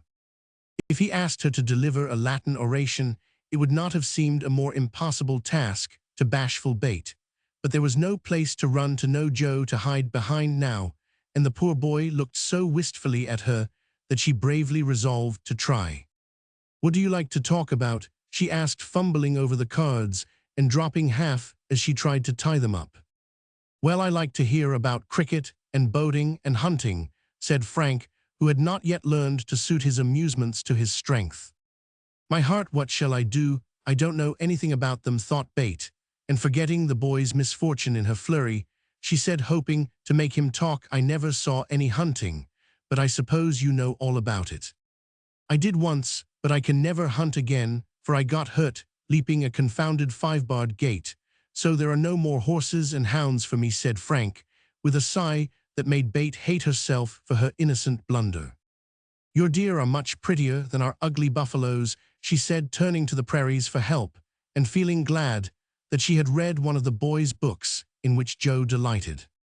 Buffaloes proved soothing and satisfactory, and in her eagerness to amuse another, Beth forgot herself, and was quite unconscious of her sister's surprise and delight at the unusual spectacle of Beth talking away to one of the dreadful boys against whom she had begged protection. "Bless her heart, she pities him, so she is good to him," said Joe, beaming at her from the croquet ground.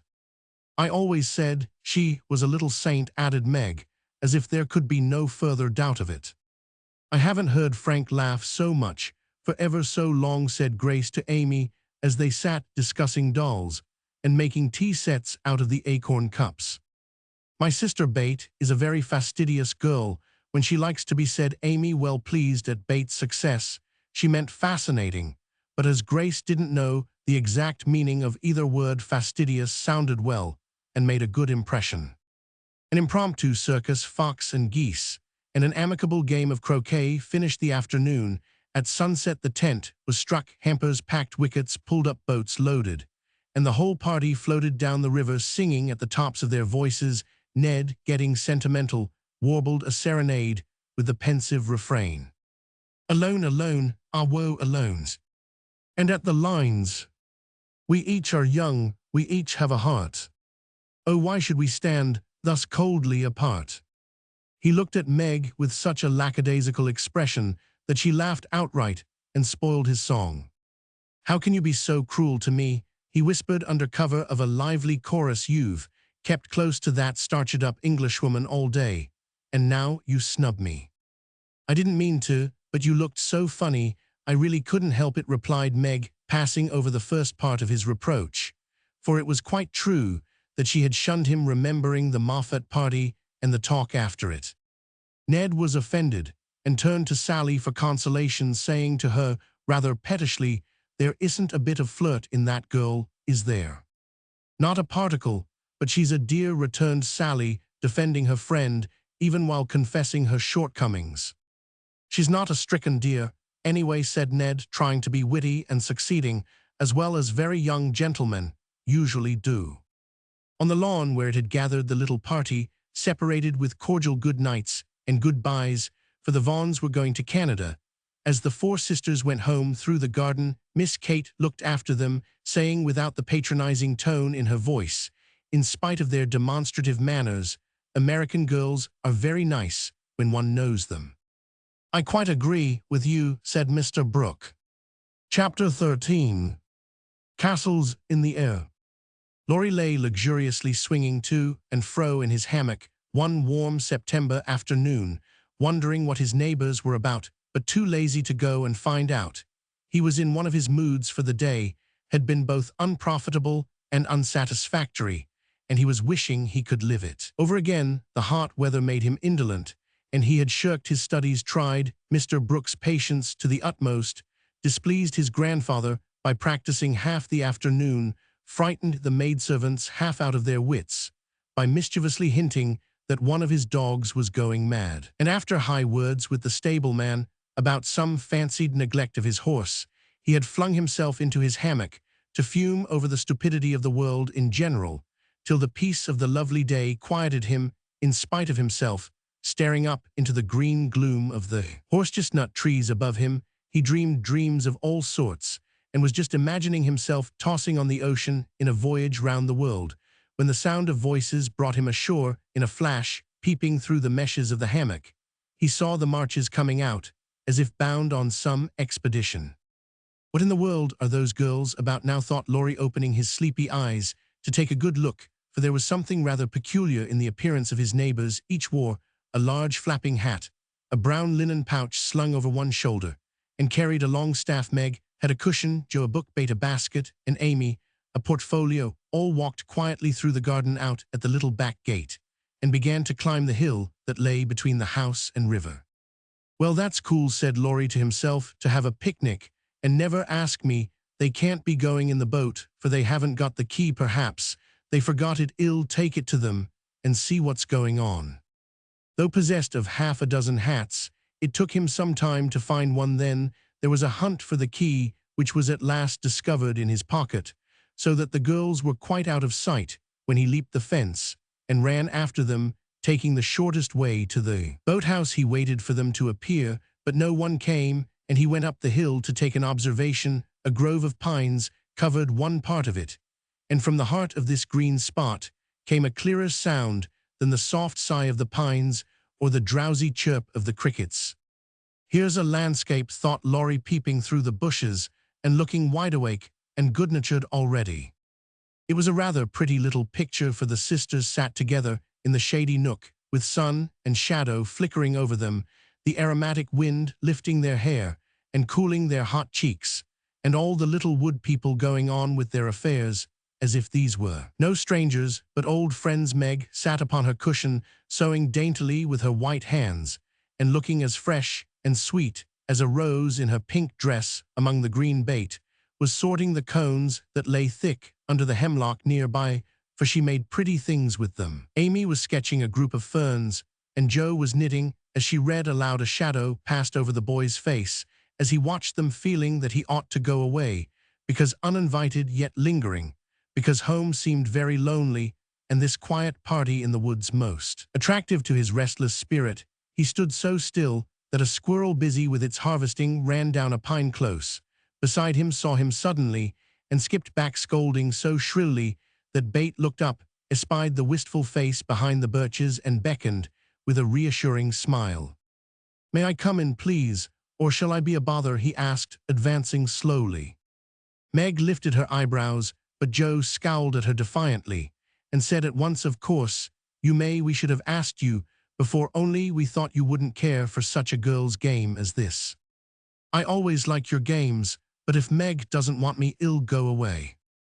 "I've no objection if you do something. It's against the rules to be idle here," replied Meg gravely but graciously. "Much obliged. I'll do anything if y'all let me stop a bit, for it's as dull as the desert of Sahara down there. Shall I sew, read, cone, draw, or do all at once? Bring on your bears. I am ready." And Laurie sat down with a submissive expression delightful to behold. "Finish this story while I set my heels," said Joe, handing him the book. "Yes, Roman 1000, was the meek answer, as he began doing his best to prove his gratitude for the favor of admission into the busy bee society. The story was not a long one, and when it was finished, he ventured to ask a few questions as a reward of merit. "Please, Mom, could I inquire if this highly instructive and charming institution is a new one?" "Would you tell him?" asked Meg of her sisters. "He'll laugh," said Amy warningly. "Who cares?" said Joe. "I guess he'll like it," added Bate. "Of course I shall. I give you my word I won't laugh. Tell away, Joe, and don't be afraid." "The idea of being afraid of you, well, you see, we used to play Pilgrim's Progress, and we have been going on with it in earnest all winter and summer." "Yes, I know," said Laurie, nodding wisely. "Who told you?" demanded Joe. "Spirit." "No, I Roman 999. I wanted to amuse him one night when you were all away, and he was rather dismal. He did like it, so don't scold, Joe," said Bate meekly. "You can't keep a secret. Never mind, it saves trouble now." "Go on, please," said Laurie, as Joe became absorbed in her work, looking a trifle displeased. "Oh, didn't she tell you about this new plan of ours? Well, we have tried not to waste our holiday, but each has had a task and worked at it with a will. The vacation is nearly over, the stints are all done, and we are ever so glad that we didn't dawdle." "Yes, I should think so," and Laurie thought regretfully of his own idle days. "Mother likes to have us out outdoors as much as possible, so we bring our work here and have nice times for the fun of it. We bring our things in these bags, where the old hats use poles to climb the hill and play pilgrims, as we used to do years ago. We call this hill the Delectable Mountain, for we can look far away and see the country where we hope to live some time." Joe pointed, and Laurie sat up to examine, for through an opening in the wood one could look across the wide blue river, the meadows on the other side, far over the outskirts of the great city, to the green hills that rose to meet the sky. The sun was low, and the heavens glowed with the splendor of an autumn sunset. Gold and purple clouds lay on the hilltops, and rising high into the ruddy light were silvery white peaks that shone like the airy spires of some celestial city. "How beautiful that is," said Laurie softly, for he was quick to see and feel beauty of any kind. "It's often so, and we like to watch it, for it is never the same, but always splendid," replied Amy, wishing she could paint it. "Joe talks about the country where we hope to live sometime. With real country, she means with pigs and chickens and haymaking. It would be nice, but I wish the beautiful country up there was real, and we could ever go to it," said Bate musingly. "There is a lovelier country even than that, where we shall go by and be when we are good enough," answered Meg with her sweetest voice. "It seems so long to wait, so hard to do. I want to fly away at once, as those swallows fly, and go in at that splendid gate." "Y'all get there, Bate, sooner or later, no fear of that," said Joe. "I am the one that will have to fight and work and climb and wait, and maybe never get in after all." Y'all have me for company, if that's any comfort. I shall have to do a deal of traveling before I come in sight of your celestial city. If I arrive late, y'all say a good word for me, want you bait. Something in the boy's face troubled his little friend, but she said cheerfully, with her quiet eyes on the changing clouds, if people really want to go and really try all their lives, I think they will get in, for I don't believe there are any locks on that door or any guards at the gate. I always imagine it is as it is in the picture, where the shining ones stretch out their hands to welcome poor Christian as he comes up from the river. Wouldn't it be fun if all the castles in the air which we make could come true, and we could live in them, said Joe, after a little pause. I've made such quantities, it would be hard to choose, which I'd have, said Laurie, lying flat and throwing cones at the squirrel who had betrayed him. You'd have to take your favorite one. What is it? Asked Meg. If I tell mine, will you tell yours? Yes, if the girls will too. We will now, Laurie. After I'd seen as much of the world as I want to, I'd like to settle in Germany and have just as much music as I choose. I am to be a famous musician myself, and all creation is to rush to hear me, and I am never to be bothered about money or business, but just enjoy myself and live for what I like. That's my favorite castle. What's yours, Meg? Margaret seemed to find it a little hard to tell hers, and waved a break before her face as if to disperse imaginary gnats, while she said slowly, I should like a lovely house full of all sorts of luxurious thingsness, food, pretty clothes, handsome furniture, pleasant people, and heaps of money. I am to be mistress of it, and manage it as I like with plenty of servants, so I never need work a bit. How I should enjoy it, for I wouldn't be idle, but do good, and make everyone love me dearly. Wouldn't you have a master for your castle in the air? Asked Laurie slyly. I said pleasant people, you know, and Meg carefully tied up her shoe as she spoke so that no one saw her face. Why don't you say you'd have a splendid, wise, good husband and some angelic little children? You know your castle wouldn't be perfect without, said blunt Joe, who had no tender fancies yet, and rather scorned romance except in books. You'd have nothing but horses, inkstands, and novels in yours, answered Meg petulantly. Wouldn't I though? I'd have a stable full of Arabian steeds, rooms piled high with books, and I'd write out of a magic inkstand, so that my works should be as famous as Laurie's music. I want to do something splendid before I go into my castle, something heroic or wonderful that won't be forgotten after I am dead. I don't know what, but I am on the watch for it, and mean to astonish you all some day. I think I shall write books and get rich and famous that would suit me so. That is my favorite dream. Mine is to stay at home safe with father and mother and help take care of the family, said Bate contentedly. Don't you wish for anything else? Asked Laurie. Since I had my little piano, I am perfectly satisfied. I only wish we may all keep well and be together, nothing else.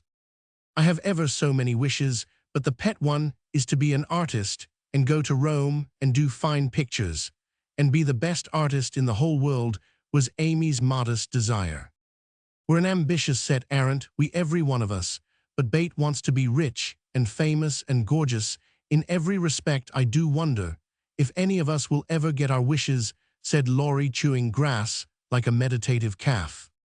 I've got the key to my castle in the air, but whether I can unlock the door remains to be seen, observed Joe mysteriously.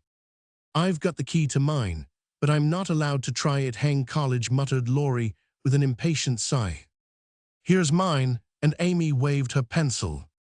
I haven't got any, said Meg forlornly. Yes, you have, said Laurie at once. Well, in your face. Nonsense, that's of no use. Wait and see if it doesn't bring you something worth having, replied the boy, laughing at the thought of a charming little secret which he fancied he knew.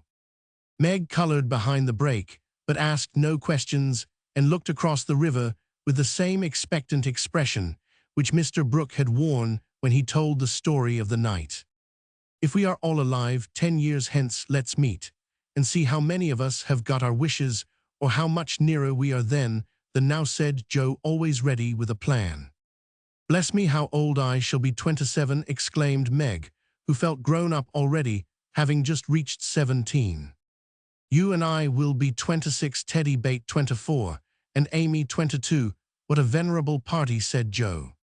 I hope I shall have done something to be proud of by that time, but I am such a lazy dog I am afraid I shall dawdle Joe. You need a motive, mother says, and when you get it she is sure you'll work splendidly. Is she, by Jupiter, I will if I only get the chance, cried Laurie, sitting up with sudden energy. I ought to be satisfied to please grandfather, and I do try, but it's working against the grain, you see, and comes hard. He wants me to be an India merchant as he was, and I'd rather be shot. I hate tea and silk and spices, and every sort of rubbish his old ships bring, and I don't care how soon they go to the bottom. When I own them, going to college ought to satisfy him, for if I give him 4 years he ought to let me off from the business. But he's set, and I've got to do just as he did, unless I break away and please myself, as my father. Roman 999. If there was anyone left to stay with the old gentleman, I'd do it tomorrow. Laurie spoke excitedly and looked ready to carry his threat into execution on the slightest provocation, for he was growing up very fast, and in spite of his indolent ways, had a young man's hatred of subjection, a young man's restless longing to try the world for himself. I advise you to sail away in one of your ships, and never come home again till you have tried your own way, said Joe, whose imagination was fired by the thought of such a daring exploit, and whose sympathy was excited by what she called Teddy's wrongs. That's not right, Joe, you mustn't talk in that way, and Laurie mustn't take your bad advice. You should do just what your grandfather wishes, my dear boy, said Meg, in her most maternal tone. Do your best at college, and when he sees that you try to please him, I am sure he won't be hard on you or unjust to you. As you say, there is no one else to stay with and love him, and you'd never forgive yourself if you left him without his permission. Don't be dismal or fret, but do your duty, and you'll get your reward, as good Mr. Brooke has, by being respected and loved. What do you know about him? Asked Laurie, grateful for the good advice, but objecting to the lecture and glad to turn the conversation from himself after his unusual outbreak. Only what your grandpa told us about him, how he took good care of his own mother till she died, and wouldn't go abroad as tutor to some nice person, because he wouldn't leave her, and how he provides now for an old woman who nursed his mother and never tells anyone, but is just as generous and patient and good as he can be. So he is, dear old fellow, said Laurie heartily, as Meg paused, looking flushed and earnest with her story. It's like grandpa to find out all about him without letting him know, and to tell all his goodness to others, so that they might like him. Brooke couldn't understand why. Your mother was so kind to him, asking him over with me, and treating him in her beautiful, friendly way. He thought she was just perfect, and talked about it for days and days, and went on about you all in flaming style. If ever I do get my wish, you see what I'll do for Brooke. Begin to do something now, by not plaguing his life out, said Meg sharply. How do you know I do, miss? I can always tell by his face when he goes away. If you have been good, he looks satisfied and walks briskly. If you have plagued him, he's sober and walks slowly, as if he wanted to go back and do his work better. Well, I like that, so you keep an account of my good and bad marks in Brooke's face. Do you? I see him bow and smile as he passes your window, but I didn't know you'd got up a telegraph. We haven't, don't be angry, and oh, don't tell him I said anything. It was only to show that I cared how you get on, and what is said here is said in confidence. You know, cried Meg, much alarmed at the thought of what might follow from her careless speech. I don't tell tales, replied Laurie with his high and mighty air, as Joe called a certain expression, which he occasionally wore only if Brooke is going to be a thermometer. I must mind, and have fair weather for him to report. Please don't be offended. I didn't mean to preach or tell tales or be silly. I only thought Joe was encouraging you in a feeling which you'd be sorry for by and by. You are so kind to us. We feel as if you were our brother, and say just what we think. Forgive me, I meant it kindly, and Meg offered her hand with a gesture both affectionate and timid. Ashamed of his momentary pique, Laurie squeezed the kind little hand and said frankly, I am the one to be forgiven. I am cross, and have been out of sorts all day. I like to have you tell me my faults, and be sisterly, so don't mind if I am grumpy sometimes. I thank you all the same.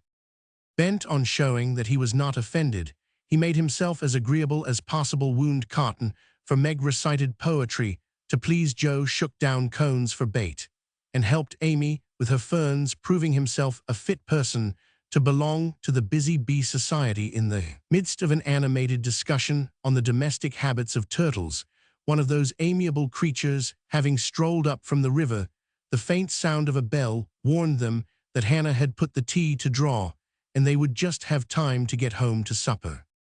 "May I come again?" asked Laurie. "Yes, if you are good and love your book, as the boys in the primer are told to do," said Meg, smiling. "I'll try." "Then you may come and I'll teach you to knit, as the Scotchmen do. There's a demand for socks just now," added Joe, waving hers like a big blue worsted banner as they parted at the gate.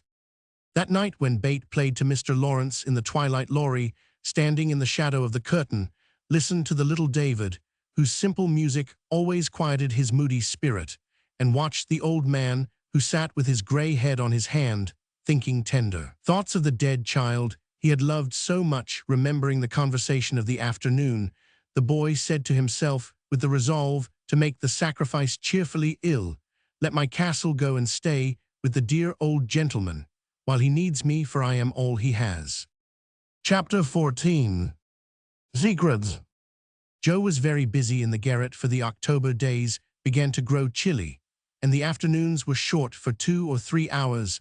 The sun lay warmly in the high window, showing Joe seated on the old sofa, writing busily, with her papers spread out upon a trunk before her, while Scrabble the pet rat promenaded the beams overhead, accompanied by his oldest son, a fine young fellow, who was evidently very proud of his whiskers. Quite absorbed in her work, Joe scribbled away till the last page was filled, when she signed her name with a flourish and threw down her pen, exclaiming, "There, I've done my best. If this won't suit, I shall have to wait till I can do better." Lying back on the sofa, she read the manuscript carefully through, making dashes here and there, and putting in many exclamation points which looked like little balloons. Then she tied it up with a smart red ribbon, and sat a minute looking at it with a sober, wistful expression, which plainly showed how earnest her work had been. Joss' desk up here was an old tin kitchen, which hung against the wall. In it she kept her papers, and a few books safely shut away from Scrabble, who, being likewise of a literary turn, was fond of making a circulating library of such books as were left in his way. By eating the leaves from this tin receptacle, Joe produced another manuscript, and putting both in her pocket, crept quietly downstairs, leaving her friends to nibble on her pens and taste her ink. She put on her hat and jacket as noiselessly as possible, and going to the back entry window, got out upon the roof of a low porch, swung herself down to the grassy bank, and took a roundabout way to the road.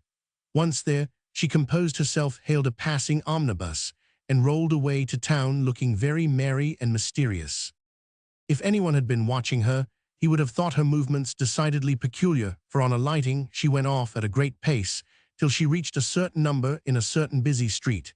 Having found the place with some difficulty, she went into the doorway, looked up the dirty stairs, and after standing stock still a minute, suddenly dived into the street and walked away as rapidly as she came. This maneuver she repeated several times, to the great amusement of a black-eyed young gentleman lounging in the window of a building opposite.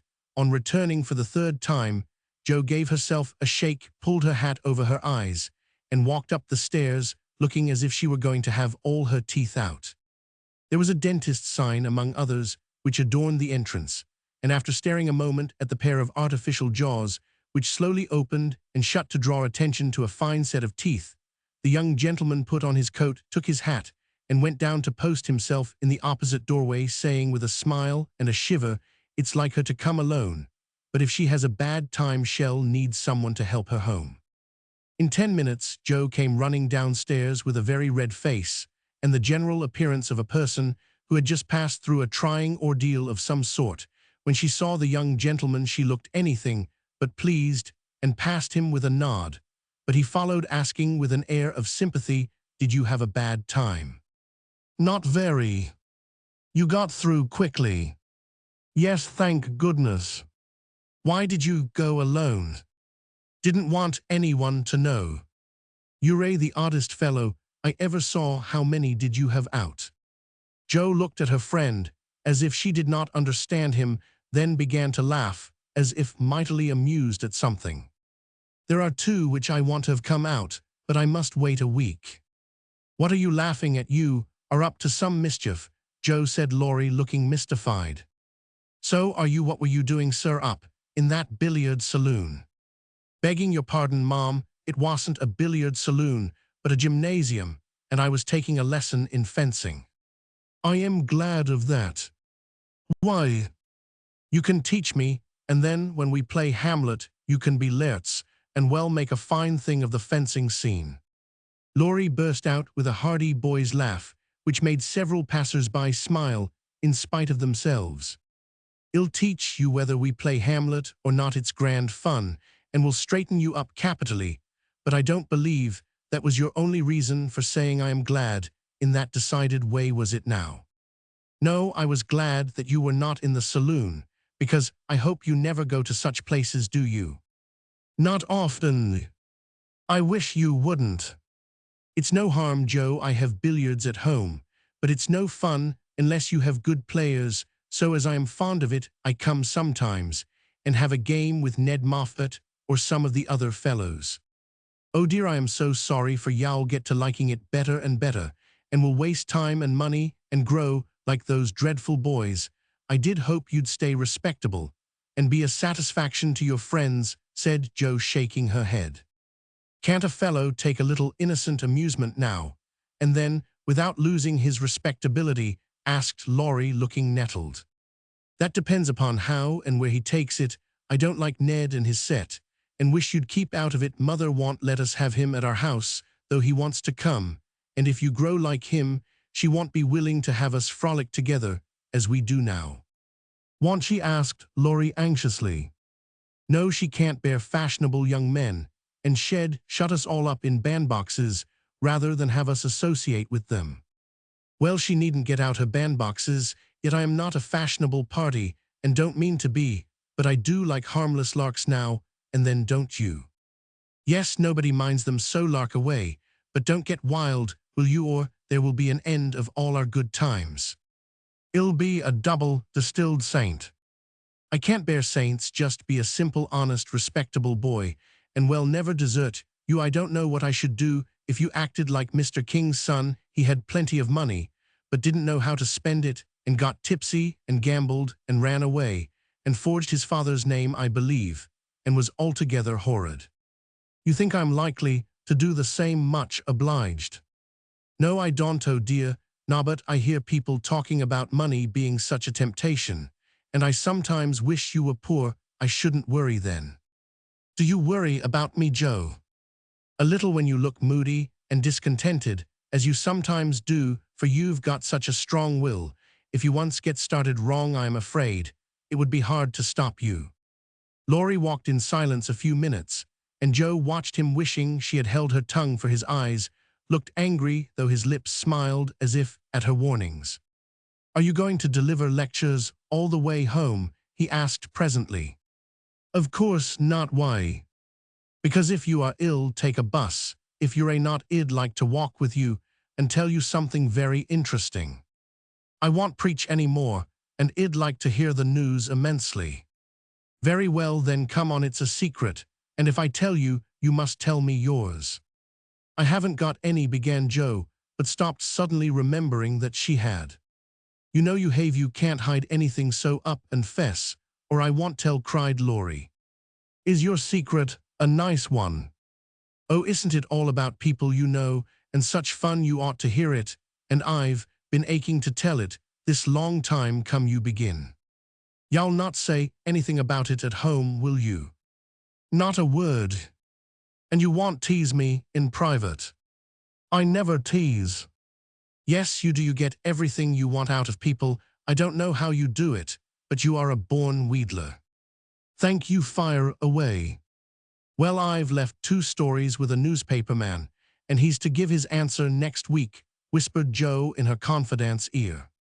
Hurrah for Miss March, the celebrated American authoress, cried Laurie, throwing up his hat and catching it again, to the great delight of 2 ducks, 4 cats, 5 hens, and half a dozen Irish children, for they were out of the city now.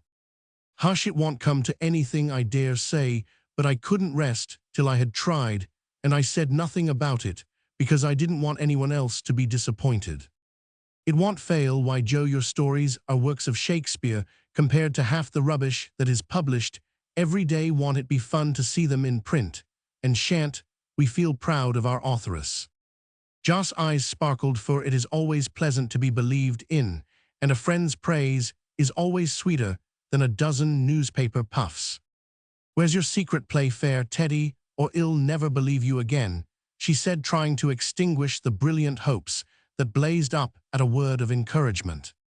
I may get into a scrape for telling, but I didn't promise not to, so I will, for I never feel easy in my mind till I've told you any plummy bit of news I know where Meg's glove is. Is that all? Said Joe, looking disappointed as Laurie nodded and twinkled, with a face full of mysterious intelligence. It's quite enough for the present, as you'll agree when I tell you where it is. Tell then. Laurie bent and whispered 3 words in Jo's ear, which produced a comical change.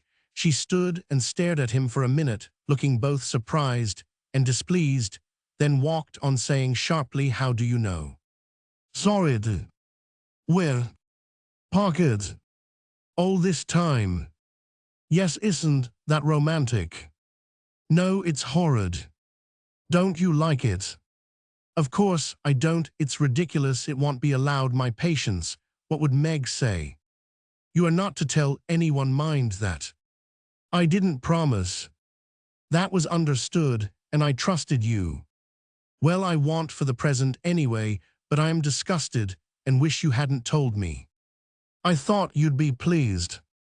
"At the idea of anybody coming to take Meg away, no thank you." "You'll feel better about it when somebody comes to take you away." "I'd like to see anyone try it," cried Joe fiercely. "So should I," and Laurie chuckled at the idea. "I don't think secrets agree with me. I feel rumpled up in my mind since you told me that," said Joe, rather ungratefully. "Race down this hill with me and you'll be all right," suggested Laurie. No one was in sight. The smooth road sloped invitingly before her, and finding the temptation irresistible, Joe darted away, soon leaving hat and comb behind her and scattering hairpins. As she ran, Laurie reached the goal first, and was quite satisfied with the success of his treatment, for his Atlanta came panting up with flying hair, bright eyes, ruddy cheeks, and no signs of dissatisfaction in her face. "I wish I was a horse, then I could run for miles in this splendid air and not lose my breath. It was capital, but see what a guy it's made me go pick up my things like a cherub, as you are," said Joe, dropping down under a maple tree which was carpeting the bank with crimson leaves. Laurie leisurely departed to recover the lost property, and Joe bundled up her braids, hoping no one would pass by till she was tidy again. But someone did pass, and who should it be but Meg, looking particularly ladylike in her state and festival suit, for she had been making calls. "What in the world are you doing here?" she asked, regarding her disheveled sister with well-bred surprise. "Getting leaves," meekly answered Joe, sorting the rosy handful she had just swept up. "And hairpins," added Laurie, throwing half a dozen into Jo's lap. "They grow on this road, Meg, so do combs and brown straw hats." "You have been running, Joe. How could you? When will you stop such romping ways?" said Meg reprovingly, as she settled her cuffs and smoothed her hair, with which the wind had taken liberties. "Never till I'm stiff and old and have to use a crutch. Don't try to make me grow up before my time, Meg. It's hard enough to have you change all of a sudden. Let me be a little girl as long as I can." As she spoke, Joe bent over the leaves to hide the trembling of her lips, for lately she had felt that Margaret was fast getting to be a woman, and Laurie's secret made her dread the separation, which must surely come some time, and now seemed very near. He saw the trouble in her face and drew Meg's attention from it by asking quickly, "Where have you been calling all so fine?" "At the gardener's, and Sally has been telling me all about Belle Moffat's wedding. It was very splendid, and they have gone to spend the winter in Paris. Just think how delightful that must be." "Do you envy her, Meg?" said Laurie. "I am afraid I do." "I am glad of it," muttered Joe, tying on her hat with a jerk. "Why?" asked Meg, looking surprised. Because if you care much about riches, you will never go and marry a poor man, said Joe, frowning at Laurie, who was mutely warning her to mind what she said. I shall never go and marry anyone, observed Meg, walking on with great dignity, while the others followed, laughing, whispering, skipping stones, and behaving like children, as Meg said to herself, though she might have been tempted to join them if she had not had her best dress on. For a week or two, Joe behaved so queerly that her sisters were quite bewildered. She rushed to the door when the postman rang, was rude to Mr. Brooke. Whenever they met, would sit looking at Meg with a woebegone face, occasionally jumping up to shake and then kiss her in a very mysterious manner, Laurie, and she were always making signs to one another and talking about spread eagles till the girls declared they had both lost their wits. On the second Saturday, after Joe got out of the window, Meg, as she sat sewing at her window, was scandalized by the sight of Laurie chasing Joe all over the garden, and finally capturing her in Amy's bower. What went on there Meg could not see, but shrieks of laughter were heard, followed by the murmur of voices and a great flapping of newspapers. What shall we do with that girl? She never will behave like a young lady, sighed Meg, as she watched the race with a disapproving face. I hope she won't. She is so funny and dear, as she is, said Bate, who had never betrayed that she was a little hurt at Joss having secrets with anyone but her. It's very trying, but we never can make her calmy, La Faux, added Amy, who sat making some new frills for herself with her curls, tied up in a very becoming way, two agreeable things that made her feel unusually elegant and ladylike.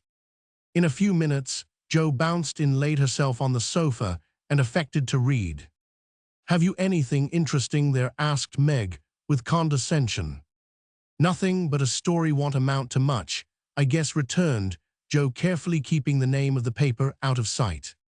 You'd better read it aloud, that will amuse us and keep you out of mischief, said Amy in her most grown-up tone. What's the name? Asked Bate, wondering why Joe kept her face behind the sheet. The Rival Painters. That sounds well, read it, said Meg. With a loud hem and a long breath, Joe began to read very fast. The girls listened with interest, for the tale was romantic and somewhat pathetic, as most of the characters died in the end. I like that about the splendid picture, was Amy's approving remark as Joe paused. I prefer the lovering part. Viola and Angelo are two of our favorite names. Isn't that queer? Said Meg, wiping her eyes, for the lovering part was tragical. Who wrote it? Asked Bate, who had caught a glimpse of Joss' face.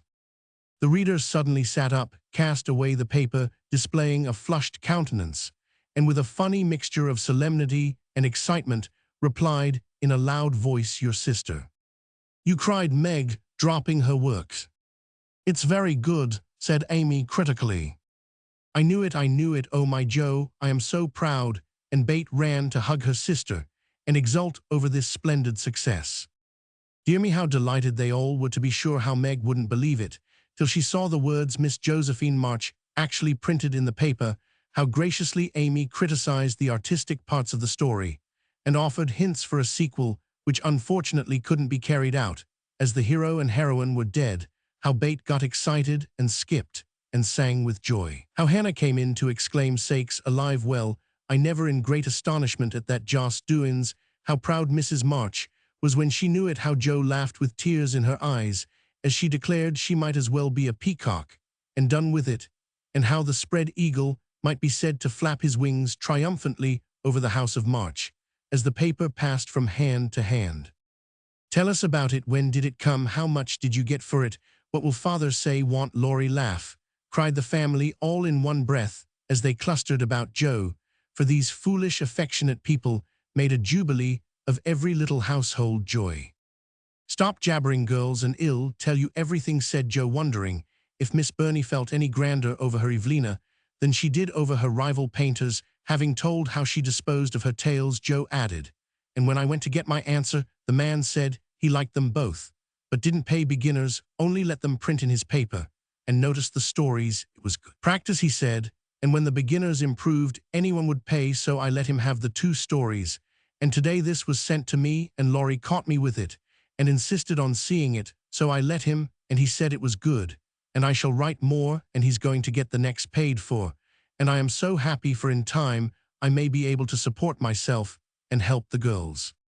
Jo's breath gave out here, and wrapping her head in the paper, she bedewed her little story with a few natural tears, for to be independent and earn the praise of those she loved were the dearest wishes of her heart, and this seemed to be the first step toward that happy end. Chapter 15. A Telegram. "November is the most disagreeable month in the whole year," said Margaret, standing at the window one dull afternoon, looking out at the frost-bitten garden. "That's the reason I was born in it," observed Jo pensively, quite unconscious of the blot on her nose. "If something very pleasant should happen now, we should think it a delightful month," said Bate, who took a hopeful view of everything, even November. "I dare say, but nothing pleasant ever does happen in this family," said Meg, who was out of sorts. "We go grubbing along day after day, without a bit of change and very little fun. We might as well be in a treadmill." "My patience, how blue we are," cried Jo. "I don't much wonder, poor dear, for you see other girls having splendid times, while you grind year in and year out. Oh, don't I wish I could manage things for you, as I do for my heroines. You're a pretty enough and good enough already, so it'd have some rich relation leave you a fortune unexpectedly. Then you dash out as an heiress, scorn everyone who has slighted you, go abroad, and come home, my lady, something in a blaze of splendor and elegance. People don't have fortunes left them in that style. Nowadays men have to work, and women marry for money. It's a dreadfully unjust world," said Meg bitterly. "Jo and I are going to make fortunes for you all. Just wait 10 years, and see if we don't," said Amy, who sat in a corner making mud pies, as Hannah called her little clay models of birds, fruit, and faces. "Can't wait, and I'm afraid I haven't much faith in ink and dirt, though I am grateful for your good intentions." Meg sighed and turned to the frostbitten garden again. Jo groaned and leaned both elbows on the table in a despondent attitude, but Amy spat it away energetically, and Bate, who sat at the other window, said smiling, "Two pleasant things are going to happen right away. Marmee is coming down the street, and Laurie is tramping through the garden as if he had something nice to tell." In they both came Mrs. March with her usual question, "Any letter from father, girls?" and Laurie to say in his persuasive way, "Want some of you come for a drive? I've been working away at mathematics till my head is in a muddle, and I'm going to freshen my wits by a brisk turn. It's a dull day, but the air isn't bad, and I'm going to take Brooke home, so it will be gay inside. If it isn't out, come Jo, you and Bate will go. Want you?" "Of course we will." "Much obliged, but I am busy," and Meg whisked out her work basket, for she had agreed with her mother that it was best for her at least not to drive too often with the young gentleman. "We three will be ready in a minute," cried Amy, running away to wash her hands. "Can I do anything for you, Madam Mother?" asked Laurie, leaning over Mrs. March's chair with the affectionate look and tone he always gave her. "No, thank you, except call at the office, if y'all be so kind, dear. It's our day for a letter, and the postman hasn't been. Father is as regular as the sun, but there's some delay on the way, perhaps." A sharp ring interrupted her, and a minute after Hannah came in with a letter. "It's one of them horrid telegraph things, Mum," she said, handling it as if she was afraid it would explode and do some damage.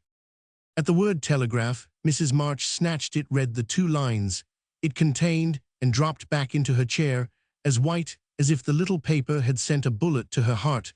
Laurie dashed downstairs for water, while Meg and Hannah supported her, and Jo read aloud in a frightened voice. "Mrs. March, your husband is very Roman 99. Come at once. S. Hale. Blank Hospital, Washington." How still the room was as they listened breathlessly, how strangely the day darkened outside, and how suddenly the whole world seemed to change as the girls gathered about their mother, feeling as if all the happiness and support of their lives was about to be taken from them. Mrs. March was herself again, directly read the message over, and stretched out her arms to her daughters, saying in a tone they never forgot, "I shall go at once, but it may be too late. Oh, children, children, help me to bear it." For several minutes there was nothing but the sound of sobbing in the room, mingled with broken words of comfort, tender assurances of help, and hopeful whispers that died away in tears. Poor Hannah was the first to recover, and with unconscious wisdom, she set all the rest a good example for, with her work was panacea for most afflictions. The Lord keep the dear man, I won't waste no time a-cryin', but get your things ready right away, mum, she said heartily, as she wiped her face on her apron, gave her mistress a warm shake of the hand with her own hard one, and went away to work like 3 women in one. She's right, there's no time for tears now, be calm, girls, and let me think. They tried to be calm, poor things, as their mother sat up looking pale, but steady, and put away her grief to think and plan for them.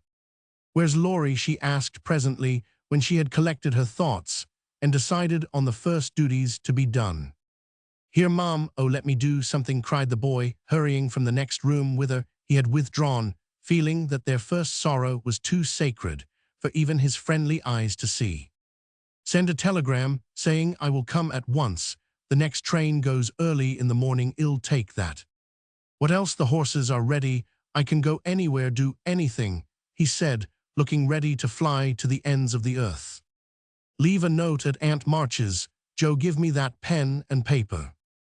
Tearing off the blank side of one of her newly copied pages, Joe drew the table before her mother, well knowing that money for the long, sad journey must be borrowed, and feeling as if she could do anything to add a little to the sum for her father. Now go, dear, but don't kill yourself driving at a desperate pace. There is no need of that. Mrs. March's warning was evidently thrown away, for 5 minutes later Laurie tore by the window on his own fleet horse, riding as if for his life. Joe, run to the rooms and tell Mrs. King that I can't come on the way. Get these things, ill put them down, they'll be needed. And I must go prepared for nursing. Hospital stores are not always good bait. Go and ask Mr. Lawrence for a couple of bottles of old wine. I'm not too proud to beg for father. He shall have the best of everything. Amy, tell Hannah to get down the black trunk. And Meg, come and help me find my things, for I am half bewildered. Writing, thinking, and directing all at once might well bewilder the poor lady, and Meg begged her to sit quietly in her room for a little while and let them work. Everyone scattered like leaves before a gust of wind, and the quiet, happy household was broken up as suddenly as if the paper had been an evil spell. Mr. Lawrence came hurrying back with bait, bringing every comfort the kind old gentleman could think of for the invalid and friendliest promises of protection for the girls during the mother's absence, which comforted her very much. There was nothing he didn't offer, from his own dressing gown to himself as escort, but the last was impossible. Mrs. March would not hear of the old gentleman's undertaking. The long journey, yet an expression of relief was visible when he spoke of it, for anxiety ill fits one for traveling. He saw the look knit his heavy eyebrows, rubbed his hands, and marched abruptly away, saying he'd be back directly. No one had time to think of him again, till as Meg ran through the entry with a pair of rubbers in one hand and a cup of tea in the other, she came suddenly upon Mr. Brooke. I am very sorry to hear of this, Miss March, he said, in the kind, quiet tone which sounded very pleasantly to her perturbed spirit. I came to offer myself as escort to your mother. Mr. Lawrence has commissions for me in Washington, and it will give me real satisfaction to be of service to her there. Down dropped the rubbers, and the tea was very near following, as Meg put out her hand with a face so full of gratitude that Mr. Brooke would have felt repaid for a much greater sacrifice than the trifling one of time and comfort which he was about to take. How kind you all are. Mother will accept, I am sure, and it will be such a relief to know that she has someone to take care of her. Thank you very, very much. Meg spoke earnestly and forgot herself entirely, till something in the brown eyes looking down at her made her remember the cooling tea and lead the way into the parlor, saying she would call her mother. Everything was arranged by the time Laurie returned with a note from Aunt March, enclosing the desired sum and a few lines repeating what she had often said before, that she had always told them it was absurd for March to go into the army, always predicted that no good would come of it, and she hoped they would take her advice the next time. Mrs. March put the note in the fire, the money in her purse, and went on with her preparations, with her lips folded tightly in a way which Joe would have understood if she had been there. The short afternoon wore away, all other errands were done, and Meg and her mother busy at some necessary needlework, while Bate and Amy got tea and Hannah finished her ironing with what she called a slap and a bang. But still Joe did not come. They began to get anxious, and Laurie went off to find her, for no one knew what freak Joe might take into her head. He missed her, however, and she came walking in with a very queer expression of countenance, for there was a mixture of fun and fierce satisfaction and regret in it, which puzzled the family as much as did the roll of bills she laid before her mother, saying with a little choke in her voice, "That's my contribution toward making father comfortable and bringing him home." "My dear, where did you get it? $25, Joe. I hope you haven't done anything rash." "No, it's mine, honestly. I didn't beg, borrow, or steal it. I earned it, and I don't think y'all blame me, for I only sold what was my own." As she spoke, Joe took off her bonnet, and a general outcry arose, for all her abundant hair was cut short. "Your hair, your beautiful hair. Oh, Joe, how could you? You're one beauty, my dear girl. There was no need of this. She doesn't look like my Joe anymore, but I love her dearly for it." As everyone exclaimed, and Bate hugged the cropped head tenderly, Joe assumed an indifferent air, which did not deceive anyone a particle, and said, rumpling up the brown bush, and trying to look as if she liked it, "It doesn't affect the fate of the nation, so don't wail, Bate. It will be good for my vanity. I was getting too proud of my wig. It will do my brains good to have that mop taken off my head. Feels deliciously light and cool." And the barber said, "I could soon have a curly crop, which will be boyish becoming, and easy to keep in order. I am satisfied, so please take the money and let's have supper." "Tell me all about it, Joe. I am not quite satisfied, but I can't blame you, for I know how willingly you sacrificed your vanity, as you call it, to your love. But my dear, it was not necessary, and I am afraid you will regret it one of these days," said Mrs. March.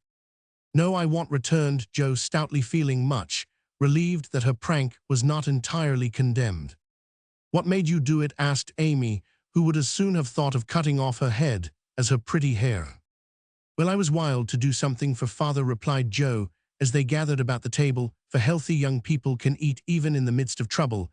I hate to borrow as much as mother does, and I knew Aunt March would croak. She always does if you ask for a ninepence. Meg gave all her quarterly salary toward the rent, and I only got some clothes with mine, so I felt wicked and was bound to have some money if I sold the nose off my face to get it." "You needn't feel wicked, my child. You had no winter things, and got the simplest with your own hard earnings," said Mrs. March, with a look that warmed Jo's heart. "I hadn't the least idea of selling my hair at first, but as I went along I kept thinking what I could do, and feeling as if I'd like to dive into some of the rich stores and help myself. In a barber's window I saw tails of hair with the prices marked, and one black tail not so thick as mine was $40. It came to me all of a sudden that I had one thing to make money out of, and without stopping to think I walked in, asked if they bought hair and what they would give for mine." "I don't see how you dared to do it," said Bate, in a tone of awe. "Oh, he was a little man who looked as if he merely lived to oil his hair. He rather stared at first, as if he wasn't used to having girls bounce into his shop and ask him to buy their hair. He said he didn't care about mine, it wasn't the fashionable color, and he never paid much for it in the first place. The work put into it made it dear, and so on. It was getting late, and I was afraid if it wasn't done right away that I shouldn't have it done at all, and you know when I start to do a thing I hate to give it up. So I begged him to take it, and told him why I was in such a hurry. It was silly, I dare say, but it changed his mind, for I got rather excited and told the story in my topsy-turvy way, and his wife heard and said so kindly, 'Take it, Thomas, and oblige the young lady. I'd do as much for our Jimmy any day if I had a spire of hair worth selling.'" "Who was Jimmy?" asked Amy, who liked to have things explained as they went along. "Her son," she said, "who was in the army. How friendly such things make strangers feel, don't they?" She talked away all the time. The man clipped and diverted my mind nicely. "Didn't you feel dreadfully when the first cut came?" asked Meg with a shiver. "I took a last look at my hair while the man got his things, and that was the end of it. I never snivel over trifles like that, I will confess, though I felt queer when I saw the dear old hair laid out on the table, and felt only the short rough ends of my head. It almost seemed as if I'd an arm or leg off. The woman saw me look at it, and picked out a long lock for me to keep. I'll give it to you, marmy, just to remember past glories by, for a crop is so comfortable I don't think I shall ever have a mane again." Mrs. March folded the wavy chestnut lock and laid it away with a short gray one in her desk. She only said, "Thank you, dearie," but something in her face made the girls change the subject and talk as cheerfully as they could about Mr. Brooks' kindness, the prospect of a fine day tomorrow, and the happy times they would have when father came home to be nursed. No one wanted to go to bed when at 10 o'clock Mrs. March put by the last finished job and said, "Come girls." Beth went to the piano and played the father's favorite hymn. All began bravely, but broke down one by one, till Beth was left alone singing with all her heart, for to her music was always a sweet consoler. "Go to bed and don't talk, for we must be up early and shall need all the sleep we can get. Good night, my darlings," said Mrs. March, as the hymn ended, for no one cared to try another. They kissed her quietly and went to bed as silently as if the dear invalid lay in the next room. Beth and Amy soon fell asleep in spite of the great trouble, but Meg lay awake, thinking the most serious thoughts she had ever known in her short life. Jo lay motionless, and her sister fancied that she was asleep, till a stifled sob made her exclaim as she touched a wet cheek. "Jo dear, what is it? Are you crying about father?" "No, not now." "What then?" My hair," burst out poor Jo, trying vainly to smother her emotion in the pillow. It did not seem at all comical to Meg, who kissed and caressed the afflicted heroine in the tenderest manner. "I'm not sorry," protested Jo with a choke. "I'd do it again tomorrow if I could. It's only the vain part of me that goes and cries in this silly way. Don't tell anyone, it's all over now. I thought you were asleep, so I just made a little private moan for my one beauty. How came you to be awake?"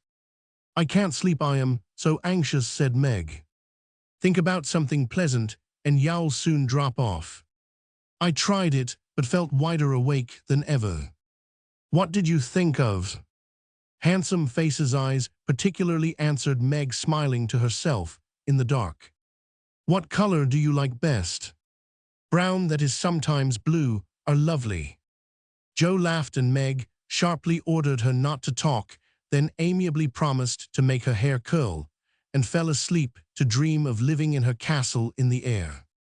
The clocks were striking midnight, and the rooms were very still as a figure glided quietly from bed to bed, smoothing a coverlet here, settling a pillow there, and pausing to look long and tenderly at each unconscious face, to kiss each with lips that mutely blessed, and to pray the fervent prayers which only mothers utter. As she lifted the curtain to look out into the dreary night, the moon broke suddenly from behind the clouds and shone upon her like a bright, benignant face, which seemed to whisper in the silence, "Be comforted, dear soul, there is always light behind the clouds." Chapter 16. Letters.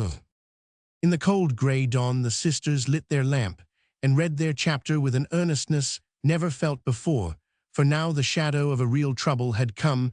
The little books were full of help and comfort, and as they dressed, they agreed to say goodbye cheerfully and hopefully, and send their mother on her anxious journey, unsaddened by tears or complaints from them.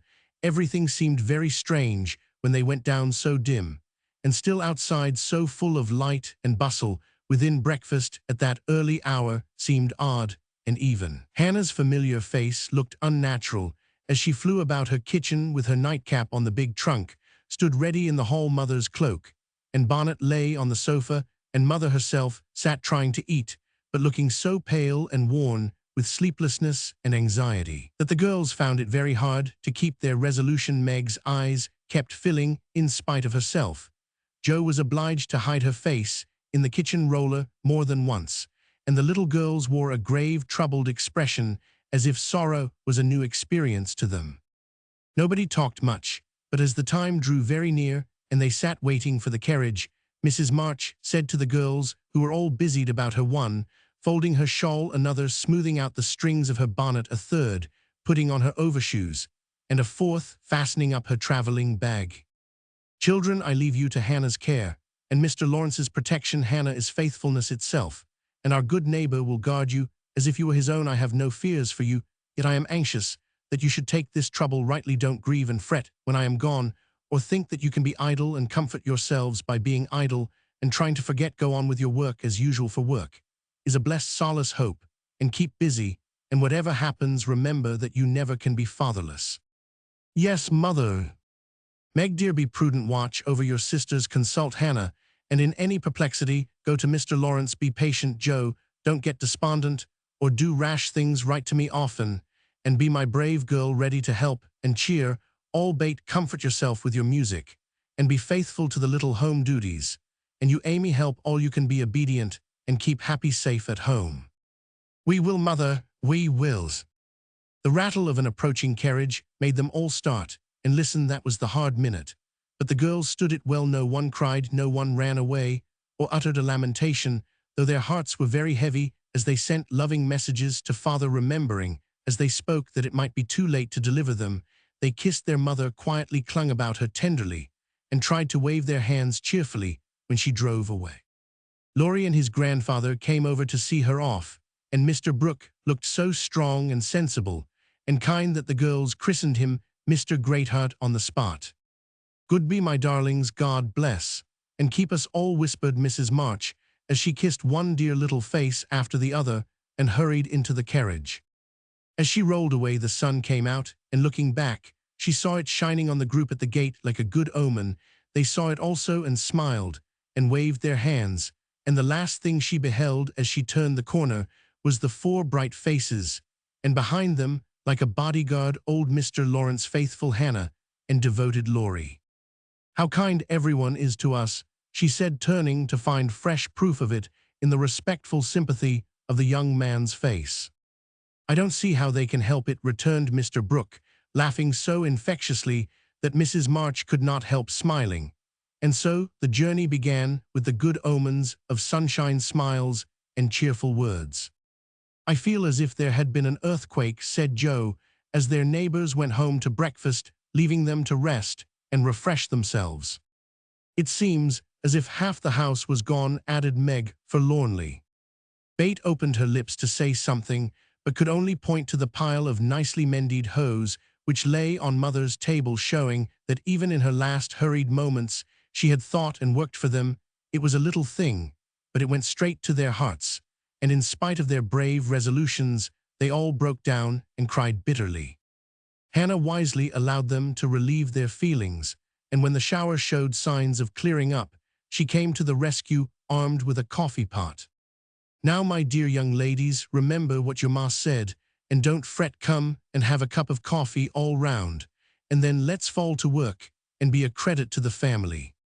Coffee was a treat, and Hannah showed great tact in making it that morning. No one could resist her persuasive nods or the fragrant invitation issuing from the nose of the coffee pot. They drew up to the table, exchanged their handkerchiefs for napkins, and in 10 minutes were all right again. Hope and keep busy, that's the motto for us, so let's see who will remember it best. I shall go to Aunt March, as usual. Oh, won't she lecture though, said Joe, as she sipped with returning spirit. I shall go to my Kings, though I'd much rather stay at home and attend to things here, said Meg, wishing she hadn't made her eyes so red. No need of that, Bate, and I can keep house perfectly well, put in Amy with an important air. Hannah will tell us what to do, and we'll have everything nice when you come home, added Bate, getting out her mop and dish tub without delay. I think anxiety is very interesting, observed Amy, eating sugar pensively. The girls couldn't help laughing and felt better for it, though Meg shook her head at the young lady who could find consolation in a sugar bowl.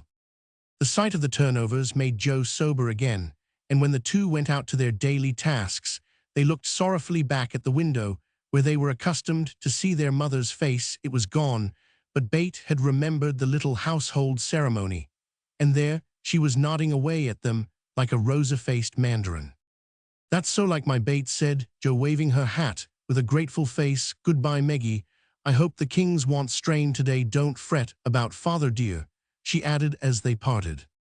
And I hope Aunt March won't croak. Your hair is becoming, and it looks very boyish and nice, returned Meg, trying not to smile at the curly head, which looked comically small on her tall sister's shoulders. That's my only comfort, and touching her hat, a la Laurie, away went Joe, feeling like a shorn sheep on a wintry day. News from their father comforted the girls very much, for though dangerously ill, the presence of the best and tenderest of nurses had already done him good. Mr. Brooke sent a bulletin every day, and as the head of the family, Meg insisted on reading the dispatches, which grew more cheerful as the week passed. At first everyone was eager to write, and plump envelopes were carefully poked into the letter box by one or other of the sisters who felt rather important with their Washington correspondence. As one of these packets contained characteristic notes from the party, we will rob an imaginary mail and read them. My dearest mother, it is impossible to tell you how happy your last letter made us, for the news was so good we couldn't help laughing and crying over it. How very kind Mr. Brooke is, and how fortunate that Mr. Lawrence's business detains him near you so long, since he is so useful to you.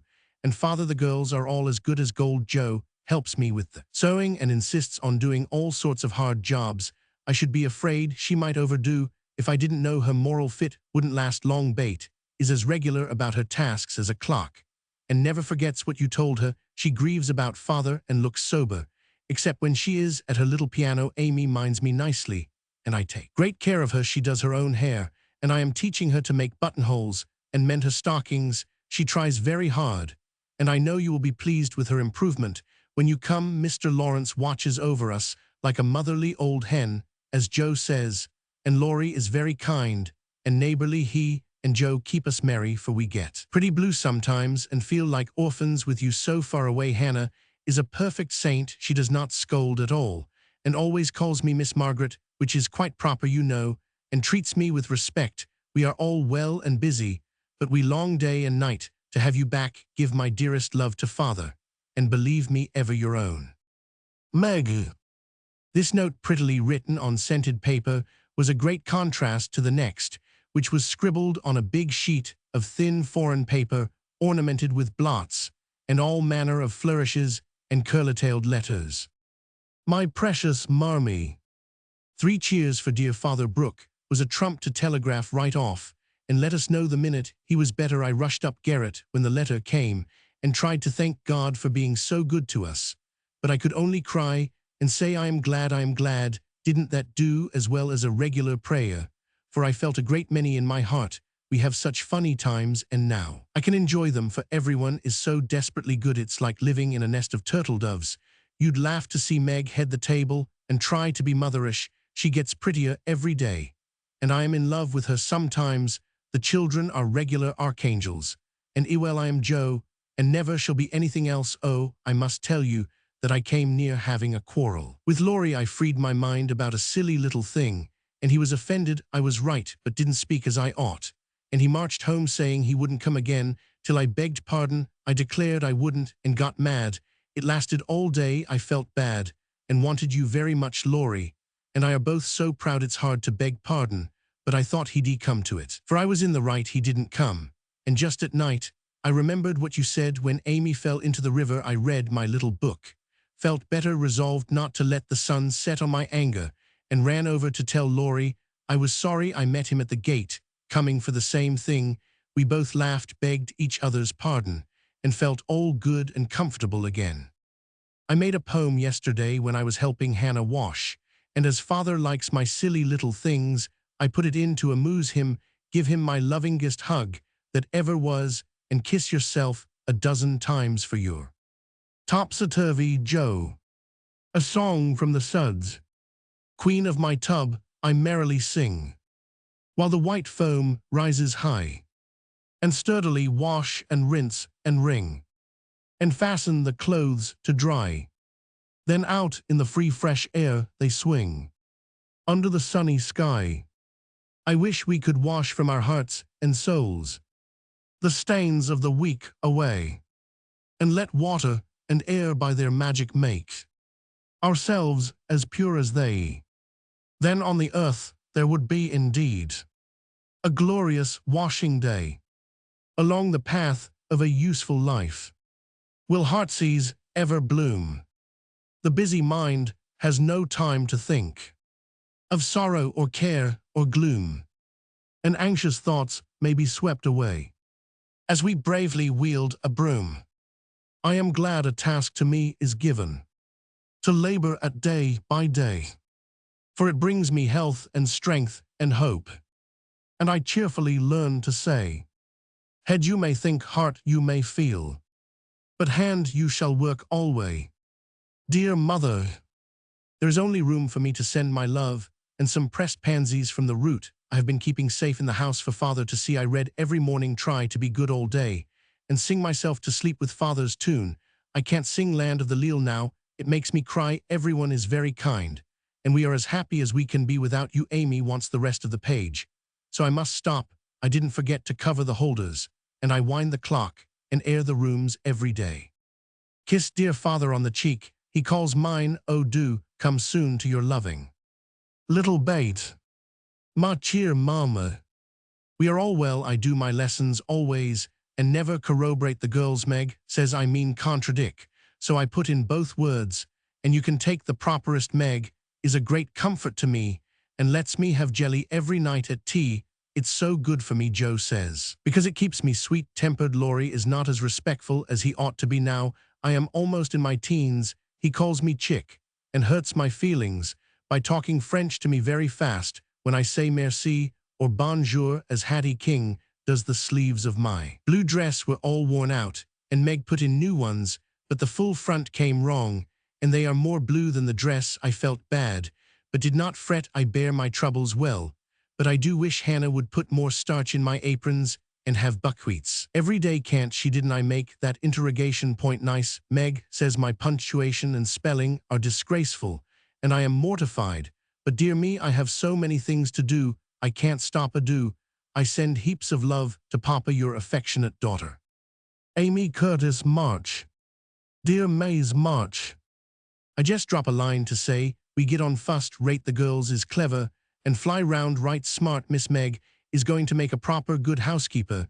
She he's the liking for it and gets the hang of things so prison quick. Joe does beat all for going ahead, but she don't stop to calculate fust, and you never know where she's like to bring up. She done out a tub of clothes on Monday, but she starched them afore they was wrenched and blued a pink calico dress till I thought I should have died. A laughin' bait is the best of little creeters, and a sight of help to me, Bane's so four-handed and dependable. She tries to learn everything and really goes to market beyond her years. Likewise keeps accounts with my help. Quite wonderful. We have got on very economical so far. I don't let the girls have coffee, only once a week accordin' to your wish, and keep 'em on plain wholesome victuals. Amy does well without frettin', wearin' her best clothes and eatin' sweet stuff. Mr. Laurie is as full of didos as usual and turns the house upside down frequent, but he heartens the girls, so I let him have full swing. The old gentleman sends heaps of things and is rather wearin', but means well, and it ain't my place to say nothin'. My bread is riz so no more at this time. I send my duty to Mr. March and hope he's seen the last of his pneumonia. Yours respectful, Hannah Mullett, head nurse of Ward No. 2. All serene on the Rappahannock troops in fine condition. Commissary department well conducted. The Home Guard under Colonel Teddy, always on duty. Commander-in-Chief General Lawrence reviews the Army daily. Quartermaster Mullett keeps order in camp, and Major Lyon does picket duty at night. A salute of 24 guns was fired on receipt of good news from Washington.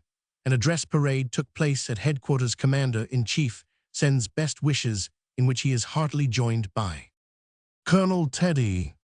Dear Madam, the little girls are all well bait, and my boy report daily. Hannah is a model servant, and guards pretty Meg like a dragon. Glad the fine weather holds. Pray make Brooke useful, and draw on me for funds if expenses exceed your estimate. Don't let your husband want anything. Thank God he is mending. Your sincere friend and servant, James Lawrence. Chapter 17. Little Faithful. For a week, the amount of virtue in the old house would have supplied the neighborhood. It was really amazing, for everyone seemed in a heavenly frame of mind, and self-denial was all the fashion. Relieved of their first anxiety about their father, the girls insensibly relaxed their praiseworthy efforts a little and began to fall back into old ways. They did not forget their motto, but hoping and keeping busy seemed to grow easier, and after such tremendous exertions, they felt that endeavor deserved a holiday and gave it a good many. Joe caught a bad cold through neglect to cover the shorn head enough and was ordered to stay at home till she was better, for Aunt March didn't like to hear people read with colds in their heads. Joe liked this, and after an energetic rummage from garret to cellar, subsided on the sofa to nurse her cold with arsenicum and books. Amy found that housework and art did not go well together and returned to her mud pies. Meg went daily to her pupils and sewed, or thought she did, at home, but much time was spent in writing long letters to her mother or reading the Washington dispatches over and over. Beth kept on with only slight relapses into idleness or grieving. All the little duties were faithfully done each day, and many of her sisters also, for they were forgetful, and the house seemed like a clock whose pendulum was gone a-visiting. When her heart got heavy with longings for mother or fears for father, she went away into a certain closet, hid her face in the folds of a dear old gown, and made her little moan, and prayed her little prayer quietly by herself. Nobody knew what cheered her up after a sober fit, but everyone felt how sweet and helpful Beth was, and fell into a way of going to her for comfort or advice in their small affairs. All were unconscious that this experience was a test of character, and when the first excitement was over felt that they had done well and deserved praise. So they did, but their mistake was in ceasing to do well, and they learned this lesson through much anxiety and regret. "Meg, I wish you'd go and see the Hummels. You know Mother told us not to forget them," said Beth 10 days after Mrs. March's departure. "I am too tired to go this afternoon," replied Meg, rocking comfortably as she sewed. "Can't you, Joe?" asked Beth. "Too stormy for me, with my cold. I thought it was almost well." "It's well enough for me to go out with Laurie, but not well enough to go to the Hummels," said Joe, laughing, but looking a little ashamed of her inconsistency. "Why don't you go yourself?" asked Meg. "I have been every day, but the baby is sick, and I don't know what to do for it. Mrs. Hummel goes away to work, and Lottchen takes care of it, but it gets sicker and sicker, and I think you or Hannah ought to go." Beth spoke earnestly, and Meg promised she would go tomorrow. "Ask Hannah for some nice little mess, and take it round. Beth, the air will do you good," said Joe, adding apologetically, "I'd go, but I want to finish my writing. My head aches, and I am tired, so I thought maybe some of you would go," said Beth. "Amy will be in presently, and she will run down for us," suggested Meg. So Beth lay down on the sofa, the others returned to their work, and the Hummels were forgotten. An hour passed. Amy did not come. Meg went to her room to try on a new dress. Joe was absorbed in her story, and Hannah was sound asleep before the kitchen fire, when Beth quietly put on her hood, filled her basket with odds and ends for the poor children, and went out into the chilly air with a heavy head and a grieved look in her patient eyes. It was late when she came back, and no one saw her creep upstairs and shut herself into her mother's room half an hour after Joe went to Mother's closet for something, and there found little Beth sitting on the medicine chest, looking very grave with red eyes and a camphor bottle in her hand. "Christopher Columbus, what's the matter?" cried Joe as Beth put out her hand as if to warn her off, and asked quickly, "You've had the scarlet fever, haven't you?" "Years ago, when Meg Roman 999, why? Then I'll tell you." "Oh, Joe, the baby's dead." "What baby?" "Mrs. Hummel's. It died in my lap before she got home," cried Beth with a sob. "My poor dear, how dreadful for you. I ought to have gone," said Joe, taking her sister in her arms, as she sat down in her mother's big chair with a remorseful face. "It wasn't dreadful, Joe, only so sad. I saw in a minute it was sicker, but Lottchen said her mother had gone for a doctor, so I took baby and let Lottie rest. It seemed asleep, but all of a sudden it gave a little cry and trembled, and then lay very still. I tried to warm its feet, and Lottie gave it some milk, but it didn't stir, and I knew it was dead." "Don't cry, dear. What did you do?" "I just sat and held it softly till Mrs. Hummel came with the doctor. He said it was dead, and looked at Heinrich and Minna, who have sore throats. Scarlet fever. Mom ought to have called me before," he said crossly. Mrs. Hummel told him she was poor and had tried to cure baby herself, but now it was too late, and she could only ask him to help the others and trust to charity for his pay. He smiled then and was kinder, but it was very sad, and I cried with them till he turned round all of a sudden and told me to go home and take belladonna right away or I'd have the fever. No, you won't, cried Joe, hugging her close with a frightened look. Oh, Bate, if you should be sick, I never could forgive myself. What shall we do? Don't be frightened. I guess I shan't have it badly. I looked in Mother's book and saw that it begins with headache, sore throat, and queer feelings like mine. So I did take some belladonna, and I feel better, said Bate, laying her cold hands on her hot forehead and trying to look well. If Mother was only at home, exclaimed Joe, seizing the book, and feeling that Washington was an immense way off.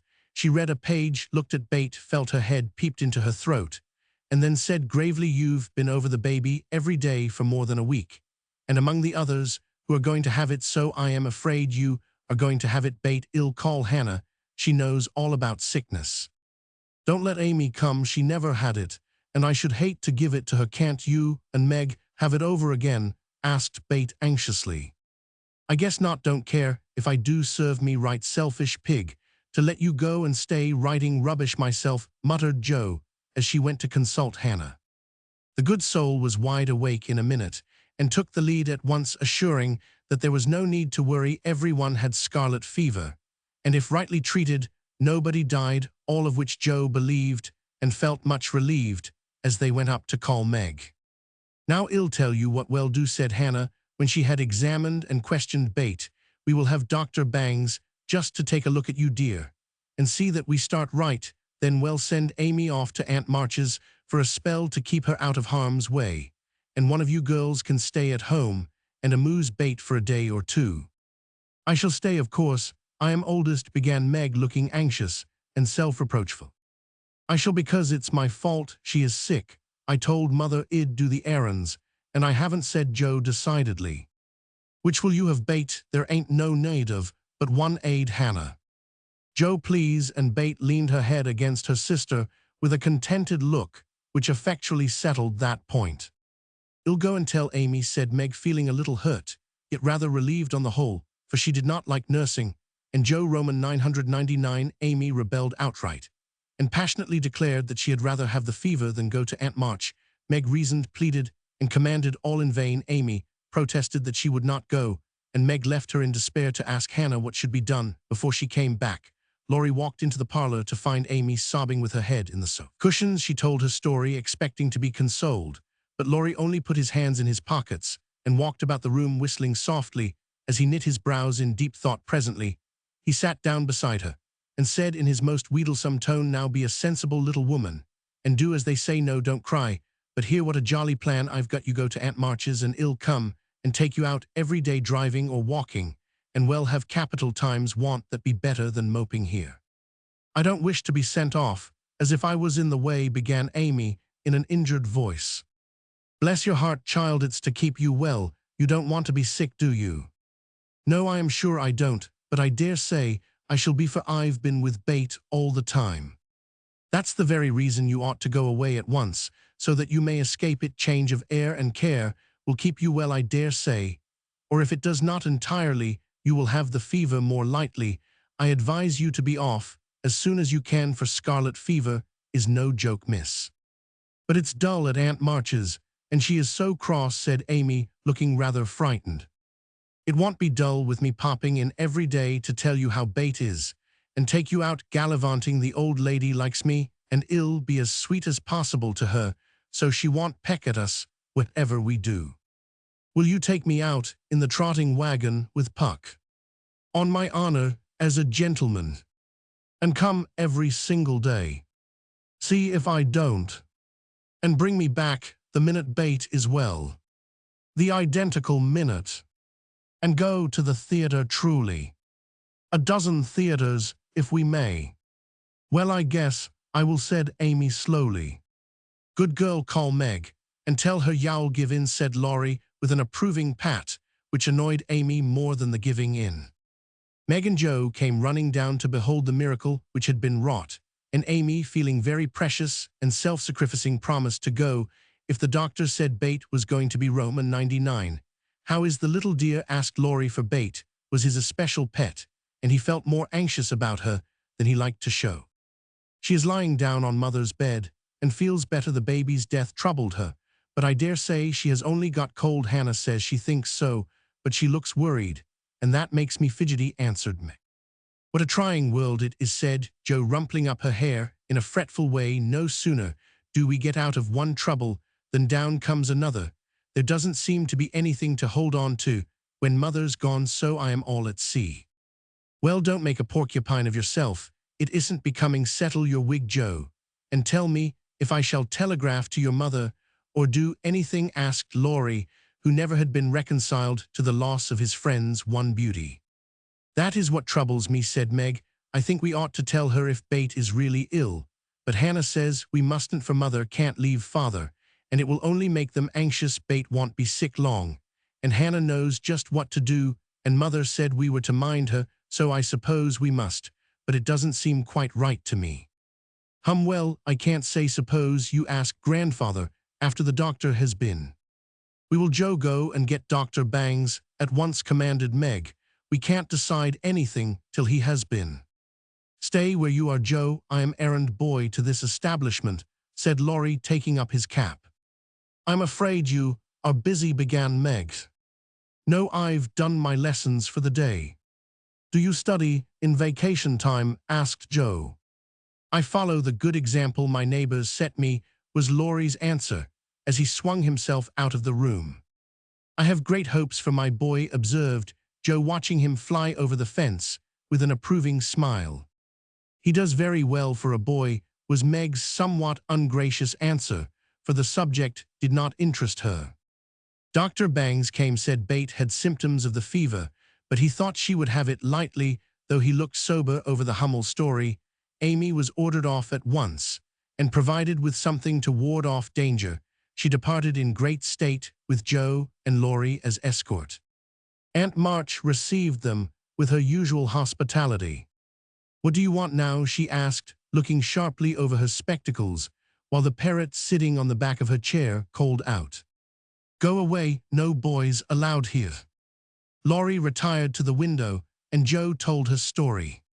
No more than I expected. If you are allowed to go poking about among poor folks, Amy can stay and make herself useful if she isn't sick, which I've no doubt she will be. Looks like it. Now don't cry, child, it worries me to hear people sniff. Amy was on the point of crying, but Laurie slyly pulled the parrot's tail, which caused Polly to utter an astonished croak, and call out bless my boots in such a funny way that she laughed instead.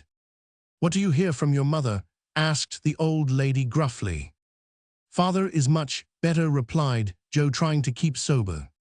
Oh, is he? Well, that won't last long, I fancy. March never had any stamina, was the cheerful reply. Ha ha, never say die. Take a pinch of snuff. Goodbye, goodbye, squalled Polly, dancing on her perch, and clawing at the old lady's cap, as Laurie tweaked him in the rear.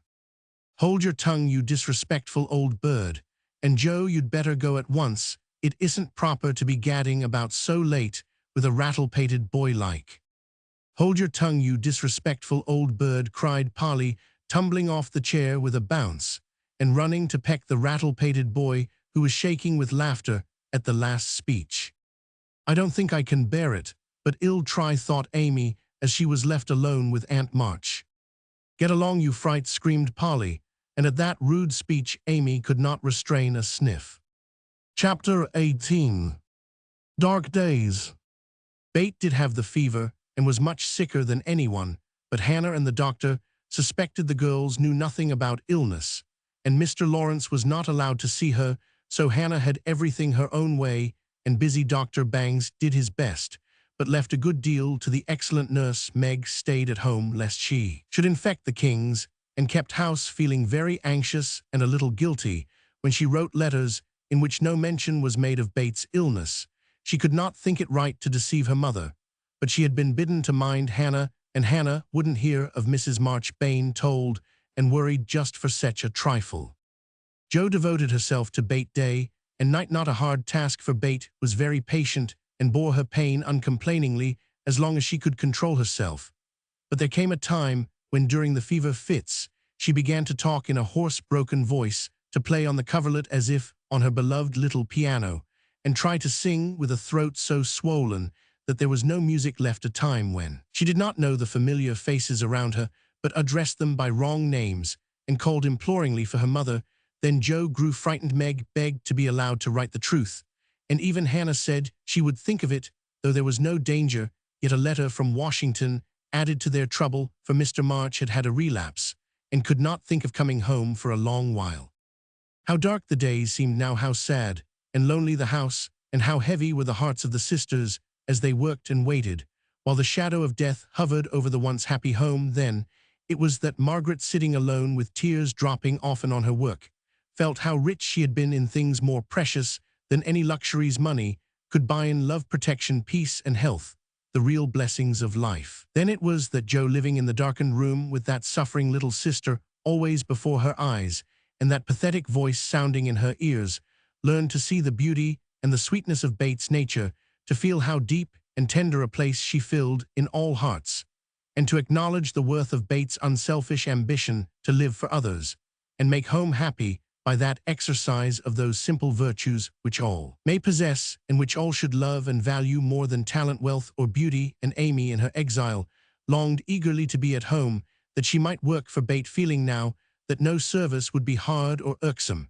and remembering with regretful grief how many neglected tasks those willing hands had done for her. Laurie haunted the house like a restless ghost, and Mr. Lawrence locked the grand piano because he could not bear to be reminded of the young neighbor who used to make the twilight pleasant for him. Everyone missed Bate. The milkman, baker, grocer, and butcher inquired how she did. Poor Mrs. Hummel came to beg pardon for her thoughtlessness, and to get a shroud for Minna. The neighbors sent all sorts of comforts and good wishes, and even those who knew her best were surprised to find how many friends shy little Bate had made. Meanwhile she lay on her bed with old Joanna at her side, for even in her wanderings she did not forget her forlorn protégé. She longed for her cats, but would not have them brought lest they should get sick, and in her quiet hours she was full of anxiety about Joe. She sent loving messages to Amy, bade them tell her mother that she would write soon, and often begged for pencil and paper to try to say word that father might not think she had neglected him. But soon even these intervals of consciousness ended, and she lay hour after hour tossing to and fro with incoherent words on her lips, or sank into a heavy sleep which brought her no refreshment. Dr. Bangs came twice a day. Hannah sat up at night. Meg kept a telegram in her desk, all ready to send off at any minute, and Joe never stirred from Bates' side. The 1st of December was a wintry day indeed to them, for a bitter wind blew, snow fell fast, and the year seemed getting ready for its death. When Dr. Bangs came that morning, he looked long at Bate, held the hot hand in both his own for a minute, and laid it gently down, saying in a low voice to Hannah, "If Mrs. March can leave her husband, she'd better be sent for." Hannah nodded without speaking, for her lips twitched nervously. Meg dropped down into a chair as the strength seemed to go out of her limbs at the sound of those words, and Joe, standing with a pale face for a minute, ran to the parlor, snatched up the telegram, and throwing on her things rushed out into the storm. She was soon back, and while noiselessly taking off her cloak, Laurie came in with a letter saying that Mr. March was mending again. Joe read it thankfully, but the heavy weight did not seem lifted off her heart, and her face was so full of misery that Laurie asked quickly, "What is it? Is Bate worse?" "I've sent for mother," said Joe, tugging at her rubber boots with a tragic expression. "Good for you, Joe. Did you do it on your own responsibility?" asked Laurie, as he seated her in the hall chair and took off the rebellious boots, seeing how her hands shook. "No, the doctor told us to." "Oh, Joe, it's not so bad as that," cried Laurie with a startled face. "Yes, it is. She doesn't know us. She doesn't even talk about the flocks of green doves, as she calls the vine leaves on the wall. She doesn't look like my Bate. And there's nobody to help us bear it. Mother and father both gone, and God seems so far away. I can't find him." As the tears streamed fast down poor Jo's cheeks, she stretched out her hand in a helpless sort of way, as if groping in the dark, and Laurie took it in his, whispering, as well as he could with a lump in his throat, "I am here. Hold on to me, Joe dear." She could not speak, but she did hold on, and the warm grasp of the friendly human hand comforted her sore heart, and seemed to lead her nearer to the divine arm which alone could uphold her in her trouble. Laurie longed to say something tender and comfortable, but no fitting words came to him, so he stood silent, gently stroking her bent head, as her mother used to do, It was the best thing he could have done, far more soothing than the most eloquent words, for Joe felt the unspoken sympathy, and in the silence learned the sweet solace which affection administers to sorrow. Soon she dried the tears which had relieved her, and looked up with a grateful face. "Thank you, Teddy, I am better now. I don't feel so forlorn, and will try to bear it if it comes. Keep hoping for the best. That will help you, Joe. Soon your mother will be here, and then everything will be all right." "I am so glad Father is better now. She won't feel so bad about leaving him. Oh me, it does seem as if all the troubles came in a heap, and I got the heaviest part on my shoulders," sighed Joe, spreading her wet handkerchief over her knees to dry. "Doesn't Meg pull fair?" asked Laurie, looking indignant. "Oh yes, she tries to, but she can't love Bethy as I do, and she won't miss her as I shall. Bait is my conscience, and I can't give her up. I can't." Down went Jo's face into the wet handkerchief, and she cried despairingly, for she had kept up bravely till now and never shed a tear. Laurie drew his hand across his eyes, but could not speak till he had subdued the choky feeling in his throat, and steadied his lips. It might be unmanly, but he couldn't help it, and I am glad of it. Presently, as Jo's sobs quieted, he said hopefully, "I don't think she will die. She's so good, and we all love her so much. I don't believe God will take her away yet." "The good and dear people always do die," groaned Joe, but she stopped crying, for her friend's words cheered her up in spite of her own doubts and fears. "Poor girl, you're a worn out. It isn't like you to be forlorn. Stop a bit, it'll hearten you up in a jiffy." Laurie went off 2 stairs at a time, and Joe laid her wearied head down on Bates' little brown hood, which no one had thought of moving from the table where she left it. It must have possessed some magic, for the submissive spirit of its gentle owner seemed to enter into Joe, and when Laurie came running down with a glass of wine, she took it with a smile and said bravely, "I drink health to my Bate. You are a good doctor, Teddy, and such a comfortable friend. How can I ever pay you?" she added, as the wine refreshed her body, as the kind words had done her troubled mind. "I'll send my bill by and tonight I'll give you something that will warm the cockles of your heart better than quarts of wine," said Laurie, beaming at her, with a face of suppressed satisfaction at something. "What is it?" cried Joe, forgetting her woes for a minute in her wonder. "I telegraphed to your mother yesterday, and Brooke answered she'd come at once, and shall be here tonight, and everything will be all right. Aren't you glad I did it?" Laurie spoke very fast and turned red and excited all in a minute, for he had kept his plot a secret for fear of disappointing the girls or harming Bate. Joe grew quite white, flew out of her chair, and the moment he stopped speaking she electrified him by throwing her arms round his neck and crying out with a joyful cry, "Oh Laurie, oh mother, I am so glad." She did not weep again, but laughed hysterically and trembled and clung to her friend, as if she was a little bewildered by the sudden news. Laurie, though decidedly amazed, behaved with great presence of mind. He patted her back soothingly, and finding that she was recovering, followed it up by a bashful kiss or two, which brought Joe round at once, holding on to the banisters. She put him gently away, saying breathlessly, "Oh, don't, I didn't mean to. It was dreadful of me. But you were such a dear to go and do it in spite of Hannah that I couldn't help flying at you. Tell me all about it. And don't give me wine again. It makes me act so." "I don't mind," laughed Laurie, as he settled his tie. "Why, you see, I got fidgety, and so did Grandpa. We thought Hannah was overdoing the authority business, and your mother ought to know she'd never forgive us if Bate, well, if anything happened, you know, so I got Grandpa to say it was high time we did something, and off I pelted to the office yesterday. For the doctor looked sober, and Hannah most took my head off when I proposed a telegram. I never can bear to be lorded over, so that settled my mind, and I did it. Your mother will come, I know, and the late train is in at 2 a Roman 1000. I shall go for her, and you've only got to bottle up your rapture and keep Bate quiet till that blessed lady gets here. Laurie, you're an angel. How shall I ever thank you?" "Fly at me again. I rather liked it," said Laurie, looking mischievous, a thing he had not done for a fortnight. "No, thank you. I'll do it by proxy when your grandpa comes. Don't tease, but go home and rest, for you'll be up half the night. Bless you, Teddy, bless you." Joe had backed into a corner, and as she finished her speech, she vanished precipitately into the kitchen, where she sat down upon a dresser and told the assembled cats that she was happy, oh so happy, while Laurie departed feeling that he had made a rather neat thing of it. That's the interferingest chap I ever see, but I forgive him, and do hope Mrs. March is coming right away," said Hannah with an air of relief when Joe told the good news. Meg had a quiet rapture and then brooded over the letter while Joe set the sick room in order, and Hannah knocked up a couple of pies in case of company. Unexpected, a breath of fresh air seemed to blow through the house, and something better than sunshine brightened the quiet rooms. Everything appeared to feel the hopeful change. Bates' bird began to chirp again, and a half-blown rose was discovered on Amy's bush in the window. The fires seemed to burn with unusual cheeriness, and every time the girls met, their pale faces broke into smiles as they hugged one another, whispering encouragingly, "Mothers coming, dear mothers coming." Everyone rejoiced, but Bates, she lay in that heavy stupor, alike unconscious of hope and joy, doubt and danger. It was a piteous sight, the once rosy face so changed and vacant, the once busy hands so weak and wasted, the once smiling lips quite dumb, and the once pretty well-kept hair scattered rough and tangled on the pillow. All day she lay so, only rousing now and then to mutter water with lips so parched they could hardly shape the word. All day Joe and Meg hovered over her, watching, waiting, hoping and trusting in God and Mother.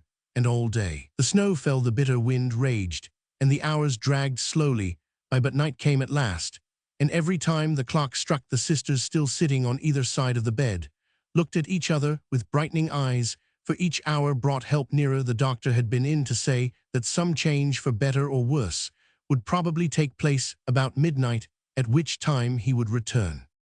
Hannah, quite worn out, lay down on the sofa at the bed's foot and fell fast asleep.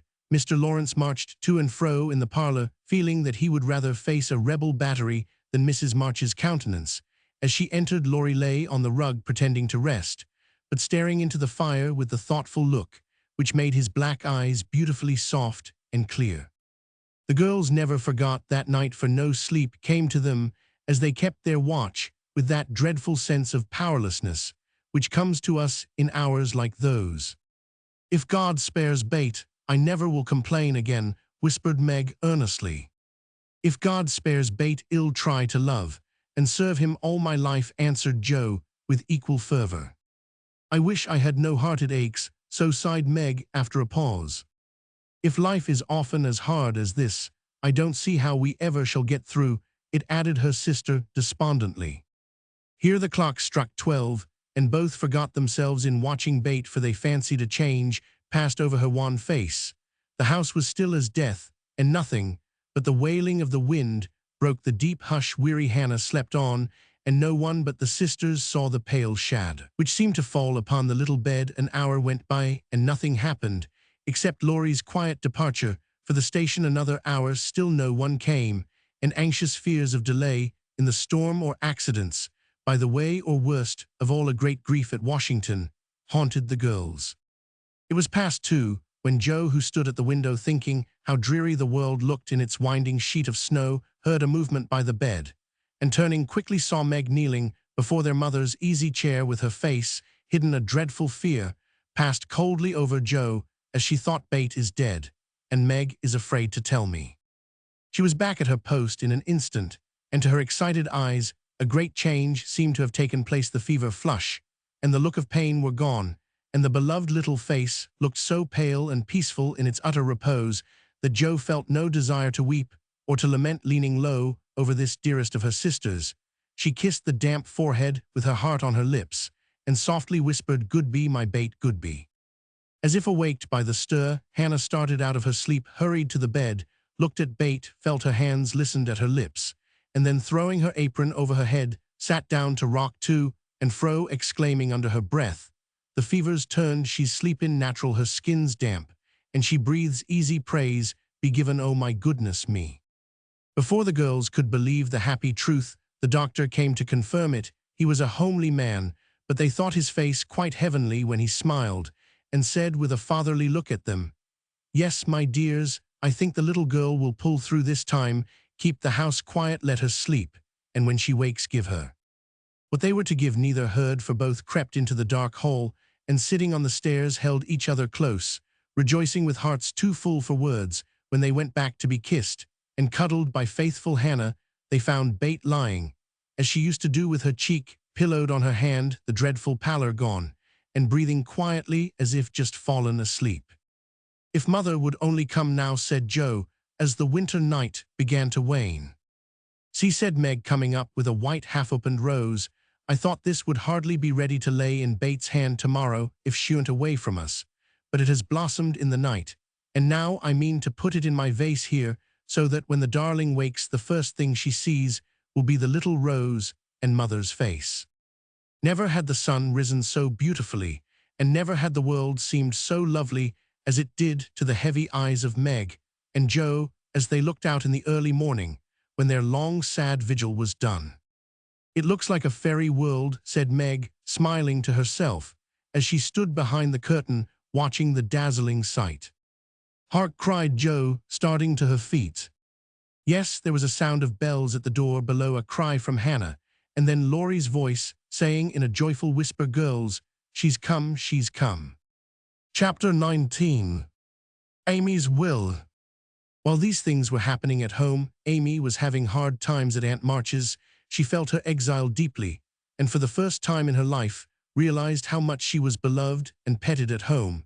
Aunt March never petted anyone she did not approve of it, but she meant to be kind, for the well-behaved little girl pleased her very much, and Aunt March had a soft place in her old heart for her nephew's children, though she didn't think it proper to confess it.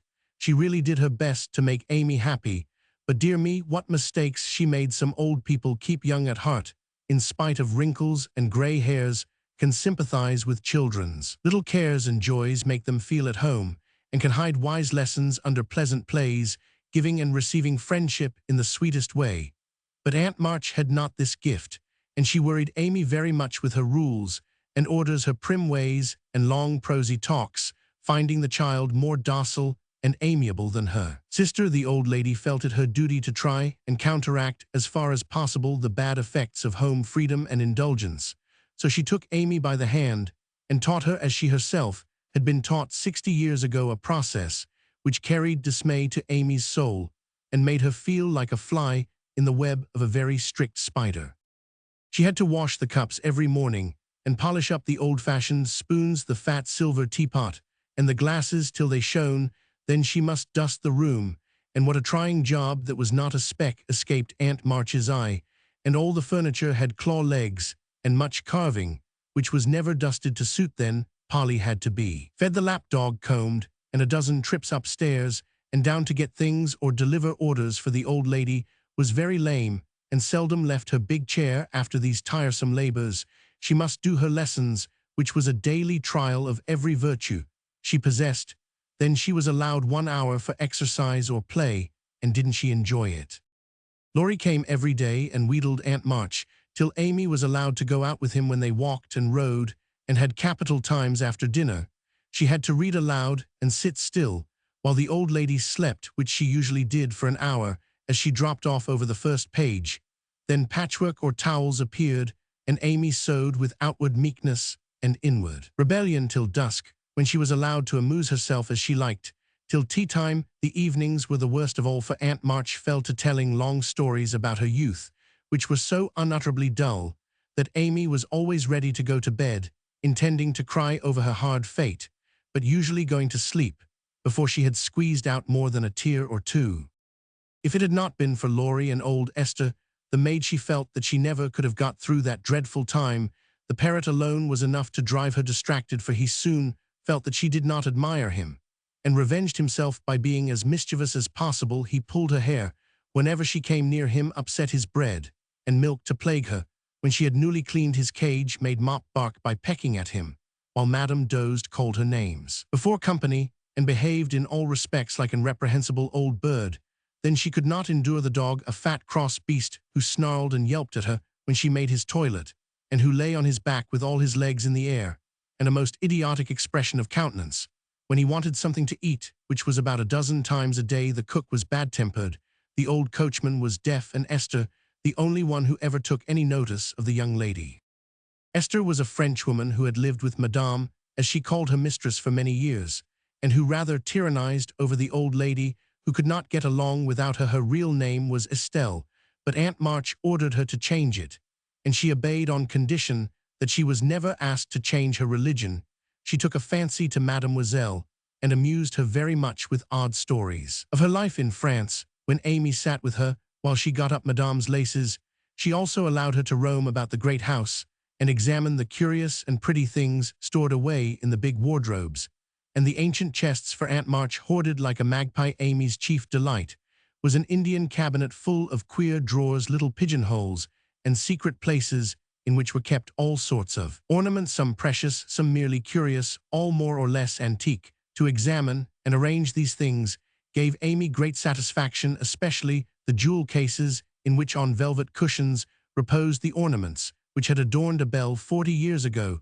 There was the garnet set, which Aunt March wore when she came out, the pearls her father gave her on her wedding day, her lover's diamonds, the jet mourning rings and pins, the queer lockets with portraits of dead friends and weeping willows made of hair inside the baby bracelets her one little daughter had worn, Uncle March's big watch with the red seal so many childish hands had played with, and in a box all by itself lay Aunt March's wedding ring, too small now for her fat finger, but put carefully away like the most precious jewel of them all. Which would Mademoiselle choose if she had her will? Asked Esther, who always sat near to watch over and lock up the valuables. I like the diamonds best, but there is no necklace among them, and I am fond of necklaces. They are so becoming. I should choose this, if I might, replied Amy, looking with great admiration at a string of gold and ebony beads, from which hung a heavy cross of the same. I too covet that, but not as a necklace. Ah no, to me it is a rosary, and as such I should use it, like a good Catholic, said Esther, eyeing the handsome thing wistfully. Is it meant to use as you use the string of good-smelling wooden beads hanging over your glass? Asked Amy. Truly yes, to pray with it would be pleasing to the saints if one used so fine a rosary as this, instead of wearing it as a vain bijou. You seem to take a great deal of comfort in your prayers, Esther, and always come down looking quiet and satisfied. I wish I could. If Mademoiselle was a Catholic, she would find true comfort, but as that is not to be, it would be well if you went apart each day to meditate and pray, as did the good mistress whom I served before Madame. She had a little chapel, and in it found solacement for much trouble. Would it be right for me to do so too? Asked Amy, who in her loneliness felt the need of help of some sort, and found that she was apt to forget her little book now that Bate was not there to remind her of it. It would be excellent and charming, and I shall gladly arrange the little dressing room for you if you like it. Say nothing to Madame, but when she sleeps go you and sit alone a while to think good thoughts, and pray the dear God preserve your sister. Esther was truly pious and quite sincere in her advice, for she had an affectionate heart and felt much for the sisters in their anxiety. Amy liked the idea, and gave her leave to arrange the light closet next her room, hoping it would do her good. I wish I knew where all these pretty things would go when Aunt March dies, she said, as she slowly replaced the shining rosary and shut the jewel cases one by one. To you and your sisters, I know it. Madame confides in me. I witnessed her will, and it is to be so, whispered Esther, smiling. How nice, but I wish shed. Let us have them now. Procrastination is not agreeable, observed Amy, taking a last look at the diamonds. It is too soon yet for the young ladies to wear these things. The first one who is affianced will have the pearls. Madame has said it, and I have a fancy that the little turquoise ring will be given to you when you go, for Madame approves your good behavior and charming manners. Do you think so? Oh, it'll be a lamb if I can only have that lovely ring. It's ever so much prettier than Kitty Bryant's. I do like Aunt March, after all. And Amy tried on the blue ring with a delighted face and a firm resolve to earn it. From that day she was a model of obedience, and the old lady complacently admired the success of her training. Esther fitted up the closet with a little table, placed a footstool before it, and over it a picture taken from one of the shoot-up rooms. She thought it was of no great value, but being appropriate she borrowed it, well knowing that Madame would never know it nor care if she Roman 999. It was, however, a very valuable copy of one of the famous pictures of the world, and Amy's beauty-loving eyes were never tired of looking up at the sweet face of the Divine Mother. While her tender thoughts of her own were busy at her heart on the table, she laid her little testament and hymnbook kept a vase always full of the best flowers Laurie brought her, and came every day to sit alone thinking good thoughts, and praying the dear God to preserve her sister Esther, had given her a rosary of black beads with a silver cross, but Amy hung it up, and did not use it, feeling doubtful as to its fitness for Protestant prayers. The little girl was very sincere in all this, for being left alone outside the safe home nest, she felt the need of some kind hand to hold by so sorely, that she instinctively turned to the strong and tender friend whose fatherly love most closely surrounds his little children. She missed her mother's help to understand and rule herself, but having been taught where to look, she did her best to find the way and walk in it confidingly. But Amy was a young pilgrim, and just now her burden seemed very heavy. She tried to forget herself, to keep cheerful, and be satisfied with doing right, though no one saw or praised her for it. In her first effort at being very, very good, she decided to make her will, as Aunt March had done so, that if she did fall ill and die, her possessions might be justly and generously divided. It cost her a pang even to think of giving up the little treasures which in her eyes were as precious as the old lady's jewels. During one of her play hours, she wrote out the important document as well as she could, with some help from Esther as to certain legal terms, and when the good-natured Frenchwoman had signed her name, Amy felt relieved and laid it by to show Laurie, whom she wanted as a second witness. As it was a rainy day, she went upstairs to amuse herself in one of the large chambers, and took Polly with her for company. In this room there was a wardrobe full of old-fashioned costumes with which Esther allowed her to play, and it was her favorite amusement to array herself in the faded brocades, and parade up and down before the long mirror, making stately curtsies and sweeping her train about with a rustle which delighted her ears. So busy was she on this day that she did not hear Laurie's ring nor see his face peeping in at her, as she gravely promenaded to and fro, flirting her fan and tossing her head, on which she wore a great pink turban contrasting oddly with her blue brocade dress and yellow quilted petticoat. She was obliged to walk carefully, for she had on high-heeled shoes, and as Laurie told Joe afterward, it was a comical sight to see her mince along in her gay suit, with Polly sidling and bridling just behind her, imitating her as well as he could, and occasionally stopping to laugh or exclaim, "Ain't we fine, get along you fright, hold your tongue, kiss me dear, ha ha." Having with difficulty restrained an explosion of merriment lest it should offend Her Majesty, Laurie tapped and was graciously received. "Sit down and rest while I put these things away, then. I want to consult you about a very serious matter," said Amy, when she had shown her splendor and driven Polly into a corner. "That bird is the trial of my life," she continued, removing the pink mountain from her head, while Laurie seated himself astride a chair. "Yesterday, when Aunt was asleep, and I was trying to be as still as a mouse, Polly began to squall and flap about in his cage, so I went to let him out and found a big spider there. I poked it out, and it ran under the bookcase." Polly marched straight after it, stooped down and peeped under the bookcase, saying in his funny way, with a cock of his eye, "Come out and take a walk, my dear." I couldn't help laughing, which made Pole swear, and Aunt woke up and scolded us both. "Did the spider accept the old fellow's invitation?" asked Laurie, yawning. "Yes, out it came, and away ran Polly, frightened to death, and scrambled up on Aunt's chair, calling out, 'Catch her, catch her, catch her,' as I chased the spider." "That's a lie, oh Lor," cried the parrot, pecking at Laurie's toes. "I'd wring your neck if you were mine, you old torment," cried Laurie, shaking his fist at the bird, who put his head on one side and gravely croaked, "Alleluia, bless your buttons, dear." "Now I am ready," said Amy, shutting the wardrobe and taking a piece of paper out of her pocket. "I want you to read that, please, and tell me if it is legal and right. I felt I ought to do it, for life is uncertain, and I don't want any ill feeling over my tomb." Laurie bit his lips, and turning a little from the pensive speaker, read the following document with praiseworthy gravity, considering the spelling. "My last will and testament. I, Amy Curtis March, being in my sane mind, go give and bequeath all my earthly properties to wit, namely, to my father, my best pictures, sketches, maps, and works of art, including frames, also my 100 to do what he likes with. To my mother, all my clothes, except the blue apron with pockets, also my likeness and my medal, with much love.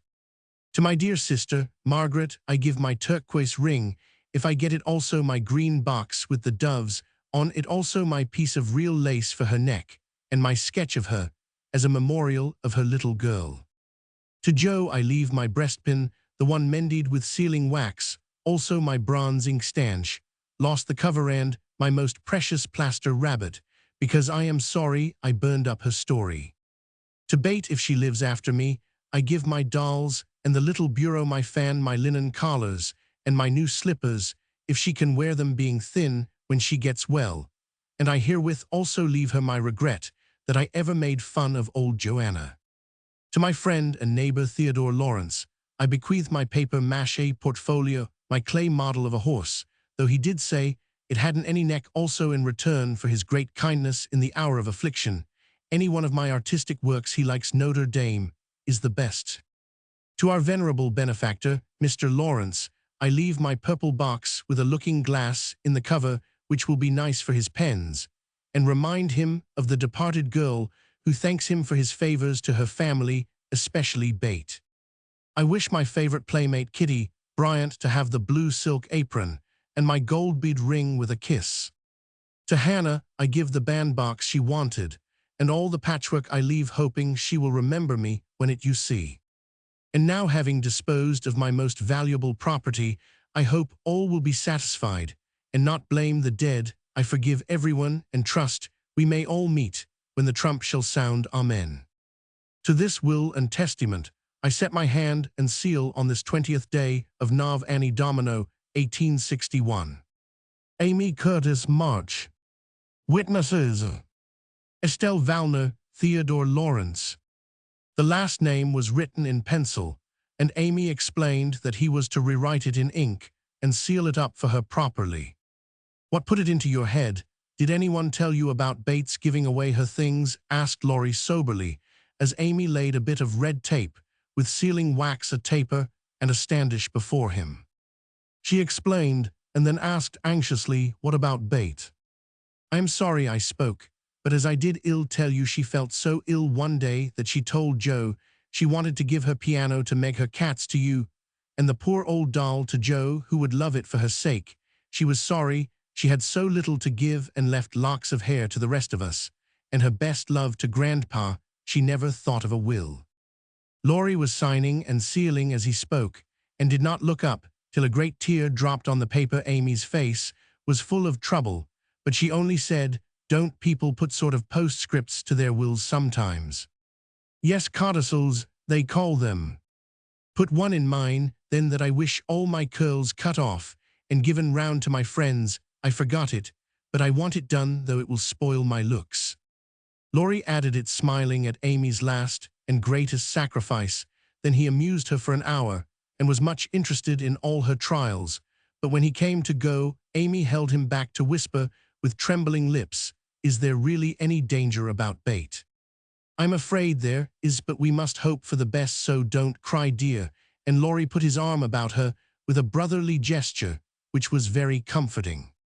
When he had gone, she went to her little chapel, and sitting in the twilight prayed for Bate with streaming tears, and an aching heart, feeling that a million turquoise rings would not console her for the loss of her gentle little sister.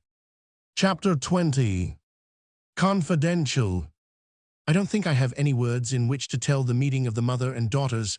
Such hours are beautiful to live, but very hard to describe, so I will leave it to the imagination of my readers, merely saying that the house was full of genuine happiness, and that Meg's tender hope was realized, for when Bate woke from that long healing sleep, the first objects on which her eyes fell were the little Rose and Mother's face. Too weak to wonder at anything, she only smiled and nestled close in the loving arms about her, feeling that the hungry longing was satisfied at last.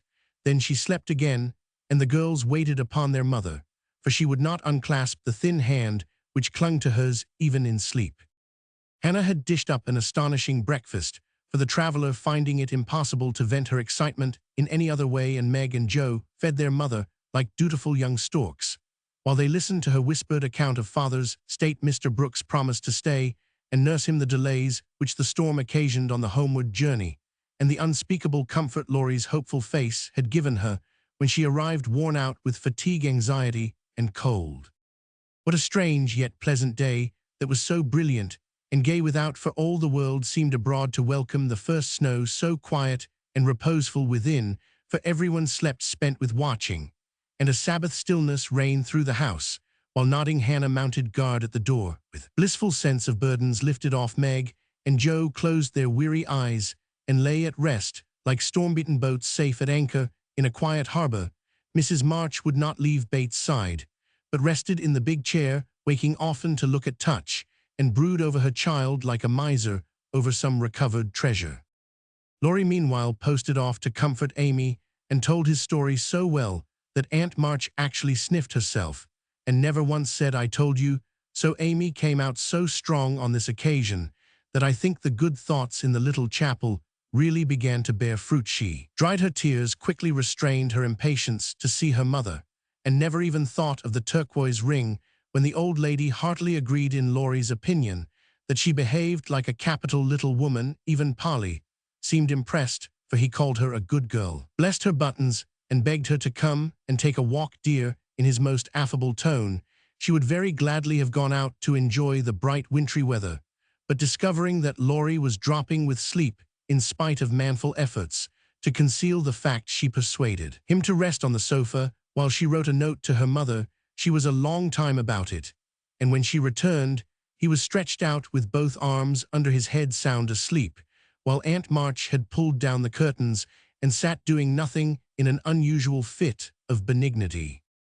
After a while, they began to think he was not going to wake up till night, and I am not sure that he would had he not been effectually roused by Amy's cry of joy at sight of her mother. There probably were a good many happy little girls in and about the city that day, but it is my private opinion that Amy was the happiest of all when she sat in her mother's lap and told her trials, receiving consolation and compensation in the shape of approving smiles and fond caresses. They were alone together in the chapel, to which her mother did not object when its purpose was explained to her. On the contrary, I like it very much, dear, looking from the dusty rosary to the well-worn little book, and the lovely picture with its garland of evergreen. It is an excellent plan to have some place where we can go to be quiet when things vex or grieve us. There are a good many hard times in this life of ours, but we can always bear them if we ask help in the right way. I think my little girl is learning this. Yes, mother, and when I go home, I mean to have a corner in the big closet to put my books, and the copy of that picture which I've tried to make the woman's face is not good. It's too beautiful for me to draw, but the baby is done better, and I love it very much. I like to think he was a little child once, for then I don't seem so far away, and that helps me. As Amy pointed to the smiling Christ child on his mother's knee, Mrs. March saw something on the lifted hand that made her smile. She said nothing, but Amy understood the look, and after a minute's pause, she added gravely, "I wanted to speak to you about this, but I forgot it. Aunt gave me the ring today. She called me to her and kissed me and put it on my finger and said I was a credit to her and she'd like to keep me always. She gave that funny guard to keep the turquoise on, as it's too big I'd like to wear them. Mother, can I?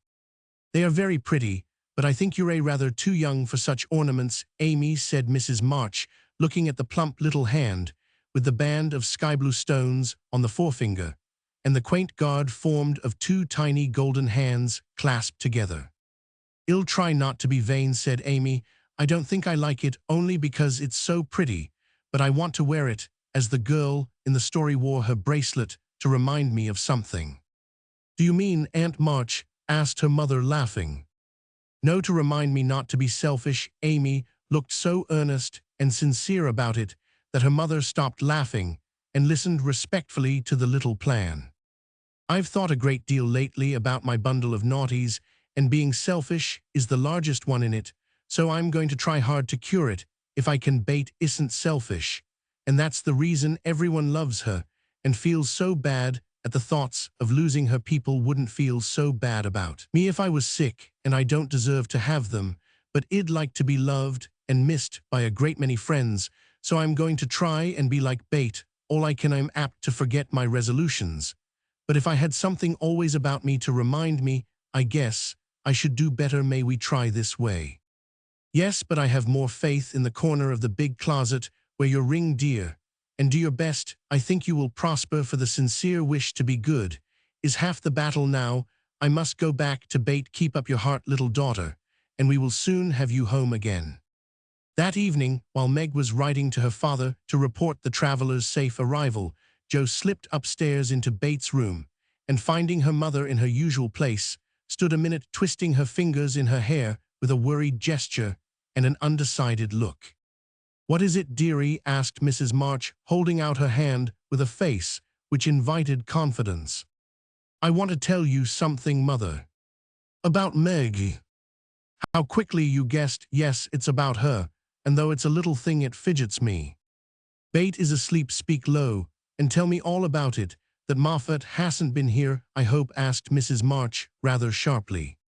No, I should have shut the door in his face if he had said Jo, settling herself on the floor at her mother's feet. "Last summer Meg left a pair of gloves over at the Lawrences, and only one was returned. We forgot about it till Teddy told me that Mr. Brooke owned that he liked Meg, but didn't dare say so. She was so young, and he's so poor now. Isn't it a dreadful state of things?" "Do you think Meg cares for him?" asked Mrs. March with an anxious look.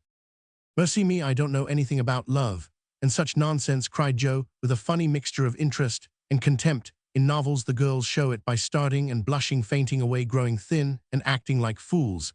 Now Meg does not do anything of the sort. She eats and drinks and sleeps like a sensible creature.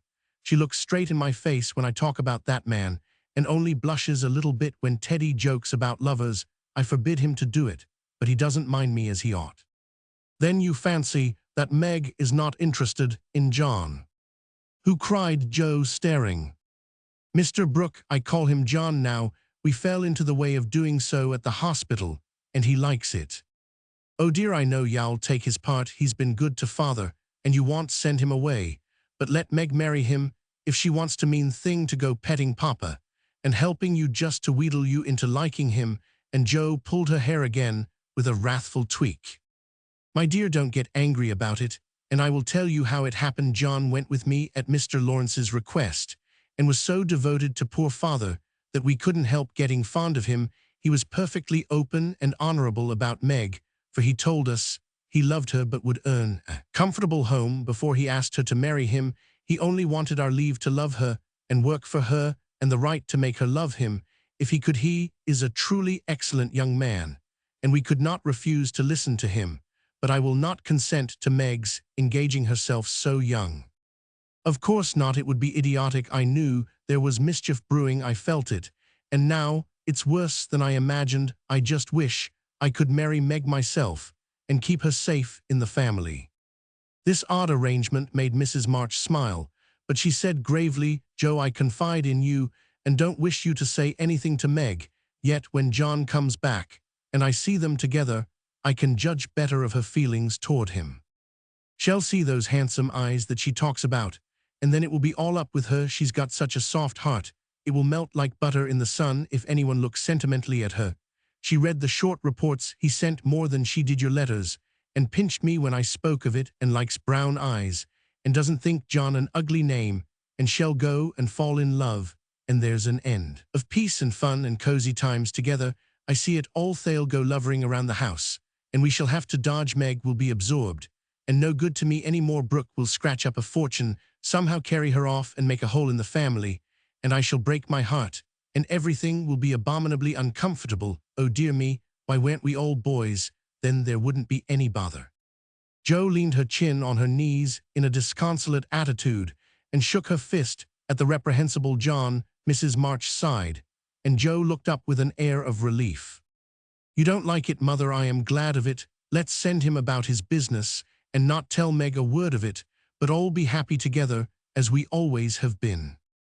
"I did wrong to," sighed Jo. "It is natural and right you should all go to homes of your own in time, but I do want to keep my girls as long as I can, and I am sorry that this happened so soon, for Meg is only 17, and it will be some years before John can make a home for her. Your father and I have agreed that she shall not bind herself in any way nor be married before 20. If she and John love one another, they can wait and test the love by doing so. She is conscientious, and I have no fear of her treating him unkindly. My pretty tender-hearted girl, I hope things will go happily with her." "Hadn't you rather have her marry a rich man?" asked Jo, as her mother's voice faltered a little over the last words. "Money is a good and useful thing, Joe, and I hope my girls will never feel the need of it too bitterly, nor be tempted by too much. I should like to know that John was firmly established in some good business, which gave him an income large enough to keep free from debt, and make Meg comfortable. I am not ambitious for a splendid fortune, a fashionable position, or a great name for my girls if rank and money come. With love and virtue, also I should accept them gratefully and enjoy your good fortune, but I know by experience how much genuine happiness can be had in a plain little house where the daily bread is earned, and some privations give sweetness to the few pleasures. I am content to see Meg begin humbly, for if I am not mistaken, she will be rich in the possession of a good man's heart, and that is better than a fortune." "I understand, Mother, and quite agree, but I am disappointed about Meg, for I'd planned to have her marry Teddy by-and-by and sit in the lap of luxury all her days. Wouldn't it be nice?" asked Joe, looking up with a brighter face. "He is younger than she, you know," began Mrs. March, but Joe broke in. "Only a little. He's old for his age and tall, and can be quite grown-up in his manners if he likes. Then he's rich and generous and good, and loves us all, and I say it's a pity my plan is spoiled. I'm afraid Laurie is hardly grown up enough for Meg, and altogether too much of a weathercock just now for anyone to depend on. Don't make plans, Joe, but let time and their own hearts make your friends. We can't meddle safely in such matters, and had better not get romantic rubbish, as you call it, into our heads, lest it spoil our friendship." "Well, I want, but I hate to see things going all crisscross and getting snarled up when a pull here and a snip there would straighten it out. I wish wearing flat irons on our heads would keep us from growing up, but buds will be roses and kittens cats, more's the pity." "What's that about flat irons and cats?" asked Meg, as she crept into the room with the finished letter in her hand. "Only one of my stupid speeches. I am going to bed. Come, Peggy," said Joe, unfolding herself like an animated puzzle. "Quite right and beautifully written. Please add that I send my love to John," said Mrs. March, as she glanced over the letter and gave it back. "Do you call him John?" asked Meg, smiling with her innocent eyes, looking down into her mother's. "Yes, he has been like a son to us, and we are very fond of him," replied Mrs. March, returning the look with a keen one. "I am glad of that. He is so lonely. Good night, Mother dear. It is so inexpressibly comfortable to have you here," was Meg's answer. The kiss her mother gave her was a very tender one, and as she went away, Mrs. March said with a mixture of satisfaction and regret, "She does not love John yet, but will soon learn to." Chapter 21. Laurie makes mischief, and Joe makes peace. Jo's face was a study next day, for the secret rather weighed upon her, and she found it hard not to look mysterious and important. Meg observed it, but did not trouble herself to make inquiries, for she had learned that the best way to manage Joe was by the law of contraries, so she felt sure of being told everything if she did not ask. She was rather surprised, therefore, when the silence remained unbroken, and Joe assumed a patronizing air which decidedly aggravated Meg, who in turn assumed an air of dignified reserve and devoted herself to her mother. This left Joe to her own devices, for Mrs. March had taken her place as nurse, and bade her rest, exercise, and amuse herself after her long confinement. Amy being gone, Laurie was her only refuge, and much as she enjoyed his society, she rather dreaded him just then, for he was an incorrigible tease, and she feared he would coax the secret from her. She was quite right, for the mischief-loving lad no sooner suspected a mystery than he set himself to find it out, and led Joe a trying life of it. He wheedled, bribed, ridiculed, threatened, and scolded, affected indifference, that he might surprise the truth from her. Declared he knew then that he didn't care, and at last, by dint of perseverance, he satisfied himself that it concerned Meg and Mr. Brooke. Feeling indignant that he was not taken into his tutor's confidence, he set his wits to work to devise some proper retaliation for the slight. Meg, meanwhile, had apparently forgotten the matter, and was absorbed in preparations for her father's return, but all of a sudden a change seemed to come over her, and for a day or two she was quite unlike herself. She started when spoken to, blushed when looked at, was very quiet, and sat over her sewing with a timid, troubled look on her face. To her mother's inquiries, she answered that she was quite well, and Jos she silenced by begging to be let alone. She feels it in the air, love, I mean, and she's going very fast. She's got most of the symptoms, is twittery and cross, doesn't eat, lies awake, and mopes in corners. I caught her singing that song he gave her. And once she said, John, as you do, and then turned as red as a poppy. Whatever shall we do, said Joe, looking ready for any measures, however violent. Nothing but wait, let her alone, be kind and patient, and father's coming will settle everything, replied her mother. Here's a note to you, Meg, all sealed up. How odd, Teddy never seals mine, said Joe next day, as she distributed the contents of the little post office. Mrs. March and Joe were deep in their own affairs when a sound from Meg made them look up to see her staring at her note with a frightened face. My child, what is it? Cried her mother, running to her, while Joe tried to take the paper which had done the mischief. It's all a mistake. He didn't send it. Oh, Joe, how could you do it? And Meg hid her face in her hands, crying as if her heart were quite broken. Me, I've done nothing. What's she talking about? Cried Joe, bewildered. Meg's mild eyes kindled with anger as she pulled a crumpled note from her pocket and threw it at Joe, saying reproachfully, You wrote it, and that bad boy helped you. How could you be so rude, so mean, and cruel to us both? Joe hardly heard her, for she and her mother were reading the note, which was written in a peculiar hand. My dearest Margaret, I can no longer restrain my passion and must know my fate before I return. I dare not tell your parents yet, but I think they would consent if they knew that we adored one another. Mr. Lawrence will help me to some good place, and then, my sweet girl, you will make me happy. I implore you to say nothing to your family yet, but to send one word of hope through Laurie to your devoted John. Oh, the little villain, that's the way he meant to pay me for keeping my word to mother. Ill, give him a hearty scolding, and bring him over to beg pardon, cried Joe, burning to execute immediate justice. But her mother held her back, saying with a look she seldom wore, Stop, Joe, you must clear yourself first. You have played so many pranks that I am afraid you have had a hand in this. On my word, mother, I haven't. I never saw that note before, and don't know anything about it, as true as I live, said Joe so earnestly that they believed her. If I had taken part in it, I'd have done it better than this, and have written a sensible note. I should think you'd have known Mr. Brooke wouldn't write such stuff as that, she added scornfully, tossing down the paper. It's like his writing, faltered Meg, comparing it with the note in her hand. Oh, Meg, you didn't answer it, cried Mrs. March quickly. Yes, I did, and Meg hid her face again, overcome with shame. Here's a scrape. Do let me bring that wicked boy over to explain and be lectured. I can't rest till I get hold of him, and Joe made for the door again. Hush, let me handle this, for it is worse than I thought. Margaret, tell me the whole story, commanded Mrs. March, sitting down by Meg, yet keeping hold of Joe, lest she should fly off. I received the first letter from Laurie, who didn't look as if he knew anything about it, began Meg, without looking up.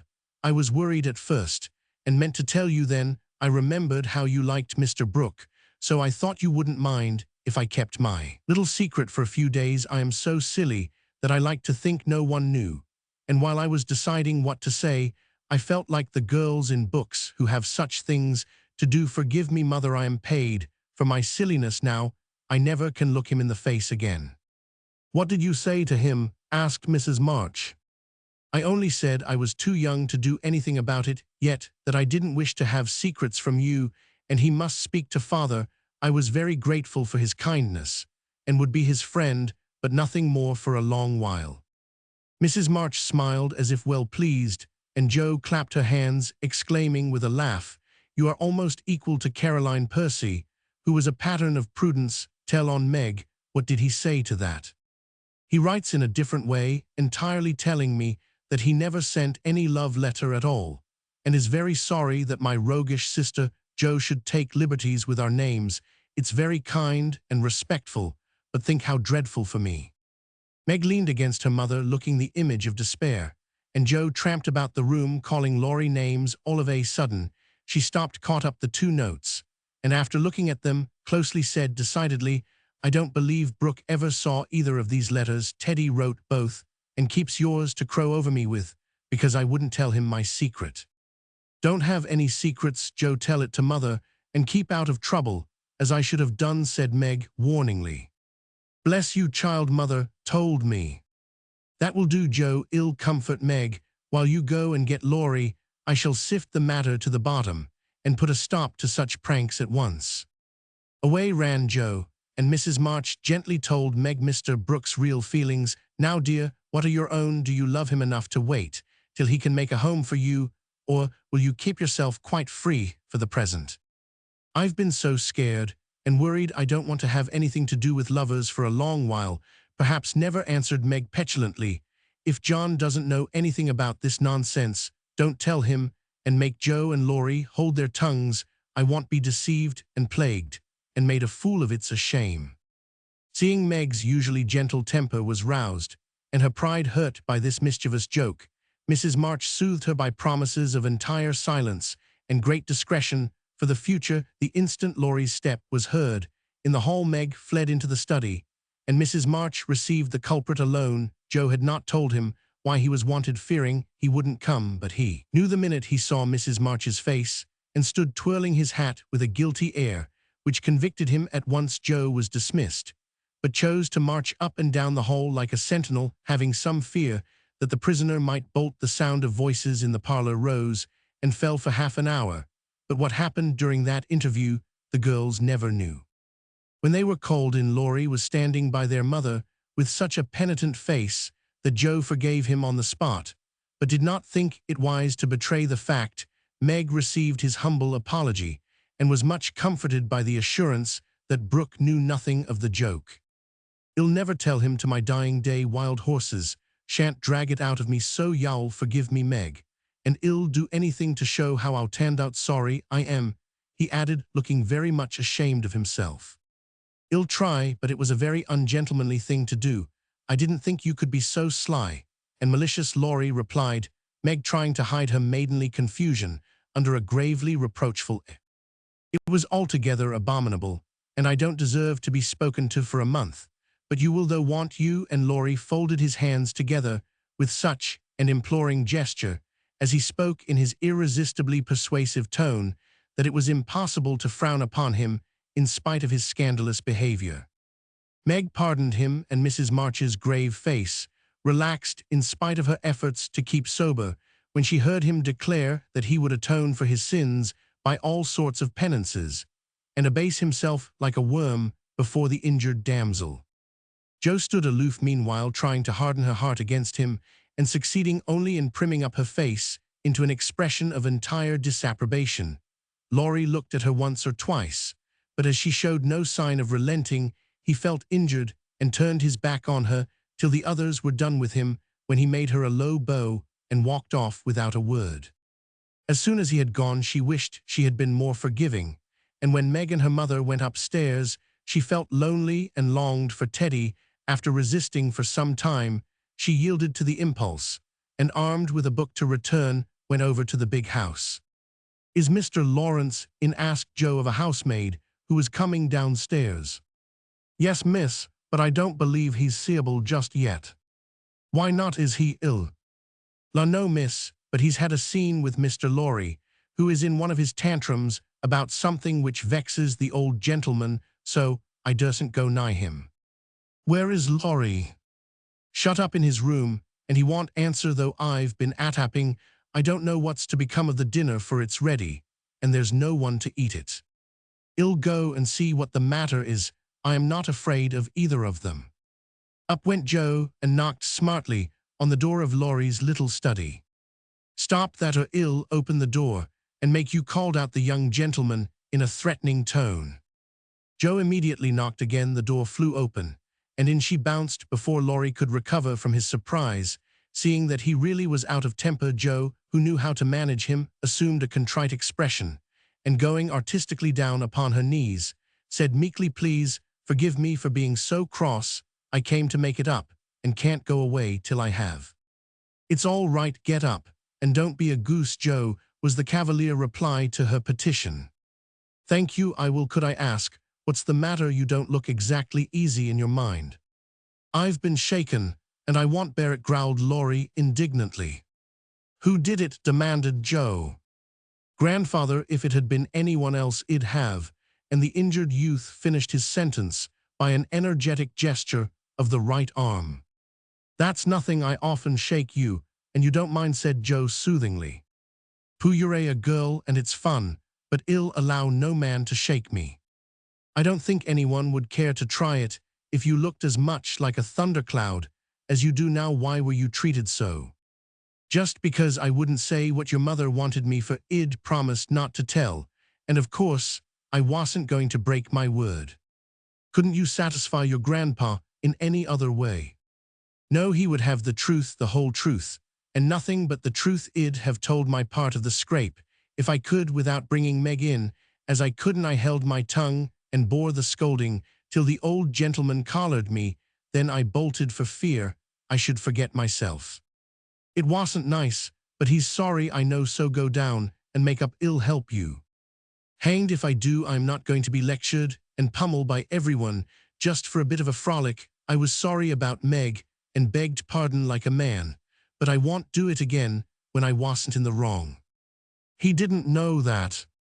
He ought to trust me and not act as if I was a baby. It's no use, Joe. He's got to learn that I am able to take care of myself and don't need anyone's apron string to hold on by." "What pepper pots you are!" sighed Joe. "How do you mean to settle this affair?" "Well, he ought to beg pardon and believe me when I say I can't tell him what the fuss about."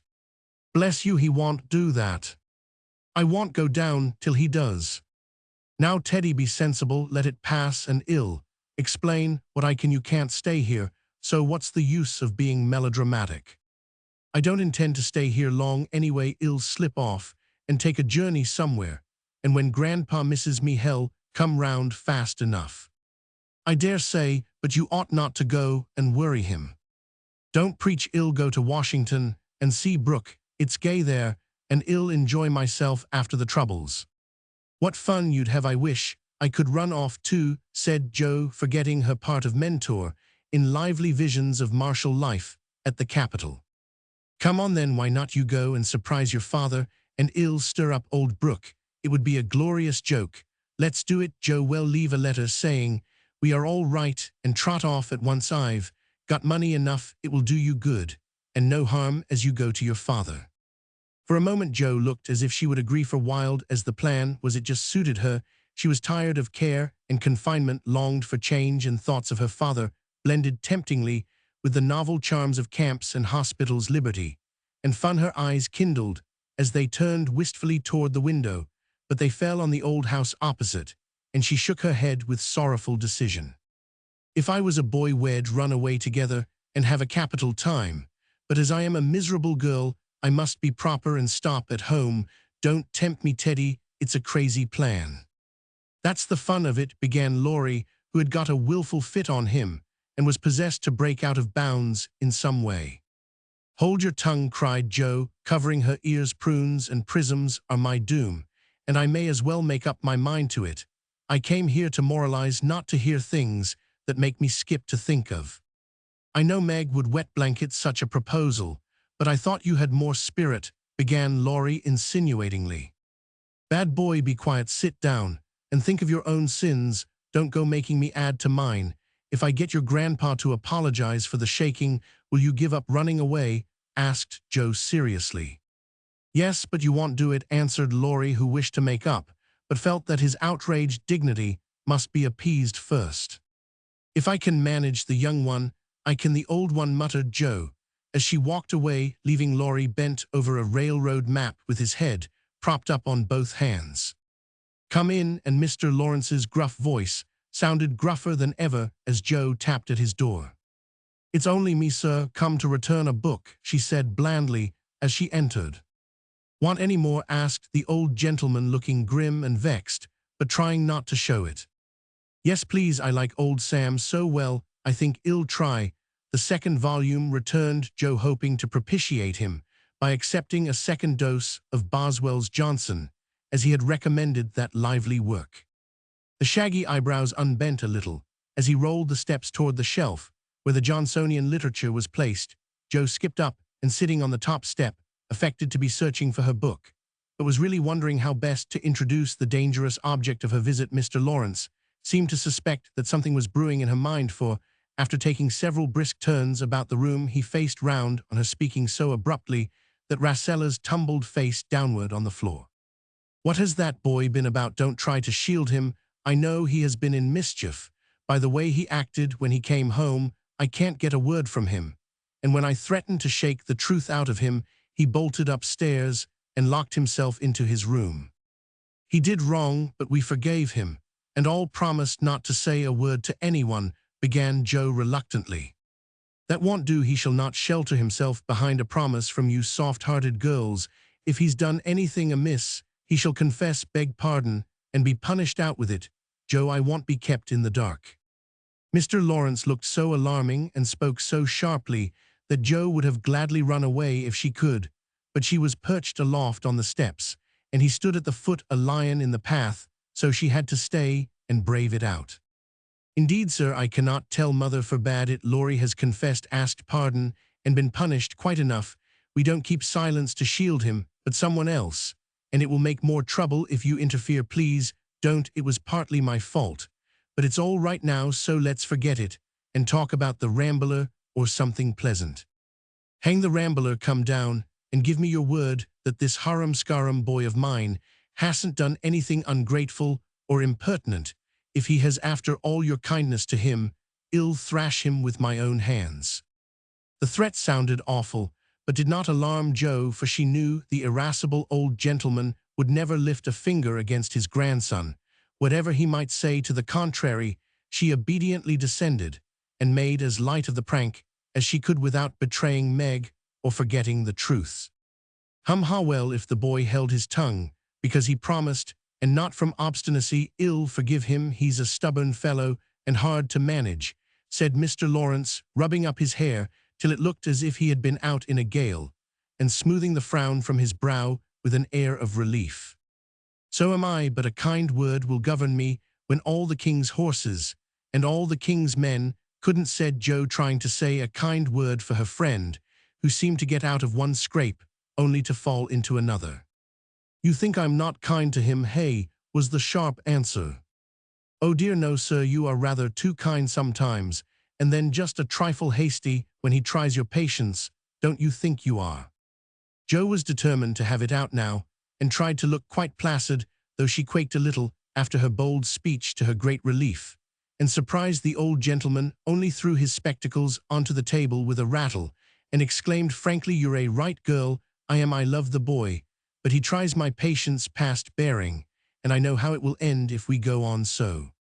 "I'll tell you, hell run away." Joe was sorry for that speech the minute it was made. She meant to warn him that Laurie would not bear much restraint, and hoped he would be more forbearing with the lad.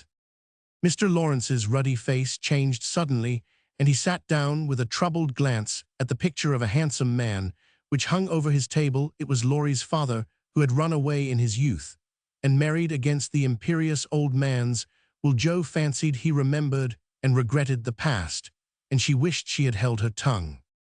"He won't do it unless he is very much worried, and only threatens it sometimes when he gets tired of studying. I often think I should like to, especially since my hair was cut so. If you ever miss us, you may advertise for 2 boys and look among the ships bound for India." She laughed as she spoke, and Mr. Lawrence looked relieved, evidently taking the whole as a joke. "You hussy, how dare you talk in that way? Where's your respect for me and your proper bringing up? Bless the boys and girls, what torments they are, yet we can't do without them," he said, pinching her cheeks good-humoredly. "Go and bring that boy down to his dinner. Tell him it's all right, and advise him not to put on tragedy airs with his grandfather. I won't bear it." "He won't come, sir. He feels badly, because you didn't believe him when he said he couldn't tell. I think the shaking hurt his feelings very much." Joe tried to look pathetic, but must have failed, for Mr. Lawrence began to laugh, and she knew the day was won. "I am sorry for that, and ought to thank him for not shaking me. I suppose what the dickens does the fellow expect?" And the old gentleman looked a trifle ashamed of his own testiness. "If I were you, I'd write him an apology, sir. He says he won't come down till he has won, and talks about Washington, and goes on in an absurd way. A formal apology will make him see how foolish he is, and bring him down quite amiable. Try it, he likes fun, and this way is better than talking ill. Carry it up, and teach him his duty. Mr. Lawrence gave her a sharp look, and put on his spectacles, saying slowly, "You're a sly puss, but I don't mind being managed by you, and Bate here, give me a bit of paper, and let us have done with this nonsense." The note was written in the terms which one gentleman would use to another. After offering some deep insult, Joe dropped a kiss on the top of Mr. Lawrence's bald head, and ran up to slip the apology under Laurie's door, advising him through the keyhole to be submissive, decorous, and a few other agreeable impossibilities. Finding the door locked again, she left the note to do its work, and was going quietly away when the young gentleman slid down the banisters and waited for her at the bottom, saying with his most virtuous expression of countenance, "What a good fellow you are, Joe. Did you get blown up?" he added, laughing. "No, he was pretty mild, on the whole. I got it all round, even you cast me off over there, and I felt just ready to go to the deuce," he began apologetically. "Don't talk that way, turn over a new leaf, and begin again, Teddy, my son. I keep turning over new leaves, and spoiling them, as I used to spoil my copybooks, and I make so many beginnings, there never will be an end," he said dolefully. "Go and eat your dinner, you'll feel better after it. Men always croak when they are hungry," and Joe whisked out at the front door after that. "That's a label on my sect," answered Laurie, quoting Amy, as he went to partake of humble pie dutifully with his grandfather, who was quite saintly in temper and overwhelmingly respectful in manner all the rest of the day.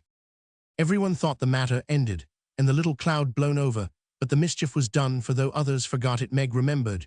She never alluded to a certain person, but she thought of him a good deal, dreamed dreams more than ever, and once Joe, rummaging her sister's desk for stamps, found a bit of paper scribbled over with the words "Mrs. John Brooke," whereat she groaned tragically, and cast it into the fire, feeling that Laurie's prank had hastened the evil day for her.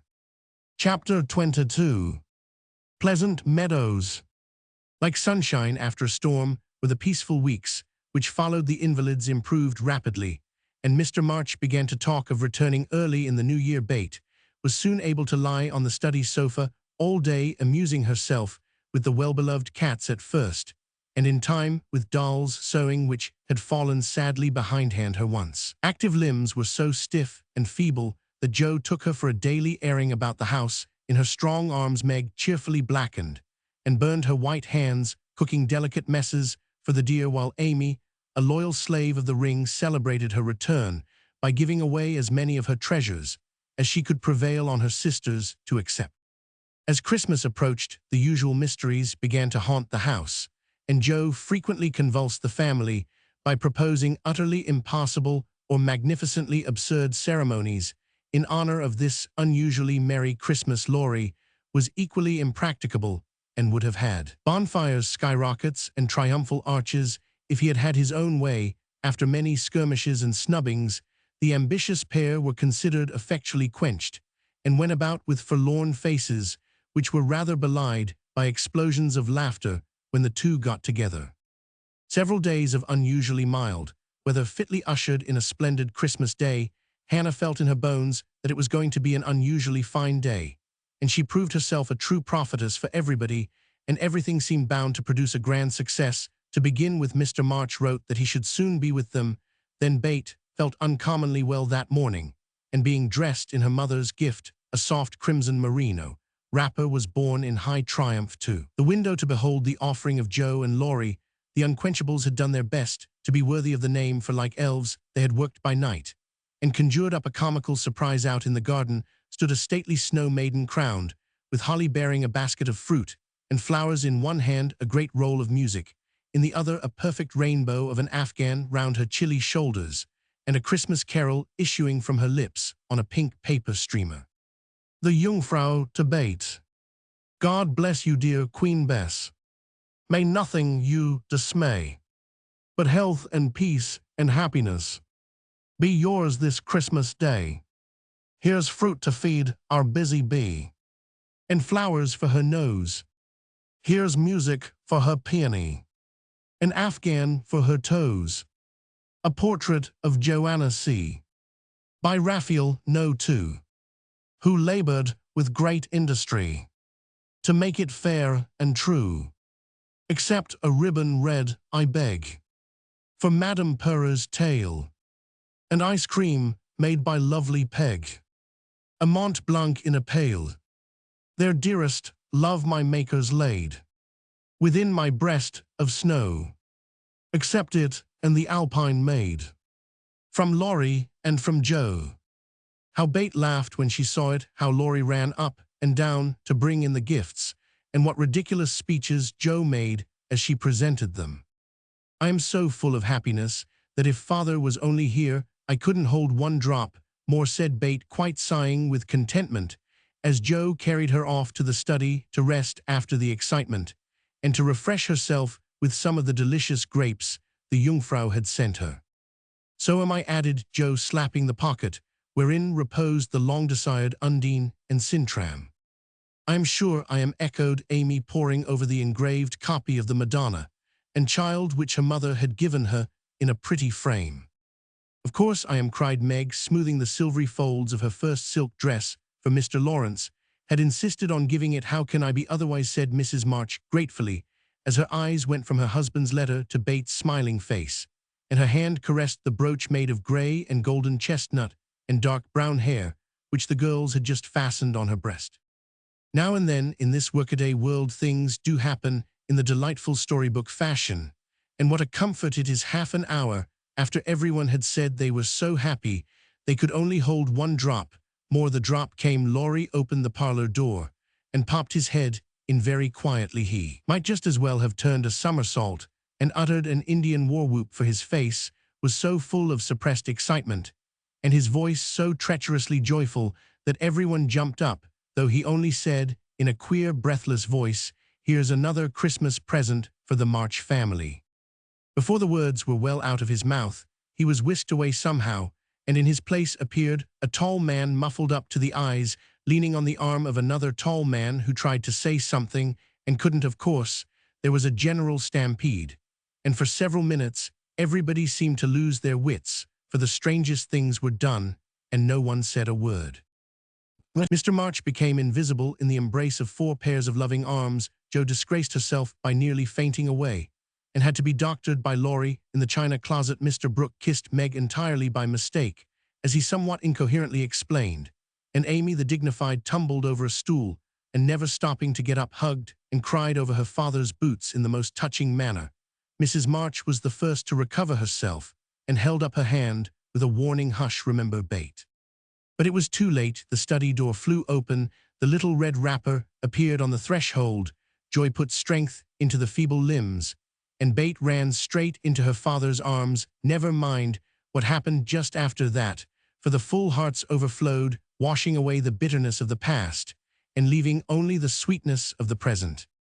It was not at all romantic, but a hearty laugh set everybody straight again, for Hannah was discovered behind the door, sobbing over the fat turkey, which she had forgotten to put down when she rushed up from the kitchen.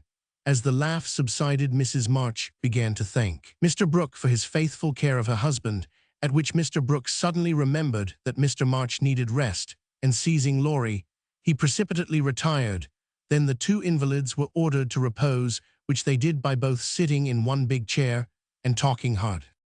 Mr. March told how he had longed to surprise them, and how when the fine weather came he had been allowed by his doctor to take advantage of it, how devoted Brooke had been, and how he was altogether a most estimable and upright young man. Why, Mr. March paused a minute just there, and after a glance at Meg, who was violently poking the fire, looked at his wife with an inquiring lift of the eyebrows. I leave you to imagine also why Mrs. March gently nodded her head, and asked rather abruptly if he wouldn't like to have something to eat. Jo saw and understood the look, and she stalked grimly away to get wine and beef tea, muttering to herself as she slammed the door, "I hate estimable young men with brown eyes." There never was such a Christmas dinner as they had that day. The fat turkey was a sight to behold, when Hannah sent him up stuffed, browned, and decorated. So was the plum pudding, which melted in one's mouth, likewise the jellies, in which Amy reveled like a fly in a honey pot. Everything turned out well, which was a mercy. Hannah said, "For my mind was that flustered, Mum, that it's a miracle I didn't roast the pudding and stuff the turkey, with raisins, let alone billion of it, in a cloth. Mr. Lawrence and his grandson dined with them, also Mr. Brooke, at whom Joe glowered darkly, to Laurie's infinite amusement. 2 easy chairs stood side by side at the head of the table, in which sat Beth and her father feasting modestly on chicken and a little fruit they drank. Healths told stories, sang songs, reminisced, as the old folks say, and had a thoroughly good time. A sleigh ride had been planned, but the girls would not leave their father, so the guests departed early, and as twilight gathered, the happy family sat together round the fire. Just a year ago, we were groaning over the dismal Christmas we expected to have. Do you remember? Asked Joe, breaking a short pause, which had followed a long conversation about many things. Rather a pleasant year on the whole, said Meg, smiling at the fire, and congratulating herself on having treated Mr. Brooke with dignity. I think it's been a pretty hard one, observed Amy, watching the light shine on her ring with thoughtful eyes. I'm glad it's over, because we've got you back, whispered Beth, who sat on her father's knee. Rather a rough road for you to travel, my little pilgrims, especially the latter part of it, but you have got on bravely, and I think the burdens are in a fair way to tumble off very soon, said Mr. March, looking with fatherly satisfaction at the 4 young faces gathered round him. How do you know? Did Mother tell you? Asked Joe. Not much straws show which way the wind blows, and I've made several discoveries today. Oh, tell us what they are, cried Meg, who sat beside him. Here is one, and taking up the hand which lay on the arm of his chair, he pointed to the roughened forefinger, a burn on the back, and 2 or 3 little hard spots on the palm. I remember a time when this hand was white and smooth, and your first care was to keep it so it was very pretty then. But to me, it is much prettier now, for in this seeming blemishes I read a little history. A burnt offering has been made to vanity. This hardened palm has earned something better than blisters, and I am sure the sewing done by these pricked fingers will last a long time. So much good will went into the stitches. Meg, my dear, I value the womanly skill, which keeps home happy more than white hands or fashionable accomplishments. I am proud to shake this good industrious little hand, and hope I shall not soon be asked to give it away. If Meg had wanted a reward for hours of patient labor, she received it in the hearty pressure of her father's hand and the approving smile he gave her. What about Joe? Please say something nice, for she has tried so hard and been so very, very good to me, said Beth in her father's ear. He laughed and looked across at the tall girl who sat opposite with an unusually mild expression in her face. In spite of the curly crop, I don't see the son, Joe, whom I left a year ago, said Mr. March. I see a young lady who pins her collar straight, laces her boots neatly, and neither whistles, talks slang, nor lies on the rug, as she used to do. Her face is rather thin and pale just now with watching and anxiety, but I like to look at it, for it has grown gentler, and her voice is lower. She doesn't bounce, but moves quietly and takes care of a certain little person in a motherly way, which delights me. I rather miss my wild girl, but if I get a strong, helpful, tender-hearted woman in her place, I shall feel quite satisfied. I don't know whether the shearing sobered our black sheep, but I do know that in all Washington I couldn't find anything beautiful enough to be bought with the $25 my good girl sent me. Jo's keen eyes were rather dim for a minute, and her thin face grew rosy in the firelight as she received her father's praise, feeling that she did deserve a portion of it. Now, Beth, said Amy, longing for her turn, but ready to wait. There's so little of her, I am afraid to say much for fear she will slip away altogether, though she is not so shy as she used to be, began their father cheerfully, but recollecting how nearly he had lost her, he held her close, saying tenderly, with her cheek against his own, I've got you safe, my Beth, and ill keep you, so please God.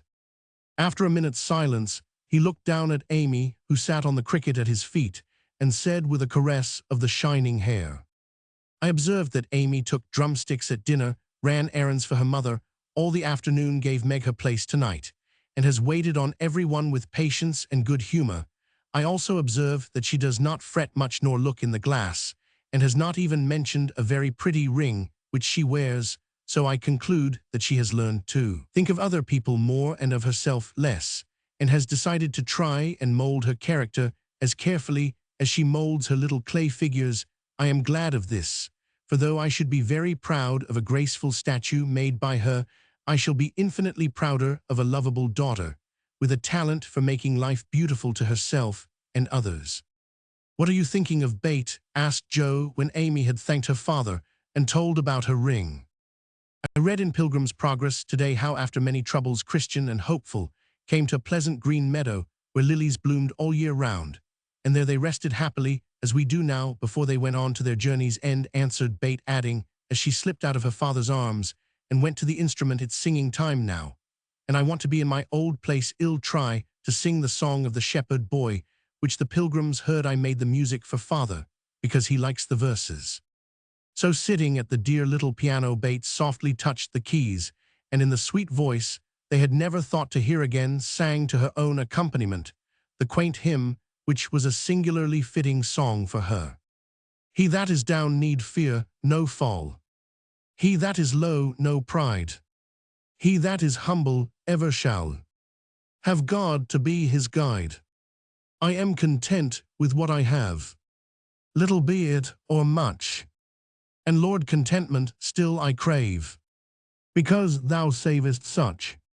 Foulness to them a burden is, that go on pilgrimage. Here little and hereafter bliss is best from age to age." Chapter 23. Aunt March settles the question. Like bees swarming after their queen, mother and daughters hovered about Mr. March the next day, neglecting everything to look at, wait upon, and listen to the new invalid, who was in a fair way to be killed by kindness, as he sat propped up in a big chair by Beth's sofa with the other three close by, and Hannah popping in her head now and then to peek at the dear man. Nothing seemed needed to complete their happiness, but something was needed, and the elder ones felt it, though none confessed the fact. Mr. and Mrs. March looked at one another with an anxious expression as their eyes followed Meg. Jo had sudden fits of sobriety and was seen to shake her fist at Mr. Brooks' umbrella, which had been left in the hall. Meg was absent-minded, shy, and silent. Started when the bell rang, and colored when John's name was mentioned. Amy said everyone seemed waiting for something and couldn't settle down, which was queer since father was safe at home, and Beth innocently wondered why their neighbors didn't run over as usual. Laurie went by in the afternoon, and seeing Meg at the window seemed suddenly possessed with a melodramatic fit, for he fell down on one knee in the snow, beat his breast, tore his hair, and clasped his hands imploringly as if begging some boon, and when Meg told him to behave himself and go away, he wrung imaginary tears out of his handkerchief and staggered round the corner as if in utter despair. "What does the goose mean?" said Meg, laughing and trying to look unconscious. "He's showing you how your John will go on by and be touching, isn't it?" answered Jo scornfully. "Don't say my John, it isn't proper or true," but Meg's voice lingered over the words, as if they sounded pleasant to her. "Please, don't plague me, Jo. I've told you I don't care much about him, and there isn't to be anything said, but we are all to be friendly and go on as before. We can't, for something has been said, and Laurie's mischief has spoiled you for me. I see it, and so does mother. You are not like your old self a bit, and seem ever so far away from me. I don't mean to plague you, and will bear it like a man, but I do wish it was all settled. I hate to wait, so if you mean ever to do it, make haste and have it over quickly," said Jo pettishly. "I can't say anything till he speaks, and he won't, because father said I was too young," began Meg, bending over her work with a queer little smile, which suggested that she did not quite agree with her father on that point. "If he did speak, you wouldn't know what to say, but would cry or blush, or let him have his own way, instead of giving a good decided no. I'm not so silly and weak as you think. I know just what I should say, for I've planned it all, so I needn't be taken unawares. There's no knowing what may happen, and I wish to be prepared." Jo couldn't help smiling at the important air which Meg had unconsciously assumed, and which was as becoming as the pretty color varying in her cheeks. "Would you mind telling me what you'd say?" asked Jo more respectfully. "Not at all. You are 16, now quite old enough to be my confidant, and my experience will be useful to you by and by, perhaps, in your own affairs of this sort. Don't mean to have any. It's fun to watch other people philander, but I should feel like a fool doing it myself," said Jo, looking alarmed at the thought. "I think not, if you liked anyone very much, and he liked you." Meg spoke as if to herself, and glanced out at the lane where she had often seen lovers walking together in the summer twilight. "I thought you were going to tell your speech to that man," said Jo, rudely shortening her sister's little reverie. "Oh, I should merely say quite calmly and decidedly, 'Thank you, Mr. Brooke, you are very kind, but I agree with father that I am too young to enter into any engagement at present, so please say no more, but let us be friends as we were.'" That's stiff and cool enough. I don't believe y'all ever say it, and I know he won't be satisfied if you do. If he goes on like the rejected lovers in books, y'all give in rather than hurt his feelings. "No, I won't. I shall tell him I've made up my mind," and shall walk out of the room with dignity. Meg rose as she spoke, and was just going to rehearse the dignified exit, when a step in the hall made her fly into her seat, and begin to sew as fast as if her life depended on finishing that particular seam in a given time. Jo smothered a laugh at the sudden change, and when someone gave a modest tap, opened the door with a grim aspect, which was anything but hospitable. "Good afternoon. I came to get my umbrella, that is to see how your father finds himself today," said Mr. Brooke, getting a trifle confused as his eyes went from one telltale face to the other. "It's very well, he's in the rack. I'll get him and tell it you are here," and having jumbled her father and the umbrella well together in her reply, Jo slipped out of the room to give Meg a chance to make her speech and air her dignity, but the instant she vanished, Meg began to sidle toward the door, murmuring, "Mother will like to see you, pray sit down, I'll call her." "Don't go, are you afraid of me, Margaret?" And Mr. Brooke looked so hurt that Meg thought she must have done something very rude. She blushed up to the little curls on her forehead, for he had never called her Margaret before, and she was surprised to find how natural and sweet it seemed to hear him say it. Anxious to appear friendly and at her ease, she put out her hand with a confiding gesture and said gratefully, "How can I be afraid when you have been so kind to father? I only wish I could thank you for it."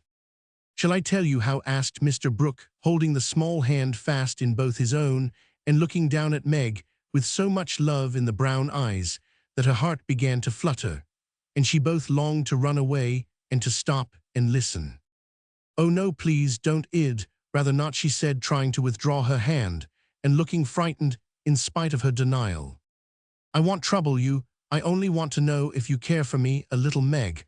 I love you so much, dear," added Mr. Brooke tenderly.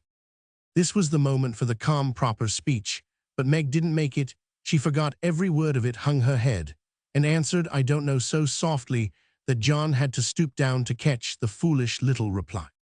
He seemed to think it was worth the trouble, for he smiled to himself, as if quite satisfied, pressed the plump hand gratefully, and said in his most persuasive tone, "Will you try and find out? I want to know so much, for I can't go to work with any heart until I learn whether I am to have my reward in the end or not."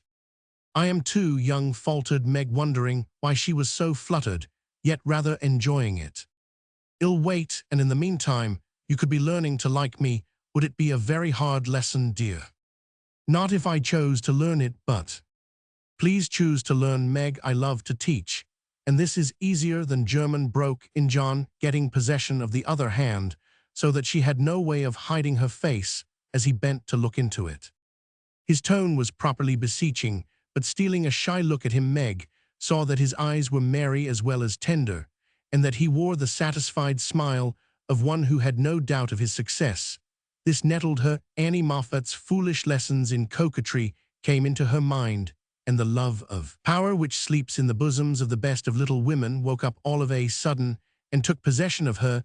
She felt excited and strange, and not knowing what else to do, followed a capricious impulse, and withdrawing her hands, said petulantly, "I don't choose, please go away and let me be." Poor Mr. Brooke looked as if his lovely castle in the air was tumbling about his ears, for he had never seen Meg in such a mood before, and it rather bewildered him. "Do you really mean that?" he asked anxiously, following her as she walked away. "Yes, I do. I don't want to be worried about such things. Father says I needn't. It's too soon, and I'd rather not. Mayn't I hope y'all change your mind by and be? I'll wait and say nothing till you have had more time. Don't play with me, Meg. I didn't think that of you." "Don't think of me at all, I'd Rather you wouldn't, said Meg, taking a naughty satisfaction in trying her lover's patience and her own power. He was grave and pale now, and looked decidedly more like the novel heroes, whom she admired, but he neither slapped his forehead nor tramped about the room as they Roman 999. He just stood looking at her so wistfully, so tenderly, that she found her heart relenting in spite of herself. What would have happened next I cannot say, if Aunt March had not come hobbling in at this interesting minute. The old lady couldn't resist her longing to see her nephew, for she had met Laurie, as she took her airing, and hearing of Mr. March's arrival drove straight out to see him. The family were all busy in the back part of the house, and she had made her way quietly in hoping to surprise them. She did surprise two of them so much that Meg started, as if she had seen a ghost, and Mr. Brooke vanished into the study. "Bless me, what's all this?" cried the old lady with a rap of her cane, as she glanced from the pale young gentleman to the scarlet young lady. "It's father's friend. I am so surprised to see you," stammered Meg, feeling that she was in for a lecture now. "That's evident," returned Aunt March, sitting down. "But what is father's friend saying to make you look like a peony? There's mischief going on, and I insist upon knowing what it is," with another rap. "We were only talking. Mr. Brooke came for his umbrella," began Meg, wishing that Mr. Brooke and the umbrella were safely out of the house. "Brooke, that boy's tutor? I understand now. I know all about it. Joe blundered into a wrong message in one of your father's letters, and I made her tell me you haven't gone and accepted him." "Child," cried Aunt March, looking scandalized. "Hush, hell, here shan't I call mother," said Meg, much troubled. "Not yet. I've something to say to you, and I must free my mind at once. Tell me, do you mean to marry this cook? If you do, not one penny of my money ever goes to you. Remember that, and be a sensible girl," said the old lady impressively. Now Aunt March possessed in perfection the art of rousing the spirit of opposition in the gentlest people, and enjoyed doing it. The best of us have a spice of perversity in us, especially when we are young and in love. If Aunt March had begged Meg to accept John Brooke, she would probably have declared she couldn't think of it, but as she was peremptorily ordered not to like him, she immediately made up her mind that she would. Inclination as well as perversity made the decision easy, and being already much excited, Meg opposed the old lady with unusual spirit. "I shall marry whom I please, Aunt March, and you can leave your money to anyone you like," she said, nodding her head with a resolute air. "Highty-tighty, is that the way you take my advice, Miss? You'll be sorry for it by and by, when you've tried love in a cottage and found it a failure." "It can't be a worse one than some people find in big houses," retorted Meg. Aunt March put on her glasses and took a look at the girl, for she did not know her in this new mood. Meg hardly knew herself.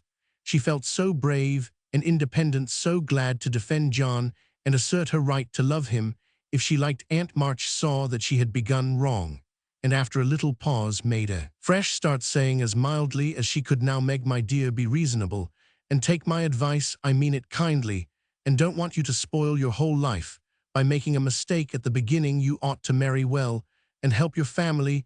It's your duty to make a rich match, and it ought to be impressed upon you. Father and mother don't think so. They like John, though he is poor. Your parents, my dear, have no more worldly wisdom than a pair of babies." "I am glad of it," cried Meg stoutly. Aunt March took no notice, but went on with her lecture. "This Rook is poor, and hasn't got any rich relations, has he?" "No, but he has many warm friends."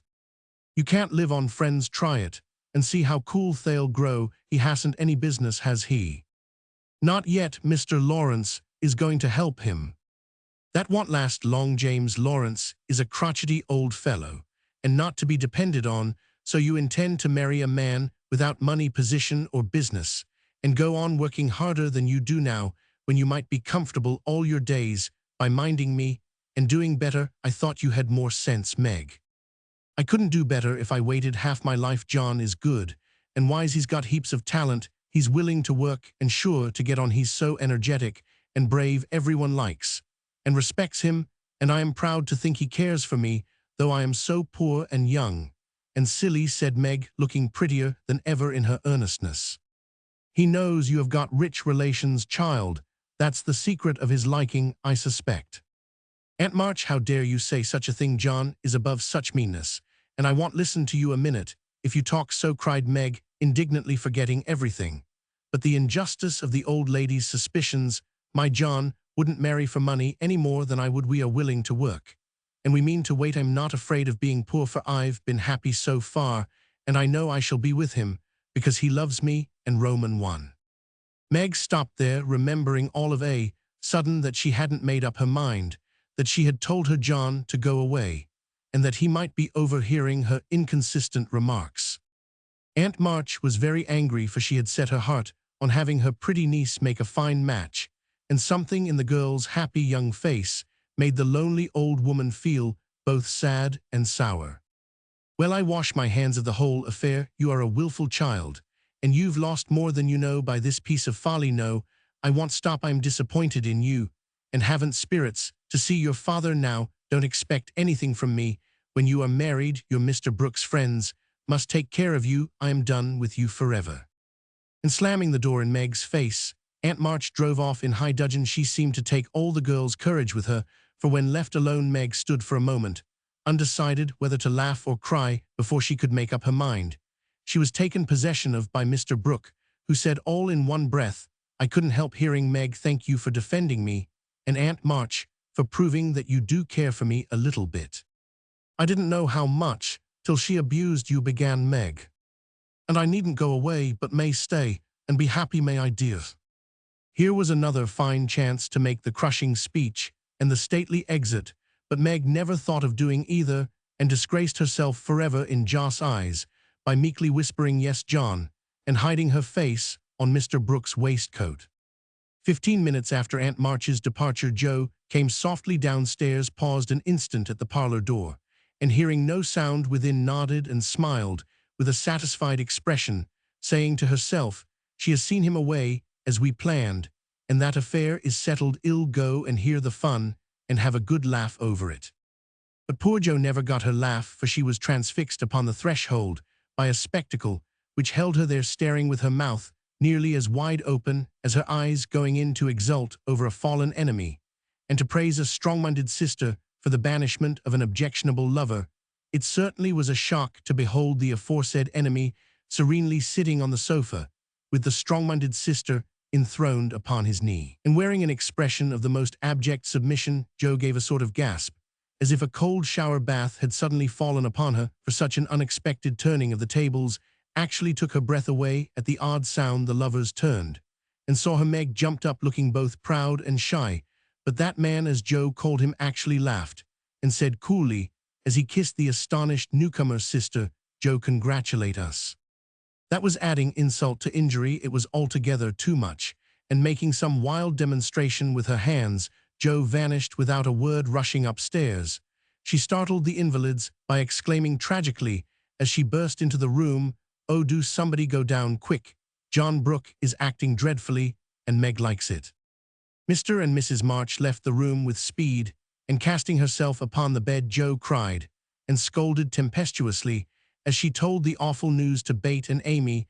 The little girls, however, considered it a most agreeable and interesting event, and Jo got little comfort from them, so she went up to her refuge in the garret and confided her troubles to the rats.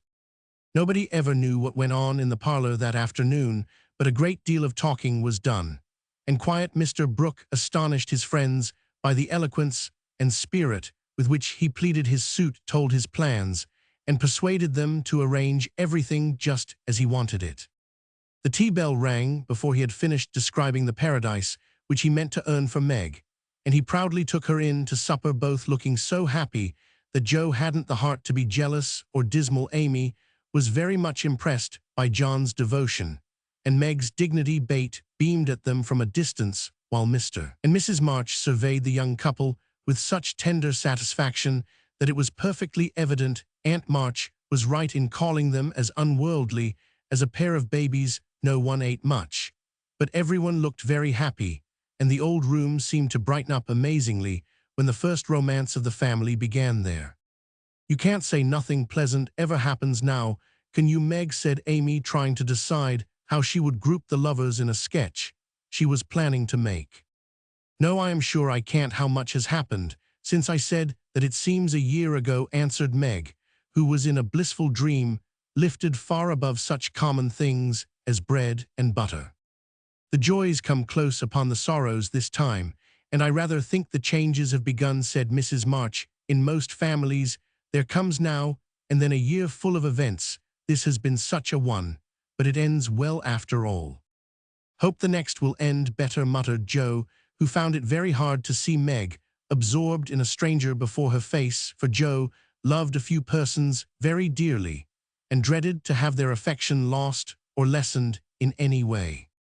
I hope the third year from this will end better. I mean, it shall if I live to work out my plans, said Mr. Brooks, smiling at Meg, as if everything had become possible to him now. Doesn't it seem very long to wait? Asked Amy, who was in a hurry for the wedding. I've got so much to learn before I shall be ready. It seems a short time to me, answered Meg, with a sweet gravity in her face never seen there before. You have only to wait. I am to do the work, said John, beginning his labors by picking up Meg's napkin with an expression which caused Joe to shake her head, and then say to herself with an air of relief, as the front door banged, here comes Laurie now, we shall have some sensible conversation. But Joe was mistaken, for Laurie came prancing in, overflowing with good spirits, bearing a great bridal-looking bouquet for Mrs. John Brooke, and evidently laboring under the delusion that the whole affair had been brought about by his excellent management. I knew Brooke would have it all his own way. He always does, for when he makes up his mind to accomplish anything, it's done, though the sky falls, said Laurie, when he had presented his offering and his congratulations. Much obliged for that recommendation. I take it as a good omen for the future, and invite you to my wedding on the spot, answered Mr. Brooke, who felt at peace with all mankind, even his mischievous pupil. I'll come if I am at the ends of the earth, for the sight of Joss' face alone on that occasion would be worth a long journey. You don't look festive, Mom. What's the matter? Asked Laurie, following her into a corner of the parlor, whither all had adjourned to greet Mr. Lawrence. I don't approve of the match, but I've made up my mind to bear it, and shall not say a word against it, said Joe solemnly. You can't know how hard it is for me to give up Meg, she continued with a little quiver in her voice. You don't give her up, you only go have, said Laurie consolingly. It can never be the same again. I've lost my dearest friend, sighed Joe. You've got me anyhow. I am not good for much, I know, but I'll stand by you, Joe, all the days of my life, upon my word. I will. And Laurie meant what he said. I know you will, and I am ever so much obliged. You are always a great comfort to me, Teddy returned, Joe gratefully shaking hands. Well, now don't be dismal, there's a good fellow. It's all right, you see Meg is happy. Brooke will fly round and get settled immediately. Grandpa will attend to him, and it will be very jolly to see Meg in her own little house. We'll have capital times after she is gone, for I shall be through college before long, and then we'll go abroad on some nice trip or other. Wouldn't that console you? I rather think it would, but there's no knowing what may happen in 3 years, said Joe thoughtfully. That's true. Don't you wish you could take a look forward and see where we shall all be then? I do, returned Laurie. I think not, for I might see something sad, and everyone looks so happy now. I don't believe they could be much improved. And Joss' eyes went slowly round the room, brightening as they looked, for the prospect was a pleasant one. Father and mother sat together, quietly reliving the first chapter of the romance, which for them began some 20 years ago. Amy was drawing the lovers who sat apart in a beautiful world of their own, the light of which touched their faces with a grace the little artist could not copy. Beth lay on her sofa, talking cheerily with her old friend, who held her little hand as if he felt that it possessed the power to lead him along the peaceful way she walked. Joe lounged in her favorite low seat with the grave, quiet look which best became her, and Laurie, leaning on the back of her chair, his chin on a level with her curly head, smiled with his friendliest aspect and nodded at her in the long glass which reflected them both. So the curtain falls upon Meg, Joe, Beth, and Amy. Whether it ever rises again depends upon the reception given the first act of the domestic drama called Little Women. Part 2. In order that we may start afresh and go to Meg's wedding. Chapter 24. Gossip. In order that we may start afresh and go to Meg's wedding with free minds, it will be well to begin with a little gossip about the marches, and here let me premise that if any of the elders think there is too much lovering in the story, as I fear they may, I'm not afraid the young folks will make that objection. I can only say with Mrs. March, what can you expect when I have 4 gay girls in the house and a dashing young neighbor over the way? The 3 years that have passed have brought but few changes to the quiet family. The war is over, and Mr. March safely at home busy with his books, and the small parish which found in him a minister by nature as by grace, a quiet studious man rich in the wisdom that is better than learning, the charity which calls all mankind brother, the piety that blossoms into character, making it august and lovely. These attributes, in spite of poverty and the strict integrity which shut him out from the more worldly successes, attracted to him many admirable persons, as naturally as sweet herbs draw bees, and as naturally he gave them the honey into which 50 years of hard experience had distilled no bitter drop. Earnest young men found the gray-headed scholar as young at heart as they thoughtful or troubled women instinctively brought their doubts to him, sure of finding the gentlest sympathy. The wisest counsel sinners told their sins to the pure-hearted old man, and were both rebuked and saved. Gifted men found a companion in him. Ambitious men caught glimpses of nobler ambitions than their own, and even worldlings confessed that his beliefs were beautiful and true, although they wouldn't pay. To outsiders, the 5 energetic women seemed to rule the house, and so they did in many things, but the quiet scholar sitting among his books was still the head of the family, the household conscience anchor and comforter, for to him the busy, anxious women always turned in troublous times, finding him in the truest sense of those sacred words, husband and father. The girls gave their hearts into their mothers, keeping their souls into their fathers, and to both parents who lived and labored so faithfully for them, they gave a love that grew with their growth, and bound them tenderly together by the sweetest tie which blesses life and outlives death. Mrs. March is as brisk and cheery, though rather grayer than when we saw her last, and just now so absorbed in Meg's affairs that the hospitals and homes, still full of wounded boys and soldiers' widows, decidedly missed the motherly missionaries' visits. John Brooke did his duty manfully for a year, got wounded, was sent home, and not allowed to return. He received no stars or bars, but he deserved them, for he cheerfully risked all he had, and life and love are very precious when both are in full bloom. Perfectly resigned to his discharge, he devoted himself to getting well, preparing for business, and earning a home for Meg. With the good sense and sturdy independence that characterized him, he refused Mr. Lawrence's more generous offers, and accepted the place of bookkeeper, feeling better satisfied to begin with an honestly earned salary than by running any risks with borrowed money. Meg had spent the time in working as well as waiting, growing womanly in character, wise in housewifely arts, and prettier than ever, for love is a great beautifier.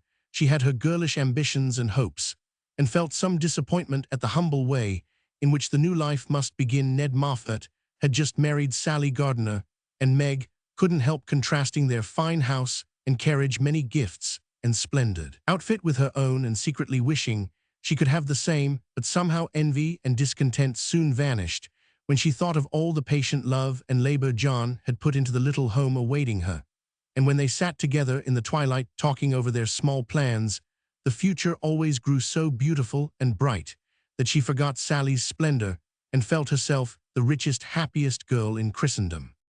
Jo never went back to Aunt March, for the old lady took such a fancy to Amy that she bribed her with the offer of drawing lessons from one of the best teachers going, and for the sake of this advantage Amy would have served a far harder mistress. So she gave her mornings to duty, her afternoons to pleasure, and prospered finely. Jo meantime devoted herself to literature, and Bate, who remained delicate long after the fever, was a thing of the past, not an invalid exactly, but never again the rosy, healthy creature she had been, yet always hopeful, happy and serene and busy with the quiet duties. She loved everyone's friend and an angel in the house, long before those who loved her most had learned to know it. As long as the Spread Eagle paid her $1 a column for her rubbish, as she called it, Jo felt herself a woman of means, and spun her little romances diligently. but great plans fermented in her busy brain and ambitious mind, and the old tin kitchen in the garret held a slowly increasing pile of blotted manuscript, which was one day to place the name of March upon the roll of fame. Laurie, having dutifully gone to college to please his grandfather, was now getting through it in the easiest possible manner to please himself, a universal favorite thanks to money, manners, much talent, and the kindest heart that ever got its owner into scrapes by trying to get other people out of them.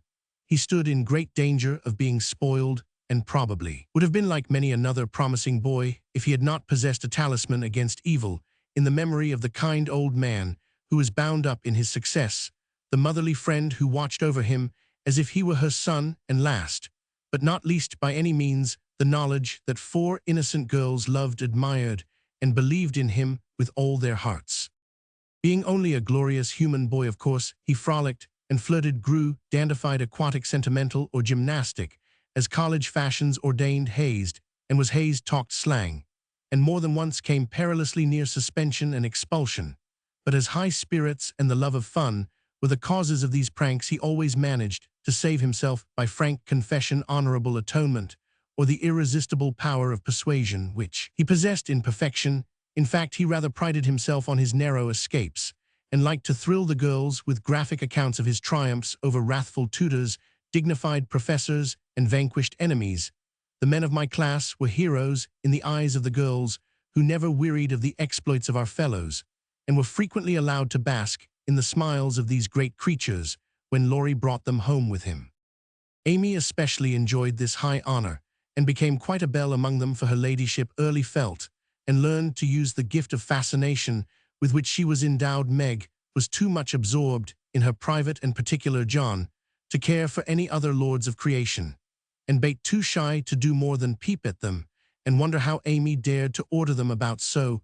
But Jo felt quite in her own element and found it very difficult to refrain from imitating the gentlemanly attitudes, phrases, and feats which seemed more natural to her than the decorums prescribed for young ladies. They all liked Jo immensely, but never fell in love with her, though very few escaped without paying the tribute of a sentimental sigh or two at Amy's shrine.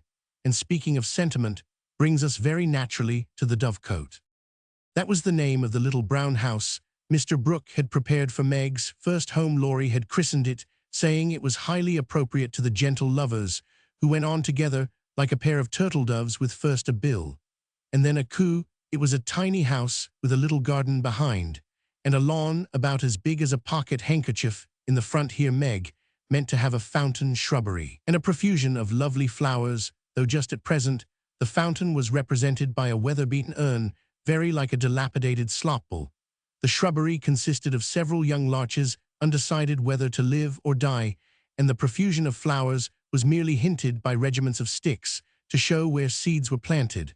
But inside it was altogether charming, and the happy bride saw no fault from garret to cellar. To be sure, the hall was so narrow, it was fortunate that they had no piano, for one never could have been got in whole. The dining room was so small that 6 people were a tight fit, and the kitchen stairs seemed built for the express purpose of precipitating both servants and china pell-mell into the coal bin. But once get used to these slight blemishes, and nothing could be more complete, for good sense and good taste had presided over the furnishing, and the result was highly satisfactory. There were no marble-topped tables, long mirrors, or lace curtains in the little parlor, but simple furniture, plenty of books, a fine picture or two, a stand of flowers in the bay window, and scattered all about the pretty gifts which came from friendly hands and were the fairer for the loving messages they brought. I don't think the Parian Psyche Laurie gave lost any of its beauty, because John put up the bracket it stood upon that any upholsterer could have draped the plain muslin curtains more gracefully than Amy's artistic hand, or that any storeroom was ever better provided with good wishes, merry words, and happy hopes than that in which Jo and her mother put away Meg's few boxes, barrels, and bundles. And I am morally certain that the Spandine kitchen never could have looked so cozy and neat if Hannah had not arranged every pot and pan a dozen times over, and laid the fire all ready for lighting the minute Mies Brooke came home. I also doubt if any young matron ever began life with so rich a supply of dusters, holders, and piece bags, for Bate made enough to last till the silver wedding came round, and invented 3 different kinds of dishcloths for the express service of the bridal china.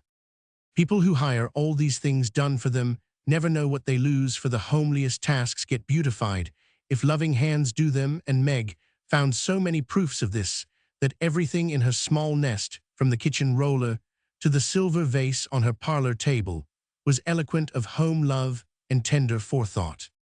What happy times they had planning together, what solemn shopping excursions, what funny mistakes they made, and what shouts of laughter arose over Laurie's ridiculous bargains in his love of jokes. This young gentleman, though nearly through college, was as much of a boy as ever. His last whim had been to bring with him on his weekly visits some new useful and ingenious article for the young housekeeper, now a bag of remarkable clothespins, next a wonderful nutmeg grater, which fell to pieces at the first trial, a knife cleaner that spoiled all the knives, or a sweeper that picked the nap neatly off the carpet and left the dirt, labor-saving soap that took the skin off one's hands, infallible cements, which stuck firmly to nothing but the fingers of the deluded buyer, and every kind of tinware, from a toy savings bank for odd pennies to a wonderful boiler which would wash articles in its own steam, with every prospect of exploding in the process. In vain Meg begged him to stop. John laughed at him, and Joe called him Mr. Toodles. He was possessed with a mania for patronizing Yankee ingenuity, and seeing his friends fitly furnished forth so each week beheld some fresh absurdity. Everything was done at last, even to Amy's arranging different colored soaps to match the different colored rooms, and Bates setting the table for the first meal. "Are you satisfied? Does it seem like home? And do you feel as if you should be happy here?" asked Mrs. March, as she and her daughter went through the new kingdom arm in arm, for just then they seemed to cling together more tenderly than ever. "Yes, Mother, perfectly satisfied, thanks to you all, and so happy that I can't talk about it," with a look that was far better than words. "If she only had a servant or two, it would be all right," said Amy, coming out of the parlor, where she had been trying to decide whether the bronze Mercury looked best on the whatnot or the mantelpiece. "Mother and I have talked that over, and I have made up my mind to try her way first. There will be so little to do that, with Lottie to run my errands and help me here and there, I shall only have enough work to keep me from getting lazy or homesick," answered Meg tranquilly. "Sally Moffat has 4, began Amy. "If Meg had 4, the house wouldn't hold them, and Master and Mrs. would have to camp in the garden," broke in Joe, who, enveloped in a big blue pinafore, was giving the last polish to the door handles. "Sally isn't a poor man's wife, and many maids are in keeping with her fine establishment," Meg and John begin humbly, "but I have a feeling that there will be quite as much happiness in the little house as in the big one. It's a great mistake for young girls like Meg to leave themselves nothing to do but dress, give orders, and gossip. When I was first married, I used to long for my new clothes to wear out or get torn, so that I might have the pleasure of mending them, for I got heartily sick of doing fancy work and tending my pocket handkerchief. Why didn't you go into the kitchen and make messes, as Sally says she does, to amuse herself, though they never turn out well, and the servants laugh at her," said Meg. "I did after a while, not to mess, but to learn of Hannah how things should be done, that my servants need not laugh at me. It was play then. But there came a time when I was truly grateful that I not only possessed the will, but the power to cook wholesome food for my little girls and help myself. When I could no longer afford to hire help, you begin at the other end, Meg dear. But the lessons you learn now will be of use to you by and by, when John is a richer man, for the mistress of a house, however splendid, should know how work ought to be done, if she wishes to be well and honestly served." "Yes, Mother, I am sure of that," said Meg, listening respectfully to the little lecture, for the best of women will hold forth upon the all-absorbing subject of house keeping. "Do you know, I like this room most of all in my baby house," added Meg a minute after, as they went upstairs, and she looked into her well-stirred linen closet. Bate was there, laying the snowy piles smoothly on the shelves, and exulting over the goodly array. All three laughed as Meg spoke, for that linen closet was a joke, you see, having said that if Meg married that Brooke she shouldn't have a cent of her money. Aunt March was rather in a quandary. When time had appeased her wrath and made her repent her vow, she never broke her word, and was much exercised in her mind how to get round it, and at last devised a plan whereby she could satisfy herself. Mrs. Carroll Florence's mamma was ordered to buy have made and marked a generous supply of house and table linen, and send it as her present, all of which was faithfully done, but the secret leaked out, and was greatly enjoyed by the family, for Aunt March tried to look utterly unconscious, and insisted that she could give nothing but the old-fashioned pearls long promised to the first bride.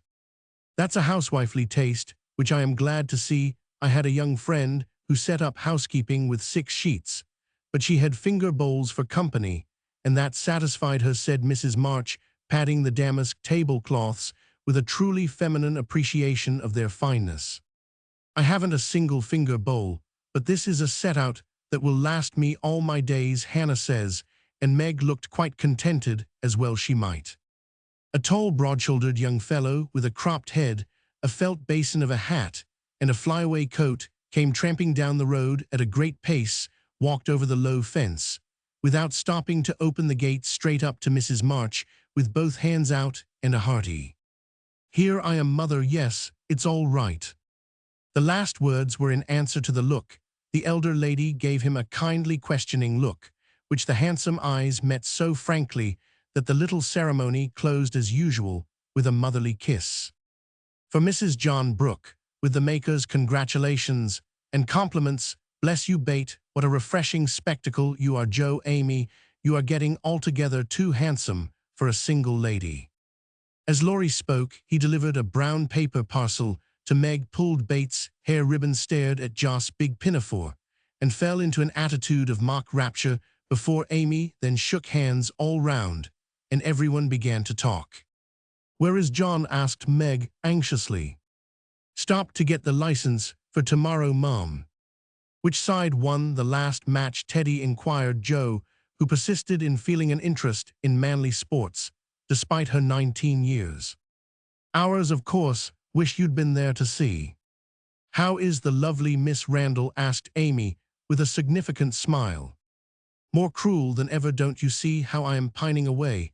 And Laurie gave his broad chest a sounding slap and heaved a melodramatic sigh. "What's the last joke? Undo the bundle and see, Meg," said Bate, eyeing the knobby parcel with curiosity. "It's a useful thing to have in the house, in case of fire or thieves," observed Laurie, as a watchman's rattle appeared amid the laughter of the girls. "Any time when John is away and you get frightened, Mrs. Meg, just swing that out of the front window, and it will rouse the neighborhood in a jiffy. Nice thing, isn't it?" And Laurie gave them a sample of its powers that made them cover up their ears. "There's gratitude for you, and speaking of gratitude reminds me to mention that you may thank Hannah for saving your wedding cake from destruction. I saw it going into your house as I came by, and if she hadn't defended it manfully, I'd have had a pick at it, for it looked like a remarkably plummy one." "I wonder if you will ever grow up, Laurie," said Meg, in a matronly tone. "I am doing my best, Mom, but can't get much higher, I'm afraid, as 6 feet is about all men can do in these degenerate days," responded the young gentleman, whose head was about level with the little chandelier. "I suppose it would be profanation to eat anything in this spick-and-span bower, so as I am tremendously hungry, I propose an adjournment," he added presently. "Mother and I are going to wait for John. There are some last things to settle," said Meg, bustling away. "Bate and I are going over to Kitty Bryant's to get more flowers for tomorrow," added Amy, tying a picturesque hat over her picturesque curls, and enjoying the effect as much as anybody.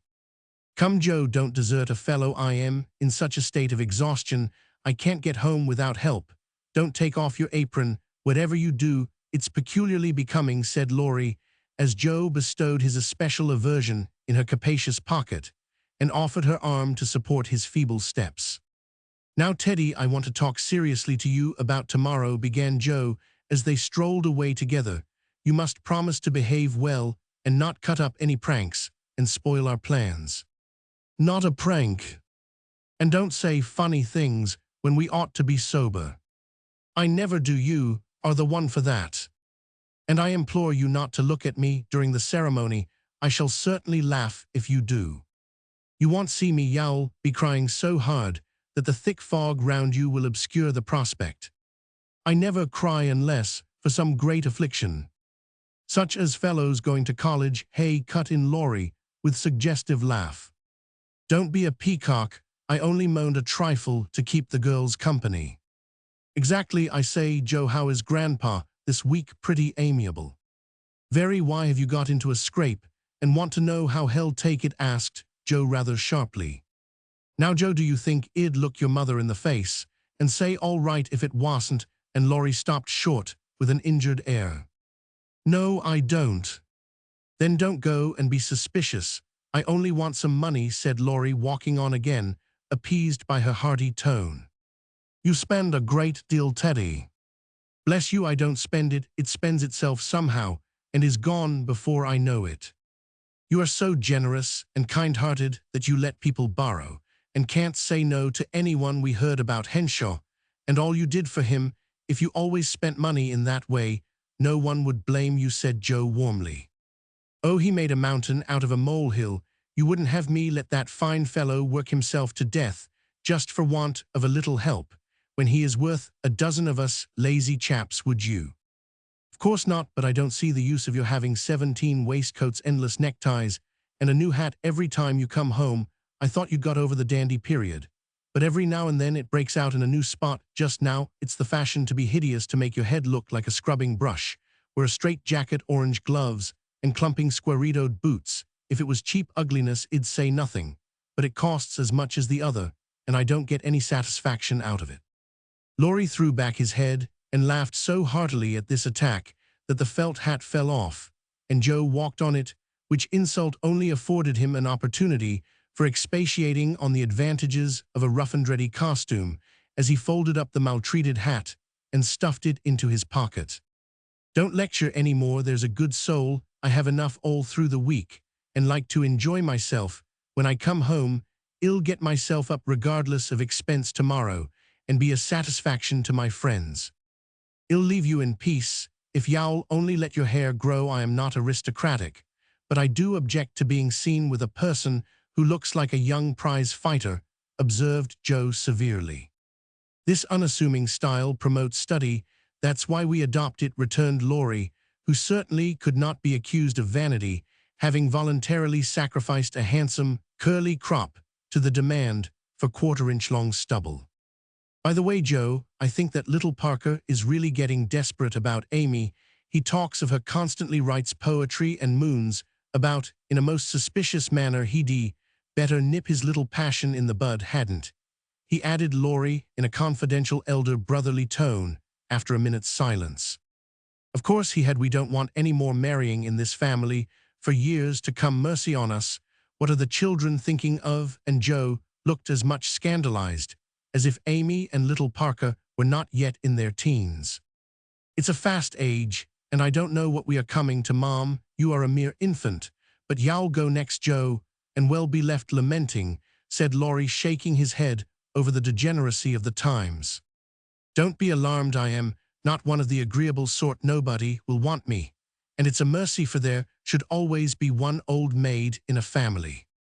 You won't give anyone a chance, said Laurie with a sidelong glance and a little more color than before in his sunburned face. You won't show the soft side of your character, and if a fellow gets a peep at it by accident and can't help showing that he likes it, you treat him as Mrs. Gummidge did her sweetheart, throw cold water over him, and get so thorny no one dares touch or look at you. I don't like that sort of thing. I am too busy to be worried with nonsense, and I think it's dreadful to break up families, so now don't say any more about it. Meg's wedding has turned all our heads, and we talk of nothing but lovers and such absurdities. I don't wish to get cross, so let's change the subject. And Joe looked quite ready to fling cold water on the slightest provocation. Whatever his feelings might have been, Laurie found a vent for them in a long, low whistle, and the fearful prediction as they parted at the gate. Mark my words, Joe, you'll go next. Chapter 25. The First Wedding. The June roses over the porch were awake bright and early on that morning, rejoicing with all their hearts in the cloudless sunshine, like friendly little neighbors, as they were quite flushed with excitement with their ruddy faces as they swung in the wind, whispering to one another what they had seen. For some peeped in at the dining room windows where the feast was spread. Some climbed up to nod and smile at the sisters as they dressed the bride. Others waved a welcome to those who came, and went on various errands in garden, porch, and hall, and all from the rosiest full-blown flower to the palest baby bud, offered their tribute of beauty and fragrance to the gentle mistress who had loved and tended them so long. Meg looked very like a rose herself, for all that was best and sweetest in heart and soul seemed to bloom into her face that day, making it fair and tender, with a charm more beautiful than beauty. Neither silk lace nor orange flowers would she have. I don't want a fashionable wedding, but only those about me whom I love, and to them I wish to look and be my familiar self. So she made her wedding gown herself, sewing into it the tender hopes and innocent romances of a girlish heart. Her sisters braided up her pretty hair, and the only ornaments she wore were the lilies of the valley, which her John liked best of all the flowers that grew. "You do look just like our own dear Meg, only so very sweet and lovely, that I should hug you if it wouldn't crumple your dress," cried Amy, surveying her with delight when all was done.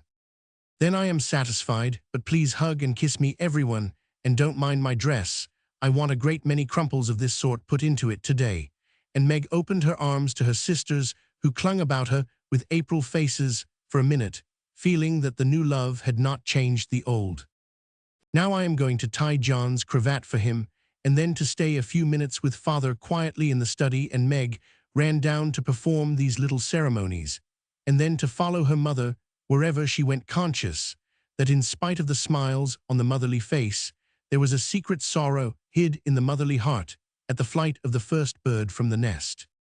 As the younger girls stand together, giving the last touches to their simple toilet, it may be a good time to tell of a few changes which 3 years have wrought in their appearance, for all are looking their best just now. Joss' angles are much softened. She has learned to carry herself with ease, if not grace. The curly crop has lengthened into a thick coil, more becoming to the small head atop of the tall figure. There is a fresh color in her brown cheeks, a soft shine in her eyes, and only gentle words fall from her sharp tongue today. Beth has grown slender, pale, and more quiet than ever. The beautiful, kind eyes are larger, and in them lies an expression that saddens one, although it is not sad itself. It is the shadow of pain which touches the young face with such pathetic patience. But Beth seldom complains, and always speaks hopefully of being better soon. Amy is with truth considered the flower of the family, for at 16 she has the air and bearing of a full-grown woman, not beautiful, but possessed of that indescribable charm called grace. One saw it in the lines of her figure, the make and motion of her hands, the flow of her dress, the droop of her hair, unconscious yet harmonious, and as attractive to many as beauty itself. Amy's nose still afflicted her, for it never would grow Grecian, so did her mouth, being too wide, and having a decided chin. These offending features gave character to her whole face, but she never could see it, and consoled herself with her wonderfully fair complexion, keen blue eyes, and curls more golden and abundant than ever. All three wore suits of thin silver gray, their best gowns for the summer, with blush roses in hair and bosom, and all three looked just what they were, fresh-faced, happy-hearted girls, pausing a moment in their busy lives to read with wistful eyes the sweetest chapter in the romance of womanhood. There were to be no ceremonious performances. Everything was to be as natural and homelike as possible. So when Aunt March arrived, she was scandalized to see the bride come running to welcome and lead her in, to find the bridegroom fastening up a garland that had fallen down, and to catch a glimpse of the paternal minister marching upstairs with a grave countenance and a wine bottle under each arm.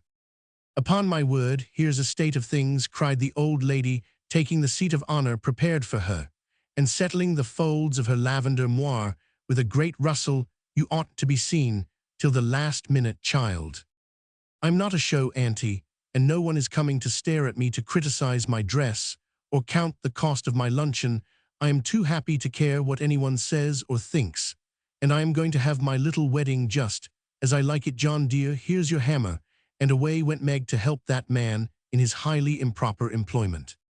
Mr. Brooke didn't even say thank you, but as he stooped for the unromantic tool, he kissed his little bride behind the folding door with a look that made Aunt March whisk out her pocket handkerchief with a sudden dew in her sharp old eyes.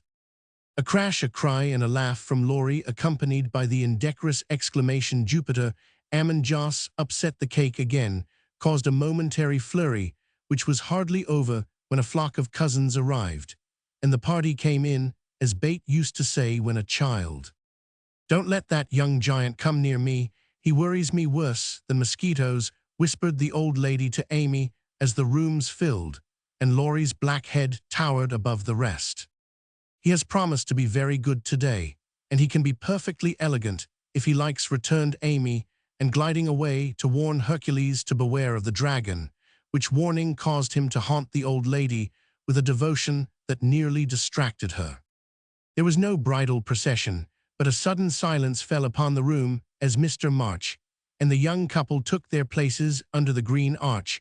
Mother and sisters, gathered close as if loath to give Meg up, the fatherly voice broke more than once, which only seemed to make the service more beautiful and solemn. The bridegroom's hand trembled visibly, and no one heard his replies, but Meg looked straight up in her husband's eyes and said "I will" with such tender trust in her own face and voice that her mother's heart rejoiced, and Aunt March sniffed audibly.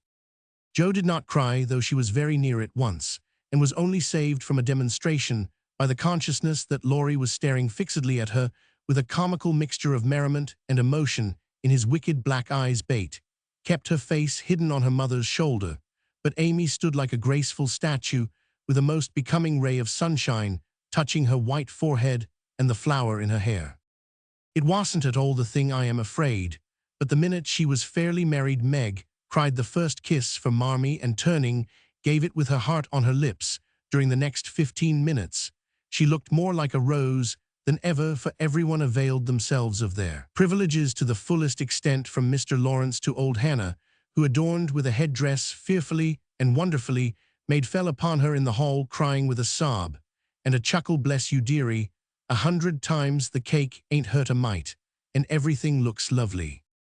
Everybody cleared up after that, and said something brilliant or tried to, which did just as well, for laughter is ready when hearts are light.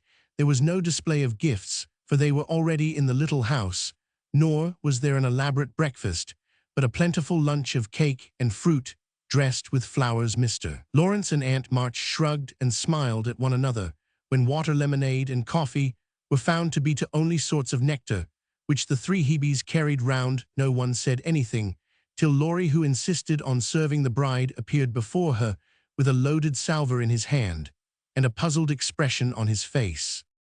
"Has Jo smashed all the bottles by accident?" he whispered. "Or am I merely laboring under a delusion that I saw some lying about loose this morning?" "No, your grandfather kindly offered us his best, and Aunt March actually sent some, but father put away a little for Bate and dispatched the rest to the soldiers' home. You know, he thinks that wine should be used only in illness, and mother says that neither she nor her daughters will ever offer it to any young man under her roof." Meg spoke seriously and expected to see Laurie frown or laugh, but he did neither, for after a quick look at her, he said in his impetuous way, "I like that, for I've seen enough harm done to wish other women would think as you do. You are not made wise by experience, I hope," and there was an anxious accent in Meg's voice. "No, I give you my word, for it don't think too well of me either. This is not one of my temptations, being brought up where wine is as common as water, and almost as harmless. I don't care for it, but when a pretty girl offers it, one doesn't like to refuse, you see." "But you will for the sake of others, if not for your own. Come, Laurie, promise, and give me one more reason to call this the happiest day of my life." A demand so sudden and so serious made the young man hesitate a moment, for ridicule is often harder to bear than self-denial. Meg knew that if he gave the promise he would keep it at all costs, and feeling her power used it as a woman may for her friend's good. She did not speak, but she looked up at him with a face made very eloquent by happiness, and a smile which said, "No one can refuse me anything today." Laurie certainly could not, and with an answering smile he gave her his hand, saying heartily, "I promise, Mrs. Brooke." "I thank you very, very much." "And I drink long life to your resolution," Teddy cried, Jo baptizing him with a splash of lemonade, as she waved her glass and beamed approvingly upon him. So the toast was drunk, the pledge made, and loyally kept in spite of many temptations, for, with instinctive wisdom, The girls seized a happy moment to do their friend a service, for which he thanked them all his life. After lunch, people strolled about by twos and threes through the house and garden, enjoying the sunshine without, and within. Meg and John happened to be standing together in the middle of the grass plot, when Laurie was seized with an inspiration which put the finishing touch to this unfashionable wedding. All the married people take hands and dance round the new-made husband and wife as the Germans do, while we bachelors and spinsters prance in couples outside, cried Laurie, promenading down the path with Amy with such infectious spirit and skill that everyone else followed their example without a murmur. Mr. and Mrs. March, Aunt and Uncle Carroll began it, others rapidly joined in, even Sally Moffat. After moments' hesitation, threw her train over her arm and whisked Ned into the ring, but the crowning joke was Mr. Lawrence and Aunt March, for when the stately old gentleman chassied solemnly up to the old lady, she just tucked her cane under her arm and hopped briskly away to join hands with the rest and dance about the bridal pair, while the young folks pervaded the garden like butterflies on a midsummer day. Want of breath brought the impromptu ball to a close, and then people began to go. "I wish you well, my dear, I heartily wish you well, but I think y'all be sorry for it," said Aunt March to Meg, adding to the bridegroom, as he led her to the carriage, "You've got a treasure, young man, see that you deserve it." "That is the prettiest wedding I've been to for an age, Ned, and I don't see why, for there wasn't a bit of style about it," observed Mrs. Moffat to her husband as they drove away. "Laurie, my lad, if you ever want to indulge in this sort of thing, get one of those little girls to help you, and I shall be perfectly satisfied," said Mr. Lawrence, settling himself in his easy chair to rest after the excitement of the morning. "I'll do my best to gratify you, sir," was Laurie's unusually dutiful reply, as he carefully unpinned the posy Joe had put in his buttonhole. The little house was not far away, and the only bridal journey Meg had was the quiet walk with John from the old home to the new, when she came down looking like a pretty Quakeress in her dove-colored suit and straw bonnet tied with white. They all gathered about her to say goodbye as tenderly as if she had been going to make the grand tour. "Don't feel that I am separated from you, Marmee dear, or that I love you any the less for loving John so much," she said, clinging to her mother with full eyes for a moment. "I shall come every day, father, and expect to keep my old place in all your hearts. Though I am married, Bate is going to be with me a great deal, and the other girls will drop in now and then to laugh at my housekeeping struggles. Thank you all for my happy wedding day. Goodby." They stood watching her with faces full of love and hope and tender pride as she walked away, leaning on her husband's arm with her hands full of flowers, and the June sunshine brightening her happy face. And so Meg's married life began. Chapter 26. Artistic Attempts. It takes people a long time to learn the difference between talent and genius, especially ambitious young men and women. Amy was learning this distinction through much tribulation, for mistaking enthusiasm for inspiration. She attempted every branch of art with youthful audacity for a long time. There was a lull in the mud-pie business, and she devoted herself to the finest pen and ink drawing, in which she showed such taste and skill that her graceful handiwork proved both pleasant and profitable, but overstrained eyes caused pen and ink to be laid aside for a bold attempt at poker sketching. While this attack lasted, the family lived in constant fear of a conflagration, for the odor of burning wood pervaded the house at all hours. Smoke issued from attic and shed with alarming frequency. Red-hot pokers lay about promiscuously, and Hannah never went to bed without a pail of water, and the dinner bell at her door in case of fire. Raphael's face was found boldly executed on the underside of the molding board, and Bacchus on the head of a beer barrel. A chanting cherub adorned the cover of the sugar bucket, and attempts to portray Romeo and Juliet supplied kindling for some time. From fire to oil was a natural transition for burned fingers, and Amy fell to painting with undiminished ardor. An artist friend fitted her out with his cast-off palettes, brushes, and colors, and she daubed away, producing pastoral and marine views such as were never seen on land, or see her monstrosities in the way of cattle would have taken prizes at an agricultural fair, and the perilous pitching of her vessels would have produced seasickness in the most nautical observer. if the utter disregard to all known rules of shipbuilding and rigging had not convulsed him with laughter at the first glance swarthy boys and dark-eyed Madonnas staring at you from one corner of the studio suggested Murillo oily brown shadows of faces with a lurid streak in the wrong place meant Rembrandt. Buxom ladies and dropsical infants Rubens and Turner appeared in tempests of blue thunder, orange lightning, brown rain, and purple clouds, with a tomato-colored splash in the middle which might be the sun, or a bowie, a sailor's shirt, or a king's robe, as the spectator pleased. Charcoal portraits came next, and the entire family hung in a row looking as wild and crocky as if just evoked from a Colbin softened into crayon sketches. They did better, for the likenesses were good, and Amy's hair, Joss' nose, Meg's mouth, and Laurie's eyes were pronounced wonderfully fine, a return to clay and plaster. Followed, and ghostly casts of her acquaintances haunted corners of the house, or tumbled off closet shelves onto people's heads. Children were enticed in as models, till their incoherent accounts of her mysterious doings caused Miss Amy to be regarded in the light of a young ogress. Her efforts in this line, however, were brought to an abrupt close by an untoward accident, which quenched her ardor. Other models failing her for a time, she undertook to cast her own pretty foot, and the family were one day alarmed by an unearthly bumping and screaming, and running to the rescue, found the young enthusiast hopping wildly about the shed with her foot held fast in a pan full of plaster, which had hardened with unexpected rapidity. With much difficulty and some danger, she was dug out, for Joe was so overcome with laughter, while she excavated, that her knife went too far, cut the poor foot, and left a lasting memorial of one artistic attempt at least. After this, Amy subsided, till a mania for sketching from nature set her to haunting river, field, and wood for picturesque studies, and sighing for ruins to copy. She caught endless colds sitting on damp grass to book a delicious bit composed of a stone, a stump, one mushroom, and a broken mullein stalk, or a heavenly mass of clouds that looked like a choice display of featherbeds. When done, she sacrificed her complexion floating on the river in the midsummer sun to study light and shade, and got a wrinkle over her nose trying after points of sight, or whatever the squintanstring performance is called.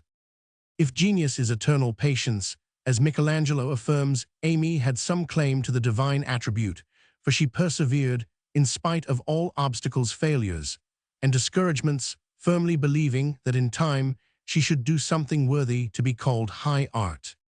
She was learning, doing, and enjoying other things meanwhile, for she had resolved to be an attractive and accomplished woman. Even if she never became a great artist here, she succeeded better, for she was one of those happily created beings who please without effort, make friends everywhere, and take life so gracefully and easily that less fortunate souls are tempted to believe that such are born under a lucky star. Everybody liked her, for among her good gifts was tact. She had an instinctive sense of what was pleasing and proper, always said the right thing to the right person, did just what suited the time and place, and was so self-possessed that her sisters used to say if Amy went to court without any rehearsal beforehand, she'd know exactly what to do.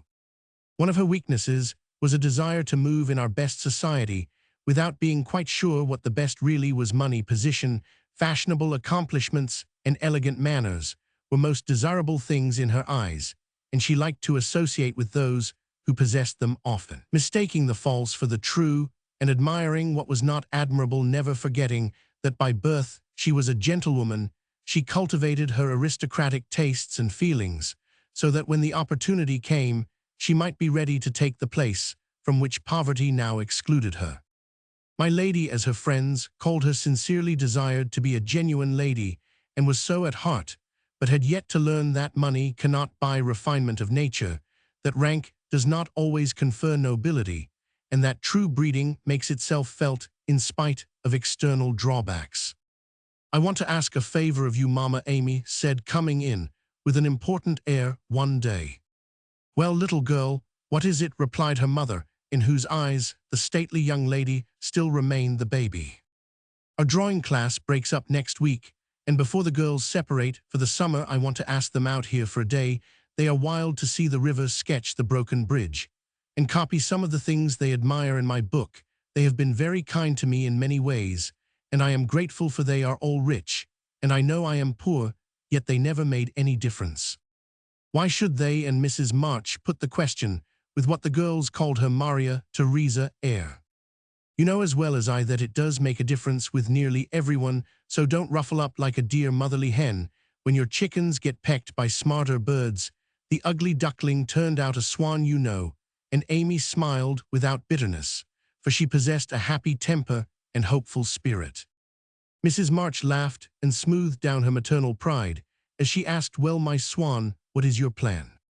"I should like to ask the girls out to lunch next week, to take them for a drive to the places they want to see, a row on the river perhaps, and make a little artistic fete for them." "That looks feasible. What do you want for lunch?" "Cake, sandwiches, fruit, and coffee will be all that is necessary, I suppose." "Oh dear no, we must have cold tongue and chicken, French chocolate, and ice cream. Besides, the girls are used to such things, and I want my lunch to be proper and elegant, though I do work for my living." "How many young ladies are there?" asked her mother, beginning to look sober. 12 or 14 in the class, but I dare say they won't all come." "Bless me, child, you will have to charter an omnibus to carry them about." "Why, mother, how can you think of such a thing? Not more than 6 or 8 will probably come, so I shall hire a beach wagon and borrow Mr. Lawrence's Cherrybounce, Hannah's pronunciation of Charabanc." "All of this will be expensive, Amy." "Not very. I've calculated the cost, and I'll pay for it myself." "Don't you think, dear, that as these girls are used to such things, and the best we can do will be nothing new, that some simpler plan would be pleasanter to them as a change, if nothing more, and much better for us than buying or borrowing what we don't need, and attempting a style not in keeping with our circumstances? If I can't have it as I like, I don't care to have it at all. I know that I can carry it out perfectly well if you and the girls will help a little, and I don't see why I can't if I am willing to pay for it," said Amy, with the decision which opposition was apt to change into obstinacy. Mrs. March knew that experience was an excellent teacher, and when it was possible, she left her children to learn alone the lessons which she would gladly have made easier if they had not objected to taking advice as much as they did salts and senna. "Very well, Amy, if your heart is set upon it, and you see your way through without too great an outlay of money, time, and temper, I'll say no more. Talk it over with the girls, and whichever way you decide, I'll do my best to help you." "Thanks, mother, you are always so kind," and away went Amy to lay her plan before her sisters. Meg agreed at once, and promised her aid gladly, offering anything she possessed from her little house itself to her very best saltspoons, but Joe frowned upon the whole project and would have nothing to do with it at first. "Why in the world should you spend your money, worry your family, and turn the house upside down for a parcel of girls who don't care a sixpence for you? I thought you had too much pride and sense to truckle to any mortal woman just because she wears French boots and rides in a coupe," said Joe, who, being called from the tragic climax of her novel, was not in the best mood for social enterprises. "I don't truckle, and I hate being patronized as much as you do," returned Amy indignantly, for the two still jangled. "When such questions arose, the girls do care for me and I for them, and there's a great deal of kindness and sense and talent among them, in spite of what you call fashionable nonsense. You don't care to make people like you to go into good society and cultivate your manners and tastes. I do, and I mean to make the most of every chance that comes. You can go through the world with your elbows out and your nose in the air, and call it independence, if you like. That's not my way." When Amy had wetted her tongue and freed her mind, she usually got the best of it, for she seldom failed to have common sense on her side, while Joe carried her love of liberty and hate of conventionalities to such an unlimited extent that she naturally found herself worsted in an argument. Amy's definition of Jo's idea of independence was such a good hit that both burst out laughing, and the discussion took a more amiable turn. Much against her will, Joe at length consented to sacrifice a day to Mrs. Grundy and help her sister through what she regarded as a nonsensical business.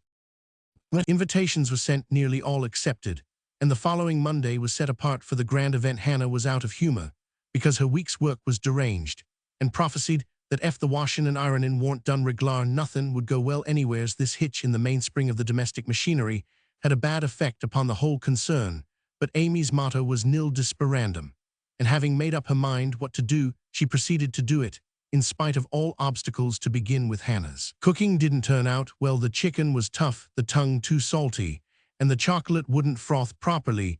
Then the cake and ice cost more than Amy expected, so did the wagon, and various other expenses, which seemed trifling at the outset, counted up rather alarmingly. Afterward Beth got a cold, and took to her bed. Meg had an unusual number of callers to keep her at home, and Jo was in such a divided state of mind that her breakages, accidents, and mistakes were uncommonly numerous, serious, and trying. If it was not fair on Monday, the young ladies were to come on Tuesday, an arrangement which aggravated Jo and Hannah to the last degree. On Monday morning, the weather was in that undecided state which is more exasperating than a steady pour. It drizzled a little, shone a little, blew a little, and didn't make up its mind till it was too late for anyone else to make up. There's Amy was up at dawn, hustling people out of their beds and through their breakfasts, that the house might be got in order. The parlor struck her as looking uncommonly shabby, but without stopping to sigh for what she had not, she skillfully made the best of what she had, arranging chairs over the worn places in the carpet, covering stains on the walls with homemade statuary, which gave an artistic air to the room, as did the lovely vases of flowers Jo scattered about. The lunch looked charming, and as she surveyed it, she sincerely hoped it would taste well, and that the borrowed glass china and silver would get safely home again.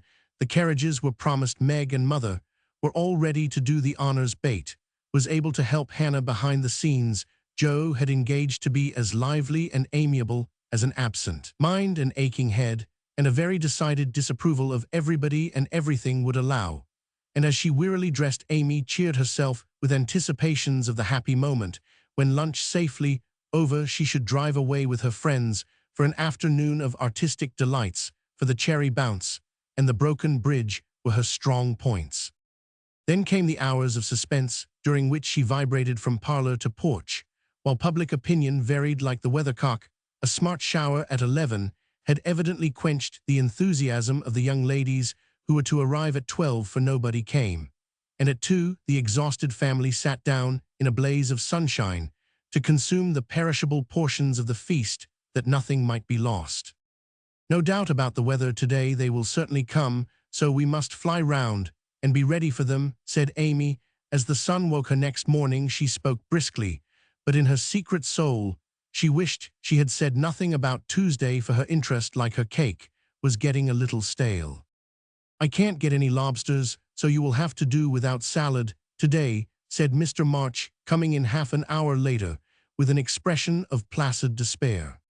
Use the chicken, then the toughness won't matter in a salad, advised his wife. Hannah left it on the kitchen table a minute, and the kittens got at it. I'm very sorry, Amy, added Beth, who was still a patroness of cats. Then I must have a lobster, for tongue alone won't do, said Amy decidedly. Shall I rush into town and demand one, asked Jo with the magnanimity of a martyr. You'd come bringing it home under your arm without any paper, just to try me. I'll go myself, answered Amy, whose temper was beginning to fail. Shrouded in a thick veil and armed with a genteel traveling basket, she departed, feeling that a cool drive would soothe her ruffled spirit and fit her for the labors of the day. After some delay, the object of her desire was procured, likewise a bottle of dressing, to prevent further loss of time at home, and off she drove again, well pleased with her own forethought. As the omnibus contained only one other passenger, a sleepy old lady, Amy pocketed her veil and beguiled the tedium of the way by trying to find out where all her money had gone to. So busy was she with her card full of refractory figures that she did not observe a newcomer who entered without stopping the vehicle, till a masculine voice said, "Good morning, Miss March," and looking up, she beheld one of Laurie's most elegant college friends, fervently hoping that he would get out before she did. Amy utterly ignored the basket at her feet, and congratulating herself that she had on her new traveling dress, returned the young man's greeting with her usual suavity and spirit. They got on excellently, for Amy's chief care was soon set at rest by learning that the gentleman would leave first, and she was chatting away in a peculiarly lofty strain when the old lady got out in stumbling to the door. She upset the basket and a horrorth lobster in all its vulgar size, and brilliancy was revealed to the high-born eyes of a tutor. "By Jove, she's forgotten her dinner," cried the unconscious youth, poking the scarlet monster into its place with his cane, and preparing to hand out the basket after the old lady. "Please don't it's mine," murmured Amy, with a face nearly as red as her fish. "Oh really, I beg pardon, it's an uncommonly fine one, isn't it?" said Tudor with great presence of mind, and an air of sober interest that did credit to his breeding. Amy recovered herself, in a breath set her basket boldly on the seat, and said laughing, "Don't you wish you were to have some of the salad he's going to make, and to see the charming young ladies who are to eat it?" Now that was tact, for two of the ruling foibles of the masculine mind were touched. The lobster was instantly surrounded by a halo of pleasing reminiscences, and curiosity about the charming young ladies diverted his mind from the comical mishap.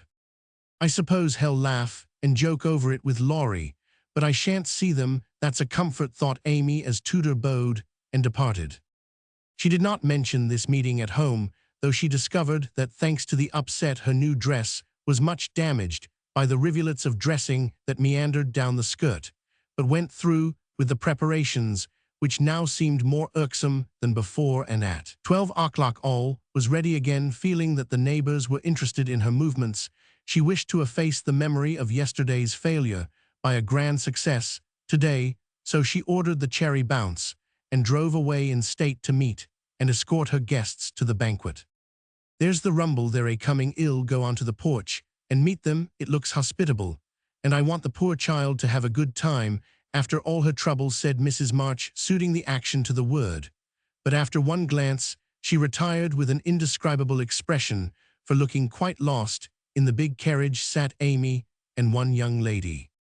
"Run, Bate, and help Hannah clear half the things off the table. It will be too absurd to put a luncheon for 12 before a single girl," cried Joe, hurrying away to the lower regions, too excited to stop even for a laugh. In came Amy, quite calm and delightfully cordial to the one guest who had kept her promise. The rest of the family, being of a dramatic turn, played their parts equally well, and Miss Elliot found them a most hilarious set, for it was impossible to control entirely the merriment which possessed them, the remodeled lunch being gaily partaken of, the studio and garden visited, and art discussed with enthusiasm. Amy ordered a buggy, alas, for the elegant cherrybounce, and drove her friend quietly about the neighborhood till sunset, when the party went out. As she came walking and looking very tired, but as composed as ever, she observed that every vestige of the unfortunate fate had disappeared, except a suspicious pucker about the corners of Joss' mouth. "You've had a lovely afternoon for your drive, dear," said her mother as respectfully as if the whole 12 had come. "Miss Elliot is a very sweet girl, and seemed to enjoy herself, I thought," observed Bate with unusual warmth. "Could you spare me some of your cake? I really need some. I have so much company, and I can't make such delicious stuff as yours," asked Meg soberly. "Take it all. I am the only one here who likes sweet things, and it will mold before I can dispose of it," answered Amy, thinking with a sigh of the generous store she had laid in for such an end as this. "It's a pity Laurie isn't here to help us," began Joe, as they sat down to ice cream and salad for the second time in 2 days. A warning look from her mother checked any further remarks, and the whole family ate in heroic silence till Mr. March mildly observed salad was one of the favorite dishes of the ancients, and Evelyn here. A general explosion of laughter cut short the history of salads, to the great surprise of the learned gentleman.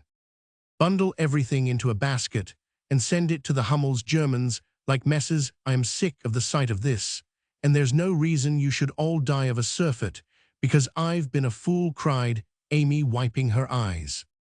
"I thought I should have died when I saw you two girls rattling about in the Alcott like two little colonels in a very big nutshell, and mother waiting in state to receive the throng," sighed Joe, quite spent with laughter.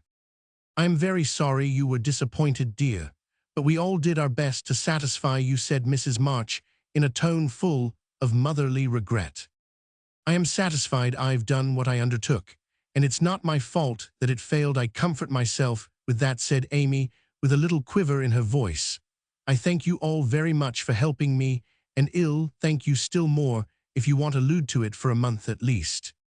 No one did for several months, but the word fate always produced a general smile, and Laurie's birthday gift to Amy was a tiny coral lobster in the shape of a charm for her watch guard. Chapter 27. Literary Lessons. Fortune suddenly smiled upon Jo and dropped a good luck penny in her path, not a golden penny exactly, but I doubt if 500,000 would have given more real happiness than did the little sum that came to her in this wise. Every few weeks, she would shut herself up in her room, put on her scribbling suit, and fall into a vortex, as she expressed it, writing away at her novel with all her heart and soul, for till that was finished, she could find no peace. Her scribbling suit consisted of a black woolen pinafore, on which she could wipe her pen at will, and a cap of the same material, adorned with a cheerful red bow, into which she bundled her hair when the decks were cleared for action.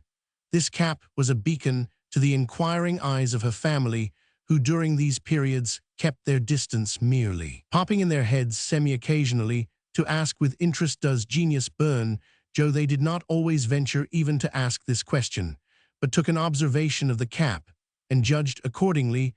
If this expressive article of dress was drawn low upon the forehead, it was a sign that hard work was going on. In exciting moments, it was pushed rakishly askew, and when despair seized the author, it was plucked wholly off and cast upon the floor. At such times, the intruder silently withdrew, and not until the red bow was seen gaily erect upon the gifted brow did anyone dare address Jo.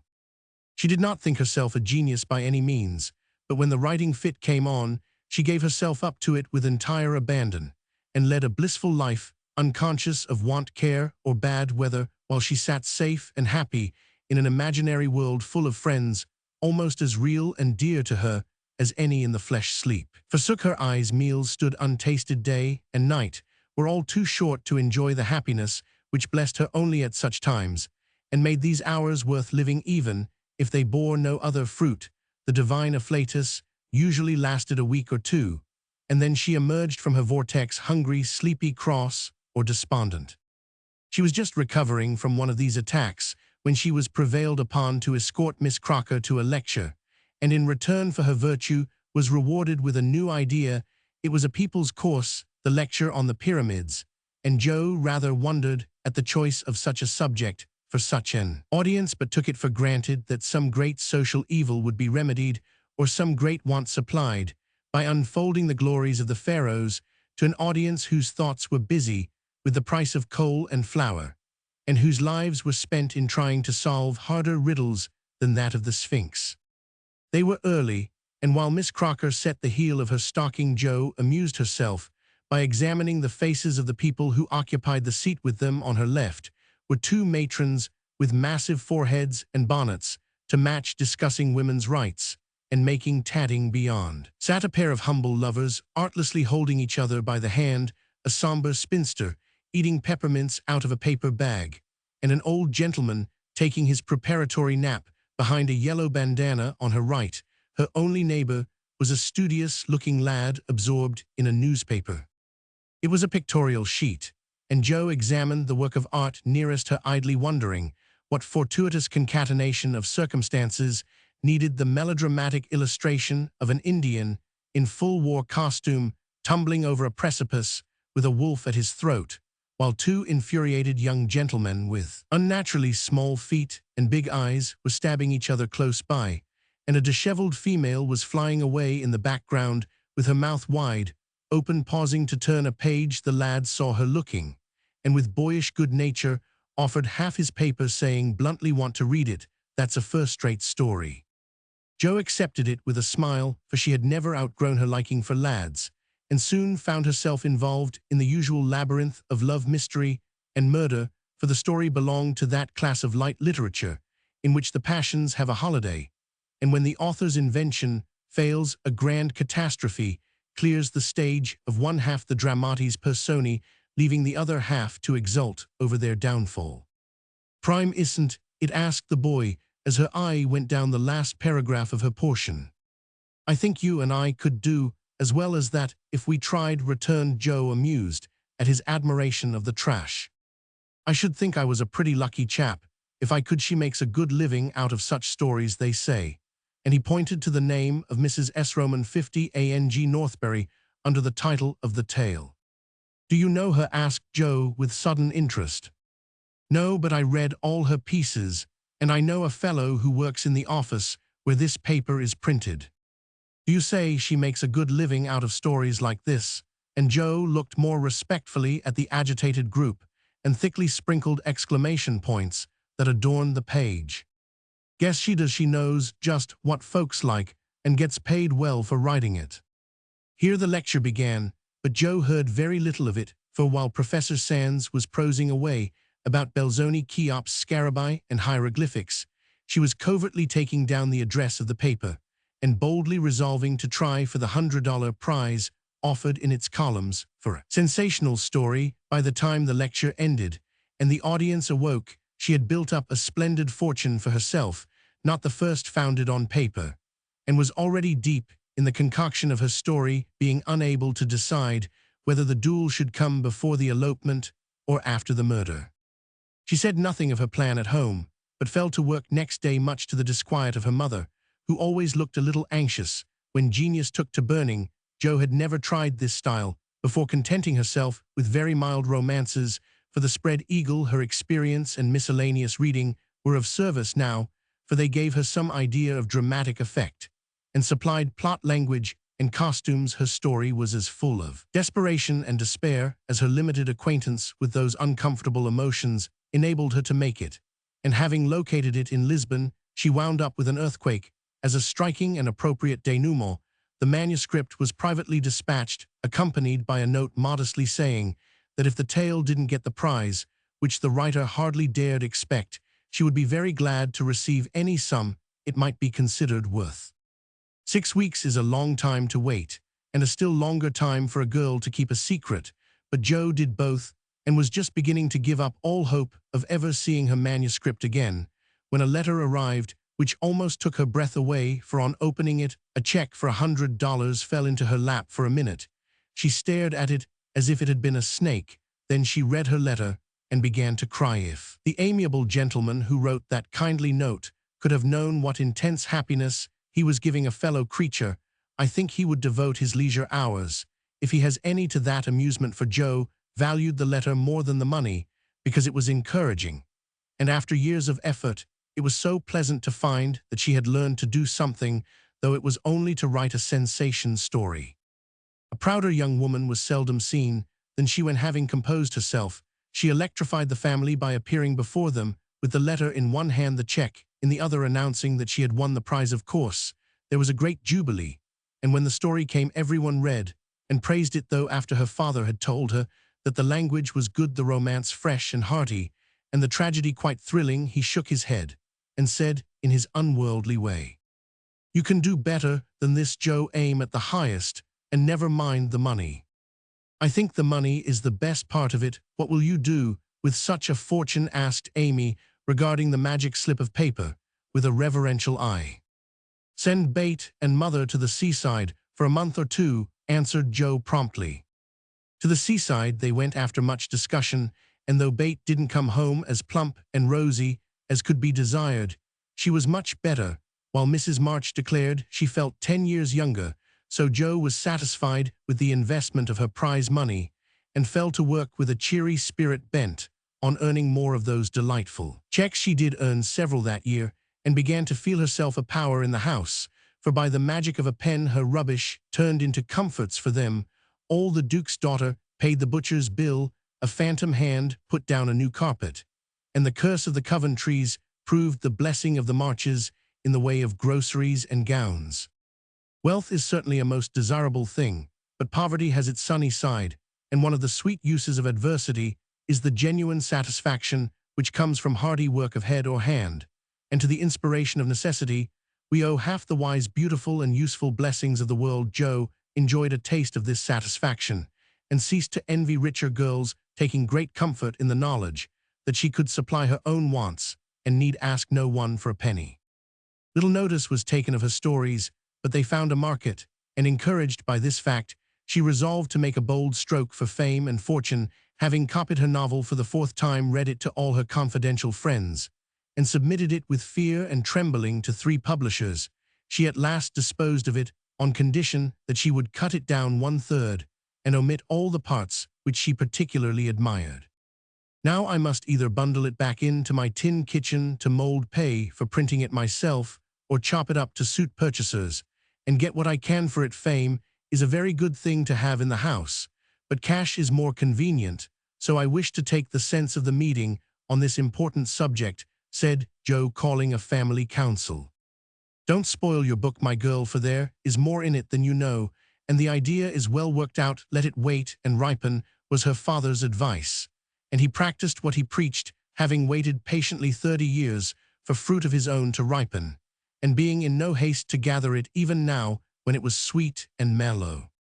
It seems to me that Joe will profit more by taking the trial than by waiting, said Mrs. March. Criticism is the best test of such work, for it will show her both unsuspected merits and faults, and help her to do better next time we are too partial, but the praise and blame of outsiders will prove useful even if she gets but little money. Yes, said Joe, knitting her brows, that's just it. I've been fussing over the thing so long, I really don't know whether it's good, bad, or indifferent. It will be a great help to have cool, impartial persons take a look at it and tell me what they think of it. I wouldn't leave a word out of it. You'll spoil it if you do, for the interest of the story is more in the minds than in the actions of the people, and it will be all a muddle if you don't explain as you go on, said Meg, who firmly believed that this book was the most remarkable novel ever written. But Mr. Allen says, leave out the explanations, make it brief and dramatic, and let the characters tell the story, interrupted Joe, turning to the publisher's note. Do as he tells you. He knows what will sell, and we don't make a good popular book and get as much money as you can buy and be. When you've got a name, you can afford to digress and have philosophical and metaphysical people in your novels, said Amy, who took a strictly practical view of the subject. Well, said Joe, laughing, if my people are philosophical and metaphysical, it isn't my fault, for I know nothing about such things except what I hear father say sometimes. If I've got some of his wise ideas jumbled up with my romance, so much the better for me. Now, Bate, what do you say? I should so like to see it printed soon, was all Bates said, and smiled in saying it, but there was an unconscious emphasis on the last word and a wistful look in the eyes that never lost their childlike candor, which chilled Jo's heart for a minute with a foreboding fear, and decided her to make her little venture soon. So with Spartan firmness, the young authoress laid her firstborn on her table and chopped it up as ruthlessly as any ogre in the hope of pleasing everyone. She took everyone's advice, and like the old man and his donkey in the fable, suited nobody. Her father liked the metaphysical streak, which had unconsciously got into it, so that was allowed to remain, though she had her doubts about it. Her mother thought that there was a trifle too much description out there, for it came, and with it many necessary links in the story. Meg admired the tragedy, so Joe piled up the agony to suit her, while Amy objected to the fun, and with the best intentions in life, Joe quenched the spritly scenes which relieved the somber character of the story. Then, to complicate the ruin, she cut it down 1/3, and confidingly sent the poor little romance, like a picked robin, out into the big busy world to try its fate. Well, it was printed, and she got $300 for it, likewise plenty of praise and blame, both so much greater than she expected that she was thrown into a state of bewilderment from which it took her some time to recover. You said, Mother, that criticism would help me, but how can it when it's so contradictory that I don't know whether I've written a promising book or broken all the 10 commandments, cried poor Joe, turning over a heap of notices, the perusal of which filled her with pride and joy 1 minute, wrath and dismay the next. This man says an exquisite book full of truth, beauty, and earnestness, all is sweet, pure, and healthy, continued the perplexed authoress, The next, the theory of the book is bad, full of morbid fancies, spiritualistic ideas, and unnatural characters. Now as I had no theory of any kind, don't believe in spiritualism, and copied my characters from life, I don't see how this critic can be right. Another says it's one of the best American novels which has appeared for years. I know better than that. And the next asserts that though it is original and written with great force, and feeling it is a dangerous book, tisn't, some make fun of it, some overpraise, and nearly all insist that I had a deep theory to expound when I only wrote it for the pleasure and the money. I wish I'd printed the whole or not at all, for I do hate to be so misjudged. Her family and friends administered comfort and commendation liberally, yet it was a hard time for sensitive, high-spirited Jo, who meant so well and had apparently done so. Roman 99. But it did her good, for those whose opinion had real value gave her the criticism which is an author's best education. And when the first soreness was over, she could laugh at her poor little book, yet believe in it still, and feel herself the wiser and stronger for the buffeting she had received. Not being a genius like Keats, it won't kill me, she said stoutly, and I've got the joke on my side after all, for the parts that were taken straight out of real life are denounced as impossible and absurd, and the scenes that I made up out of my own silly head are pronounced charmingly natural, tender, and true, so I'll comfort myself with that, and when I'm ready I'll up again and take another. Chapter 28. Domestic Experiences. Like most other young matrons, Meg began her married life with the determination to be a model housekeeper. John should find home a paradise. He should always see a smiling face, should fare sumptuously every day, and never know the loss of a button. She brought so much love, energy, and cheerfulness to the work that she could not but succeed in spite of some obstacles. Her paradise was not a tranquil one, for the little woman fussed, was overanxious to please, and bustled about like a true Martha, cumbered with many cares. She was too tired sometimes even to smile. John grew dyspeptic after a course of dainty dishes, and ungratefully demanded plain fare. As for buttons, she soon learned to wonder where they went, to shake her head over the carelessness of men, and to threaten to make him sew them on himself, and see if his work would stand impatient and clumsy fingers any better than hers. They were very happy even after they discovered that they couldn't live on love alone. John did not find Meg's beauty diminished, though she beamed at him from behind the familiar coffee pot, nor did Meg miss any of the romance from the daily parting when her husband followed up his kiss with the tender inquiry, "Shall I send some veal or mutton for dinner, darling?" The little house ceased to be a glorified bower, but it became a home, and the young couple soon felt that it was a change for the better. At first they played kiefhouse and frolicked over it like children. Then John took steadily to business, feeling the cares of the head of a family upon his shoulders, and Meg laid by her cambric wrappers, put on a big apron, and fell to work, as before said, with more energy than discretion. While the cooking mania lasted, she went through Mrs. Cornelius' receipt book as if it were a mathematical exercise, working out the problems with patience and care. Sometimes her family were invited in to help eat up a too bounteous feast of successes, or Lottie would be privately dispatched with a batch of failures, which were to be concealed from all eyes in the convenient stomachs of the little Hummels. An evening with John over the account books usually produced a temporary lull in the culinary enthusiasm, and a frugal fit would ensue, during which the poor man was put through a course of bread pudding, hash, and warmed-over coffee, which tried his soul, although he bore it with praiseworthy fortitude before the golden mean was found. However, Meg added to her domestic possessions what young couples seldom get on long without: a family jar. Fired with a housewifely wish to see her storeroom stocked with homemade preserves, she undertook to put up her own currant jelly. John was requested to order home a dozen or so of little pots, and an extra quantity of sugar, for their own currants were ripe, and were to be attended to at once. As John firmly believed that my wife was equal to anything, and took a natural pride in her skill, he resolved that she should be gratified, and their only crop of fruit laid by in a most pleasing form for winter use. Home came 4 dozen delightful little pots, half a barrel of sugar, and a small boy to pick the currants for her, with her pretty hair tucked into a little cap, arms bared to the elbow, and a checked apron which had a coquettish look. In spite of the bib, the young housewife fell to work, feeling no doubts about her success, for hadn't she seen Hannah do it hundreds of times? The array of pots rather amazed her at first, but John was so fond of jelly, and the nice little jars would look so well on the top shelf, that Meg resolved to fill them all, and spent a long day picking, boiling, straining, and fussing over her jelly. She did her best. She asked advice of Mrs. Cornelius. She racked her brain to remember what Hannah did that she left undone. She reboiled, resugared, and restrained, but that dreadful stuff wouldn't gel.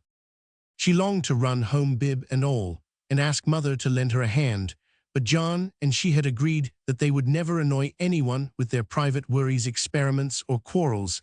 They had laughed over that last word, as if the idea it suggested was a most preposterous one, but they had held to their resolve, and whenever they could get on without help they did so, and no one interfered, for Mrs. March had advised the plan. So Meg wrestled alone with the refractory sweetmeats all that hot summer day, and at 5 o'clock sat down in her topsy-turvy kitchen, wrung her bedaubed hands, lifted up her voice, and wept.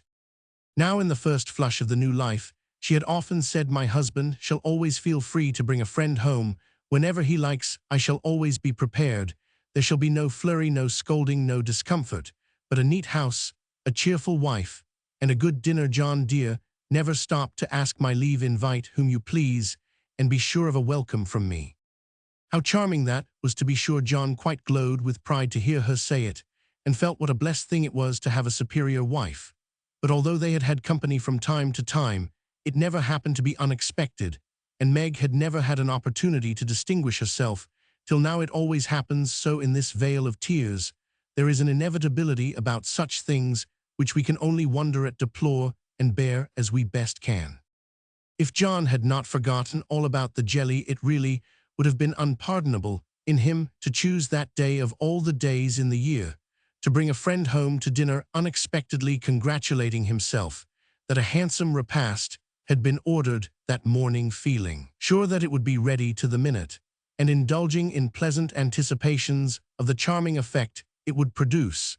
When his pretty wife came running out to meet him, he escorted his friend to his mansion with the irrepressible satisfaction of a young host and husband.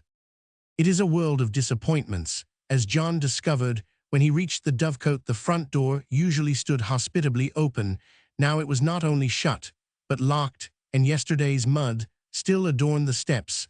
The parlor windows were closed and curtained. No picture of the pretty wife sewing on the piazza in white, with a distracting little bow in her hair, or a bright-eyed hostess smiling a shy welcome as she greeted her guest. Nothing of the sort, for not a soul appeared but a Sanjanara-looking boy asleep under the currant bushes. "I'm afraid something has happened. Step into the garden, Scott, while I look up Mrs. Brooke," said John, alarmed at the silence and solitude. Round the house he hurried, led by a pungent smell of burned sugar, and Mr. Scott strolled after him with a queer look on his face. He paused discreetly at a distance when Brooke disappeared, but he could both see and hear, and being a bachelor, enjoyed the prospect mightily. In the kitchen reigned confusion and despair. One edition of jelly was trickled from pot to pot, another lay upon the floor, and a third was burning gaily on the stove. Lottie, with Teutonic phlegm, was calmly eating bread and currant wine, for the jelly was still in a hopelessly liquid state, while Mrs. Brooke, with her apron over her head, sat sobbing dismally. "My dearest girl, what is the matter?" cried John, rushing in with awful visions of scalded hands, sudden news of affliction, and secret consternation at the thought of the guest in the garden. "Oh, John, I am so tired and hot and cross and worried. I've been at it till I'm all worn out. Do come and help me, or I shall die." And the exhausted housewife cast herself upon his breast, giving him a sweet welcome in every sense of the word, for her pinafore had been baptized at the same time as the floor. "What worries you, dear? Has anything dreadful happened?" asked the anxious John, tenderly kissing the crown of the little cap, which was all askew. "Yes," sobbed Meg despairingly. "Tell me quick, then don't cry. I can bear anything better than that. Out with it, love. The jelly won't gel, and I don't know what to do." John Brooke laughed then, as he never dared to laugh afterward, and the derisive Scot smiled involuntarily as he heard the hearty peal which put the finishing stroke to poor Meg's woe. "Is that all? Fling it out of the window and don't bother any more about it. I'll buy you quartz if you want it, but for heaven's sake, don't have hysterics, for I've brought Jack Scott home to dinner. And John got no further, for Meg cast him off and clasped her hands with a tragic gesture as she fell into a chair, exclaiming in a tone of mingled indignation, reproach, and dismay, "A man to dinner, and everything in a mess, John Brooke. How could you do such a thing?"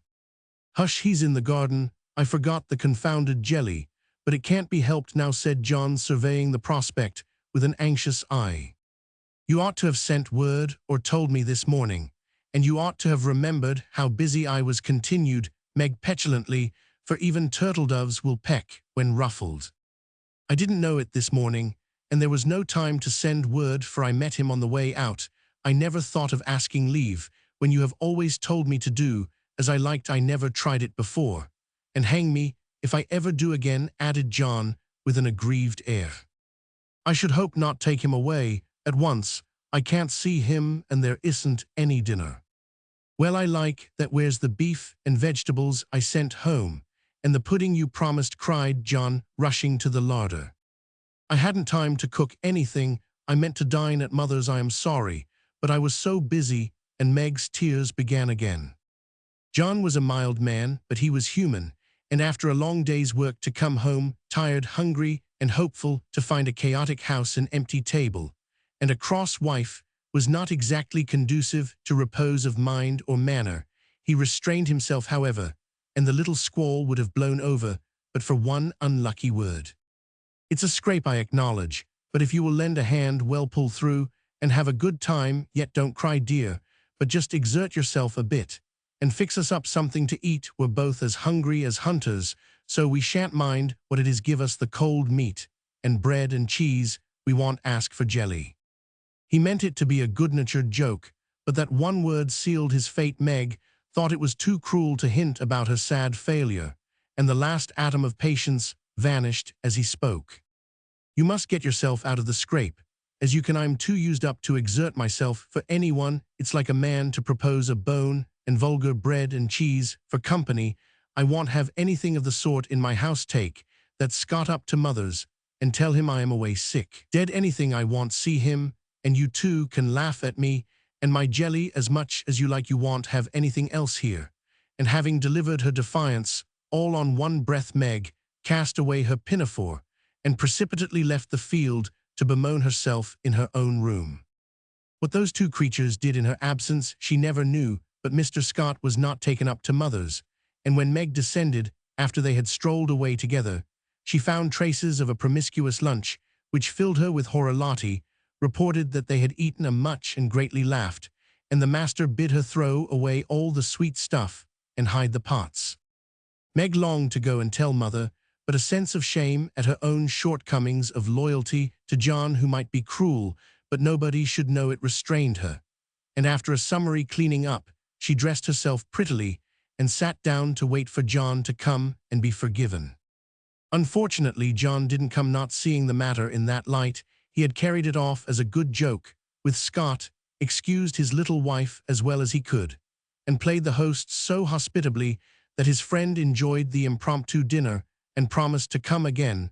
But John was angry, though he did not show it. He felt that Meg had deserted him in his hour of need.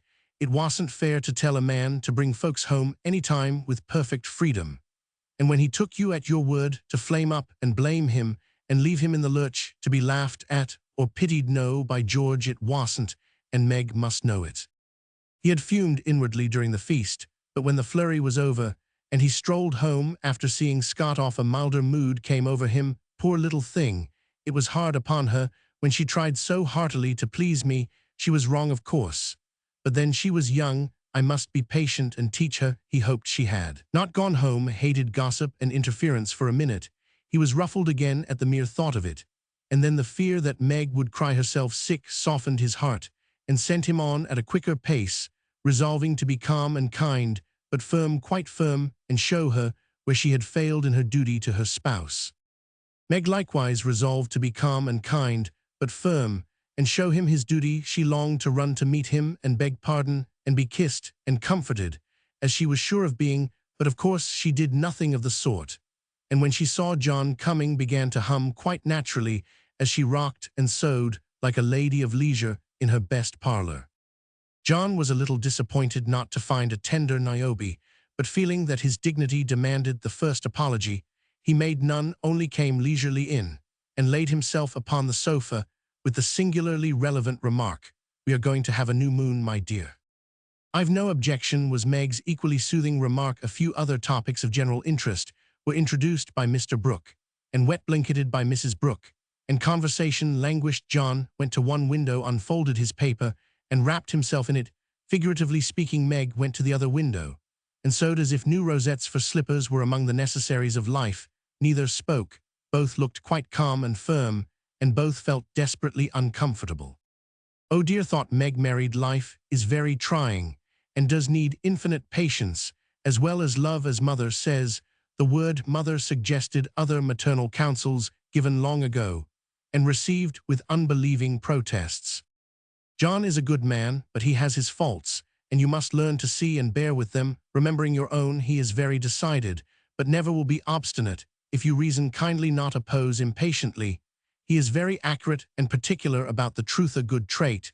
Though you call him fussy, never deceive him by look or word, Meg, and he will give you the confidence you deserve, the support you need. He has a temper not like our own flash, and then all over, but the white still anger that is seldom stirred, but once kindled is hard to quench. Be careful, be very careful, not to wake his anger against yourself, for peace and happiness depend on keeping his respect. Watch yourself, be the first to ask pardon if you both err, and guard against the little piques, misunderstandings, and hasty words that often pave the way for bitter sorrow and regret."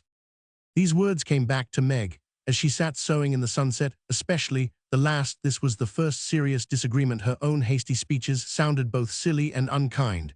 As she recalled them, her own anger looked childish now, and thoughts of poor John coming home to such a scene quite melted her heart. She glanced at him with tears in her eyes, but he did not see them. She put down her work and got up, thinking, "I will be the first to say forgive me," but he did not seem to hear her. She went very slowly across the room, for pride was hard to swallow, and stood by him, but he did not turn his head for a minute. She felt as if she really couldn't do it. Then came the thought, "This is the beginning. I'll do my part, and have nothing to reproach myself with," and stooping down, she softly kissed her husband on the forehead. Of course, that settled it. The penitent kiss was better than a world of words, and John had her on his knee in a minute, saying tenderly, "It was too bad to laugh at the poor little jelly pots. Forgive me, dear, I never will again." But he did, oh bless you, yes, hundreds of times, and so did Meg, both declaring that it was the sweetest jelly they ever made, for family peace was preserved in that little family jar. After this, Meg had Mr. Scott to dinner by special invitation, and served him up a pleasant feast without a cooked wife for the first course, on which occasion she was so gay and gracious, and made everything go off so charmingly, that Mr. Scott told John he was a lucky fellow, and shook his head over the hardships of bachelorhood all the way home. In the autumn, new trials and experiences came to Meg. Sally Moffat renewed her friendship, was always running out for a dish of gossip at the little house, or inviting that poor dear to come in and spend the day at the big house. It was pleasant, for in dull weather Meg often felt lonely. All were busy at home, John absent till night, and nothing to do but sew or read or potter about. So it naturally fell out that Meg got into the way of gadding and gossiping with her friend. Seeing Sally's pretty things made her long for such, and pity herself because she had not got them. Sally was very kind, and often offered her the coveted trifles, but Meg declined them, knowing that John wouldn't like it. And then this foolish little woman went and did what John disliked even worse. She knew her husband's income, and she loved to feel that he trusted her not only with his happiness, but what some men seem to value more, his money. She knew where it was free to take what she liked, and all he asked was that she should keep account of every penny, pay bills once a month, and remember that she was a poor man's wife. Till now she had done well, been prudent and exact, kept her little account books neatly, and showed them to him monthly without fear. But that autumn the serpent got into Meg's paradise and tempted her like many a modern Eve, not with apples, but with dress. Meg didn't like to be pitied and made to feel poor. It irritated her, but she was ashamed to confess it, and now and then she tried to console herself by buying something pretty so that Sally needn't think. She had to economize. She always felt wicked after it, for the pretty things were seldom necessaries. But then they cost so little it wasn't worth worrying about, so the trifles increased unconsciously, and in the shopping excursions, she was no longer a passive looker-in. But the trifles cost more than one would imagine, and when she cast up her accounts at the end of the month, the sum total rather scared her. John was busy that month, and left the bills to her. The next month, he was absent, but the third he had a grand quarterly settling up, and Meg never forgot it. A few days before she had done a dreadful thing, and it weighed upon her conscience. Sally had been buying silks, and Meg longed for a new one, just a handsome light one for parties. Her black silk was so common, and thin things for evening wear were only proper for girls. Aunt March usually gave the sisters a present of $25 apiece at New Year's. That was only a month to wait, and here was a lovely violet silk, going at a bargain, and she had the money if she only dared to take it. John always said what was his was hers, but would he think it right to spend not only the prospective 25, but another 25 out of the household fund? That was the question. Sally had urged her to do it, had offered to lend the money, and with the best intentions in life had tempted Meg beyond her strength. In an evil moment, the shopman held up the lovely shimmering folds and said, "A bargain, I assure you, Mom." She answered, "I'll take it," and it was cut off and paid for. And Sally had exulted, and she had laughed as if it were a thing of no consequence, and driven away feeling as if she had stolen something and the police were after her. When she got home, she tried to assuage the pangs of remorse by spreading forth the lovely silk, but it looked less silvery now. Didn't become her after all, and the words $50 seemed stamped like a pattern down each breadth. She put it away, but it haunted her not delightfully as a new dress should, but dreadfully like the ghost of a folly that was not easily laid. When John got out his books that night, Meg's heart sank, and for the first time in her married life, she was afraid of her husband. The kind brown eyes looked as if they could be stern, and though he was unusually merry, she fancied he had found her out, but didn't mean to let her know it. The house bills were all paid, the books all in order. John had praised her, and was undoing the old pocketbook, which they called the bank, when Meg, knowing that it was quite empty, stopped his hand, saying nervously, "You haven't seen my private expense book yet." John never asked to see it, but she always insisted on his doing so, and used to enjoy his masculine amazement at the queer things women wanted, and made him guess what piping was, demand fiercely the meaning of a hugmatite, or wonder how a little thing composed of 3 rosebuds, a bit of velvet, and a pair of strings could possibly be a bonnet, and cost $6. That night he looked as if he would like the fun of quizzing her figures, and pretending to be horrified at her extravagance, as he often did, being particularly proud of his prudent wife. The little book was brought slowly out and laid down before him.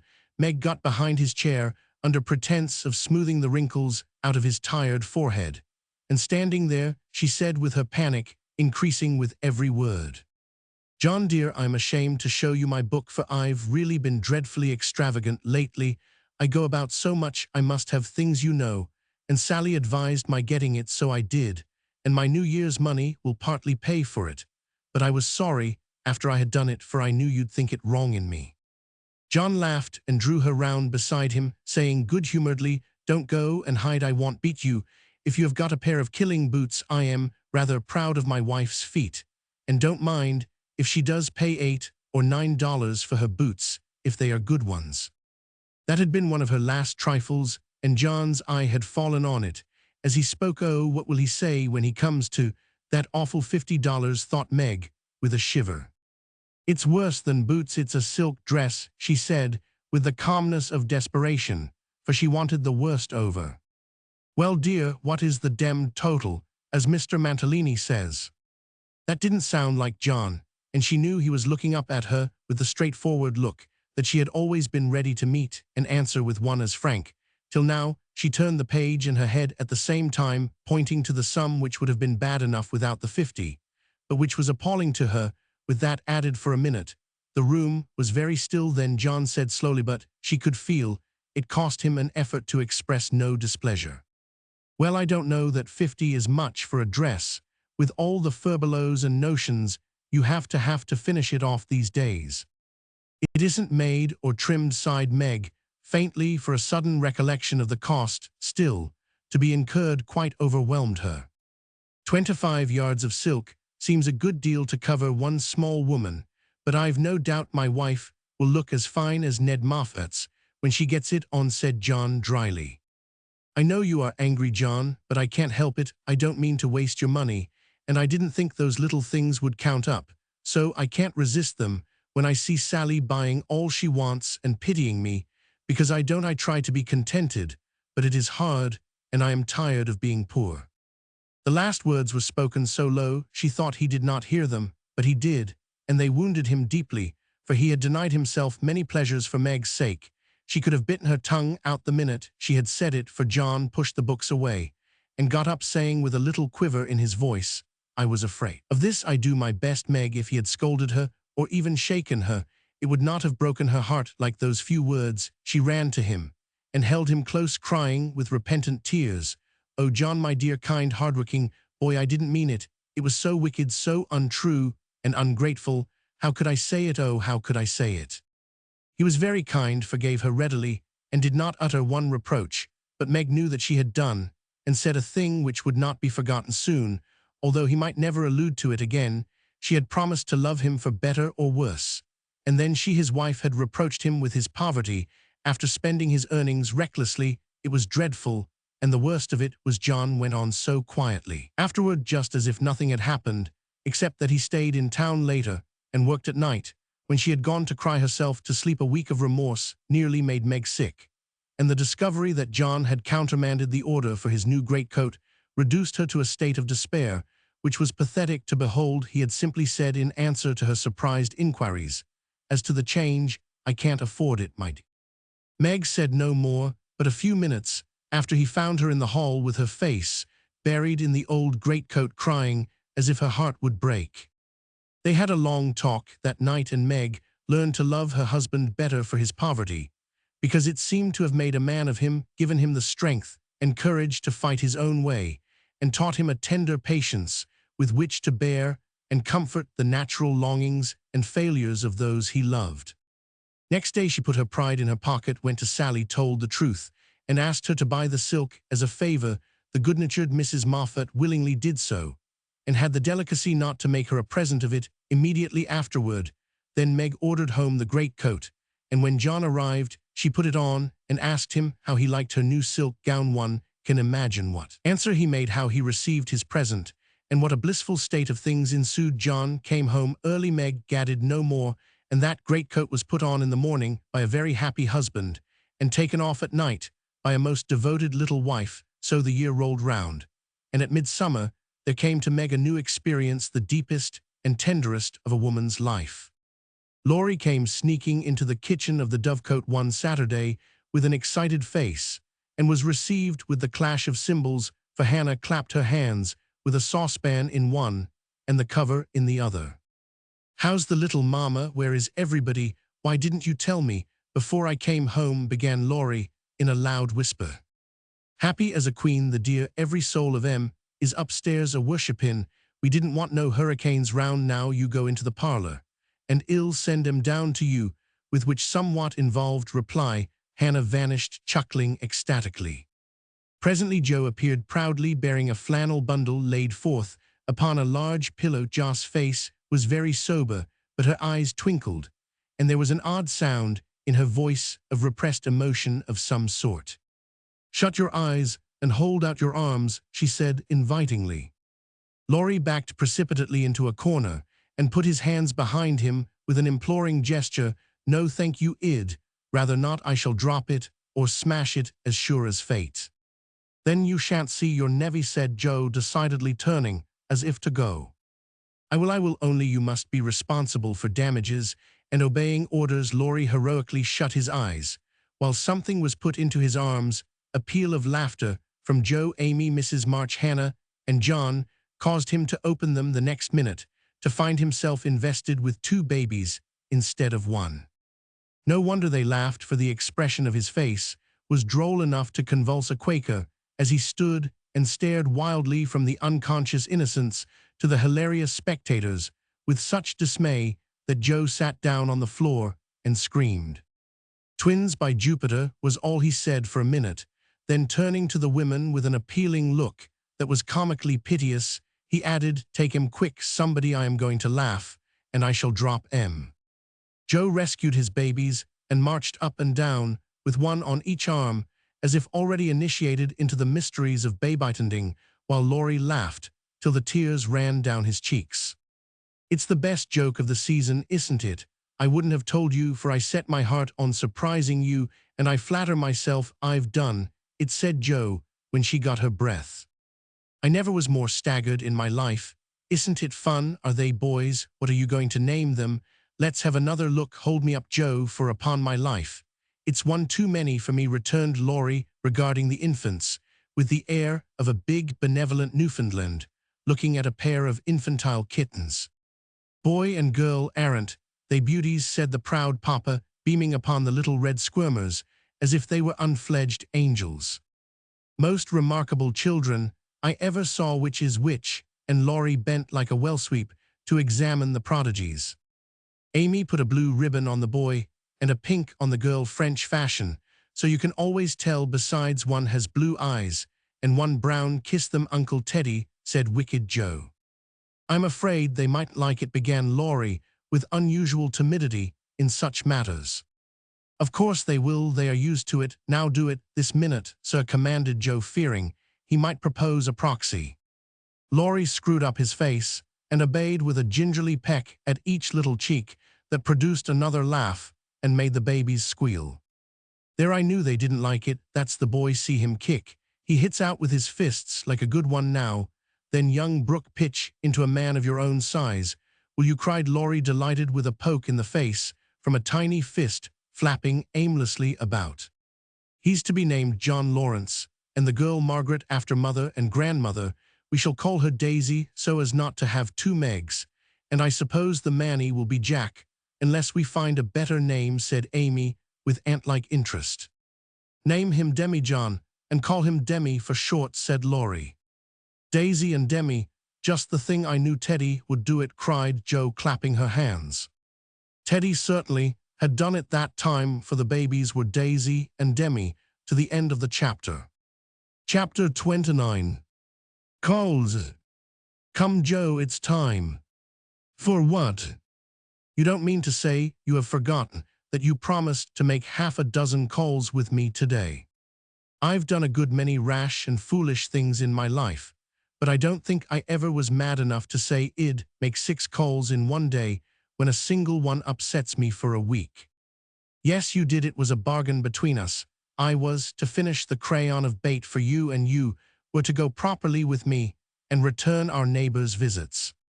If it was fair, that was in the bond, and I stand to the letter of my bond. Shylock, there is a pile of clouds in the east. It's not fair, and I don't go. Now that's shirking. It's a lovely day, no prospect of rain, and you pride yourself on keeping promises, so be honorable, come and do your duty, and then be at peace for another 6 months." At that minute Joe was particularly absorbed in dressmaking, for she was mantua-maker general to the family and took a special credit to herself, because she could use a needle as well as a pen. It was very provoking to be arrested in the act of a first tringan, and ordered out to make calls in her best array on a warm July day.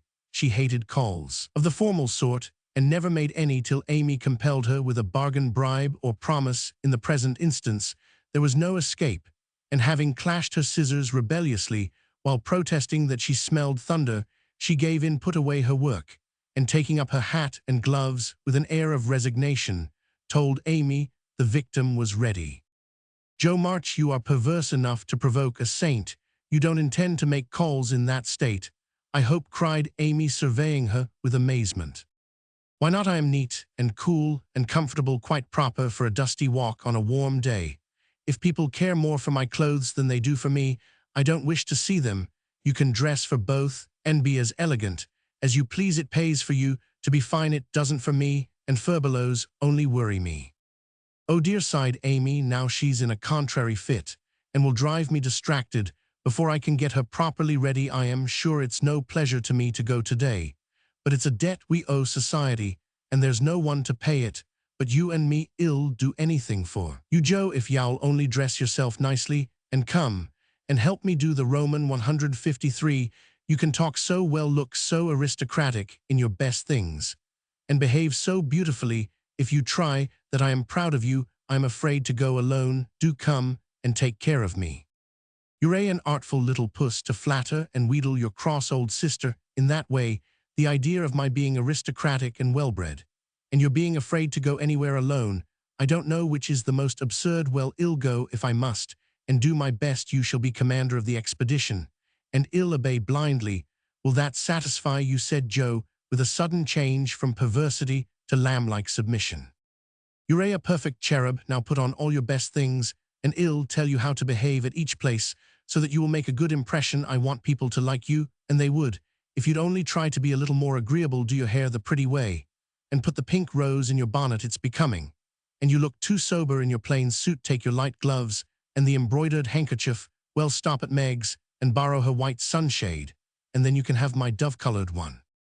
While Amy dressed, she issued her orders, and Joe obeyed them, not without entering her protest, however, for she sighed as she rustled into her new organdy, frowned darkly at herself as she tied her bonnet strings in an irreproachable bow, wrestled viciously with pins as she put on her collar, wrinkled up her features. Generally, as she shook out the handkerchief, whose embroidery was as irritating to her nose as the present mission was to her feelings, and when she had squeezed her hands into tight gloves with 3 buttons and a tassel, as the last touch of elegance, she turned to Amy with an imbecile expression of countenance, saying meekly, "I am perfectly miserable, but if you consider me presentable, I die happy."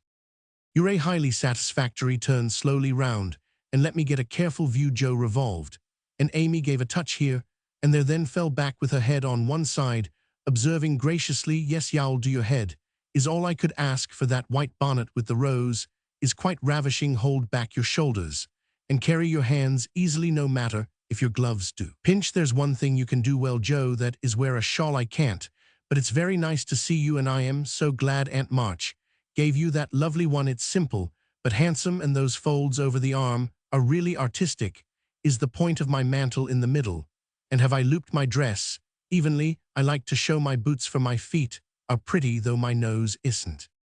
"You are a thing of beauty and a joy forever," said Joe, looking through her hand with the air of a connoisseur at the blue feather against the golden hair. "Am I to drag my best dress through the dust, or loop it up? Please, Mom. Hold it up when you walk, but drop it in the house. The sweeping style suits you best, and you must learn to trail your skirts gracefully. You haven't half-buttoned one cuff. Do it at once. You'll never look finished if you are not careful about the little details, for they make up the pleasing whole."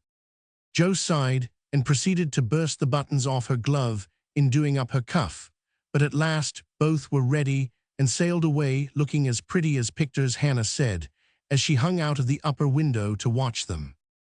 "Now, Joe dear, the Chesters consider themselves very elegant people, so I want you to put on your best deportment. Don't make any of your abrupt remarks or do anything odd. Will you just be calm, cool, and quiet? That's safe and ladylike, and you can easily do it for 15 minutes, said Amy, as they approached the first place, having borrowed the white parasol and been inspected by Meg with a baby on each arm. "Let me see, calm, cool, and quiet. Yes, I think I can promise that I've played the part of a prim young lady on the stage, and I'll try it off. My powers are great, as you shall see, so be easy in your mind, my child." Amy looked relieved, but naughty Joe took her at her word, for during the first call she sat with every limb gracefully composed, every fold correctly draped, calm as a summer sea, cool as a snowbank, and as silent as the Sphinx. In vain Mrs. Chester alluded to her charming novel, and the Mrs. Chester introduced parties, picnics, the opera, and the fashions each, and all were answered by a smile, a bow, and a demure yes or no with the chill on. In vain Amy telegraphed the word talk, tried to draw her out, and administered covert pokes with her foot. Joe sat as if blandly unconscious of it, all with deportment like Maud's, face icily regular, splendidly no. "What a haughty, uninteresting creature that oldest Miss March is," was the unfortunately audible remark of one of the ladies. As the door closed upon their guests, Joe laughed noiselessly all through the hall, But Amy looked disgusted at the failure of her instructions, and very naturally laid the blame upon Joe. "How could you mistake me so? I merely meant you to be properly dignified and composed, and you made yourself a perfect stock and stone try to be sociable at the Lamb's gossip, as other girls do, and be interested in dress and flirtations. And whatever nonsense comes up, they move in the best society, are valuable persons for us to know, and I wouldn't fail to make a good impression there for anything. I'll be agreeable, I'll gossip and giggle, and have horrors and raptures over any trifle you like. I rather enjoy this, and now I'll imitate what is called a charming girl. I can do it, for I have Maychester as a model, and I'll improve upon her. See if the Lambs don't say what a lively nice creature that Joe March is." Amy felt anxious, as well she might, for when Joe turned freakish, there was no knowing where she would stop. Amy's face was a study when she saw her sister skim into the next drawing room, kiss all the young ladies with effusion, beam graciously upon the young gentlemen, and join in the chat with a spirit which amazed the beholder. Amy was taken possession of by Mrs. Lamb, with whom she was a favorite, and forced to hear a long account of Lucretia's last attack, while three delightful young gentlemen hovered near, waiting for a pause when they might rush in and rescue her. So situated, she was powerless to check Joe, who seemed possessed by a spirit of mischief, and talked away as volubly as the lady. A knot of heads gathered about her, and Amy strained her ears to hear what was going on, for broken sentences filled her with curiosity, and frequent peals of laughter made her wild to share the fun. One may imagine her suffering on overhearing fragments of this sort of conversation. "She rides splendidly. Who taught her?" "No one. She used to practice mounting, holding the reins, and sitting straight on an old saddle in a tree. Now she rides anything, for she doesn't know what fear is, and the stableman lets her have horses cheap, because she trains them to carry ladies so well. She has such a passion for it. I often tell her, if everything else fails, she can be a horsebreaker and get her living so." At this awful speech, Amy contained herself with difficulty, for the impression was being given that she was rather a fast young lady, which was her especial aversion. But what could she do, for the old lady was in the middle of her story, and long before it was done, Joe was off again, making more droll revelations, and committing still more fearful blunders. Yes, Amy was in despair that day, for all the good beasts were gone, and of three left, one was lame, one blind, and the other so balky that you had to put dirt in his mouth before he would start. Nice animal for a pleasure party, wasn't it? "Which did she choose?" asked one of the laughing gentlemen who enjoyed the subject. "None of them. She heard of a young horse at the farmhouse over the river, and though a lady had never ridden him, she resolved to try, because he was handsome and spirited. Her struggles were really pathetic. There was no one to bring the horse to the saddle, so she took the saddle to the horse. My dear creature, she actually rode it over the river, put it on her head, and marched up to the barn, to the utter amazement of the old man." "Did she ride the horse?" "Of course she did, and had a capital time. I expected to see her brought home in fragments, but she managed him perfectly, and was the life of the party." "Well, I call that plucky." And young Mr. Lamb turned an approving glance upon Amy, wondering what his mother could be saying to make the girl look so red and uncomfortable. She was still redder and more uncomfortable a moment after, when a sudden turn in the conversation introduced the subject of dress. One of the young ladies asked Joe where she got the pretty drab hat she wore to the picnic, and stupid Joe, instead of mentioning the place where it was bought 2 years ago, must needs answer with unnecessary frankness, "Oh, Amy painted it. You can't buy those soft shades, so we paint ours any color we like. It's a great comfort to have an artistic sister." "Isn't that an original idea?" cried Miss Lamb, who found Joe great fun. "That's nothing compared to some of her brilliant performances. There's nothing the child can't do. Why, she wanted a pair of blue boots for Sally's party, so she just painted her soiled white ones the loveliest shade of sky blue you ever saw. And they looked exactly like satin," added Joe, with an air of pride in her sister's accomplishments that exasperated Amy, till she felt that it would be a relief to throw her card case at her. "We read a story of yours the other day, and enjoyed it very much," observed the elder Miss Lamb, wishing to compliment the literary lady, who did not look the character just then, it must be confessed.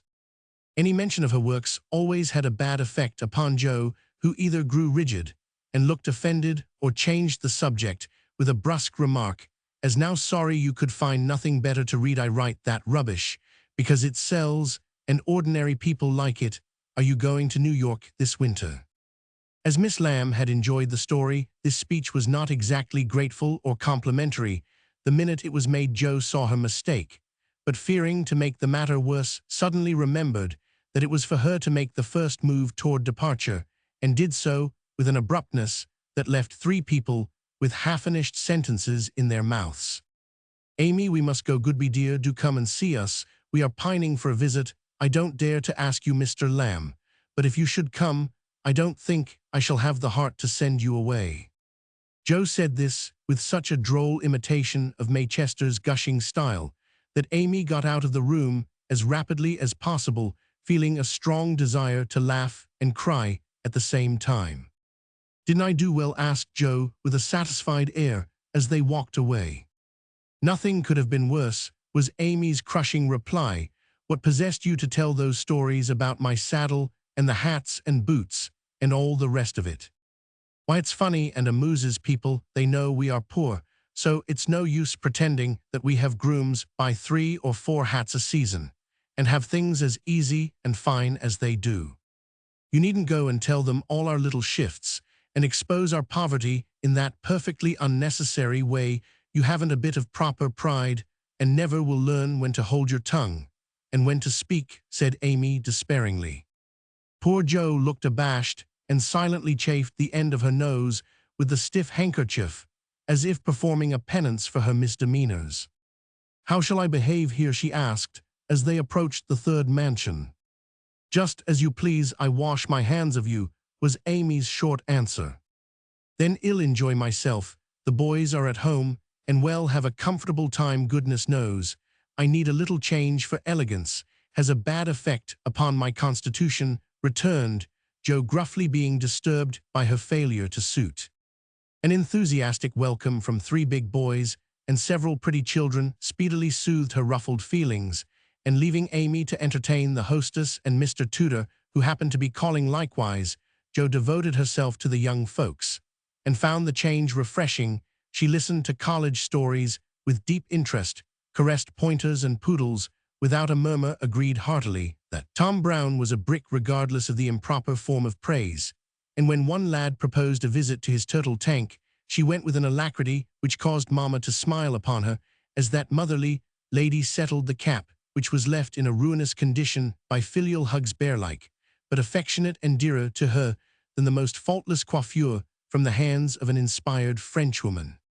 Leaving her sister to her own devices, Amy proceeded to enjoy herself to her heart's content. Mr. Tudor's uncle had married an English lady who was 3rd cousin to a living lord, and Amy regarded the whole family with great respect, for in spite of her American birth and breeding, she possessed that reverence for titles which haunts the best of us, that unacknowledged loyalty to the early faith in kings, which set the most democratic nation under the sun in ferment at the coming of a royal yellow-haired laddie some years ago, and which still has something to do with the love the young country bears the old, like that of a big son for an imperious little mother who held him while she could, and let him go with a farewell scolding when he rebelled. But even the satisfaction of talking with a distant connection of the British nobility did not render Amy forgetful of time, and when the proper number of minutes had passed, she reluctantly tore herself from this aristocratic society and looked about for Jo, fervently hoping that her incorrigible sister would not be found in any position which should bring disgrace upon the name of March. It might have been worse, but Amy considered it bad, for Jo sat on the grass with an encampment of boys about her and a dirty-footed dog reposing on the skirt of her state and festival dress. As she related one of Laurie's pranks to her admiring audience, one small child was poking turtles with Amy's cherished parasol, a second was eating gingerbread over Joss' best bonnet, and a third playing ball with her gloves, but all were enjoying themselves. And when Jo collected her damaged property to go her escort, accompanied her, begging her to come again, it was such fun to hear about Laurie's larks. Capital boys errant, they. I feel quite young and brisk again after that, said Jo, strolling along with her hands behind her, partly from habit, partly to conceal the bespattered parasol. Why do you always avoid Mr. Tudor? Asked Amy, wisely refraining from any comment upon Jo's dilapidated appearance. Don't like him, he puts on airs, snubs his sisters, worries his father, and doesn't speak respectfully of his mother. Laurie says he is fast, and I don't consider him a desirable acquaintance, so I let him alone. You might treat him civilly, at least you gave him a cool nod, and just now you bowed and smiled in the politest way to Tommy Chamberlain, whose father keeps a grocery store. If you had just reversed the nod and the bow, it would have been right, said Amy reprovingly. No, it wouldn't, returned Jo. I neither like respect nor admire Tudor, though his grandfather's uncle's nephew's niece was a third cousin to a Lord. Tommy is poor and bashful and good and very clever. I think well of him, and like to show that I do, for he is a gentleman in spite of the brown paper parcels. It's no use trying to argue with you, began Amy. Not the least, my dear, interrupted Jo, so let us look amiable and drop a card here, as the kings are evidently out, for which I am deeply grateful. The family card case having done its duty, the girls walked on, and Jo uttered another thanksgiving on reaching the fifth house and being told that the young ladies were engaged. Now let us go home, and never mind Aunt March today. We can run down there any time, and it's really a pity to trail through the dust in our best bibs and tuckers when we are tired and cross. Speak for yourself, if you please. Aunt March likes to have us pay her the compliment of coming in style and making a formal call. It's a little thing to do, but it gives her pleasure, and I don't believe it will hurt your things half so much as letting dirty dogs and clumping boys spoil them. Stoop down and let me take the crumbs off of your bonnet. What a good girl you are, Amy, said Jo, with a repentant glance from her own damaged costume to that of her sister, which was fresh and spotless still.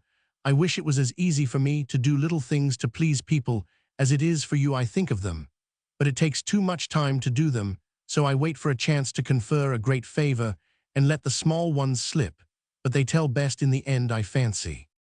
Amy smiled and was mollified at once, saying with a maternal air, women should learn to be agreeable, particularly poor ones, for they have no other way of repaying the kindnesses they receive. If you'd remember that and practice it, you'd be better liked than I am, because there is more of you. I'm a crotchety old thing, and always shall be, but I am willing to own that you are right. Only it's easier for me to risk my life for a person than to be pleasant to him when I don't feel like it. It's a great misfortune to have such strong likes and dislikes, isn't it? It's a greater not to be able to hide them. I don't mind saying that I don't approve of Tudor any more than you do, but I'm not called upon to tell him so, neither are you, and there is no use in making yourself disagreeable, because he is. But I think girls ought to show when they disapprove of young men, and how can they do it, except by their manners? Preaching does not do any good, as I know to my sorrow, since I've had Teddy to manage, but there are many little ways in which I can influence him without a word, and I say we ought to do it to others if we can. Teddy is a remarkable boy, and can't be taken as a sample of other boys, said Amy, in a tone of solemn conviction, which would have convulsed the remarkable boy if he had heard it. If we were belles or women of wealth and position, we might do something perhaps, but for us to frown at one set of young gentlemen because we don't approve of them, and smile upon another set because we do, wouldn't have a particle of effect, and we should only be considered odd and puritanical. So we are to countenance things and people which we detest merely because we are not belles and millionaires, are we? That's a nice sort of morality. I can't argue about it. I only know that it's the way of the world, and people who set themselves against it only get laughed at for their pains. I don't like reformers, and I hope you never try to be one. I do like them, and I shall be one if I can, for in spite of the laughing, the world would never get on without them. We can't agree about that, for you belong to the old set, and I to the new. You will get on the best, but I shall have the liveliest time of it. I should rather enjoy the brickbats and hooting, I think. Well, compose yourself now, and don't worry, Aunt, with your new ideas. I'll try not to, but I am always possessed to burst out with some particularly blunt speech or revolutionary sentiment before her. It's my doom, and I can't help it. They found Aunt Carol with the old lady, both absorbed in some very interesting subject, but they dropped it as the girls came in with a conscious look, which betrayed that they had been talking about their nieces. Joe was not in a good humor, and the perverse fit returned. But Amy, who had virtuously done her duty, kept her temper, and pleased everybody, was in a most angelic frame of mind.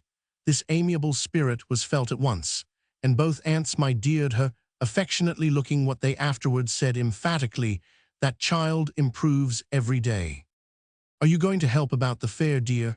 asked Mrs. Carroll, as Amy sat down beside her, with the confiding air elderly people like so well in the young. "Yes, Aunt Mrs. Chester asked me if I would, and I offered to tend a table, as I have nothing but my time to give." "I'm not," put in Joe decidedly. "I hate to be patronized, and the Chesters think it's a great favor to allow us to help with their highly connected fair." "I wonder you consented, Amy. They only want you to work." "I am willing to work. It's for the freedmen as well as the Chesters, and I think it very kind of them to let me share the labor, and the fun patronage does not trouble me when it is well meant." "Quite right and proper. I like your grateful spirit, my dear. It's a pleasure to help people who appreciate our efforts. Some do not. And that is trying," observed Aunt March, looking over her spectacles at Joe, who sat apart rocking herself with a somewhat morose expression. If Joe had only known what a great happiness was wavering in the balance for one of them, she would have turned dove-like in a minute. But unfortunately, we don't have windows in our breasts, and cannot see what goes on in the minds of our friends. Better for us that we cannot as a general thing. But now and then, it would be such a comfort, such a saving of time and temper. By her next speech, Joe deprived herself of several years of pleasure, and received a timely lesson in the art of holding her tongue. "I don't like favors. They oppress, and make me feel like a slave. I'd rather do everything for myself, and be perfectly independent." "Ahem," coughed Aunt Carroll softly, with a look at Aunt March. "I told you so," said Aunt March, with a decided nod to Aunt Carroll. Mercifully unconscious of what she had done, Joe sat with her nose in the air, and a revolutionary aspect which was anything but inviting. "Do you speak French, dear?" asked Mrs. Carroll, laying a hand on Amy's. "Pretty well, thanks to Aunt March, who lets Esther talk to me as often as I like," replied Amy, with a grateful look, which caused the old lady to smile affably. "How are you about languages?" asked Mrs. Carroll of Joe. "Don't know a word. I am very stupid about studying anything. Can't bear French. It's such a slippery, silly sort of language," was the brusque reply. Another look passed between the ladies, and Aunt March said to Amy, "You are quite strong and well now, dear. I believe eyes don't trouble you any more, do they?" "Not at all, thank you, Mom. I am very well and mean to do great things next winter, so that I may be ready for Rome whenever that joyful time arrives." "Good girl, you deserve to go, and I am sure you will some day," said Aunt March, with an approving pat on the head, as Amy picked up her ball for her. "Crossbatch, draw the latch. Sit by the fire and spin," squalled Polly, bending down from his perch on the back of her chair to peep into Joss's face, with such a comical air of impertinent inquiry that it was impossible to help laughing. "Most observing bird," said the old lady. "Come and take a walk, my dear," cried Polly, hopping toward the china closet, with a look suggestive of a lump of sugar. "Thank you, I will come, Amy," and Joe brought the visit to an end, feeling more strongly than ever that calls did have a bad effect upon her constitution. She shook hands in a gentlemanly manner, but Amy kissed both the aunts, and the girls departed, leaving behind them the impression of shadow and sunshine, which impression caused Aunt March to say as they vanished, "You'd better do it, Mary. I'll supply the money," and Aunt Carroll to reply decidedly, "I certainly will, if her father and mother consent." Chapter 30. Consequences. Mrs. Chester's fare was so very elegant and select that it was considered a great honor by the young ladies of the neighborhood to be invited to take a table, and everyone was much interested in the matter. Amy was asked, but Joe was not, which was fortunate for all parties, as her elbows were decidedly akimbo at this period of her life, and it took a good many hard knocks to teach her how to get on easily. The haughty, uninteresting creature was let severely alone, but Amy's talent and taste were duly complimented by the offer of the art table, and she exerted herself to prepare and secure appropriate and valuable contributions to it.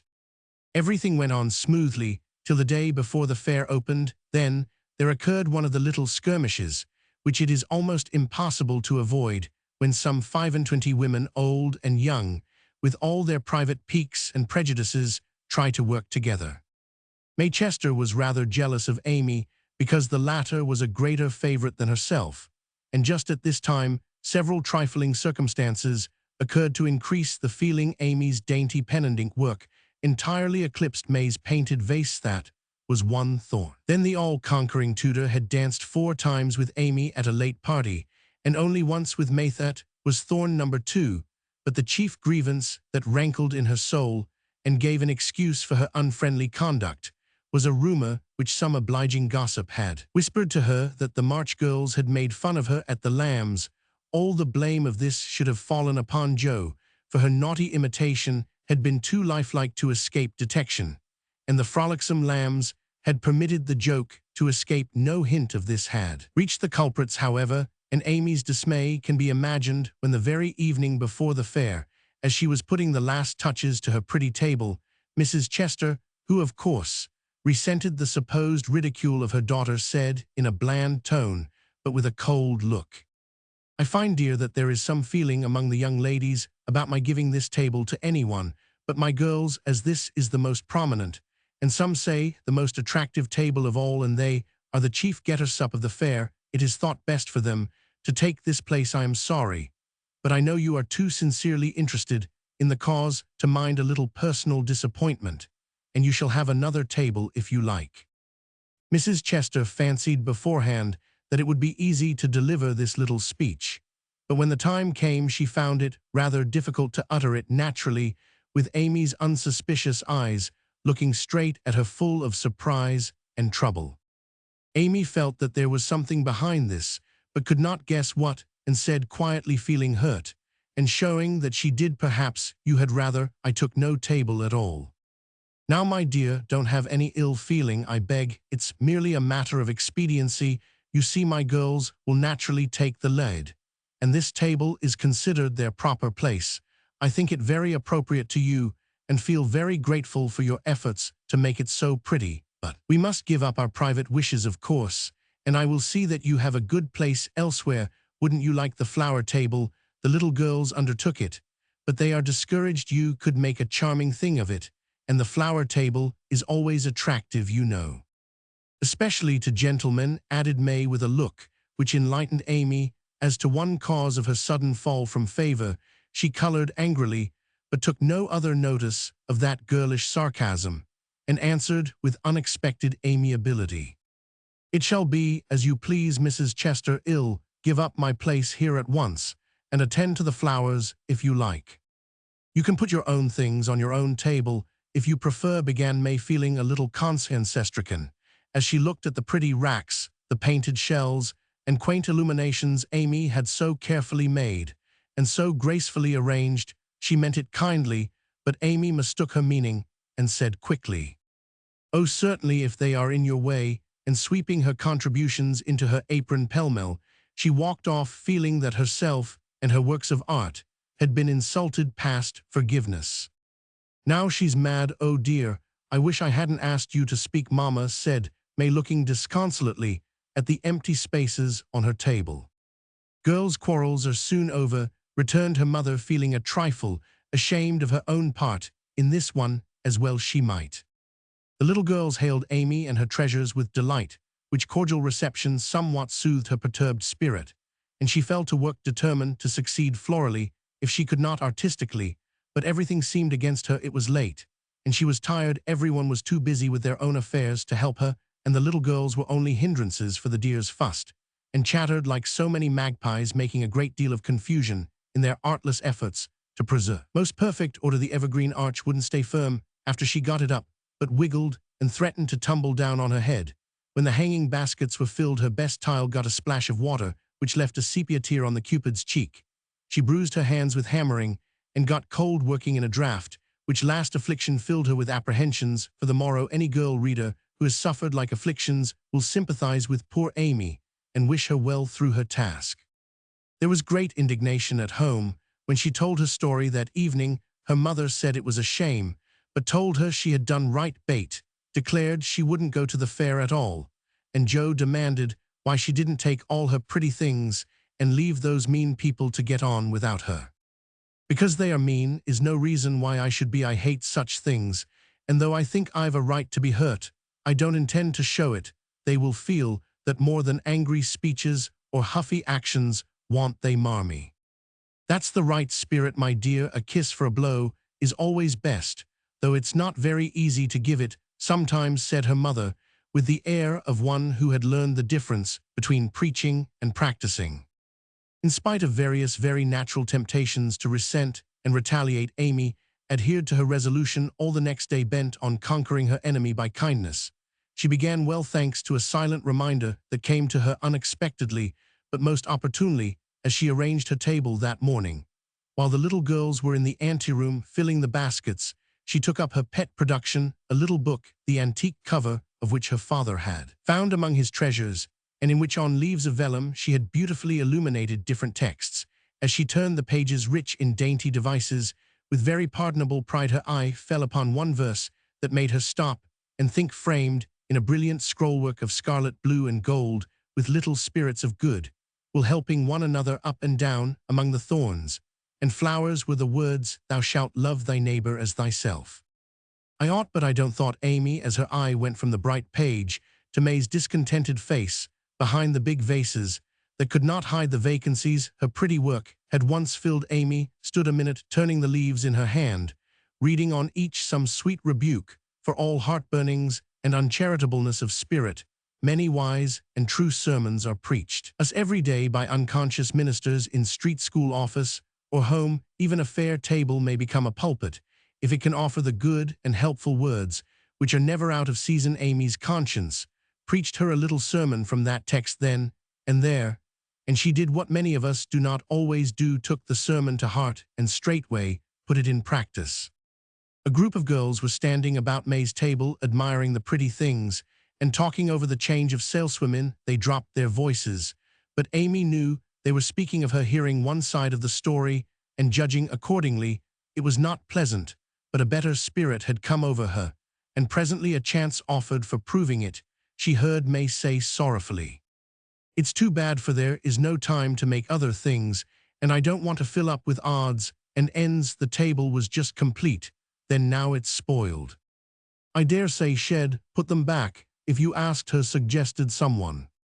"How could I after all the fuss?" began May, but she did not finish, for Amy's voice came across the hall, saying pleasantly, "You may have them and welcome without asking if you want them. I was just thinking I'd offer to put them back, for they belong to your table rather than mine. Here they are, please take them, and forgive me if I was hasty in carrying them away last night." As she spoke, Amy returned her contribution with a nod and a smile, and hurried away again, feeling that it was easier to do a friendly thing than it was to stay and be thanked for it. "Now I call that lovely of her, don't you?" cried one girl. May's answer was inaudible, but another young lady, whose temper was evidently a little soured by making lemonade, added with a disagreeable laugh, "Very lovely," for she knew she wouldn't sell them at her own table. Now that was hard. When we make little sacrifices, we like to have them appreciated at least. And for a minute Amy was sorry she had done it, feeling that virtue was not always its own reward. But it is, as she presently discovered, for her spirits began to rise, and her table to blossom under her skillful hands. The girls were very kind, and that one little act seemed to have cleared the atmosphere amazingly. It was a very long day, and a hard one for Amy, as she sat behind her table, often quite alone, for the little girls, deserted very soon. Few cared to buy flowers in summer, and her bouquets began to droop long before night. The art table was the most attractive in the room. There was a crowd about it all day long, and the tenders were constantly flying to and fro with important faces and rattling money boxes. Amy often looked wistfully across, longing to be there where she felt at home and happy, instead of in a corner with nothing to do. It might seem no hardship to some of us, but to a pretty blithe young girl it was not only tedious but very trying, and the thought of Laurie and his friends made it a real martyrdom. She did not go home till night, and then she looked so pale and quiet that they knew the day had been a hard one, though she made no complaint, and did not even tell what she had done. Her mother gave her an extra cordial cup of tea, Beth helped her dress, and made a charming little wreath for her hair, while Jo astonished her family by getting herself up with unusual care, and hinting darkly that the tables were about to be turned. "Don't do anything rude, pray, Jo. I won't have any fuss made, so let it all pass, and behave yourself," begged Amy, as she departed early, hoping to find a reinforcement of flowers to refresh her poor little table. "I merely intend to make myself entrancingly agreeable to everyone I know, and to keep them in your corner as long as possible. Teddy and his boys will lend a hand, and we'll have a good time yet," returned Jo, leaning over the gate to watch for Laurie. Presently, the familiar tramp was heard in the dusk, and she ran out to meet him. "Is that my boy?" "As sure as this is my girl," and Laurie tucked her hand under his arm with the air of a man whose every wish was gratified. "Oh, Teddy, such doings," and Jo told Amy's wrongs with sisterly zeal. "A flock of our fellows are going to drive over by and ill be hanged if I don't make them buy every flower she's got, and camp down before her table afterward," said Laurie, espousing her cause with warmth. "The flowers are not at all nice," Amy says, "and the fresh ones may not arrive in time. I don't wish to be unjust or suspicious, but I shouldn't wonder if they never came at all. When people do one mean thing, they are very likely to do another," observed Jo in a disgusted tone. "Didn't Hayes give you the best out of our gardens? I told him to." "I didn't know that he forgot, I suppose, and as your grandpa was poorly, I didn't like to worry him by asking, though I did want some." "Now, Jo, how could you think there was any need of asking? They are just as much yours as mine. Don't we always go halves in everything?" began Laurie in the tone that always made Jo turn thorny. "Gracious, I hope not. Half of some of your things wouldn't suit me at all, but we mustn't stand philandering here. I've got to help Amy, so you go and make yourself splendid. And if you'll be so very kind as to let Hayes take a few nice flowers up to the hall, ill bless you forever." "Couldn't you do it now?" asked Laurie so suggestively that Jo shut the gate in his face with inhospitable haste, and called through the bars, "Go away, Teddy, I am busy." Thanks to the conspirators, the tables were turned that night, for Hayes sent up a wilderness of flowers with a lovely basket, arranged in his best manner for a centerpiece. Then the March family turned out en masse, and Jo exerted herself to some purpose, for people not only came, but stayed laughing at her nonsense, admiring Amy's taste, and apparently enjoying themselves very much. Laurie and his friends gallantly threw themselves into the breach, bought up the bouquets, encamped before the table, and made that corner the liveliest spot in the room. Amy was in her element now, and out of gratitude, if nothing more, was as sprightly and gracious as possible, coming to the conclusion about that time that virtue was its own reward after all. Jo behaved herself with exemplary propriety, and when Amy was happily surrounded by her guard of honor, Jo circulated about the hall, picking up various bits of gossip, which enlightened her upon the subject of the Chester change of base. She reproached herself for her share of the ill feeling, and resolved to exonerate Amy as soon as possible. She also discovered what Amy had done about the things in the morning, and considered her a model of magnanimity. As she passed the art table, she glanced over it for her sister's things, but saw no sign of them, tucked away out of sight. "I dare say," thought Jo, who could forgive her own wrongs, but hotly resented any insult offered her family. "Good evening, Miss Jo. How does Amy get on?" asked May with a conciliatory air, for she wanted to show that she also could be generous. "She has sold everything she had that was worth selling, and now she is enjoying herself. The flower table is always attractive, you know, especially to gentlemen." Jo couldn't resist giving that little slap, but May took it so meekly she regretted it a minute after, and fell to praising the great vases which still remained unsold. "Is Amy's illumination anywhere about? I took a fancy to buy that for father," said Jo, very anxious to learn the fate of her sister's work. "Everything of Amy's sold long ago. I took care that the right people saw them, and they made a nice little sum of money for us," returned May, who had overcome sundry small temptations, as well as Amy had that day. Much gratified, Jo rushed back to tell the good news, and Amy looked both touched and surprised by the report of May's word and manner. "Now, gentlemen, I want you to go and do your duty by the other tables as generously as you have by mine, especially the art table," she said, ordering out Teddy's own, as the girls called the college friends. "Charge, Chester, charge is the motto for that table, but do your duty like men, and you'll get your money's worth of art in every sense of the word," said the irrepressible Joe, as the devoted phalanx prepared to take the field. "To hear is to obey, but March is fairer far than May," said little Parker, making a frantic effort to be both witty and tender, and getting promptly quenched by Laurie, who said, "Very well, my son, for a small boy," and walked him off with a paternal pat on the head. "By the vases," whispered Amy to Laurie, as a final heaping of coals of fire on her enemy's head. To May's great delight, Mr. Lawrence not only bought the vases, but pervaded the whole with one under each arm. The other gentlemen speculated with equal rashness in all sorts of frail trifles, and wandered helplessly about afterward, burdened with wax flowers, painted fans, filigree portfolios, and other useful and appropriate purchases. Aunt Carol was there, heard the story, looked pleased, and said something to Mrs. March in a corner, which made the latter lady beam with satisfaction and watch Amy with a face full of mingled pride and anxiety, though she did not betray the cause of her pleasure till several days later. The fair was pronounced a success, and when May bade Amy good night, she did not gush as usual, but gave her an affectionate kiss, and a look which said forgive and forget that satisfied Amy, and when she got home, she found the vases paraded on the parlor chimney-piece with a great bouquet in each, the reward of merit for a magnanimous march, as Laurie announced with a flourish. "You've a deal more principle and generosity and nobleness of character than I ever gave you credit for, Amy. You've behaved sweetly, and I respect you with all my heart," said Joe warmly, as they brushed their hair together late that night. "Yes, we all do, and love her for being so ready to forgive. It must have been dreadfully hard, after working so long, and setting your heart on selling your own pretty things. I don't believe I could have done it as kindly as you did," added Bate from her pillow. "Why, girls, you needn't praise me, so I only did as it'd be done by you. Laugh at me when I say I want to be a lady, but I mean a true gentlewoman in mind and manners.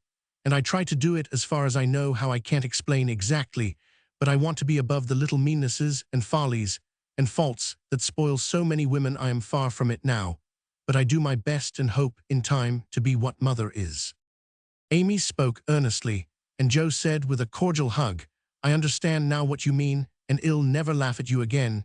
You are getting on faster than you think, and I'll take lessons of you in true politeness, for you've learned the secret, I believe. Try away, dearie, you'll get your reward some day, and no one will be more delighted than I shall." A week later, Amy did get her reward, and poor Joe found it hard to be delighted. A letter came from Aunt Carol, and Mrs. March's face was illuminated to such a degree when she read it that Joe and Bate, who were with her, demanded what the glad tidings were. "Aunt Carol is going abroad next month and wants me to go with her," burst in Joe, flying out of her chair in an uncontrollable rapture. "No, dear, not you, it's Amy." "Oh, mother, she's too young. It's my turn first. I've wanted it so long. It would do me so much good, and be so altogether splendid. I must go." "I'm afraid it's impossible, Joe," Aunt says Amy decidedly, "and it is not for us to dictate when she offers such a favor. It's always so. Amy has all the fun, and I have all the work. It isn't fair. Oh, it isn't fair," cried Joe passionately. "I'm afraid it's partly your own fault, dear. When Aunt spoke to me the other day, she regretted your blunt manners and too independent spirit, and here she writes as if quoting something you had said. I planned at first to ask Joe, but as favors burden her, and she hates French, I think I won't venture to invite her. Amy is more docile, will make a good companion for Flo, and receive gratefully any help the trip may give her." "Oh, my tongue, my abominable tongue, why can't I learn to keep it quiet?" groaned Joe, remembering words which had been her undoing. When she had heard the explanation of the quoted phrases, Mrs. March said sorrowfully, "I wish you could have gone, but there is no hope of it this time, so try to bear it cheerfully and don't sadden Amy's pleasure by reproaches or regrets. "I'll try," said Joe, winking hard. As she knelt down to pick up the basket, she had joyfully upset "I'll take a leaf out of her book, and try not only to seem glad, but to be so and not grudge her 1 minute of happiness. But it won't be easy, for it is a dreadful disappointment." And poor Joe bedewed the little fat pincushion she held with several very bitter tears. "Joe dear, I am very selfish, but I couldn't spare you, and I am glad you are not going quite yet," whispered Beth, embracing her basket, and all with such a clinging touch and loving face that Joe felt comforted in spite of the sharp regret that made her want to box her own ears and humbly beg Aunt Carol to burden her with this favor, and see how gratefully she would bear it. By the time Amy came in, Joe was able to take her part in the family jubilation, not quite as heartily as usual perhaps, but without repinings at Amy's good fortune. The young lady herself received the news as tidings of great joy, went about in a solemn sort of rapture, and began to sort her colors and pack her pencils that evening, leaving such trifles as clothes, money, and passports to those less absorbed in visions of art than herself. "It isn't a mere pleasure trip to me, girls," she said impressively, as she scraped her best palette. "It will decide my career, for if I have any genius, I shall find it out in Rome, and will do something to prove it." "Suppose you haven't," said Joe, sewing away with red eyes at the new collars, which were to be handed over to Amy. "Then I shall come home and teach drawing for my living," replied the aspirant for fame with philosophically composure, but she made a wry face at the prospect and scratched away at her palette as if bent on vigorous measures before she gave up her hopes. "No, you hate hard work, and you'll marry some rich man and come home to sit in the lap of luxury all your days," said Joe. "Your predictions sometimes come to pass, but I don't believe that one will. I am sure I wish it would, for if I can't be an artist myself, I should like to be able to help those who are," said Amy, smiling, as if the part of Lady Bountiful would suit her better than that of a poor drawing teacher. Said Joe with a sigh. "If you wish it, you'll have it, for your wishes are always granted, mine never." "Would you like to go?" asked Amy thoughtfully, patting her nose with her knife. "Rather." "Well, in a year or two I'll send for you, and we'll dig in the forum for relics, and carry out all the plans we've made so many times." "Thank you. I'll remind you of your promise when that joyful day comes, if it ever does," returned Joe, accepting the vague but magnificent offer as gratefully as she could. There was not much time for preparation, and the house was in a ferment till Amy was off. Joe bore up very well till the last flutter of blue ribbon vanished, when she retired to her refuge, the garret, and cried till she couldn't cry any more. Amy likewise bore up stoutly till the steamer sailed. Then, just as the gangway was about to be withdrawn, it suddenly came over her that a whole ocean was soon to roll between her and those who loved her best, and she clung to Laurie, the last lingerer, saying with a sigh, "Oh, take care of them for me, and if anything should happen—" "I will, dear, I will, and if anything happens I'll come and comfort you," whispered Laurie, little dreaming that he would be called upon to keep his word. So Amy sailed away to find the old world, which is always new and beautiful to young eyes, while her father and friend watched her from the shore, fervently hoping that none but gentle fortunes would befall the happy-hearted girl who waved her hand to them till they could see nothing but the summer sunshine dazzling on the sea. Chapter 31. Our Foreign Correspondent. London. Dearest people, here I really sit at a front window of the Bath Hotel, Piccadilly. It's not a fashionable place, but Uncle stopped here years ago and won't go anywhere else. However, we don't mean to stay long, so it's no great matter. Oh, I can't begin to tell you how I enjoy it all. I never can, so I'll only give you bits out of my notebook, for I've done nothing but sketch and scribble since I started. I sent a line from Halifax when I felt pretty miserable, but after that I got on delightfully. Seldom ill on deck all day, with plenty of pleasant people to amuse me. Everyone was very kind to me, especially the officers. Don't laugh, Joe. Gentlemen really are very necessary aboard ship to hold on to or to wait upon one, and as they have nothing to do, it's a mercy to make them useful, otherwise they would smoke themselves to death, I'm afraid. Aunt and Flo were poorly all the way, and liked to be let alone, so when I had done what I could for them, I went and enjoyed myself. Such walks on deck, such sunsets, such splendid air and waves. It was almost as exciting as riding a fast horse when we went rushing on so grandly. I wish Bate could have come. It would have done her so much good. As for Joe, she would have gone up and sat on the main top jib, or whatever the high thing is called, made friends with the engineers, and tooted on the captain's speaking trumpet. Shed have been in such a state of rapture. It was all heavenly, but I was glad to see the Irish coast, and found it very lovely, so green and sunny, with brown cabins here and their ruins on some of the hills, and gentlemen's countrysats in the valleys, with deer feeding in the parks. It was early in the morning, but I didn't regret getting up to see it, for the bay was full of little boats, the shore so picturesque, and a rosy sky overhead. I never shall forget it. At Queenstown, one of my new acquaintances left us, Mr. Lennox, and when I said something about the lakes of Killarney, he sighed and sung with a look at me. "Oh, have you e'er heard of Kate Carney? She lives on the banks of Killarney. From the glance of her eye, shun danger and fly. For fatal's the glance of Kate Carney. Wasn't that nonsensical?" We only stopped at Liverpool a few hours. It's a dirty, noisy place, and I was glad to leave it. Uncle rushed out and bought a pair of dogskin gloves, some ugly thick shoes, and an umbrella, and got shaved a la mutton chop the first thing.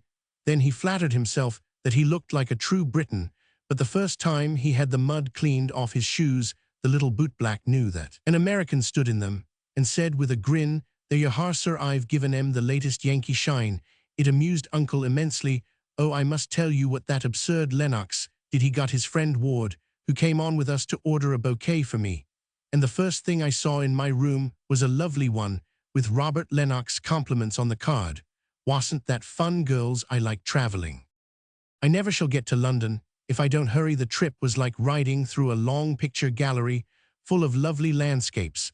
The farmhouses were my delight, with thatched roofs, ivy up to the eaves, latticed windows, and stout women with rosy children at the doors. The very cattle looked more tranquil than ours, as they stood knee-deep in clover, and the hens had a contented cluck, as if they never got nervous, like Yankee biddies.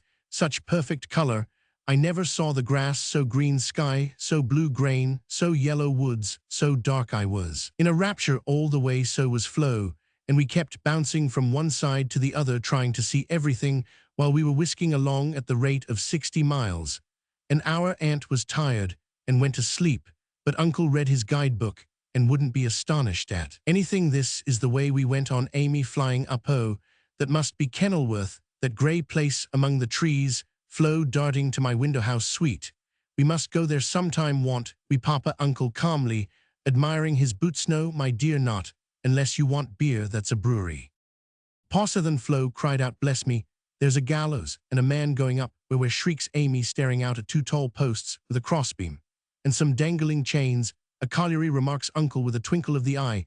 "Here's a lovely flock of lambs all lying down," says Amy. "See, Papa, aren't they pretty?" added Flo sentimentally. "Geese, young ladies," returns Uncle in a tone that keeps us quiet till Flo settles down to enjoy the flirtations of Captain Cavendish, and I have the scenery all to myself.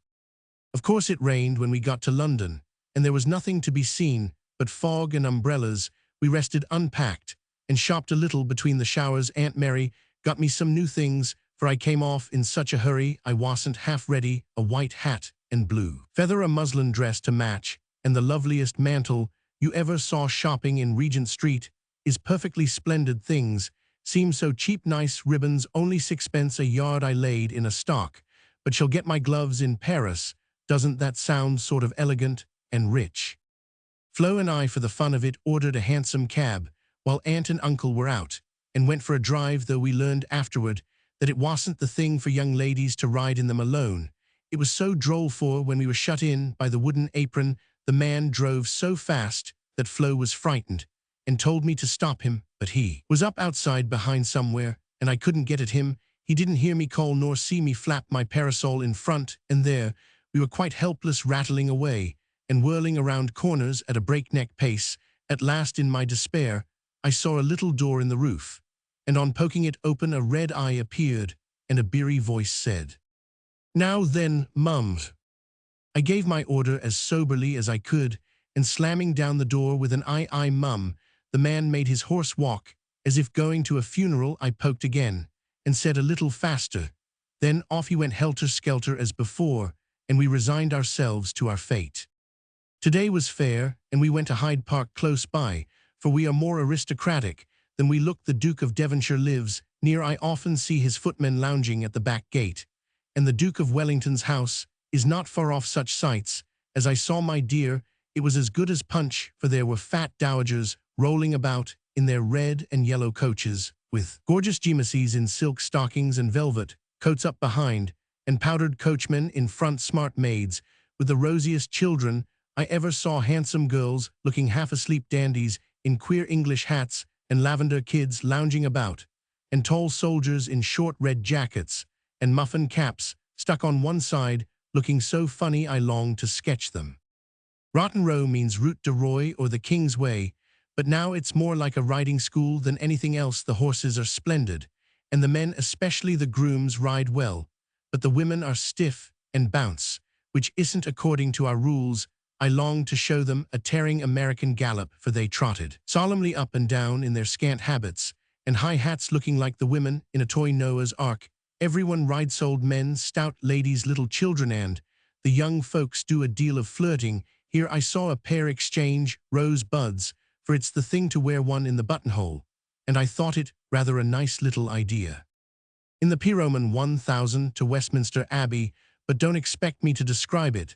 That's impossible, so ill. Only say it was sublime. This evening we are going to see Fetchter, which will be an appropriate end to the happiest day of my life. It's very late, but I can't let my letter go in the morning without telling you what happened last evening. Who do you think came in as we were at tea? Laurie's English friends, Fred and Frank Vaughan. I was so surprised, for I shouldn't have known them. But for the cards, both are tall fellows with whiskers, Fred handsome in the English style, and Frank much better, for he only limps slightly and uses no crutches. They had heard from Laurie where we were to be, and came to ask us to their house, but Uncle won't go. So we shall return the call and see them as we can. They went to the theatre with us, and we did have such a good time, for Frank devoted himself to Flo and Fred, and I talked over past, present, and future fun as if we had known each other all our days. Tell Bate Frank asked for her, and was sorry to hear of her ill health. Fred laughed when I spoke of Joe, and sent his respectful compliments to the big hat. Neither of them had forgotten Camp Lawrence or the fun we had there. What ages ago it seems, doesn't it? Aunt is tapping on the wall for the third time, so I must stop. I really feel like a dissipated London fine lady writing here so late, with my room full of pretty things, and my head a jumble of Park's theatres, new gowns, and gallant creatures who say ah and twirl their blonde mustaches with the true English lordliness. I long to see you all, and in spite of my nonsense, am as ever your loving Amy. Paris. Dear girls, in my last I told you about our London visit, how kind the Vaughans were, and what pleasant parties they made for us. I enjoyed the trips to Hampton Court and the Kensington Museum more than anything else, for at Hampton I saw Raphael's cartoons, and at the museum rooms full of pictures by Turner, Lawrence, Reynolds, Hogarth, and the other great creatures. The day in Richmond Park was charming, for we had a regular English picnic, and I had more splendid oaks and groups of deer than I could copy. Also heard a nightingale and saw larks go up. We did London to our heart's content, thanks to Fred and Frank, and was sorry to go away, for though English people are slow to take you in when they once make up their minds to do it, they cannot be outdone in hospitality. I think the Vaughans hope to meet us in Rome next winter, and I shall be dreadfully disappointed if they don't, for Grace and I are great friends, and the boys very nice fellows, especially Fred.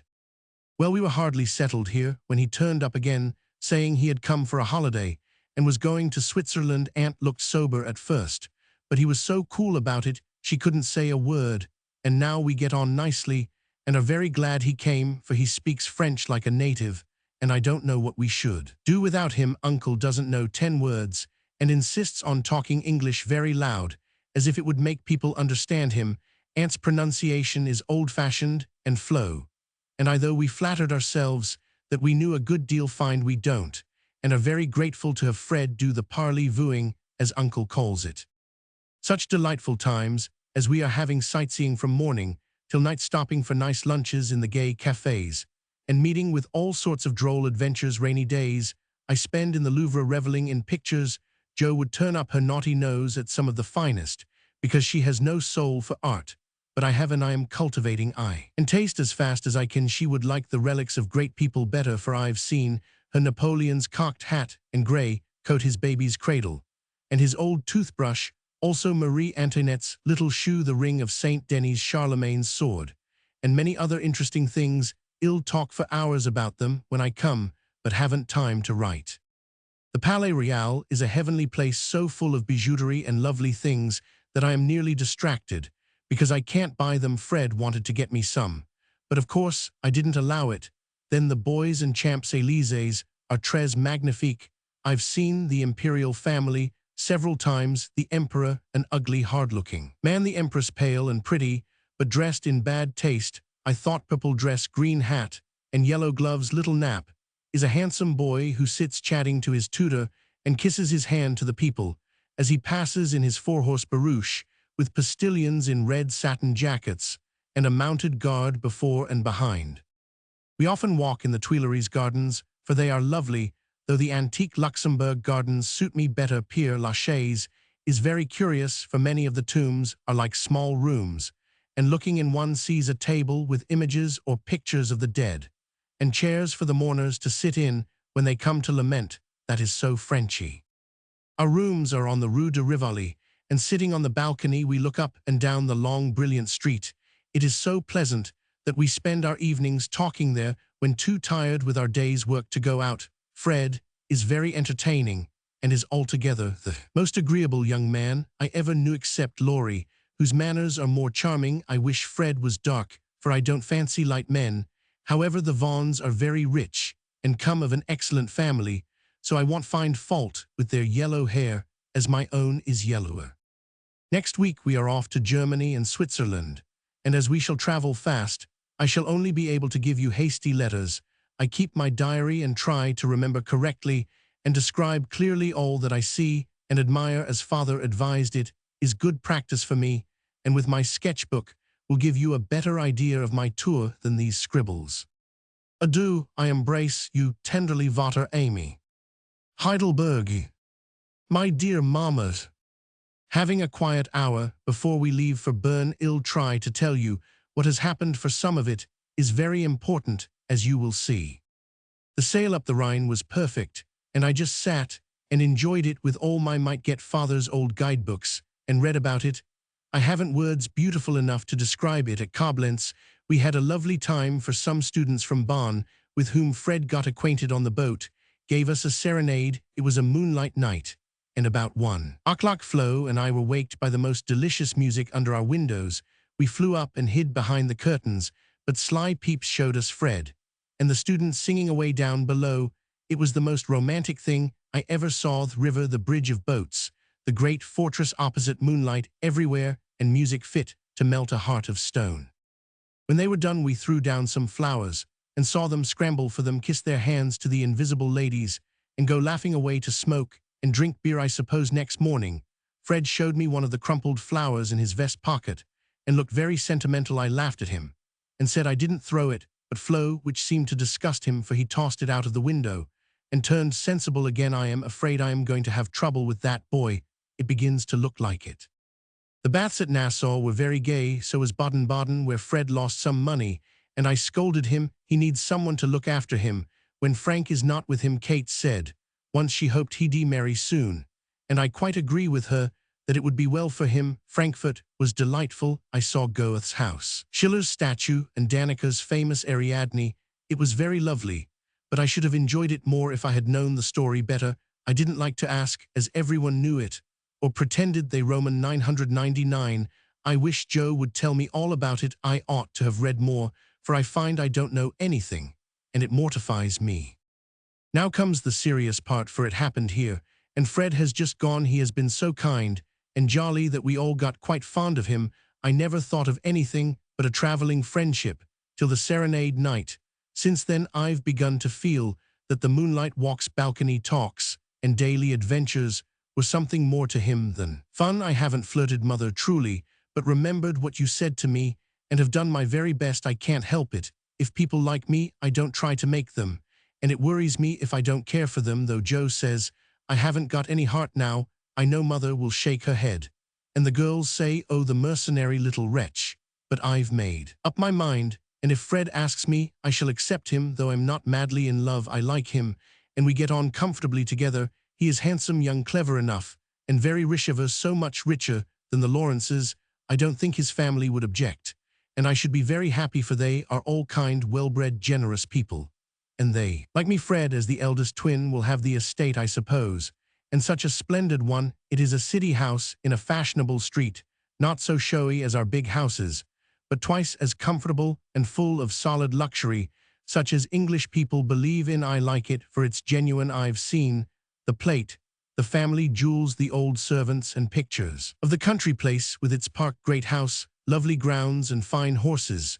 Oh, it would be all I should ask, and I'd rather have it than any titles such as girls snap up so readily and find nothing behind. I may be mercenary, but I hate poverty and don't mean to bear it a minute longer than I can help. One of us must marry. Well, Meg, didn't Joe want bait? Can't, yet so I shall, and make everything okay all round. I wouldn't marry a man I hated or despised, you may be sure of that. And though Fred is not my model hero, he does very well.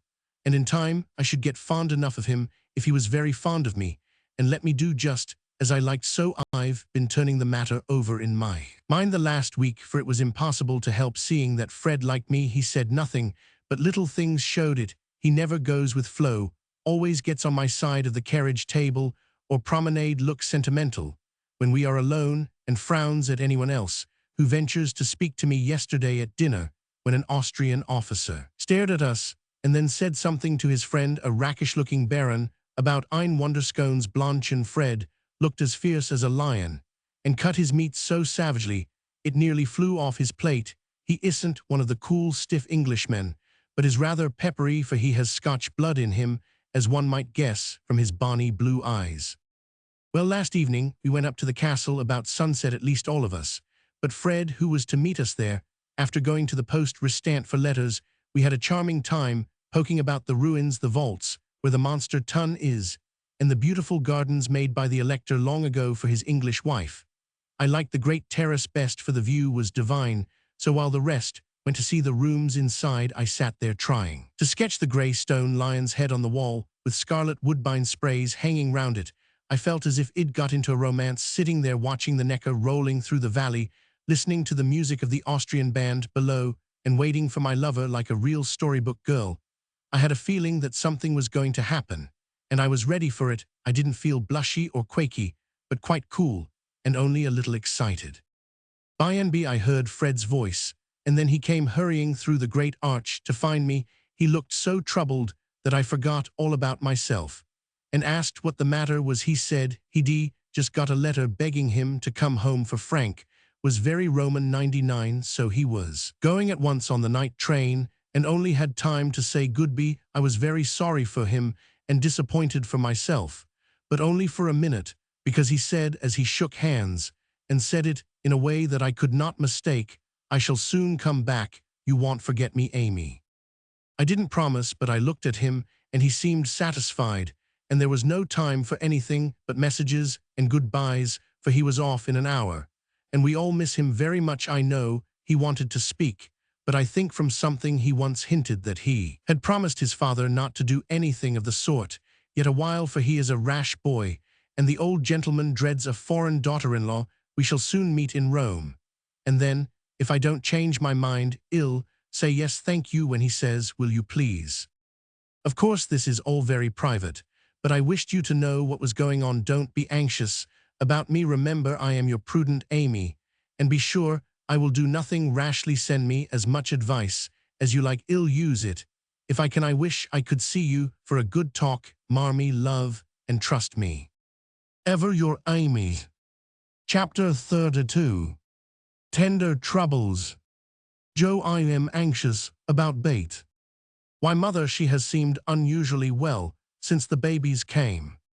It's not her health that troubles me now, it's her spirits. I am sure there is something on her mind, and I want you to discover what it is. What makes you think so, mother? She sits alone a good deal and doesn't talk to her father as much as she used. I found her crying over the babies the other day. When she sings, the songs are always sad ones, and now and then I see a look in her face that I don't understand this isn't like bait, and it worries me. Have you asked her about it? I have tried once or twice, but she either evaded my questions or looked so distressed that I stopped. I never force my children's confidence, and I seldom have to wait for long. Mrs. March glanced at Joe as she spoke, but the face opposite seemed quite unconscious of any secret disquietude. But Bates, and after sewing thoughtfully for a minute, Joe said, I think she is growing up, and so begins to dream dreams and have hopes and fears and fidgets without knowing why or being able to explain them. Why Mother Bates 18, but we don't realize it and treat her like a child forgetting she's a woman. So she is, dear heart, how fast you do grow up, returned her mother with a sigh and a smile. Can't be helped, Marmee, so you must resign yourself to all sorts of worries, and let your birds hop out of the nest one by one. I promise never to hop very far, if that is any comfort to you. It's a great comfort, Joe. I always feel strong when you are at home. Now Meg is gone, Bate is too feeble, and Amy too young to depend upon. But when the tug comes, you are always ready. Why, you know I don't mind hard jobs much, and there must always be one scrub in a family. Amy is splendid in fine works, and I am not, but I feel in my element when all the carpets are to be taken up or half the family falls sick. At once Amy is distinguishing herself abroad, but if anything is amiss at home, I am your man. I leave Bate to your hands, then, for she will open her tender little heart to her Joe sooner than to anyone else. Be very kind, and don't let her think anyone watches or talks about her. If she only would get quite strong and cheerful again, I shouldn't have a wish in the world. Happy woman, I've got heaps. My dear, what are they? I'll settle Bethy's troubles, and then I'll tell you mine. They are not very wearing, so they'll keep. And Joe stitched away with a wise nod, which set her mother's heart at rest about her, for the present at least. While apparently absorbed in her own affairs, Joe watched Bate, and after many conflicting conjectures, finally settled upon one, which seemed to explain the change in her. A slight incident gave Joe the clue to the mystery, she thought, and lively fancy-loving heart did the rest. She was affecting to write busily one Saturday afternoon, when she and Bate were alone together. Yet as she scribbled, she kept her eye on her sister, who seemed unusually quiet sitting at the window. Bate's work often dropped into her lap, and she leaned her head upon her hand in a dejected attitude, while her eyes rested on the dull autumnal landscape. Suddenly, someone passed below whistling like an operatic blackbird, and a voice called out, all serene, coming in tonight. Bate started, leaned forward, smiled, and nodded, watched the passerby till his quick tramp died away, then said softly, as if to herself, how strong and well and happy that dear boy looks. Hum, said Joe, still intent upon her sister's face, for the bright color faded as quickly as it came. The smile vanished, and presently a tear lay shining on the window ledge. Bate whisked it off, and in her half-averted face read a tender sorrow that made her own eyes fill. Fearing to betray herself, she slipped away, murmuring something about needing more paper. Mercy on me, Bate loves Laurie, she said, sitting down in her own room, pale with the shock of the discovery, which she believed she had just made. I never dreamed of such a thing. What will Mother say? I wonder if her there. Joe stopped, and turned scarlet with a sudden thought. If he shouldn't love back again, how dreadful it would be. He must ill make him. And she shook her head threateningly at the picture of the mischievous-looking boy laughing at her from the wall. Oh dear, we are growing up with a vengeance. Here's Meg married, and a Mama Amy flourishing away at Paris, and Bate in love. I'm the only one that has sense enough to keep out of mischief. Joe thought intently for a minute with her eyes fixed on the picture.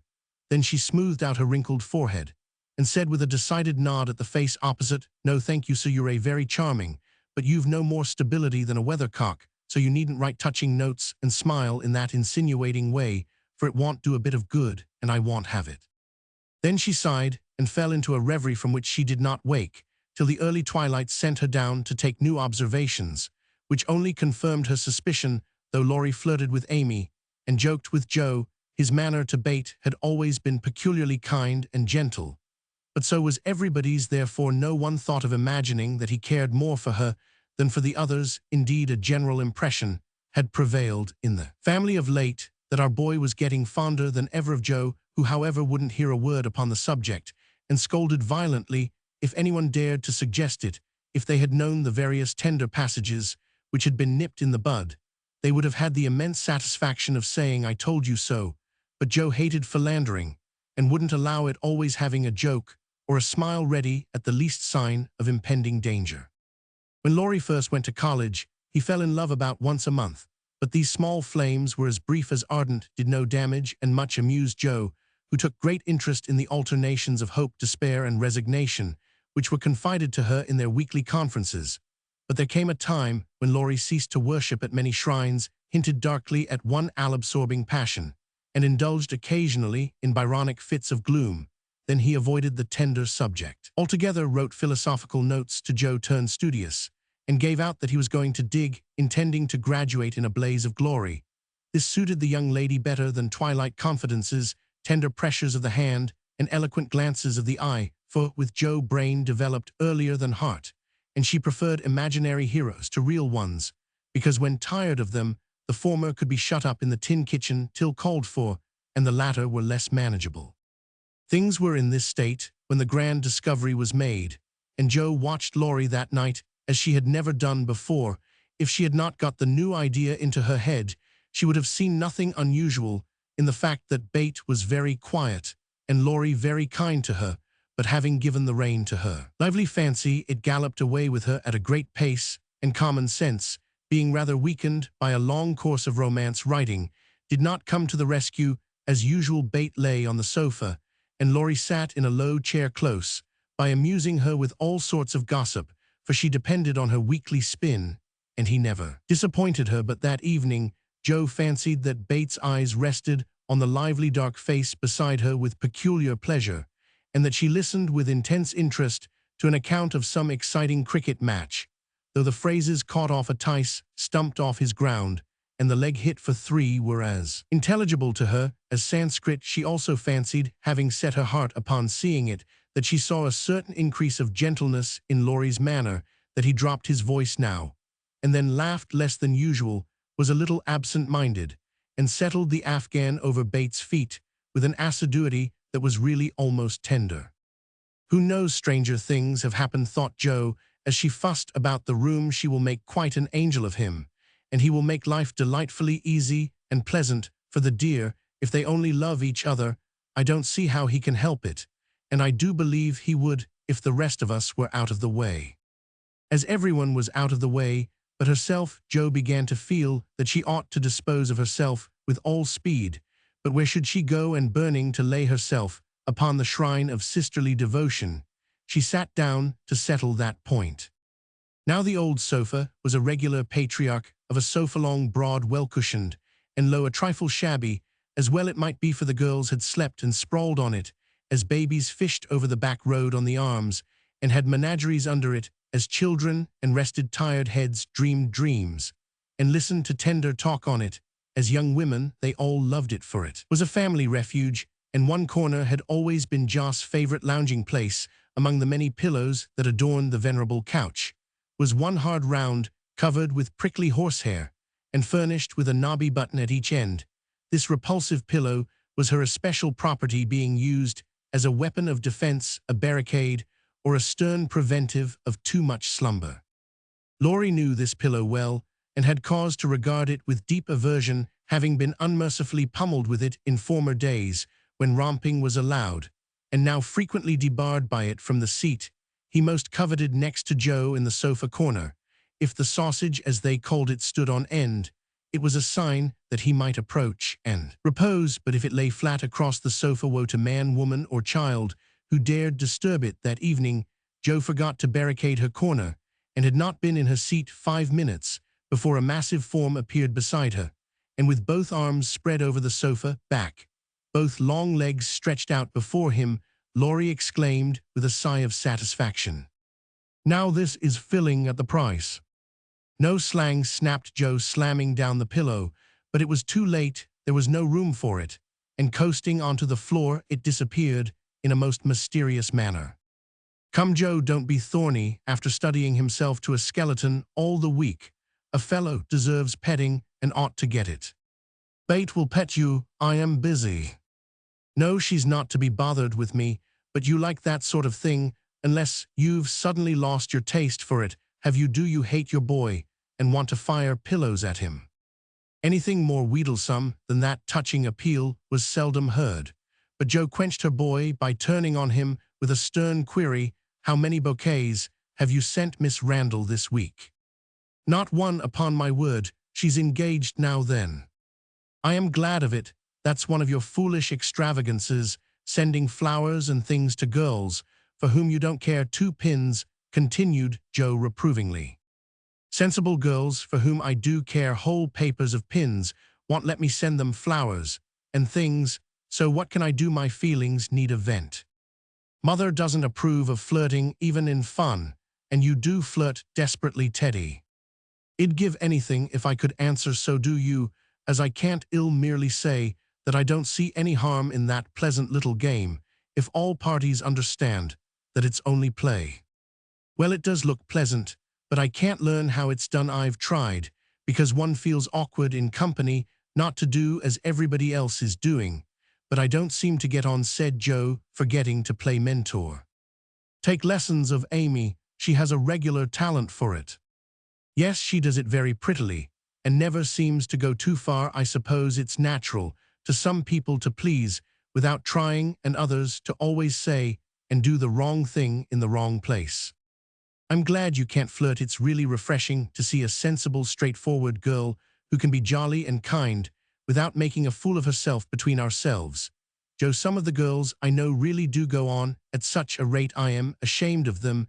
They don't mean any harm, I am sure, but if they knew how we fellows talked about them afterward, they'd mend their ways, I fancy.